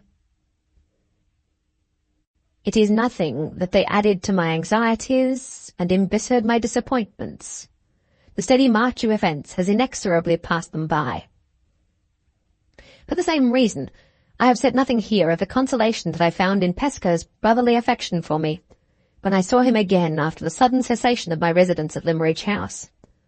I have not recorded the fidelity with which my warm-hearted little friend followed me to the place of embarkation when I sailed for Central America, or the noisy transport of joy with which he received me when we next met in London.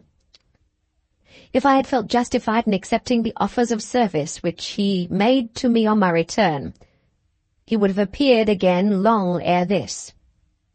But though I knew that his honour and his courage were to be implicitly relied upon, I was not so sure that his discretion was to be trusted, and for that reason only I followed the course of my inquiries alone.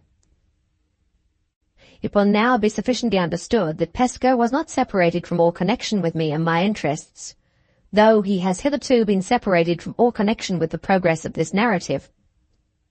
He was as true and as ready a friend of mine still as he had ever been in his life. Before I summoned Pesco to my assistance, it was necessary to see for myself what sort of man I had to deal with. Up to this time I had never once set eyes on Count Fosco.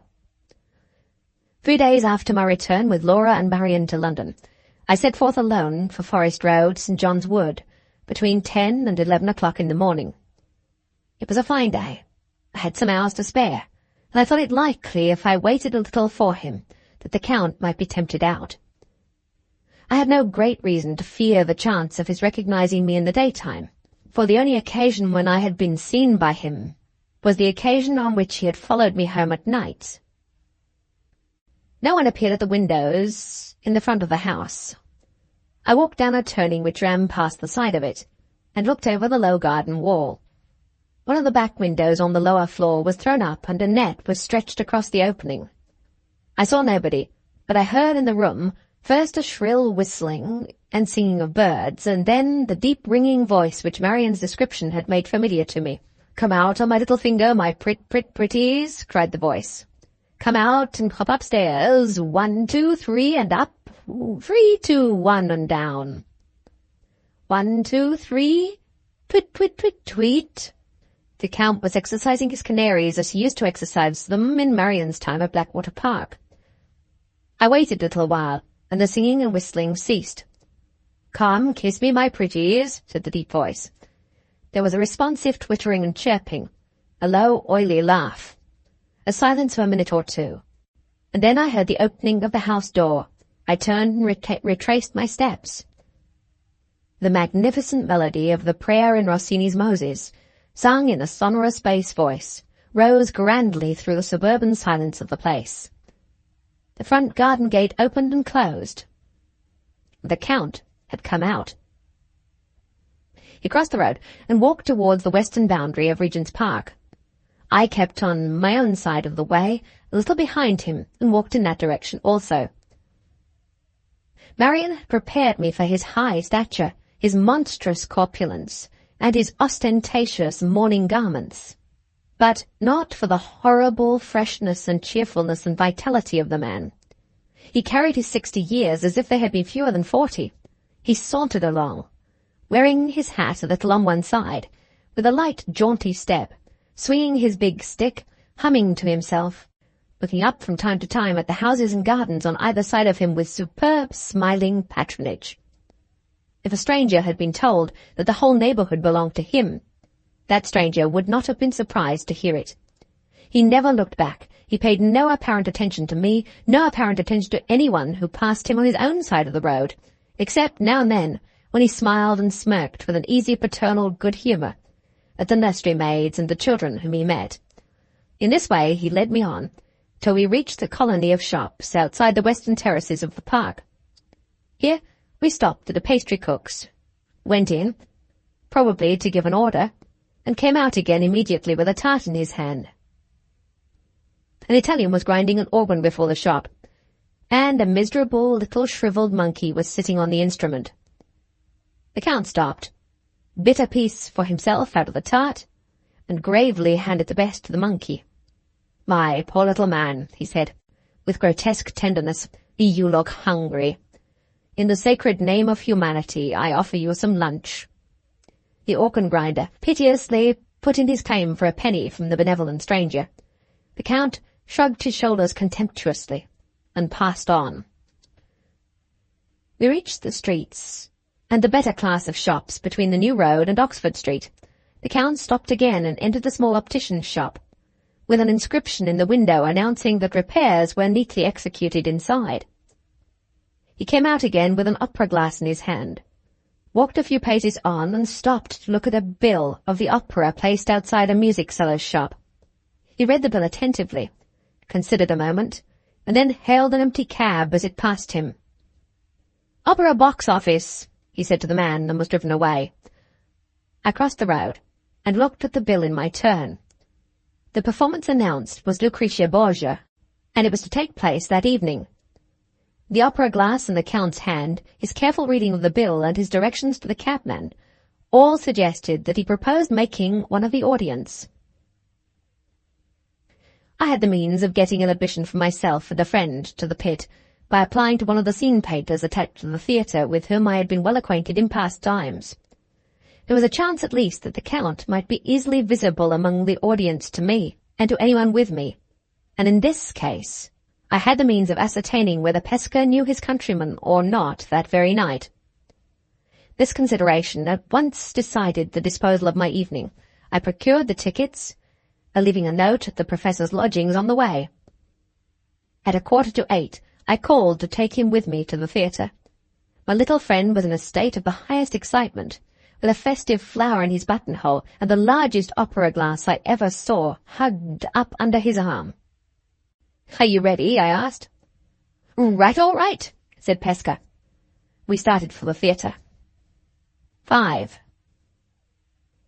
The last notes of the introduction to the opera were being played, and the seats in the pit were all filled when Pesca and I reached the theatre.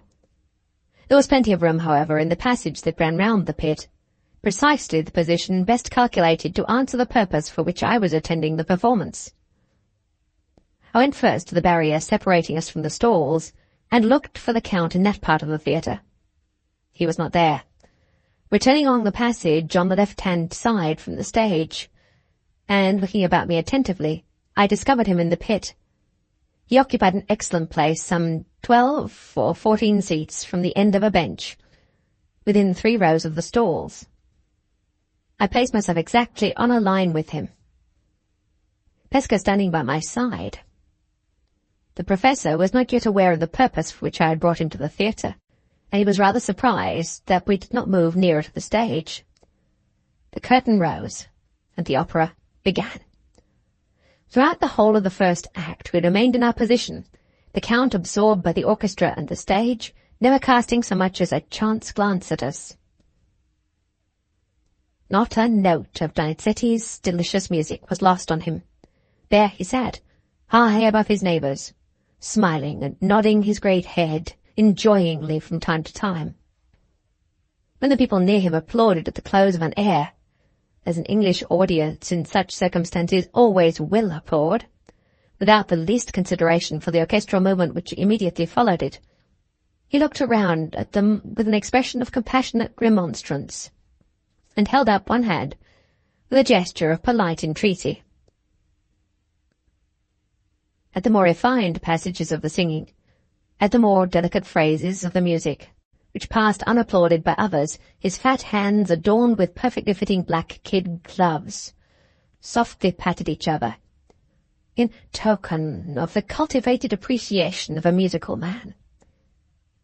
At such times his oily murmur of approval, "Bravo, bra," hummed through the silence, like the purring of a great cat. His immediate neighbours on either side, hearty, ruddy-faced people from the country, basking amazedly in the sunshine of fashionable London, seeing and hearing him, began to follow his lead. Many a burst of applause from the pit that night started from the soft, comfortable patting of the black-gloved hands.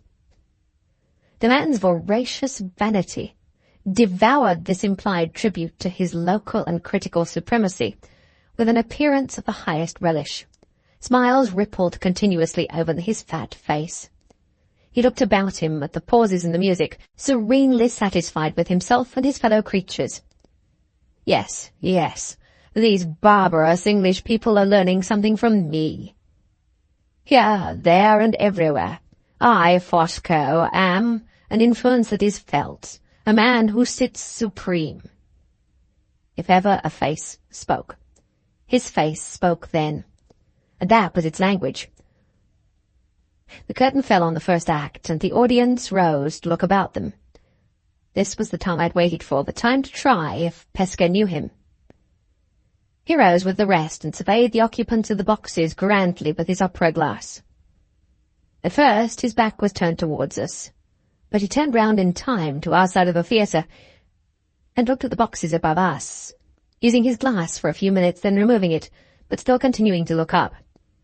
This was the moment I chose, when his full face was in view, for directing Pesca's attention to him. "Do you know that man?" I asked.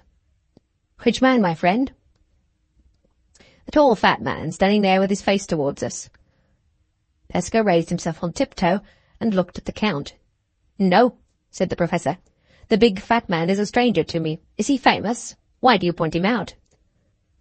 "Because I have particular reasons for wishing to know something of him. He is a countryman of yours. His name is Count Fosco. Do you know that name?" "Not I, Walter. Neither the name nor the man is known to me." "You're quite sure you don't recognize him? Look again. Look carefully." "I'll tell you why I'm so anxious about it when we leave the theatre." "Stop. Let me help you up here, where you can see him better." I helped the little man to perch himself on the edge of the raised dais, upon which the pit seats are placed. His small stature was no hindrance to him. Here he could see over the heads of the ladies who were seated near the outermost part of the bench. A slim, light-haired man standing by us, whom I had not noticed before, a man with a scar on his left cheek, looked attentively at Pesca as I helped him up, and then looked still more attentively, following the direction of Pesca's eyes at the Count. Our conversation might have reached his ears and might, as it struck me, have roused his curiosity. Meanwhile, Pesca fixed his eyes earnestly on the broad, full, smiling face turned a little upwards exactly opposite to him. "No," he said, "I've never set my 2 eyes on that big fat man before in all my life." As he spoke, the Count looked downwards towards the boxes behind us on the pit tier. The eyes of the 2 Italians met. The instant before, I had been perfectly satisfied from his own reiterated assertion that Pesca did not know the Count. The instant afterwards, I was equally certain that the Count knew Pesca. Knew him, and, more surprising still, feared him as well. There was no mistaking the change that passed over the villain's face, the leaden hue that altered his yellow complexion in a moment, the sudden rigidity in all his features, the furtive scrutiny of his cold grey eyes. The motionless stillness of him from head to foot told their own tale. A mortal dread had mastered him, body and soul, and his own recognition of Pesca was the cause of it. The slim man with the scar on his cheek was still close by us. He had apparently drawn his inference from the effect produced on the Count by the sight of Pesca, as I had drawn mine. He was a mild, gentlemanlike man, looking like a foreigner, and his interest in our proceedings was not expressed in anything approaching to an offensive manner. For my own part, I was so startled by the change in the Count's face, so astonished at the entirely unexpected turn which events had taken, that I knew neither what to say or do next. Pesca roused me by stepping back to his former place at my side and speaking first. "How the fat man stares!" he exclaimed. "Is it at me? Am I famous? How can he know me when I don't know him?" I kept my eyes still on the Count, and I saw him move for the first time when Pesca moved, so as not to lose sight of the little man in the lower position in which he now stood. I was curious to see what would happen if Pesca's attention under these circumstances was withdrawn from him, and I accordingly asked the Professor if he recognized any of his pupils that evening among the ladies in the boxes. Pesca immediately raised a large opera glass to his eyes and moved it slowly all around the upper part of the theatre, searching for his pupils with the most conscientious scrutiny. The moment he showed himself to be thus engaged, the Count turned round, stepped past the persons who occupied the seats on the further side of him from where we stood, disappeared in the middle passage down the centre of the pit. I caught Pesca by the arm, and, to his inexpressible astonishment, hurried him round with me to the back of the pit to intercept the Count before he could get to the door. Somewhat to my surprise, the slim man hastened out before us, avoiding a stoppage caused by some people on our side of the pit leaving their places, by which Pesca and myself were delayed. When we reached the lobby, the Count had disappeared, and the foreigner with the scar was gone too. "Come home," I said. "Come home, Pesca, to your lodgings. I must speak to you in private. I must speak directly." "My soul bless my soul," cried the Professor in a state of the extremest bewilderment. "What on earth is the matter?" I walked on rapidly without answering. The circumstances under which the Count had left the theatre suggested to me that his extraordinary anxiety to escape Pesca might carry him to further extremities still. He might escape me too, by leaving London. I doubted the future if I allowed him so much as a day's freedom to act as he pleased, and I doubted that foreign stranger who had got the start of us, and whom I suspected of intentionally following him out. With this double distrust in my mind, I was not long in making Pesca understand what I wanted. As soon as we two were alone in his room, I increased his confusion and amazement 100-fold by telling him what my purpose was as plainly and unreservedly as I have acknowledged it here. "My friend, what can I do?" cried the Professor, piteously appealing to me with both hands. "Deuce what the deuce! How can I help you, Walter, when I don't know the man?" "He knows you. He's afraid of you. He's left the theatre to escape you. Pesca, there must be a reason for this. Look back into your own life before you came to England. You left Italy, as you have told me yourself, for political reasons. You have never mentioned those reasons to me, and I don't inquire into them now. I only ask you to consult your own recollections, and to say if they suggest no past cause for the terror which the first sight of you produced in that man." To my unutterable surprise, these words, harmless as they appeared to me, produced the same astounding effect on Pesca which the sight of Pesca had produced on the Count. The rosy face of my little friend whitened in an instant, and he drew back from me slowly, trembling from head to foot. "Walter," he said, "you don't know what you ask." He spoke in a whisper. He looked at me as if I had suddenly revealed to him some hidden danger to both of us. In less than 1 minute of time he was so altered from the easy, lively, quaint little man of all my past experience, that if I had met him in the street, changed as I saw him now, I should most certainly not have known him again. "Forgive me if I've unintentionally pained and shocked you," I replied. "Remember the cruel wrong my wife has suffered at Count Fosco's hands. Remember that the wrong can never be redressed unless the means are in my power of forcing him to do her justice. I spoke in her interests, Pesca, and I ask you again to forgive me. I can say no more." I rose to go. He stopped me before I reached the door. "Wait," he said. "You've shaken me from head to foot. You don't know how I left my country and why I left my country. Let me compose myself. Let me think if I can." I returned to my chair. He walked up and down the room, talking to himself incoherently in his own language. After several turns backwards and forwards, he suddenly came up to me, and laid his little hands with a strange tenderness and solemnity on my breast. "On my heart and soul, Walter," he said, "is there no other way to get to that man but the chance way, through me?" "There's no other way," I answered. He left me again, opened the door of the room and looked out cautiously into the passage, closed it once more and came back. "You won your right over me, Walter, on the day when you saved my life. It was yours from that moment, when you pleased to take it. Take it now. Yes, I mean what I say. My next words, as true as the good God is above us, will put my life into your hands."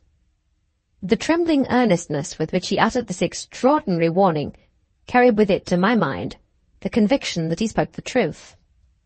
"Mind this," he went on, shaking his hands at me in the vehemence of his agitation.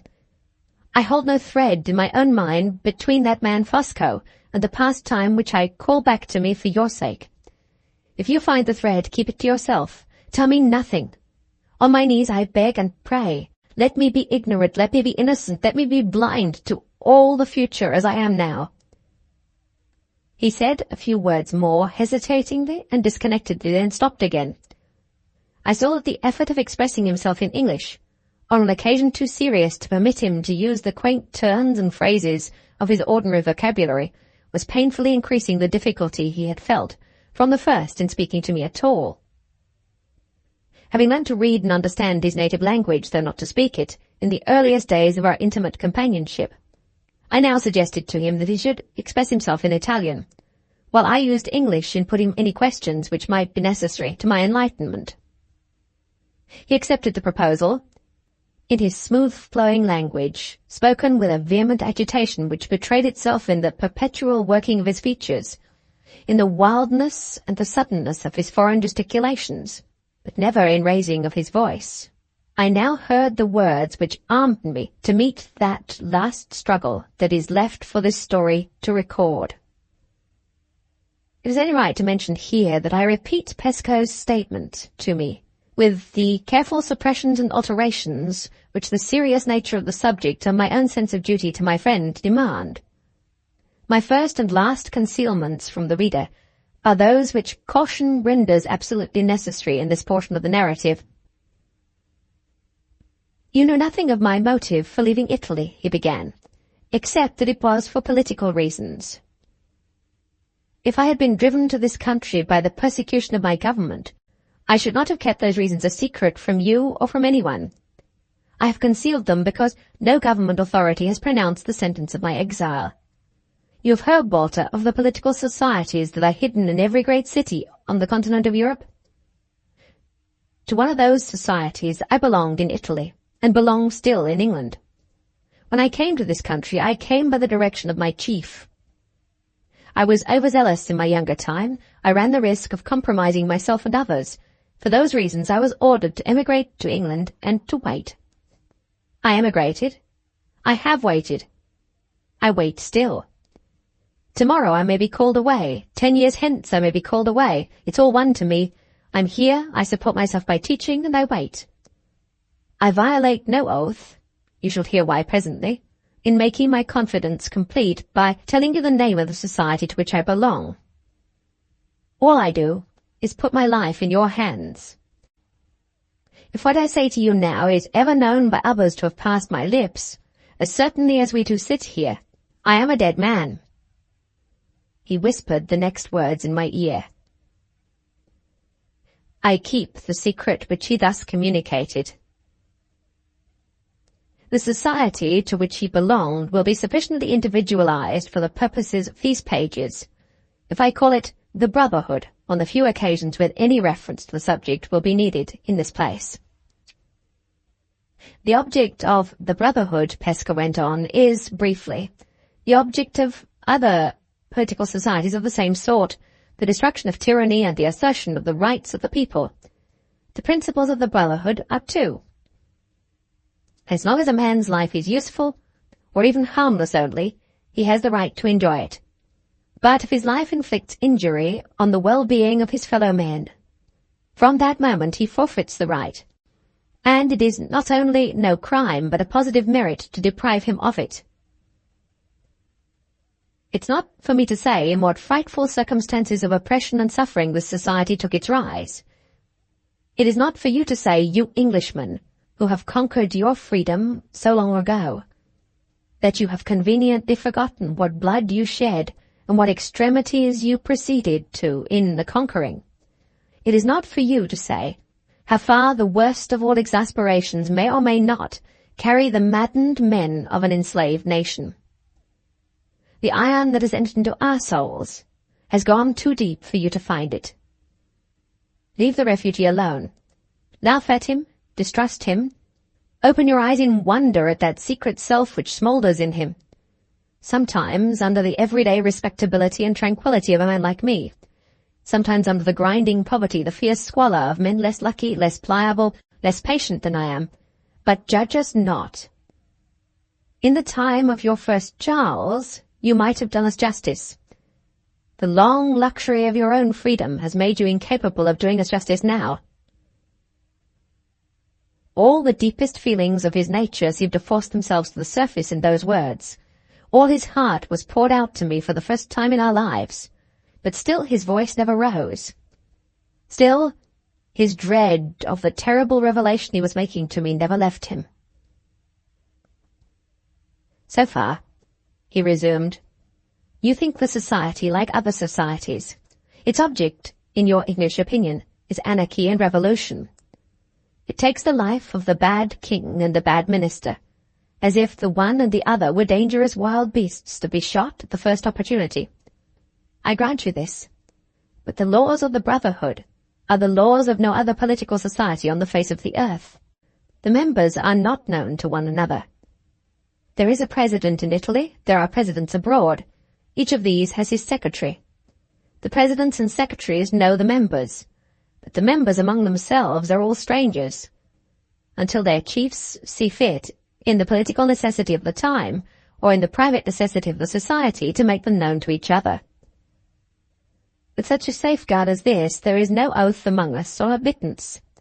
We are identified with the Brotherhood by a secret mark which we all bear, and which lasts while our lives last. We are told to go about our ordinary business, and to report ourselves to the President or the Secretary 4 times a year.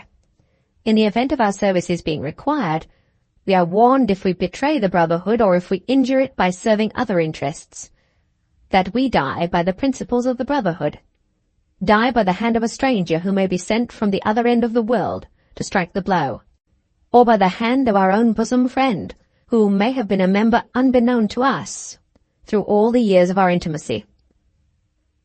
Sometimes the death is delayed. Sometimes it follows close on the treachery. It is our first business to know how to wait. Our second business to know how to obey when the word is spoken. Some of us may wait our lives through and not be wanted.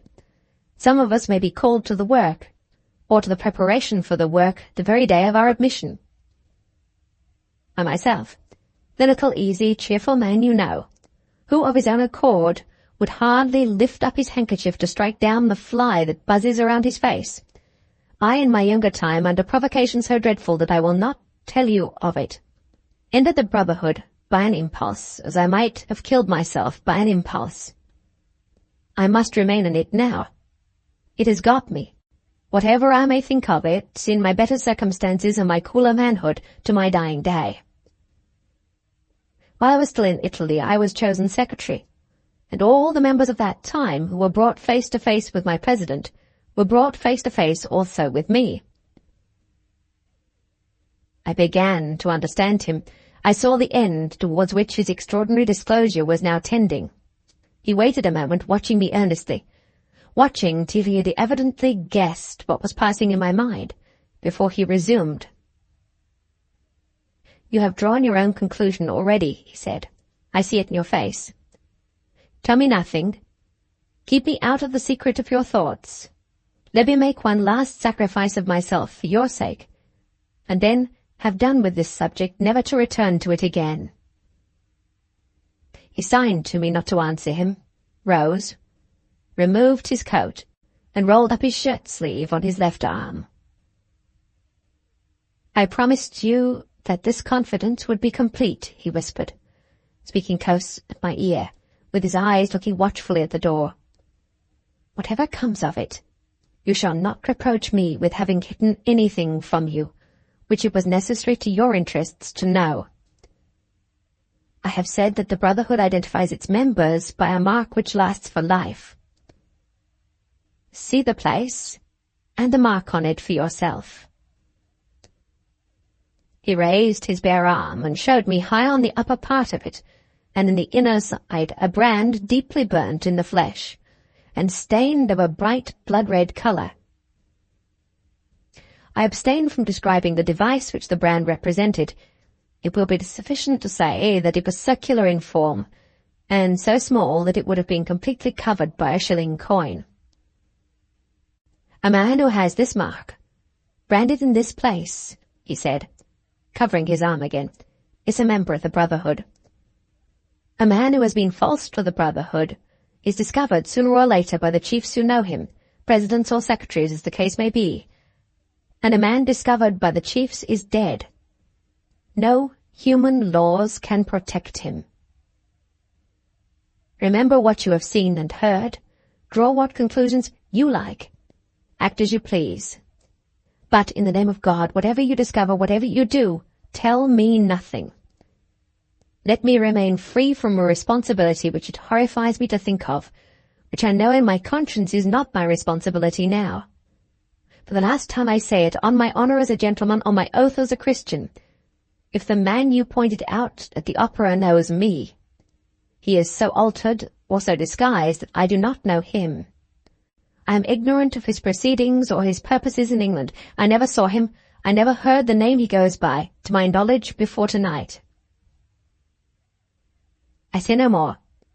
Leave me a little, Walter. I am overpowered by what has happened. I am shaken by what I have said. Let me try to be like myself again when we next meet. He dropped into a chair, and, turning away from me, hid his face in his hands. I gently opened the door so as not to disturb him, and spoke my few parting words in low tones, which he might hear or not as he pleased. I will keep the memory of tonight in my heart of hearts, I said.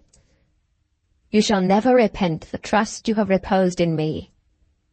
May I come to you tomorrow? May I come as early as 9 o'clock? Yes, Walter, he replied, looking up at me kindly, and speaking in English once more, as if his one anxiety now was to get back to our former relations towards each other. Come to my little bit of breakfast before I go my ways among the pupils that I teach. Good night, Pesca. Good night, my friend. 6. My first conviction, as soon as I found myself outside the house, was that no alternative was left to me but to act at once on the information I had received, to make sure of the Count that night, or to risk the loss if I only delayed till the morning of Laura's last chance. I looked at my watch. It was 10 o'clock. Not the shadow of a doubt crossed my mind of the purpose for which the Count had left the theatre. His escape from us that evening was beyond all question the preliminary only to his escape from London. The mark of the Brotherhood was on his arm. I felt as certain of it as if he had shown me the brand. And the betrayal of the Brotherhood was on his conscience. I had seen it in his recognition of Pesca. It was easy to understand why that recognition had not been mutual. A man of the Count's character would never risk the terrible consequences of turning spy without looking to his personal security quite as carefully as he looked to his golden reward. The shaven face, which I had pointed out at the opera, might have been covered by a beard in Pesca's time. His dark brown hair might be a wig. His name was evidently a false one. The accident of time might have helped him as well. His immense corpulence might have come with his later years. There was every reason why Pesca should not have known him again. Every reason also why he should have known Pesca, whose singular personal appearance had made a marked man of him go where he might. I have said that I felt certain of the purpose in the Count's mind when he escaped us at the theatre. How could I doubt it? I saw with my own eyes that he believed himself, in spite of the change in his appearance, to have been recognized by Pesca, and to be therefore in danger of his life. If I could get speech of him that night, if I could show him that I, too, knew of the mortal peril in which he stood, what result would follow? Plainly this. One of us must be the master of the situation. One of us must inevitably be at the mercy of the other. I owed it to myself to consider the chances against me before I confronted them. I owed it to my wife to do all that lay in my power to lessen the risk. The chances against me wanted no reckoning up. They were all merged in one. If the Count discovered by my own avowal that the direct way to his safety lay through my life, he was probably the last man in existence who would shrink from throwing me off my guard and taking that way when he had me alone within his reach. The only means of defence against him on which I could at all rely to lessen the risk presented themselves, after a little careful thinking, clearly enough. Before I had made any personal acknowledgment of my discovery in his presence, I must place the discovery itself, where it would be ready for instant use against him and safe from any attempt at suppression on his part. If I laid the mine under his feet before I approached him, and if I left instructions with a third person to fire it on the expiration of a certain time, unless directions to the contrary were previously received under my own hand or from my own lips, in that event, the Count's security was absolutely dependent upon mine, and I might hold the vantage ground over him securely, even in his own house. This idea occurred to me when I was close to the new lodgings which we had taken on returning from the seaside. I went in without disturbing anyone by the help of my key. A light was in the hall, and I stole up with it to my workroom to make my preparations, and absolutely commit myself to an interview with the Count before either Laura or Marian could have the slightest suspicion of what I intended to do. A letter addressed to Pesca presented the surest measure of precaution which it was now possible for me to take. I wrote as follows: The man whom I pointed out to you at the opera is a member of the Brotherhood, and has been false to his trust. Put both these assertions to the test instantly. You know the name he goes by in England. His address is number 5 Forest Road, St. John's Wood. On the love you once bore me, use the power entrusted to you without mercy and without delay against that man. I have risked all and lost all, and the forfeit of my failure has been paid with my life. I signed and dated these lines, enclosed them in an envelope, and sealed it up. On the outside I wrote this direction: Keep the enclosure unopened until 9 o'clock tomorrow morning. If you do not hear from me or see me before that time, break the seal when the clock strikes and read the contents. I added my initials and protected the whole by enclosing it in a second sealed envelope, addressed to Pesca at his lodgings. Nothing remained to be done after this but to find the means of sending my letter to its destination immediately. I should then have accomplished all that lay in my power.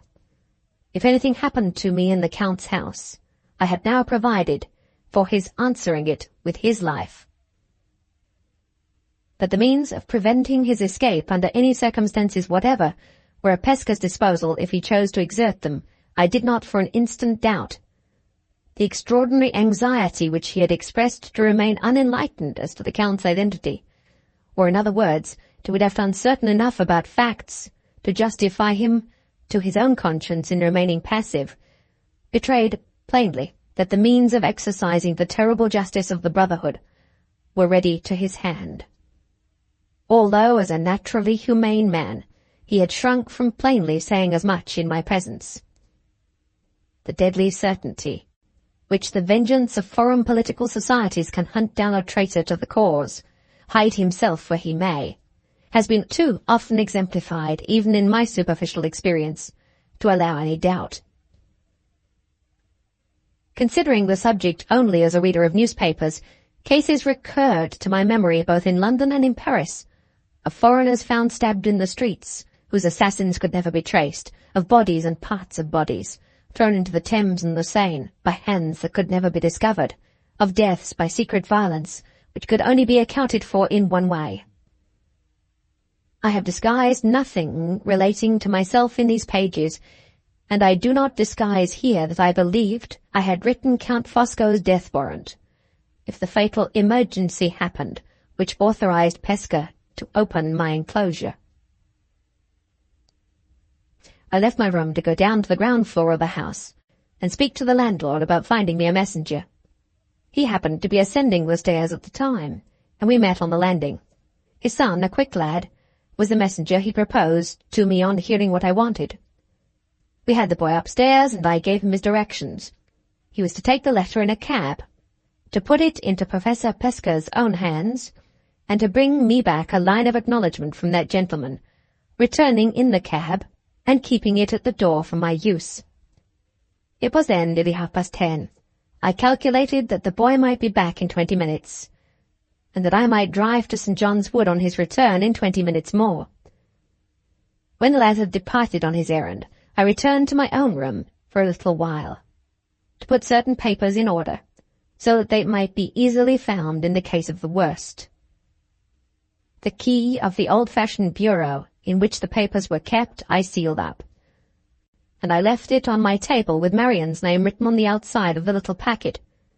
This done, I went downstairs to the sitting-room, in which I expected to find Laura and Marian awaiting my return from the opera.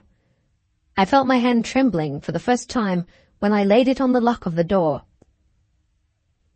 No one was in the room but Marian. She was reading, and she looked at her watch in surprise as I came in. "How early you are back," she said. "You must have come away before the opera was over." "Yes," I replied. "Neither Pesca nor I waited for the end. Where is Laura?" "She had one of her bad headaches this evening, and I advised her to go to bed when we had done tea." I left the room again on the pretext of wishing to see whether Laura was asleep. Marian's quick eyes were beginning to look inquiringly at my face. Marian's quick instinct was beginning to discover that I had something weighing on my mind. I entered the bedchamber and softly approached the bedside by the dim flicker of the nightlight. My wife was asleep. We had not been married quite a month yet. If my heart was heavy, if my resolution for a moment faltered again, when I looked at her face turned faithfully to my pillow in her sleep, and I saw her hand resting open on the coverlid, as if it was waiting unconsciously for mine, surely there was some excuse for me. I only allowed myself a few minutes to kneel down at the bedside and to look close at her, so close that her breath as it came and went fluttered on my face. I only touched her hand and her cheek with my lips at parting. She stirred in her sleep and muttered my name, but without waking. I lingered for an instant at the door to look at her again. "God bless you and keep you, my darling," I whispered, and left her. Marian was at the stairhead waiting for me. She had a folded slip of paper in her hand. "The landlord's son has brought this for you," she said. "He's got a cab at the door. He says you ordered him to keep it at your disposal." "Quite right, Marian. I want the cab. I'm going out again." I descended the stairs as I spoke, and looked into the sitting-room to read the slip of paper by the light on the table. It contained these two sentences in Pesca's handwriting. "Your letter is received. If I don't see you before the time you mention, I will break the seal when the clock strikes." I placed the paper in my pocket-book and made for the door. Marian met me on the threshold and pushed me back into the room, where the candlelight fell full on my face. She held me by both hands, and her eyes fastened searchingly on mine. "I see," she said, in a low, eager whisper. "You're trying the last chance tonight." "Yes, the last chance and the best," I whispered back. "Not alone. Oh, Walt, for God's sake, not alone. Let me go with you. Don't refuse me because I'm only a woman. I must go. I will go. I'll wait outside in the cab." It was my turn to hold her. She tried to break away from me and to get down first to the door. "If you want to help me," I said, "stop here and sleep in my wife's room tonight. Only let me go away with my mind easy about Laura, and I answer for everything else. Come, Marian, give me a kiss and show that you have the courage to wait until I come back." I dared not allow her time to say a word more. She tried to hold me again. I unclasped her hands and was out of the room in a moment. The boy below heard me on the stairs and opened the hall door. I jumped into the cab before the driver could get off the box. "Forest Road, St. John's Wood," I called to him through the front window.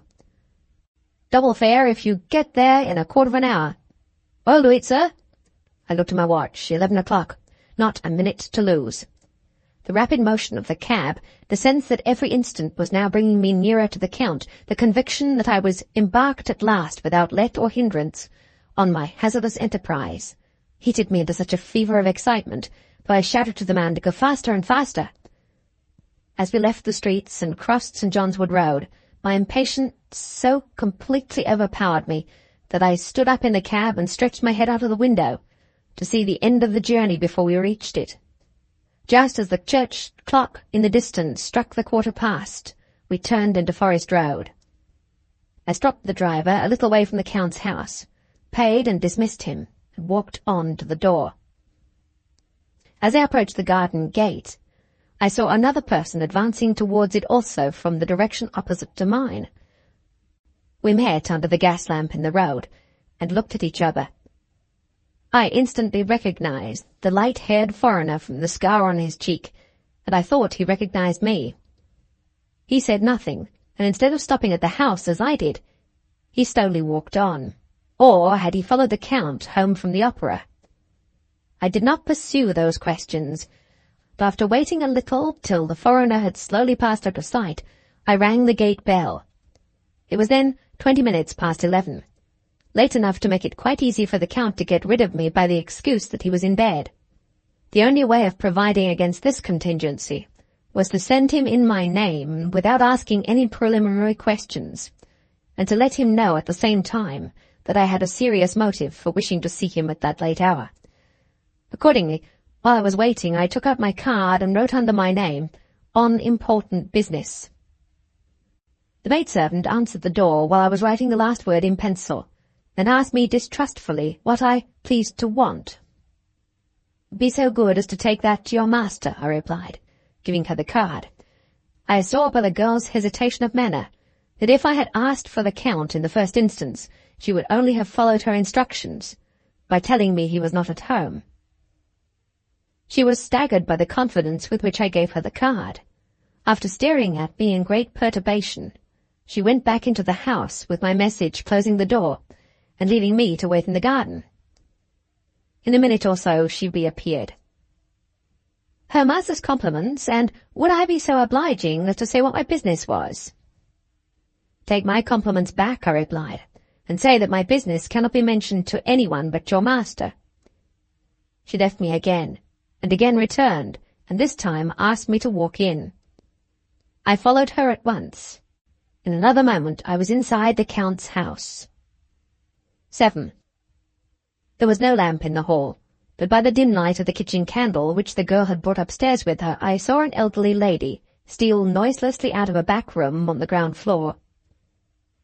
She cast one viperish look at me as I entered the hall, but said nothing, and went slowly upstairs without returning my bow. My familiarity with Marian's journal sufficiently assured me that the elderly lady was Madame Fosco. The servant led me to the room which the Countess had just left. I entered it and found myself face to face with the Count. He was still in his evening dress except his coat, which he had thrown across a chair. His shirt-sleeves were turned up at the wrists, but no higher. A carpet-bag was on one side of him, and a box on the other. Books, papers, and articles of wearing apparel were scattered about the room. On a table at one side of the door stood a cage, so well known to me by description, which contained his white mice. The canaries and the cockatoo were probably in some other room. He was seated before the box, packing it, when I went in, and rose with some papers in his hand to receive me. His face still betrayed plain traces of the shock that had overwhelmed him at the opera. His fat cheeks hung loose. His cold, grey eyes were furtively vigilant. His voice, look, and manner were all sharply suspicious alike, as he advanced a step to meet me, and requested with distant civility that I would take a chair. "You come here on business, sir?" he said. "I'm at a loss to know what that business can possibly be." The unconcealed curiosity with which he looked hard in my face while he spoke convinced me that I had passed unnoticed by him at the opera. He had seen Pesca first, and from that moment till he left the theatre he had evidently seen nothing else. My name would necessarily suggest to him that I had not come to his house with other than a hostile purpose towards himself. But he appeared to be utterly ignorant thus far of the real nature of my errand. "I'm fortunate in finding you here tonight," I said. "You seem to be on the point of taking a journey." "Is your business connected with my journey?" "In some degree." "In what degree? Do you know where I am going to?" "No. I only know why you are leaving London." He slipped by me with the quickness of thought, locked the door, and put the key in his pocket. "You and I, Mr. Hartright, are excellently well acquainted with one another by reputation," he said. Did it by any chance occur to you when you came to this house that I was not the sort of man you could trifle with?" "It did occur to me," I replied, "and I have not come to trifle with you. I'm here on a matter of life and death. And if that door which you have locked was open at this moment, nothing you could say or do would induce me to pass through it." I walked further into the room and stood opposite to him on the rug before the fireplace. He drew a chair in front of the door and sat down on it, with his left arm resting on the table. The cage with the white mice was close to him, and the little creatures scampered out of their sleeping place as his heavy arm shook the table and peered at him through the gaps in the smartly painted wires. "And a matter of life and death," he repeated to himself. "Those words are more serious, perhaps, than you think. What do you mean?" "What I say." The perspiration broke out thickly on his broad forehead. His left hand stole over the edge of the table. There was a drawer in it with a lock, and a key was in the lock. His finger and thumb closed over the key but did not turn it. "So, you know why I'm leaving London," he went on. "Tell me the reason, if you please." He turned the key and unlocked the drawer as he spoke. "I can do better than that," I replied. "I can show you the reason if you like." "How can you show it?" "You have got your coat off," I said. "Roll up the shirt sleeve on your left arm, and you will see it there."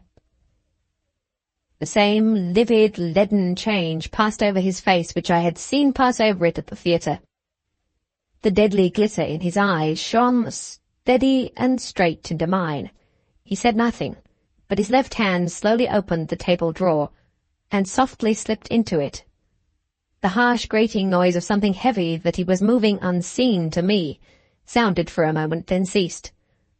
The silence that followed was so intense that the faint ticking nibble of the white mice at their wires was distinctly audible where I stood. My life hung by a thread, and I knew it. At that final moment I thought with his mind. I felt with his fingers. I was as certain as if I had seen it of what he kept hidden from me in the drawer. "Wait a little," I said. "You've got the door locked. You see I don't move. You see my hand's empty. Wait a little. I have something more to say." "You have said enough," he replied, with a sudden composure so unnatural and so ghastly that it tried my nerves as no outbreak of violence could have tried them.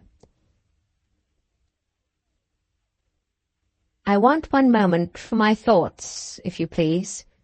Do you guess what I'm thinking about?" "Perhaps I do." "I am thinking," he remarked quietly, "whether I shall add to the disorder in this room by scattering your brains about the fireplace." If I had moved at that moment, I saw in his face that he would have done it. "I advise you to read 2 lines of writing which I have about me," I rejoined, "before you finally decide that question." The proposal appeared to excite his curiosity. He nodded his head. I took Pesca's acknowledgment of the receipt of my letter out of my pocket-book, handed it to him at arm's length, and returned to my former position in front of the fireplace. He read the lines aloud. "Your letter is received. If I don't hear from you before the time you mention, I will break the seal when the clock strikes." Another man in his position would have needed some explanation of those words. The Count felt no such necessity. One reading of the note showed him the precaution that I had taken as plainly as if he had been present at the time when I adopted it. The expression of his face changed on the instant, and his hand came out of the drawer, empty. "I don't lock up my drawer, Mr. Hartright," he said, "and I don't say that I may not scatter your brains about the fireplace yet. But I am a just man even to my enemy, and I will acknowledge beforehand that they are cleverer brains than I had thought them. Come to the point, sir. You want something of me?"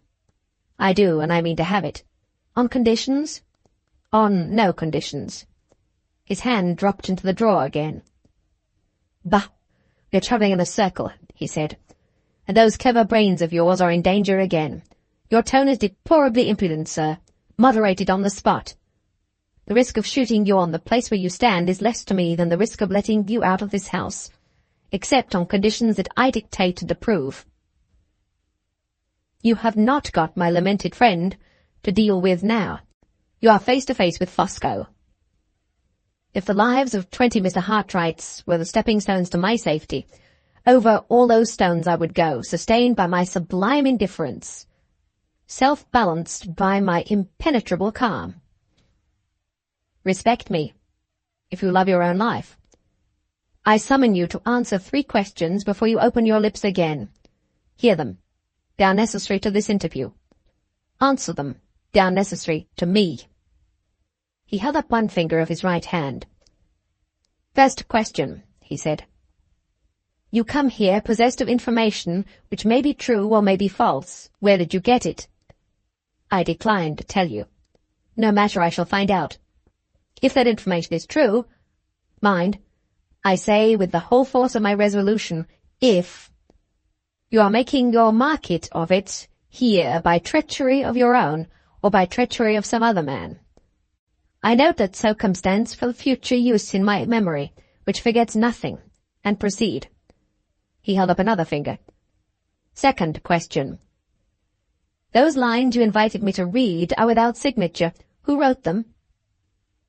A man whom I have every reason to depend on, and whom you have every reason to fear. My answer reached him to some purpose. His left hand trembled audibly in the drawer.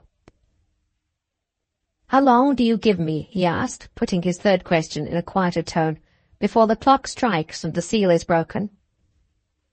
Time enough for you to come to my terms, I replied. Give me a plainer answer, Mr. Hartright. What hour is the clock to strike? 9 tomorrow morning. 9 tomorrow morning. Yes, yes. Your trap is laid for me before I can get my passport regulated and leave London. It is not earlier, I suppose? We shall see about that presently. I can keep you hostage here and bargain with you to send for your letter before I let you go. In the meantime, be so good as to mention your terms. You shall hear them. They're simple and soon stated. You know whose interests I represent in coming here? He smiled, with the most supreme composure, and carelessly waved his right hand. I consent to hazard a guess, he said jeeringly. A lady's interest, of course. My wife's interests. He looked at me with the first honest expression that had crossed his face in my presence, an expression of blank amazement. I could see that I sank in his estimation as a dangerous man from that moment. He shut up the drawer at once, folded his arms over his breast, and listened to me with a smile of satirical attention. You are well enough aware, I went on, of the course which my inquiries have taken for many months past. You know that any attempted denial of plain facts will be quite useless in my presence. You are guilty of an infamous conspiracy, and the gain of a fortune of £10,000 was your motive for it. He said nothing, but his face became overclouded suddenly by a lowering anxiety. Keep your gain, I said. His face lightened again immediately, and his eyes opened on me in wider and wider astonishment. I'm not here to disgrace myself by bargaining for money, which has passed through your hands, and which has been the price of a vile crime. Gently, Mr. Hartright, your moral claptraps have an excellent effect in England. Keep them for yourself and your own countrymen, if you please. The £10,000 was a legacy left to my excellent wife by the late Mr. Fairlie. Pace the affair on those grounds, and I will discuss it if you like. To a man of my sentiments, however, the subject is deplorably sordid. I prefer to pass it over. I invite you to resume the discussion of your terms. What do you demand? In the first place, I demand a full confession of the conspiracy, written and signed in my presence by yourself. He raised his finger again. 1, he said, checking me off with the steady attention of a practical man. In the second place, I demand a plain proof which does not depend on your personal asseveration of the date at which my wife left Blackwater Park and travelled to London. So, you can lay your finger, I see, on the weak place, he remarked composedly. Any more? At present, no more. Good. You have mentioned your terms, now listen to mine. The responsibility to myself of admitting what you are pleased to call the conspiracy is less, perhaps, on the whole, than the responsibility of laying you dead on that hearthrug. Let us say that I meet your proposal, on my own conditions. The statement you demand of me shall be written, and the plain proof shall be produced. You call a letter from my late lamented friend informing me of the day and the hour of his wife's arrival in London, written, signed, and dated by himself, a proof, I suppose? I can give you this. I can also send you to the man of whom I hired the carriage to fetch my visitor from the railway station. On the day when she arrived, his order book may help you to your date, even if this coachman who drove me proves to be of no use. These things I can do, and I will do, on conditions. I recite them. First condition. Madame Fosco and I leave this house when and how we please, without interference of any kind on your part. Second condition. You wait here in company with me to see my agent, who is coming at 7 o'clock in the morning to regulate my affairs. You give my agent a written order to the man who has got your sealed letter, to resign his possession of it. You wait here till my agent places that letter unopened in my hands, and you then allow me 1 clear half-hour to leave the house, after which you resume your own freedom of action to go where you please. Third condition. You give me the satisfaction of a gentleman for your intrusion into my private affairs, and for the language you have allowed yourself to use to me at this conference. The time and place abroad to be fixed in a letter from my hand when I am safe on the continent, and that letter to contain a strip of paper, measuring accurately the length of my sword. Those are my terms. Inform me if you accept them, yes or no. The extraordinary mixture of prompt decision, far-sighted cunning, and mountebank bravado in this speech staggered me for a moment, and only for a moment.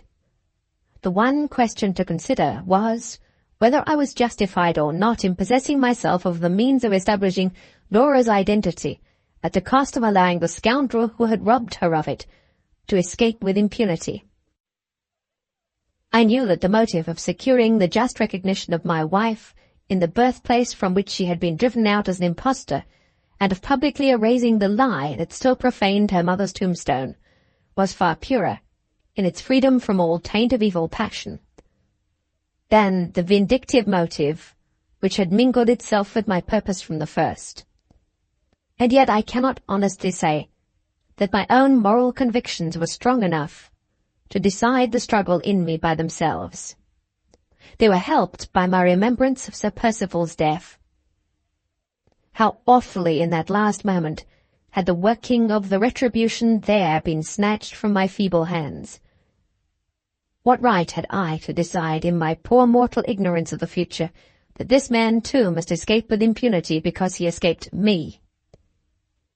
I thought of these things, perhaps with a superstition inherent in my nature, perhaps with a sense worthier of me than superstition.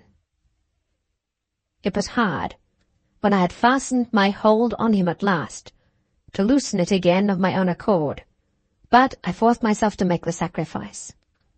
In plainer words, I determined to be guided by the one higher motive of which I was certain, the motive of serving the cause of Laura and the cause of truth. I accept your conditions, I said, with one reservation on my part. What reservation may that be? He asked. It refers to the sealed letter, I answered. I require you to destroy it unopened in my presence, as soon as it is placed in your hands.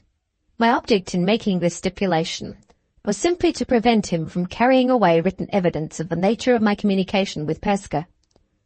The fact of my communication he would necessarily discover when I gave the address to his agent in the morning, but he could make no use of it on his own unsupported testimony, even if he really ventured to try the experiment, which need excite in me the slightest apprehension on Pesca's account. I grant your reservation, he replied, after considering the question gravely for a minute or two. It is not worth dispute. The letter shall be destroyed when it comes into my hands. He rose as he spoke from the chair in which he had been sitting opposite to me up to this time. With one effort he appeared to free his mind from the whole pressure on it of the interview between us thus far. "Oof!" he cried, stretching his arms luxuriously. "The skirmish was hot while it lasted. Take a seat, Mr. Hartright. We meet as mortal enemies hereafter. Let us, like gallant gentlemen, exchange polite attentions in the meantime. Permit me to take the liberty of calling for my wife." He unlocked and opened the door. "Eleanor!" he called out in his deep voice. The lady of viperish face came in. "Madame Fosco, Mr. Hartright," said the Count, introducing us with easy dignity. "My angel," he went on, addressing his wife, "will your labours of packing allow you time to make me some nice strong coffee? I have writing business to transact with Mr. Hartright, and I require the full possession of my intelligence to do justice to myself." Madame Fosco bowed her head twice, once sternly to me, once submissively to her husband, and glided out of the room. The Count walked to a writing-table near the window, opened his desk and took from it several quires of paper and a bundle of quill pens. He scattered the pens about the table so that they might lie ready in all directions to be taken up when he wanted, and then cut the paper into a heap of narrow slips, of the form used by professional writers for the press. "I shall make this a remarkable document," he said, looking at me over his shoulder. "Habits of literary composition are perfectly familiar to me. One of the rarest of all the intellectual accomplishments that a man can possess is the grand faculty of arranging his ideas. Immense privilege. I possess it. Do you?" He marched backwards and forwards in the room until the coffee appeared, humming to himself, and marking the places at which obstacles occurred in the arrangement of his ideas by striking his forehead from time to time with the palm of his hand. The enormous audacity with which he seized on the situation in which I placed him, and made it the pedestal on which his vanity, mounted for the one cherished purpose of self-display, mastered my astonishment by main force. Sincerely as I loathed the man, the prodigious strength of his character, even in its most trivial aspects, impressed me in spite of myself. The coffee was brought in by Madame Fosco. He kissed her hand in grateful acknowledgment, and escorted her to the door, returned, poured out a cup of coffee for himself, and took it to the writing-table. "May I offer you some coffee, Mr. Hartright?" he said, before he sat down. I declined. "What, you think I shall poison you?" he said gaily. "The English intellect is sound as far as it goes," he continued, seating himself at the table, "but it has one grave defect. It is always cautious in the wrong place." He dipped his pen in the ink, and placed the first slip of paper before him, with a thump of his hand on the desk, cleared his throat, and began. He wrote with great noise and rapidity, in so large and bold a hand, and with such wide spaces between the lines, that he reached the bottom of the slip in not more than 2 minutes, certainly, from the time when he started at the top. Each slip, as he finished it, was paged, and tossed over his shoulder, out of his way, onto the floor. With his first pen worn out, that went over his shoulder too, and he pounced on a second from the supplies scattered about the table. Slip after slip, by dozens, by 50s, by hundreds, flew over his shoulders on either side of him, till he had snowed himself up in paper all around his chair. Hour after hour passed, and there I sat, watching. There he sat, writing. He never stopped, except to sip his coffee, and when that was exhausted, to smack his forehead from time to time. 1 o'clock struck. 2, 3, 4, and still the slips flew about all round him. Still the untiring pen scraped its way ceaselessly from top to bottom of the page. Still the white chaos of paper rose higher and higher all about his chair. At 4 o'clock I heard a sudden splutter of the pen, indicative of the flourish with which he signed his name. "Bravo!" he cried, springing to his feet with the activity of a young man, and looking me straight in the face with a smile of superb triumph. "Done, Mr. Hartright," he announced, with a self-renovating thump of his fist on his broad breast. "Done to my own profound satisfaction, to your profound astonishment. when you read what I have written. The subject is exhausted. The man, Fosco, is not. I proceed to the arrangement of my steps, to the revision of my steps, to the reading of my steps, addressed emphatically to your private ear. 4 o'clock has just struck. Good. Arrangement, revision, reading from 4 to 5. Short snooze of restoration for myself from 5 to 6. Final preparations from 6 to 7. Affair of agent and sealed letter from 7 to 8. At 8, our route. Behold the programme. He sat down, cross-legged on the floor among his papers, strung them together with a bodkin and a piece of string, revised them, wrote all the titles and honours by which he was personally distinguished at the head of the first page, and then read the manuscript to me with loud theatrical emphasis and profuse theatrical gesticulation. The reader will have an opportunity ere long of forming his own opinion of the document. It will be sufficient to mention here that it answered my purpose. He next wrote me the address of the person from whom he had hired the fly, and handed me Sir Percival's letter. It was dated from Hampshire on the 25th of July, and announced the journey of Lady Glyde to London on the 26th. Thus, on the very day, the 25th, when the doctor's certificate declared that she had died in St. John's Wood, she was alive by Sir Percival's own showing at Blackwater, and on the day after she was to take a journey. When the proof of that journey was obtained from the flyman, the evidence would be complete. "At 5:15, said the Count, looking at his watch. "Time for my restorative snooze. I personally resemble Napoleon the Great, as you may have remarked, Mr. Hartright. I also resemble that immortal man in my power of commanding sleep at will. Excuse me 1 moment. I will summon Madame Fosco to keep you from feeling dull." Knowing as well as he did that he was summoning Madame Fosco to ensure my not leaving the house while he was asleep, I made no reply, and occupied myself in tying up the papers which he had placed in my possession. The lady came in, cool, pale, and venomous as ever. "Amuse Mr. Hartright, my angel?" said the Count. He paced a chair for her, kissed her hand for the 2nd time, withdrew to a sofa, and in 3 minutes was as peacefully and happily asleep as the most virtuous man in existence. Madame Fosco took a book from the table, sat down, and looked at me, with the steady, vindictive malice of a woman who never forgot and never forgave. "I have been listening to your conversation with my husband," she said. "If I had been in his place, I would have laid you dead on the hearthrug." With those words she opened her book, and never looked at me or spoke to me, from that time till the time when our husband woke. He opened his eyes and rose from the sofa, accurately to an hour from the time when he had gone to sleep.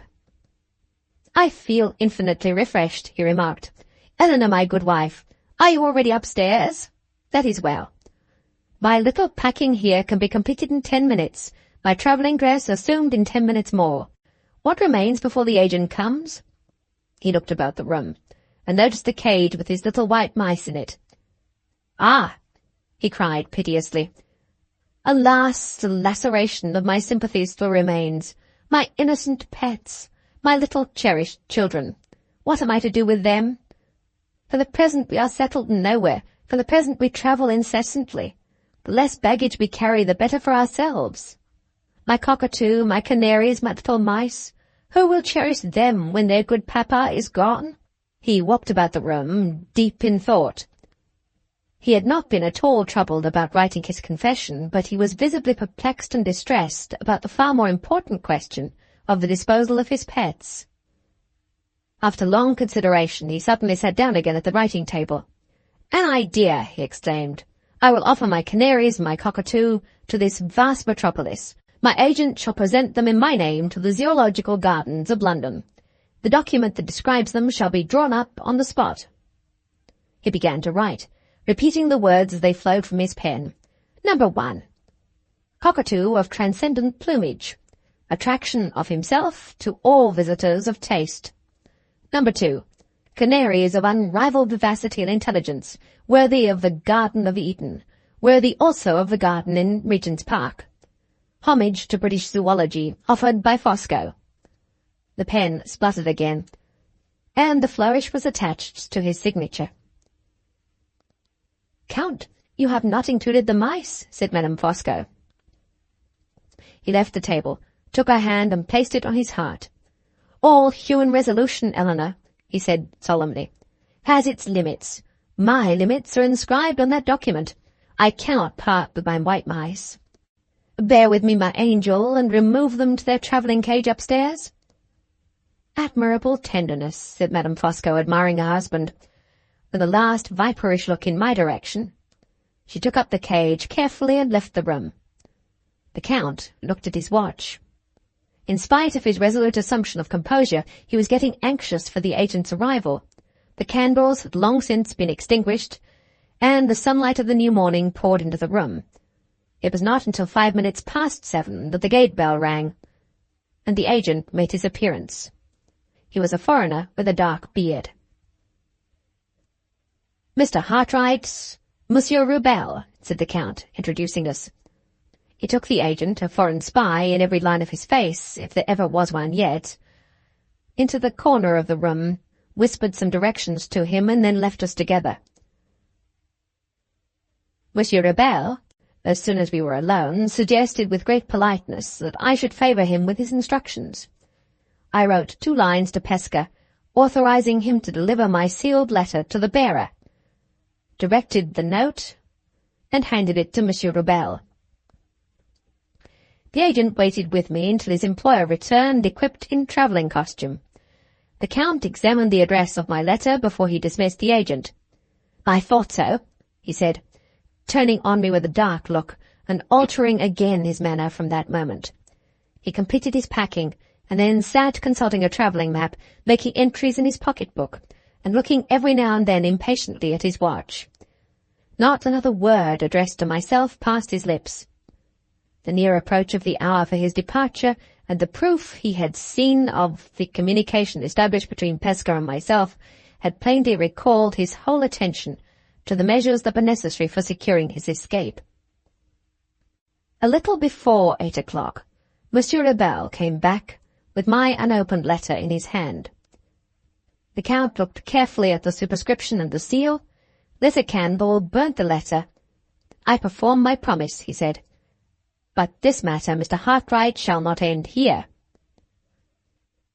The agent had kept at the door the cab in which he had returned. He and the maidservant now busied themselves in removing the luggage. Madame Fosco came downstairs, thickly veiled, with the travelling cage of white mice in her hand. She neither spoke to me nor looked towards me. Her husband escorted her to the cab. "Follow me as far as the passage," he whispered in my ear. "I may want to speak to you at the last moment." I went out to the door, the agent standing below me in the front garden. The Count came back alone, drew me a few steps inside the passage. "Remember the 3rd condition," he whispered. "You shall hear from me, Mr. Hartright. I may claim from you the satisfaction of a gentleman sooner than you think for." He caught my hand before I was aware of him and wrung it hard, then turned to the door, stopped and came back to me again. "One word more," he said confidentially. "When I last saw Miss Halcombe, she looked thin and ill. I am anxious about that admirable woman. Take care of her, sir. With my hand on my heart, I solemnly implore you. Take care of Miss Halcombe." Those were the last words he said to me before he squeezed his huge body into the cab and drove off. The agent and I waited at the door for a few moments, looking after him. While we were standing together, a second cab appeared from a turning a little way down the road. It followed the direction previously taken by the Count's cab, and as it passed the house with the open garden gate, a person inside looked at us out of the window. The stranger at the opera again, the foreigner with the scar on his left cheek. "You wait here with me, sir, for half an hour more," said Monsieur Rubel. "I do." We returned to the sitting-room. I was in no humour to speak to the agent, or to allow him to speak to me. I took out the papers which the Count had placed in my hands, and read the terrible story of the conspiracy told by the man who had planned and perpetrated it. The story continued by Isidore Octavio Baldassare Fosco, Count of the Holy Roman Empire, Knight Grand Cross of the Order of the Brazen Crown, Perpetual Archmaster of the Rosicrucian Masons of Mesopotamia, attached in honorary capacities to societies, musical societies, medical societies, philosophical societies, general, benevolent, throughout Europe, etc., etc., etc. The Count's narrative. In the summer of 1850, I arrived in England, charged with a delicate political mission from abroad. Confidential persons were semi-officially connected with me, whose exertions I was authorized to direct, Monsieur and Madame Robert being among the number. Some weeks of spare time were at my disposal before I entered on my functions by establishing myself in the suburbs of London. Curiosity may stop here to ask for some explanation of those functions on my part. I entirely sympathize with the request. I also regret that diplomatic reserve forbids me to comply with it. I arranged to pass the preliminary period of repose, to which I have just referred, in the superb mansion of my late lamented friend, Sir Percival Glyde. He arrived from the continent with his wife. I arrived from the continent with mine. England is the land of domestic happiness. How appropriately we entered it under these domestic circumstances. The bond of friendship which united Percival and myself was strengthened on this occasion by a touching similarity in the pecuniary position on his side and on mine. We both wanted money, immense necessity, universal want. Is there a civilized human being who does not feel for us? How insensible must that man be, or how rich? I enter into no sordid particulars in discussing this part of the subject.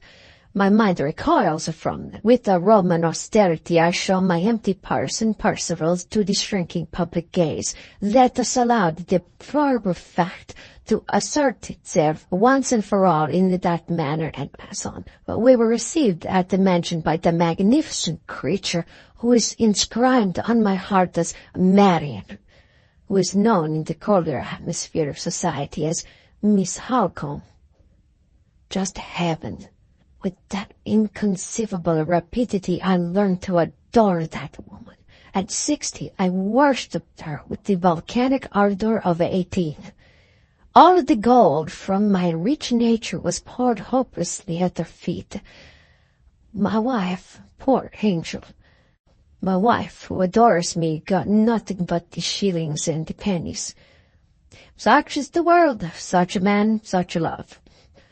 What are we, I ask, but puppets in a showbox? Oh, how many potent destiny pull our strings and gently dance us mercifully off our miserable little stage. The preceding lines, rightly understood, express an entire system of philosophy. It is mine. I resume. The domestic position at the commencement of our residence at Blackwater Park has been drawn with amazing accuracy, with profound mental insight, by the hand of Marian herself. Pass me the intoxicating familiarity of mentioning this sublime creature by her Christian name. Accurate knowledge of the contents of her journal, to which I obtained access by a clandestine means unspeakably precious to me in the remembrance, warns my eager pen from topics which this essentially exhaustive woman has already made her own. The interests breathless and immense, with which I am here concerned, begin with the deplorable calamity of Marian's illness. The situation at this period was emphatically a serious one. Large sums of money, due at a certain time, were wanted by Percival. I say nothing of the modicum equally necessary to myself, and the one source to look to for supplying them was the fortune of his wife, of which was not one farthing was at his disposal until her death. Bad so far, and worse still farther on. My lamented friend had private troubles of his own, to which the delicacy of my disinterested attachment to him forbade me from inquiring too curiously. I knew nothing But what a woman named Anne Catherick was hidden in the neighborhood, that she was in communication with the Lady Glyde, and that the disclosure of a secret, which would be the certain ruin of Percival, might be the result. He had told me himself that he was a lost man unless his wife was silenced and unless the Anne Catherick was found. If he was a lost man, what would become of our pecuniary interests? Curious as I am by nature, I absolutely trembled at the idea. The whole force of my intelligence was now directed at the finding of Anne Catherick. Our money affairs, important as they were, admitted of delay, but the necessity of discovering this woman admitted of none. I only knew her by description as pretending an extraordinary personal resemblance to Lady Glyde. The statement of this curious fact intended merely to assist me in my identifying the person whom we were in search, when coupled with the additional information that Anne Catherick had escaped from a madhouse, started the first immense conception in my mind, which subsequently led to such amazing results. That conception involved nothing less than the complete transformation of two separate identities. Lady Glyde and Anne Catherick were to change names, places, and destinies, the one with the other. The prodigious consequences contemplated by the change being the gain of £30,000 and the eternal preservation of Sir Percival's secret. My instincts, which seldom err, suggested to me, on reviewing the circumstances, that our invisible Anne would, sooner or later, return to the boathouse at the Blackwater Lake. There I posted myself, previously mentioning to Mrs. Michelson, the housekeeper, that I might be found when wanted immersed in study in that solitary place. It is my rule never to make unnecessary mysteries, and never to set people suspecting me for want of a little seasonable candor on my part. Mrs. Michelson believed in me from first to last. This ladylike person, widow of a Protestant priest, overflowed with faith, touched by such superfluity of simple confidence in a woman of her mature years. I opened the ample reservoirs of my nature and absorbed it all. I was rewarded for posting myself central of the lake by the appearance, not of Anne Catherick herself, but of the person in charge of her. This individual also overflowed with simple faith, which I absorbed in myself, as in the case already mentioned.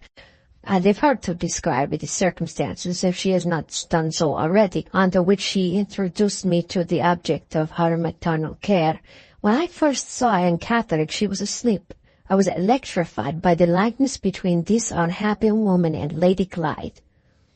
The details of the grand scheme which had suggested themselves in outline only up to that period occurred to me in all their masterly combination at the sight of the sleeping face. At the same time, my heart, always accessible to tender influence, dissolved in tears at the spectacle of suffering before me. I instantly set myself to impart relief.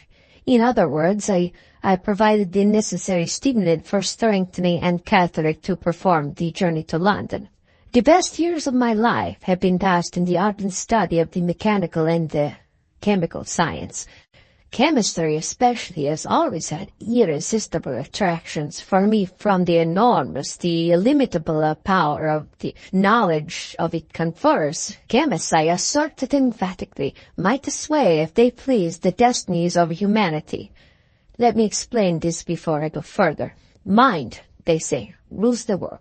But what rules the mind? The body, follow me closely, lies at the mercy of the most omnipotent of all potentates, the chemist. Give me, Fosco, chemistry.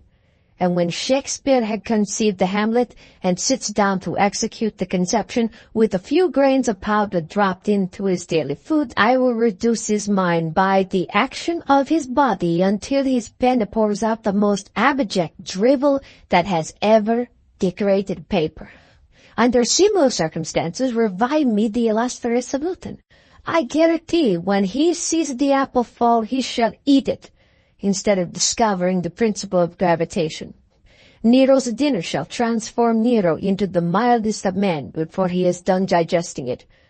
and the morning draught of Alexander the Great shall make Alexander run for his life, the first sign of the enemy, this same afternoon. On my sacred word of honor, it was lucky for society that the modern chemists are, by incomprehensible good fortune, the most harmless of mankind. The mass are worthy fathers of families who keep shops. The few are philosophers besotted with admiration for the sound of their own lecturing voices, visionaries who waste their lives on fantastic impossibilities, or quacks whose ambition soars no higher than our corns. The society escapes, and the illimitable power of a chemistry remains the slave at the most superficial and the most insignificant ends. Why this outburst? Why this withering eloquence? Because my conduct has been misrepresented, because my motives have been misunderstood. It has been assumed that I used my vast chemical resources against the Anne Catholic, that I would have used them if I could against the magnificent Marian herself. Odious insinuations of both. All my interests were concerned, as would be seen presently, in the preservation of Anne Catholic's life. All of my anxieties were concentrated on Marian's rescue from the hands of the licensed imbecile who attended her, and who found my advice confirmed from the first to the last by the physicians from London. On 2 occasions only, both equally harmless to the individual on whom I practice, did I summon to myself the assistance of chemical knowledge. In the first of the 2, after following Marian to the inn at the Blackwater, studying behind a convenient wagon, which hid me from her the poetry of motion as embroidered in her walk, I availed myself to the services of my invaluable wife, to copy one and to intercept the other of 2 letters which my adorned enemy had entrusted to a discarded maid. In this case, the letters being in the bosom of the girl's dress, Madame Vasco would only open them, read them, perform her instructions, seal them, and put them back again by scientific assistance, which assistance I rendered in a half-ounce bottle. The second occasion, when the same means were employed, was the occasion to which I shall soon refer, of Lady Glyde's arrival in London. Never at any other time was I indebted to my art as distinguished from myself. To all other emergencies and complications, my natural capacity for grappling single-handed with circumstances was invariably equal. I affirm all-pervading intelligence of that capacity. At the expense of the chemist, I vindicated the man. Respect this outburst of generous indignation. It has inexpressibly relieved me. En route. Let us proceed. Having suggested to Mrs. Clement, or Clements, I'm not sure which, that the best method of keeping Anne out of Percival's reach was to remove her to London, having found that my proposal was eagerly received, and having appointed a day to meet the travellers at the station and to see them leave it, I was at liberty to return to the house and to confront the difficulties which still remained to be met. My first proceeding was to avail myself of the sublime devotion of my wife. I had arranged with Mrs. Clements that she should communicate her London address in Anne's interest to Lady Glyde. But this was not enough. Designing persons in my absence might shake the simple confidence of Mrs. Clements, as she might not write after all. Who, by and if privately seeing her home? I asked myself this question. The conjugal part of me immediately answered, Madame Vasco. After deciding on my wife's mission to London, I arranged that the journey should serve a double purpose. A nurse for the suffering Marian, equally devoted to the patient and to myself, was a necessity of my position. One of the most eminently confidential and capable of women in existence was by good fortune at my disposal. I referred to that respectable matron, Madame Rubel, whom I addressed at a letter, her residence in London, by the hands of my wife. On the appointed day, Mrs. Clements and Anne Catholic met me at the station. I politely saw them off. I politely saw Madame Fosco off by the same train. The last thing at night, my wife returned to Blackwater, having followed her instructions with the most unimpeachable accuracy. She was accompanied by Madame Rubel, and she brought me the London address of Mrs. Clemens. After events proved this last precaution to have been unnecessary, Mrs. Clemens punctually informed Lady Glyde of her place of abode. With a wary eye and future emergencies, I kept it at her. The same day I had a brief interview with the doctor, at which I protested in the sacred interest of humanity against his treatment of Marian's case. He was insolent, as all ignorant people are. I showed no resentment. I deferred quarreling with him until it was necessary to quarrel to some purpose. My next proceeding was to leave Blackwater myself. I also had a little business of the domestic sort to transact with Mr. Frederick Fairlie. I found the house I wanted in St. John's Wood. I found Mr. Fairlie at Limeridge, Cumberland. My own private familiarity with the nature of Marian's correspondence had previously informed me that she had written to Mr. Fairlie proposing, as a relief to Lady Glyde's matrimonial embarrassments, to take her on a visit to her uncle in Cumberland. This letter I had wisely allowed to reach its destination, feeling at the time that it would do no harm and might do good. I now presented myself before Mr. Fairlie to support Marian's own proposal, with certain modifications which, happily for the success of my plans, were rendered really inevitable by her illness. It was necessary that Lady Glyde should leave Blackwater alone, by her uncle's invitation, and that she should rest the night at the journey at her aunt's house, the house I had in St. John's Wood, by her uncle's express advice. To achieve these results, and to secure a note of invitation which could be shown to Lady Glyde, were the objects of my visit to Mr. Fairlie. When I mentioned this gentleman was equally feeble in mind and body, and that I let loose the whole force of my character on him, I have said enough. I came, I saw, and conquered Fairlie. On my return to Blackwater Park with the letter of invitation, I found the doctor's imbecile treatment of Marian's case had led to the most alarming results. The fever had turned to typhus. Lady Glyde, on the day of my return, tried to force herself into the room to nurse her sister. She and I had no affinities of sympathy.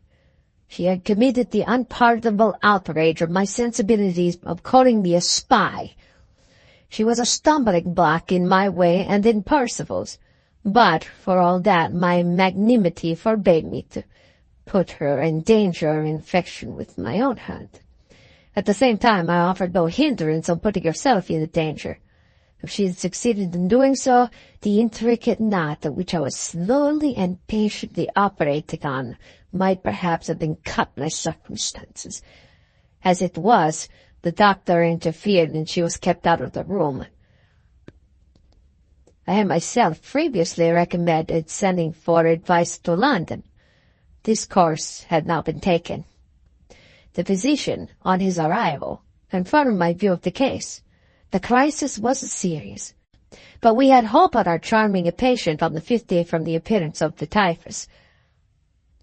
I was only once absent from Blackwater at this time, when I went to London by the morning train to make the final arrangements at my house in St. John's Wood, to assure myself by private inquiry that Mrs. Clemens had not moved, and to settle one or two little preliminary matters with her husband, Madame Rubel. I returned at night. 5 days afterwards, the physicians pronounced our interesting Marian to be all out of danger, and to be in need of nothing but careful nursing. This was the time I had waited for. Now that the medical attendance was no longer indispensable, I played the first move in the game by asserting myself against the doctor. He was one among many witnesses in my way whom it was necessary to remove. A lively altercation between us, in which Percival, previously instructed by me, refused to interfere, served the purpose in view. I descended upon the miserable man in an irresistible avalanche of indignation and swept him from the house. The servants were the next encumbrances to get rid of. Again I instructed Percival, whose moral courage required my perpetual stimulants, and Mrs. Michelson was amazed one day by hearing from her master that the establishment was to be broken up. We cleared the house of all the servants but one, who was kept for domestic purposes, and whose lumpish stupidity we could trust to make no embarrassing discoveries. When they were gone, nothing remained but to relieve ourselves of Mrs. Michelson, a result which was easily achieved by sending this amiable lady to find lodgings for her mistress at the seaside. The circumstances were now exactly where they were required to be. Lady Glyde was confined to her room by a nervous illness, and the lumpish housemaid, I forget her name, was shut up there at night in attendance on her mistress. Marian, though fast recovering, still kept her bed with Mrs. Rubel for nurse. No other living creatures but my wife and myself and Percival were in the house. With all the chances thus in our favor, I confronted the next emergency and played the second move in the game. The object of the second move was to induce Lady Glyde to leave Blackwater unaccompanied by her sister. Unless we could have persuaded her that Marian had gone on to Cumberland first, there was no chance of removing her, of her own free will, from the house. To produce this necessary operation in her mind, we concealed our interesting invalid in one of those uninhabited bedrooms in the Blackwater. At the dead of night, Madame Fosco, Madame Rubel, and myself, Percival not being cool enough to be trusted, accompanied the concealment. The scene was picturesque, mysterious, dramatic, in the highest degree. By my directions, the bed had been made in the morning on a strong, immovable framework of wood. We had only to lift the framework gently at the head and the foot, and to transport our patient where we pleased, without disturbing herself or their bed. No chemical assistance was needed or used in this case. Our interesting Marian lay in a deeper repose of convalescence. We placed the candles and opened the doors beforehand. I, in right of my great personal strength, took the head of the framework. My wife and Madame Rubel took the foot. I bore my share of that inestimably precious burden, with a manly tenderness, with a fatherly care. Where is the modern Rembrandt who could depict our midnight procession? Alas for the arts, alas for this most pictorial of subjects! The modern Rembrandt is nowhere to be found. The next morning my wife and I started for London, leaving Marian secluded, and in the uninhabited middle of the house, under the care of Madame Rubel, who kindly consented to imprison herself with her patient for 2 or 3 days. Before taking our departure, I gave Percival Mr. Fairlie's letter of invitation to his niece, instructing her to sleep on the journey to Cumberland at our aunt's house, with directions to show it to Lady Glyde on hearing from me. I also obtained from him the address of the asylum in which Anne Catholic had been confined, and a letter to the proprietor announcing to that gentleman the return of his runaway patient to medical care. I had arranged at my last visit to the metropolis to have our modest domestic establishment ready to receive us when we arrived in London by the early train.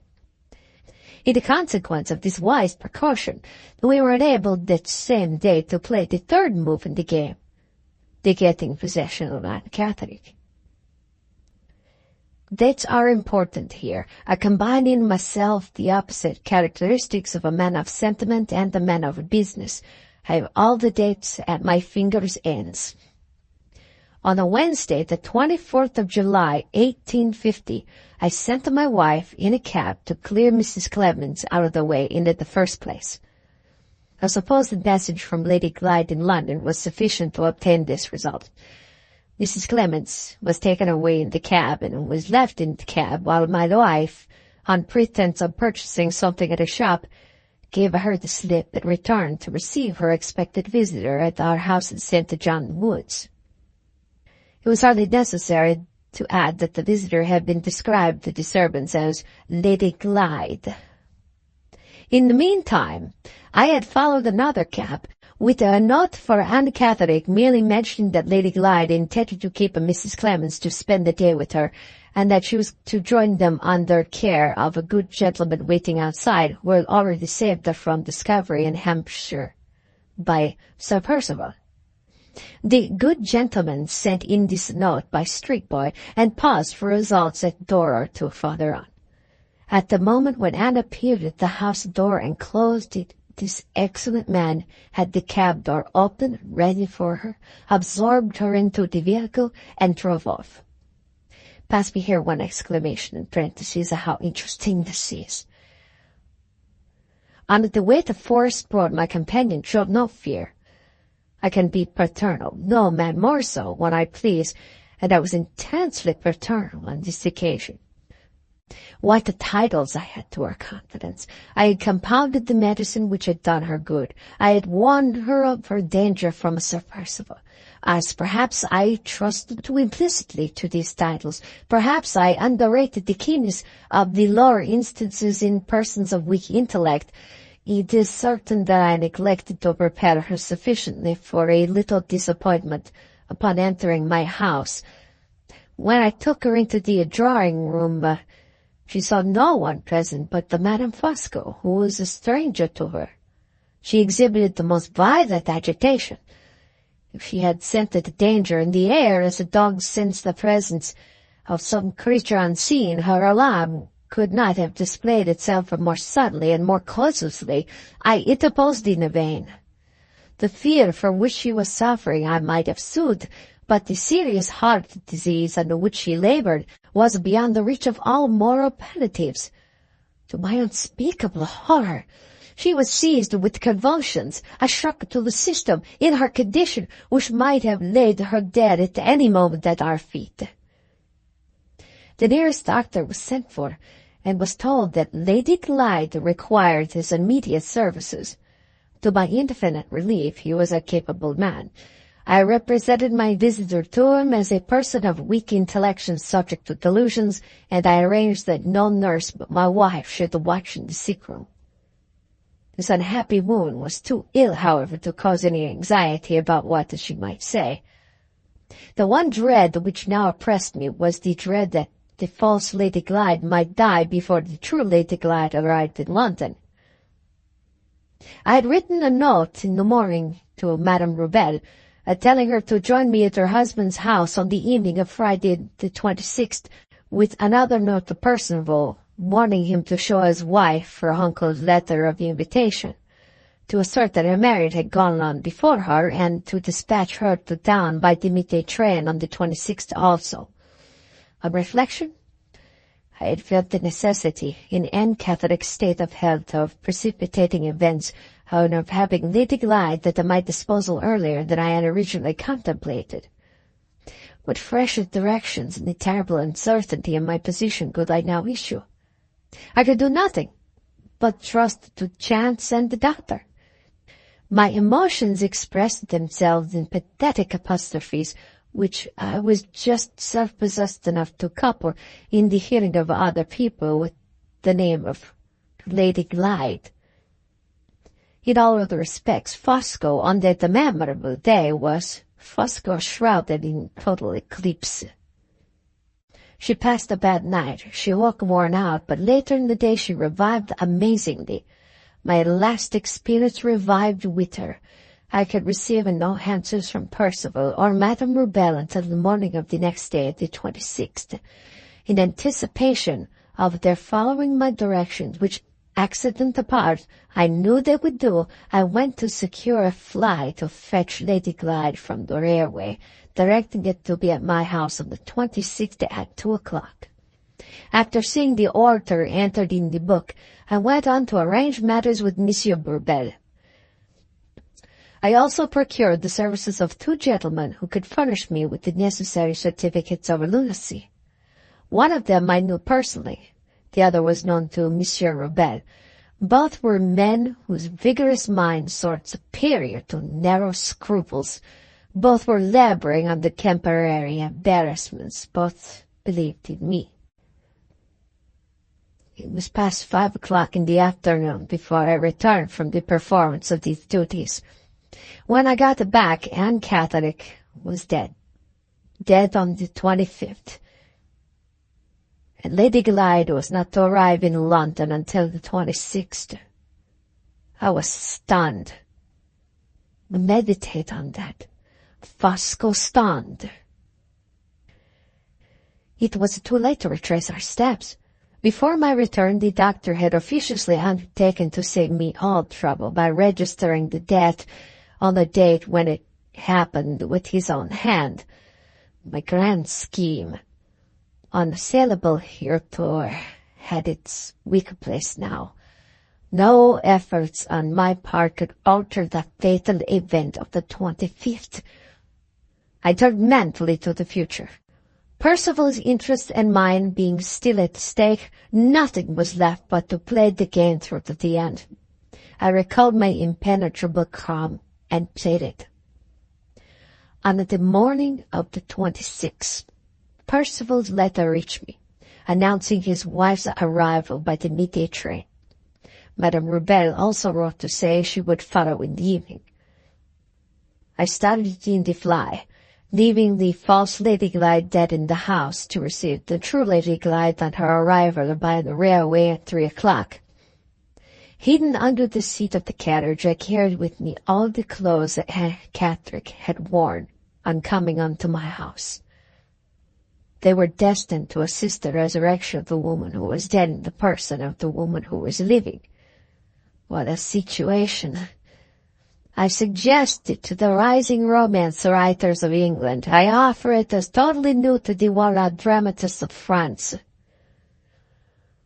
Lady Glyde was at the station.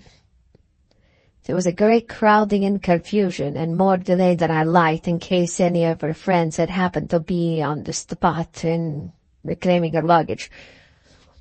Her first questions as we drove off implored me to tell her news of her sister.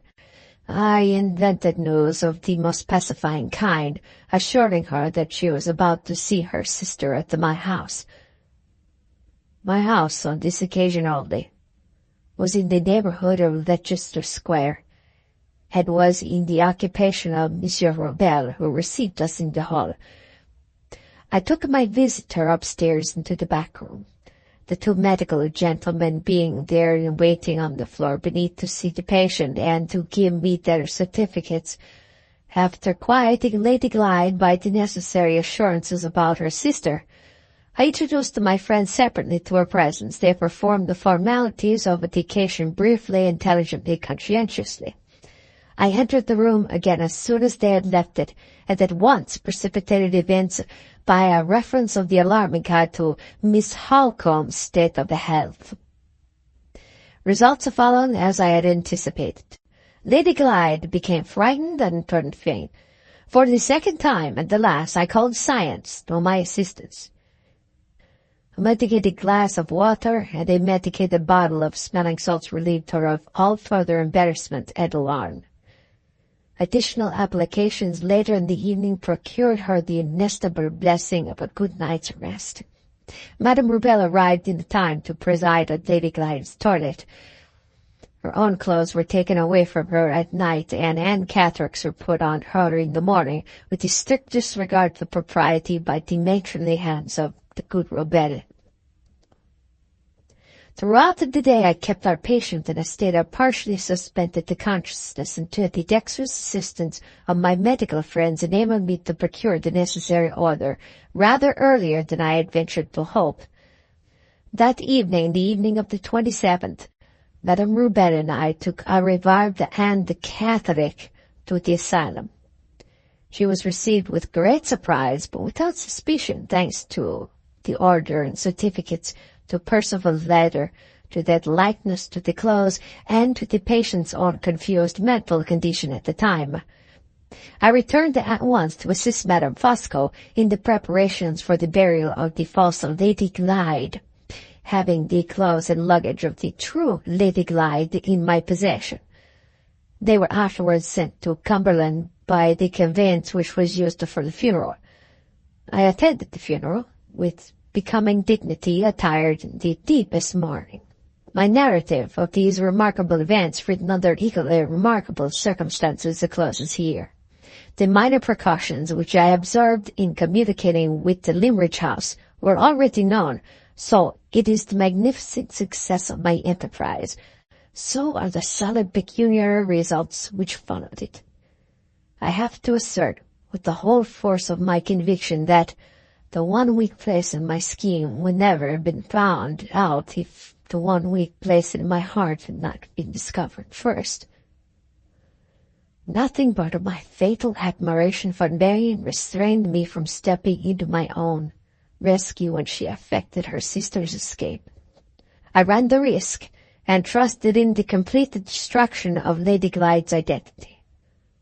If either Marian or Mr. Hartright attempted to assert their identity, they would publicly expose themselves to the imputation of sustaining a rank deception. They would be distrusted and discredited accordingly, and they would therefore be powerless to place my interest or Percival's secret in jeopardy. I committed one error in trusting myself to such a blindfold calculation of chances as these. I committed another when Percival had paid the penalty of his own obstinacy and violence by granting Lady Glyde a second reprieve from the madhouse, and allowing Mr. Hartright a second chance of escaping me. In brief, Fosco, at this serious crisis, was untrue to himself. Deplorable and uncharacteristic fault, behold the cause.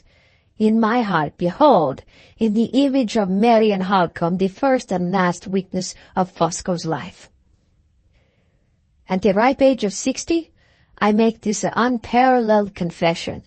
Youths, I invoke your sympathy. Maidens, I claim your tears. A word more, and the attention of the reader, concentrated breathlessly on myself, shall be released.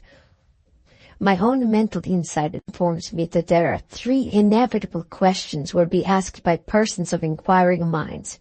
They shall be stated, they shall be answered. First question. What is the secret of Madame Fosco's unhesitating devotion of herself to the fulfillment of my boldest wishes, to the furtherance of my deepest plans? I might answer this by simply referring to my own character, and by asking in my turn where, in the history of the world, has a man of my order ever been found without a woman in the background, self-immolated on the altar of his life? But I remember that I am writing in England. I remember that I was married in England, and I ask if a woman's marriage obligations to in this country provide for her private opinion of her husband's principles? No. They charge her undisturbingly to love, honor, and obey him. That is exactly what my wife has done. I stand here in a supreme moral elevation, and I loftily assert her accurate performance of her conjugal duties. Silence, calumny. Your sympathy, wives of England, for Madame Fosco. Second question. If Anne Catherine had not died when she did, what should I have done? I should, in that case, have asserted warlike nature and finding permanent repose. I should have opened the doors of the prison of life, and have extended to the captive, incurably affected mind and body both a happier release. Third question. In a calm revision of all the circumstances, is my conduct worthy of any serious blame?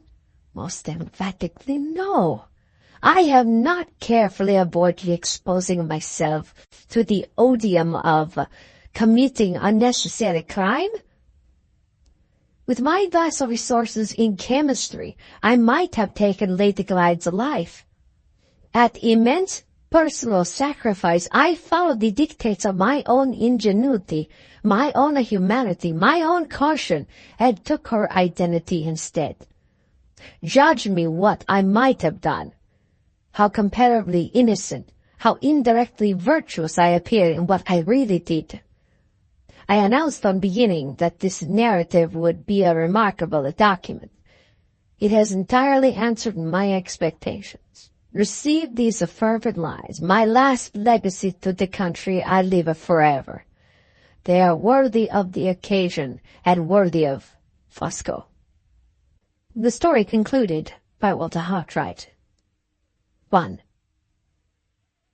When I closed the last leaf of the Count's manuscript, the half-hour during which I had engaged to remain at Forest Road had expired.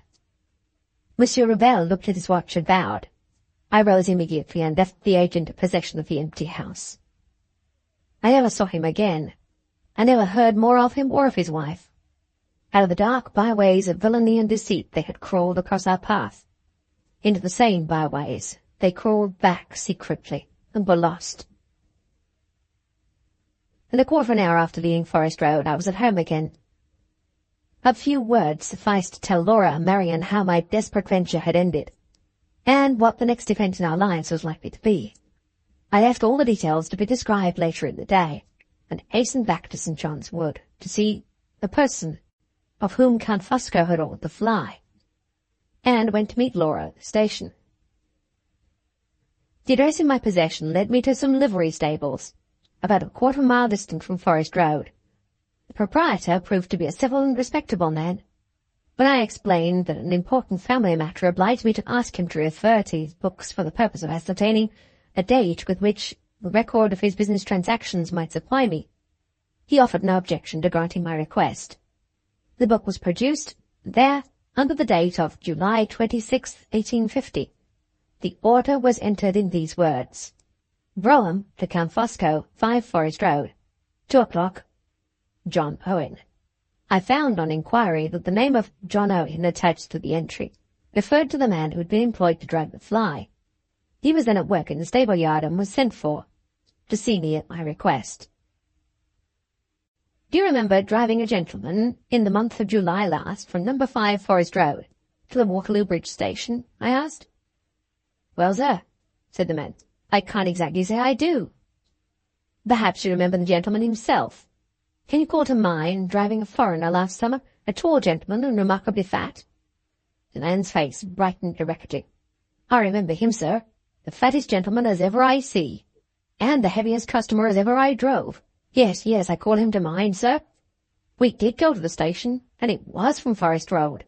There was a parrot or something like it, screeching in the window, and the gentleman was in a mortal hurry about the lady's luggage, and he gave me a handsome present for looking sharp and getting the boxes.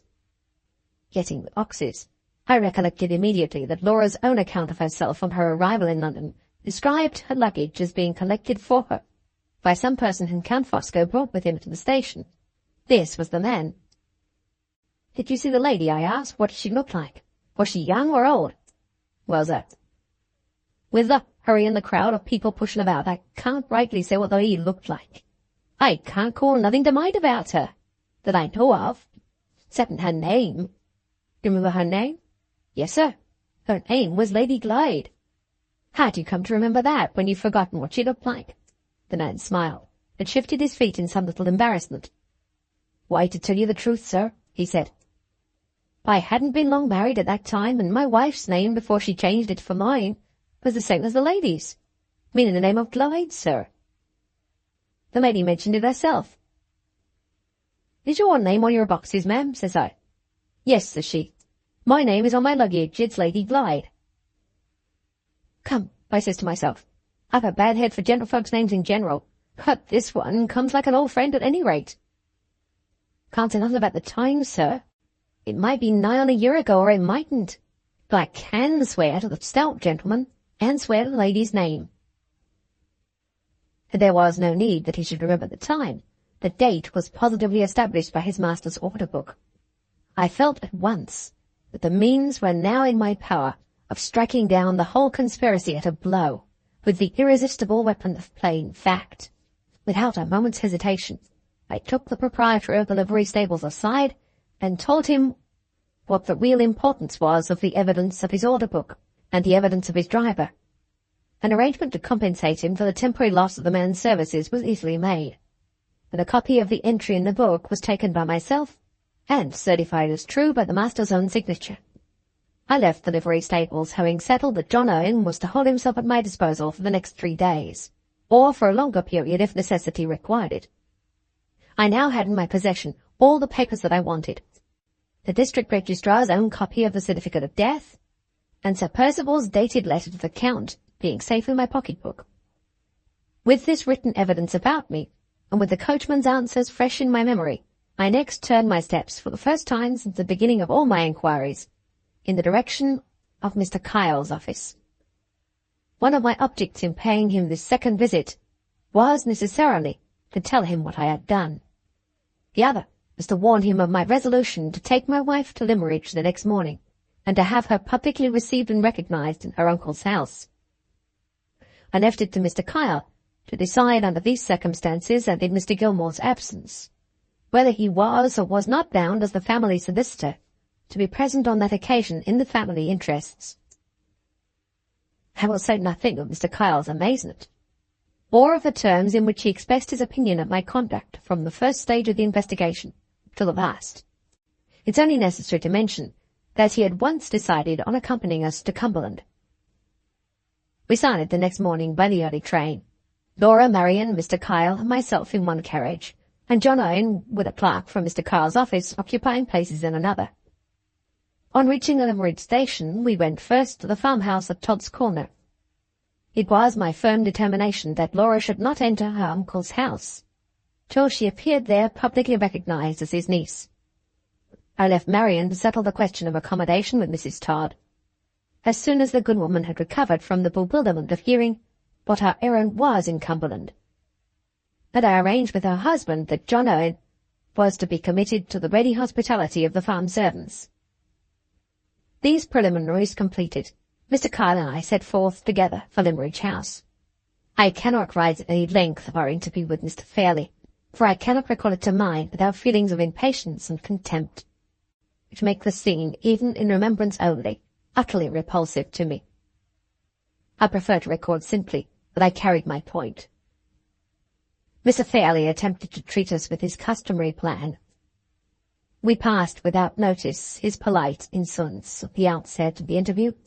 We heard without sympathy the protestations with which he tried to persuade us that the disclosure of the conspiracy had overwhelmed him. He absolutely whined and whimpered at last like a fretful child. How was he to know that his niece was alive when he was told that she was dead? He would welcome dear Laura with pleasure, if only we would allow him time to recover. Did we think he looked as if he wanted hurrying to his grave? No, then why hurry him? He reiterated these remonstrances at every available opportunity, until I checked them once and for all by placing him firmly between two inevitable alternatives. I gave him his choice between doing his niece justice on my terms, or facing the consequence of a public assertion of her existence in a court of law. Mr. Kyle, to whom he turned for help, told him plainly that he must decide the question then and there, characteristically choosing the alternative which promised soonest to release him from all personal anxiety. He announced with a sudden outburst of energy that he was not strong enough to bear any more bullying, and that we might do as we pleased. Mr. Kyle and I at once went downstairs and agreed upon a form of letter which was to be sent round to the tenants who had attended the false funeral, summoning them in Mr. Fairlie's name to assemble at Limmeridge House on the next day but one. An order referring to the same date was also written directing a statuary in Carlisle to send a man to Limmeridge churchyard for the purpose of erasing an inscription. Mr. Kyle, who had arranged to sleep in the house, undertaking that Mr. Fairlie should hear these letters read to him and should sign them with his own hand. I occupied the interval day at the farm in writing a plain narrative of the conspiracy, and in adding to it a statement of the practical contradiction which facts offered to the assertion of Laura's death. This I submitted to Mr. Kyle before I read it the next day to the assembled tenants. We had also arranged the form in which the evidence should be presented at the close of the meeting. After these matters were settled, Mr. Kyle endeavoured to turn the conversation next to Laura's affairs. Knowing and desiring to know nothing of those affairs, and doubting whether he would approve, as a man of business, of my conduct in relation to my wife's life interest in the legacy left to Madame Fosco, I begged Mr. Kyle to excuse me if I abstained from discussing the subject. It was connected, as I could truly tell him, with those sorrows and troubles of the past, which we never referred to among ourselves, and which we instinctively shrank from discussing with others. My last labour, as evening approached, was to obtain the narrative of the tombstone, by taking a copy of the false inscription on the grave before it was erased. The day came. The day when Laura once more entered the familiar breakfast room of Inridge House. All the persons assembled rose from their seats as Marian and I let her in. A perceptible shock of surprise, an audible murmur of interest ran through them at the sight of her face. Mr. Fairlie was present, at my express stipulation, with Mr. Kyle at his side. His valet stood behind him, with a smelling bottle ready in one hand, and a white handkerchief saturated with eau de cologne in the other. I opened the proceedings by publicly appealing to Mr. Fairlie to say whether I appeared there with his authority and under his express sanction. He extended an arm on either side to Mr. Kyle and to his valet. He was by them assisted to stand on his legs, and then expressed himself in these terms. "Allow me to present Mr. Hartright. As I am as great an invalid as ever, and he is so very obliging as to speak for me. The subject is dreadfully embarrassing. Please hear him, and don't make a noise." With those words, he slowly sank back again into the chair, and took refuge in his scented pocket handkerchief. The disclosure of the conspiracy followed, after I had offered my preliminary explanation, first of all in the fewest and the plainest words. I was, there present, I informed my hearers, to declare, first, that my wife then sitting by me was the daughter of the late Mr. Philip Fairlie. Second, to prove by positive facts that the funeral which they had attended in Limerick churchyard was the funeral of another woman. Thirdly, to give them a plain account of how it had all happened. Without further preface, I at once read the narrative of the conspiracy, describing it in clear outline, and dwelling only upon the pecuniary motive for it, in order to avoid complicating my statement by unnecessary reference to Sir Percival's secret. This done, I reminded my audience of the date on the inscription in the churchyard, the 25th, and confirmed its correctness by producing the certificate of death. I then read them Sir Percival's letter of the 25th, announcing his wife's intended journey from Hampshire to London on the 26th. I next showed that she had taken that journey, by the personal testimony of the driver of the fly, and I proved that she had performed it on the appointed day, by the order book at the livery stables.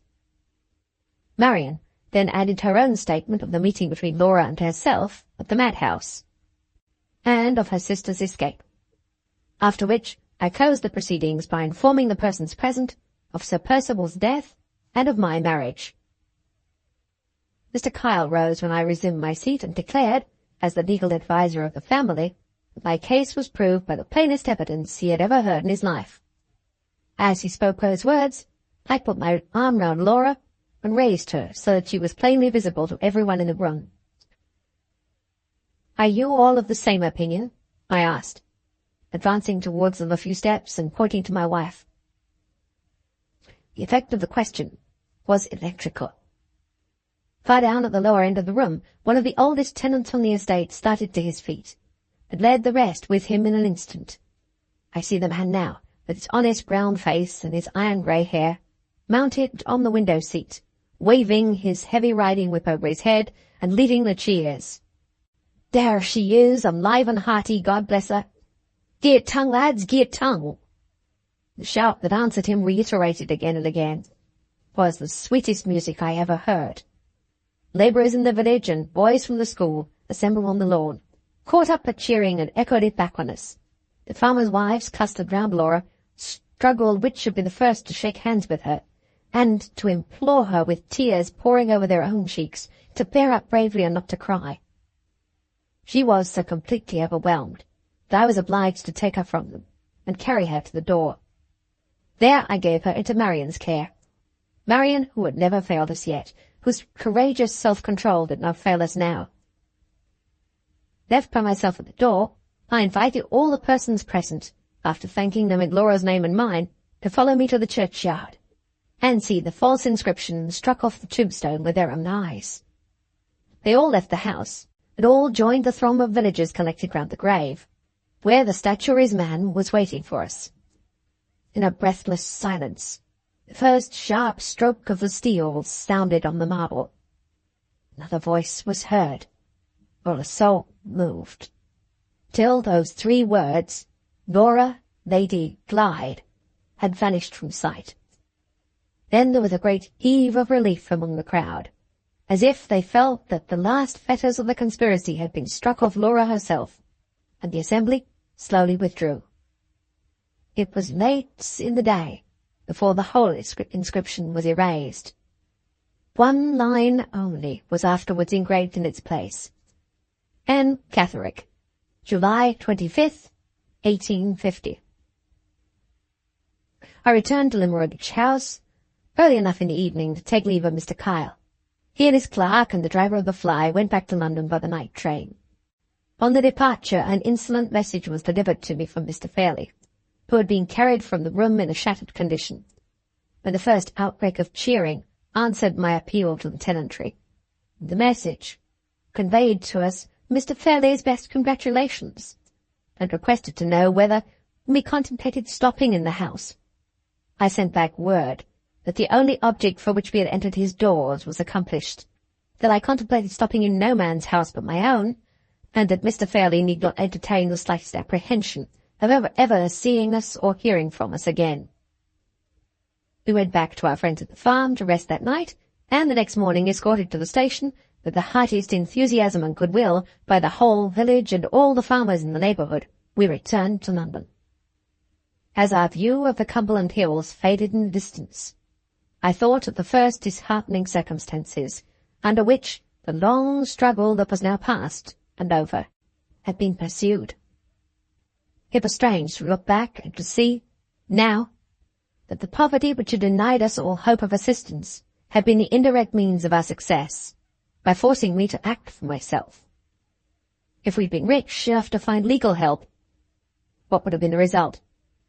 The gain, on Mr. Kyle's own showing, would have been more than doubtful. The loss, judging by the plain cast of events as they had really happened, certain. The law would never have obtained me my interview with Mrs. Catherick. The law would never have made Pesca the means of forcing a confession from the Count. 2. 2 more events remain to be added to the chain before it reaches Fairlie from the outset of the story to the close. While our new sense of freedom from the long oppression of the past was still strange to us, I was sent for by the friend who had given me my first employment in wood engraving, to receive from him a fresh testimony of his regard for my welfare. He had been commissioned by his employers to go to Paris and to examine for them a fresh discovery in the practical application of his art, the merits of which they were anxious to ascertain. His own engagements had not allowed him leisure time to undertake the errand, and he had most kindly suggested that it should be transferred to me. I could have no hesitation in thankfully accepting the offer, for if I had acquitted myself of my commission as I hoped I should, the result would be a permanent engagement on the illustrated newspaper, to which I was now only occasionally attached. I received my instructions and packed up for the journey the next day. On leaving Laura once more under what changed circumstances in her sister's care, a serious consideration recurred to me, which had more than once crossed my wife's mind, as well as my own, already. I mean, the consideration of Marian's future. Had we any right to let our selfish affection accept the devotion of all that generous life? Was it not our duty, our best expression of gratitude, to forget ourselves and to think only of her? I tried to say this when we were alone for a moment before I went away. She took my hand and silenced me at the first words. After all that we three have suffered together, she said, there can be no parting between us until the last parting of all. My heart and my happiness, Walter, are with Laura and you.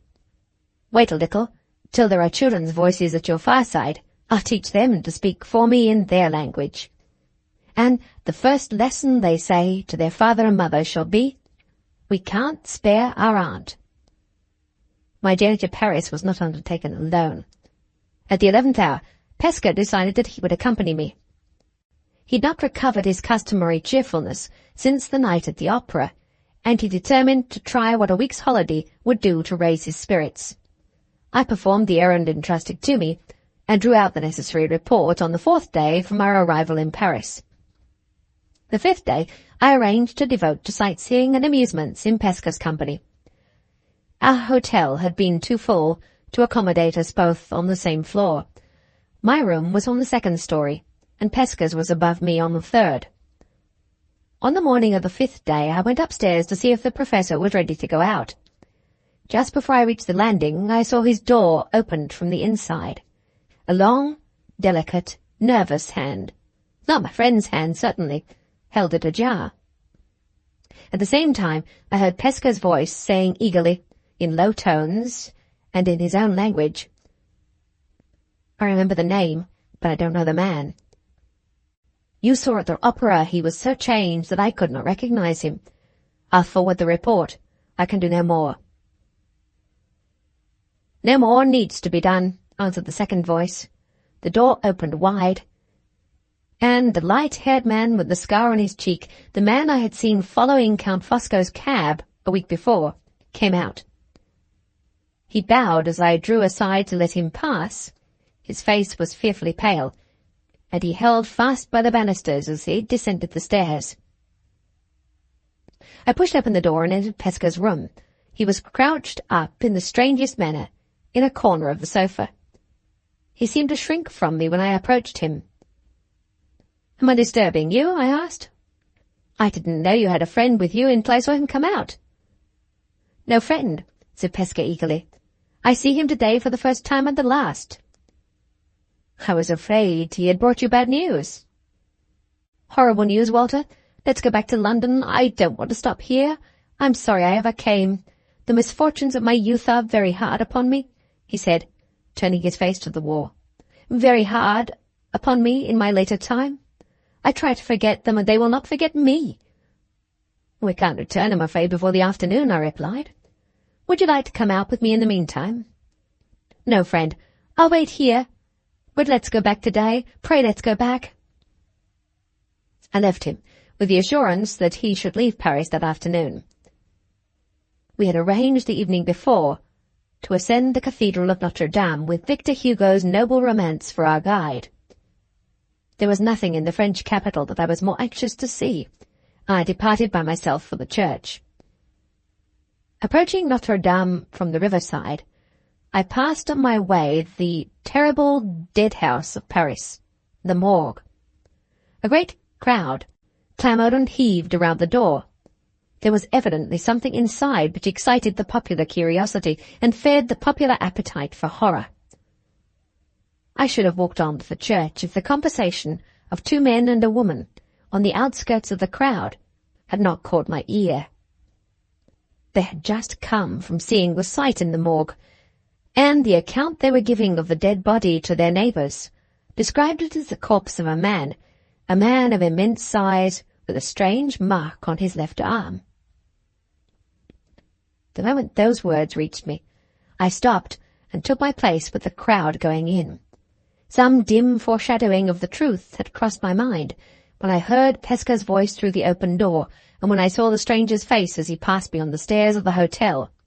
Now the truth itself was revealed to me, revealed in the chance words which had just reached my ears.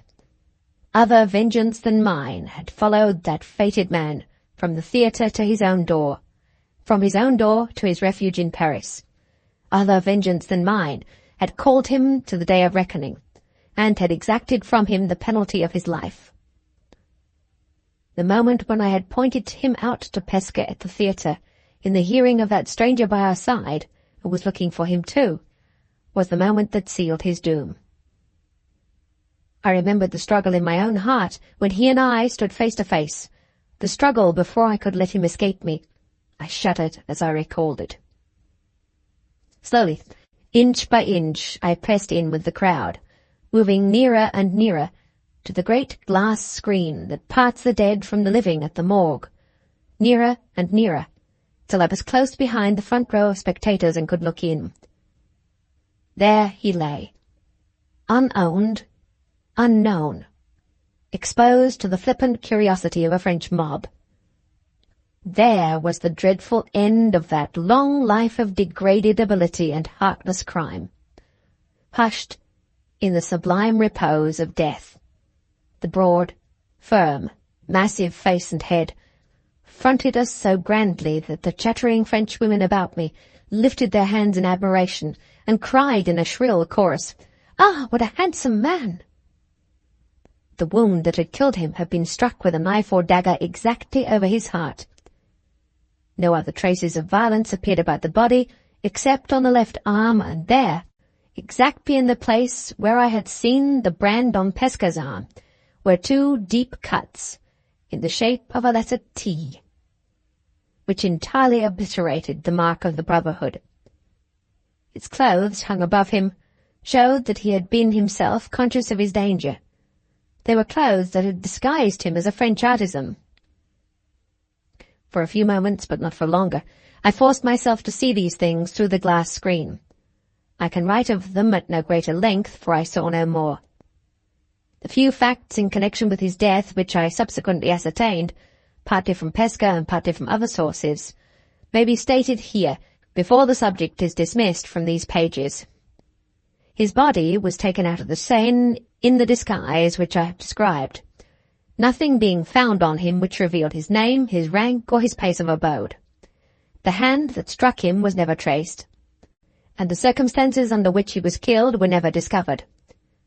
I leave others to draw their own conclusions in reference to the secret of the assassination as I have drawn mine. When I have intimated that the foreigner with the scar was a member of the Brotherhood, admitted in Italy after Pesca's departure from his native country, and when I have further added that the two cuts in the form of a T on the left arm of the dead man signified the Italian word traditore, and showed that justice had been done by the Brotherhood on a traitor, I have contributed all that I know towards elucidating the mystery of Count Fosco's death. The body was identified the day after I had seen it, by means of an anonymous letter addressed to his wife. He was buried by Madame Fosco in the cemetery of Père Lachaise. Fresh funeral wreaths continue to this day to be hung on the ornamental bronze railings round the tomb by the Countess's own hand. She lives in the strictest retirement at Versailles. Not long since she published a biography of her deceased husband. The work throws no light whatever on the name that was really his own, or on the secret history of his life. It is almost entirely devoted to the praise of his domestic virtues, the assertion of his rare abilities, and the enumeration of the honours conferred on him. The circumstances attending his death are very briefly noticed, and are summed up on the last page in this sentence. His life was one long assertion of the rights of the aristocracy and the sacred principles of order. He died a martyr to his cause. 3. The summer and autumn passed after my return from Paris, and brought no changes with them which need be noticed here. We lived so simply and quietly that the income which I was now steadily earning sufficed for all our wants. In the February of the new year, our first child was born, a son. My mother and sister and Mrs. Facey were our guests at the little christening party, and Mrs. Clements was present to assist my wife on the same occasion. Marian was our boy's godmother, and Pesca and Mr. Gilmore, the latter acting by proxy, were his godfathers. I may add here that when Mr. Gilmore returned to us a year later, he assisted the design of these pages, at my request, by writing the narrative which appears early in the story under his name, and which, though first in order of precedence, was thus in order of time the last that I received. The only event in our lives which now remains to be recorded occurred when our little Walter was 6 months old. At that time, I was sent to Ireland to make sketches for certain forthcoming illustrations in the newspaper to which I was attached. I was away for nearly a fortnight, corresponding regularly with my wife and Marian, except during the last 3 days of my absence, when my movements were too uncertain to enable me to receive letters. I performed the latter part of my journey back at night, and when I reached home in the morning, to my utter astonishment, there was no one to receive me. Laura and Marian and the child had left the house on the day before my return. A note from my wife, which was given to me by the servant, only increased my surprise by informing me that they had gone to Limmeridge House. Marian had prohibited any attempt at written explanations. I was entreated to follow them the moment I came back. Complete enlightenment waited me on my arrival in Cumberland, and I was forbidden to feel the slightest anxiety in the meantime. There, the note ended. It was still early enough to catch the morning train. I reached Limmeridge House the same afternoon. My wife and Marian were both upstairs. They had established themselves, by way of completing my amazement, in a little room which had once been assigned to me for a studio, when I was employed on Mr. Fairlie's drawings. On the very chair which I used to occupy when I was at work, Marian was sitting now, with the child industriously sucking his coral from her lap, while Laura was standing by the well-remembered drawing-table which I had so often used, with a little album that I had filled for her in past times, open under her hand. "What in the name of heaven has brought you here?" I asked. "Does Mr. Fairlie know?" Marian suspended the question on my lips by telling me that Mr. Fairlie was dead. He had been struck by paralysis and never rallied after the shock.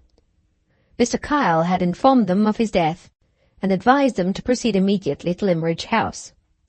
Some dim perception of a great change dawned on my mind. Laura spoke before I had quite realized it. She stole close to me to enjoy the surprise which was still expressed on my face. "My darling Walter," she said, "must we really account for our boldness in coming here? I'm afraid, my love, I can only explain it by breaking through our rule and referring to the past." "There is not the least necessity of doing anything of the kind," said Marian. "We can be just as explicit and much more interesting by referring to the future." She rose and held up the child, kicking and crowing in her arms. "Do you know who this is, Walter?" she asked, with bright tears of happiness gathering in her eyes. "If my bewilderment has its limits," I replied, "I think I can still answer for knowing my own child." "Child!" she exclaimed, with all her easy gaiety of old times. "Do you talk in that familiar manner of one of the landed gentry of England?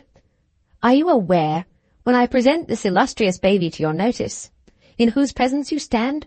Evidently not. Let me make two eminent personages known to one another, Mr. Walter Hartright, the heir of Limmeridge." So she spoke. In writing those last words I have written all. The pen falters in my hand.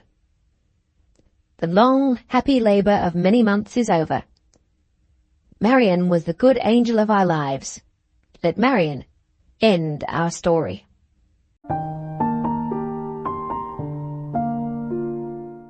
The end. Thank you very much for watching. Please don't forget to subscribe our channel for more stories.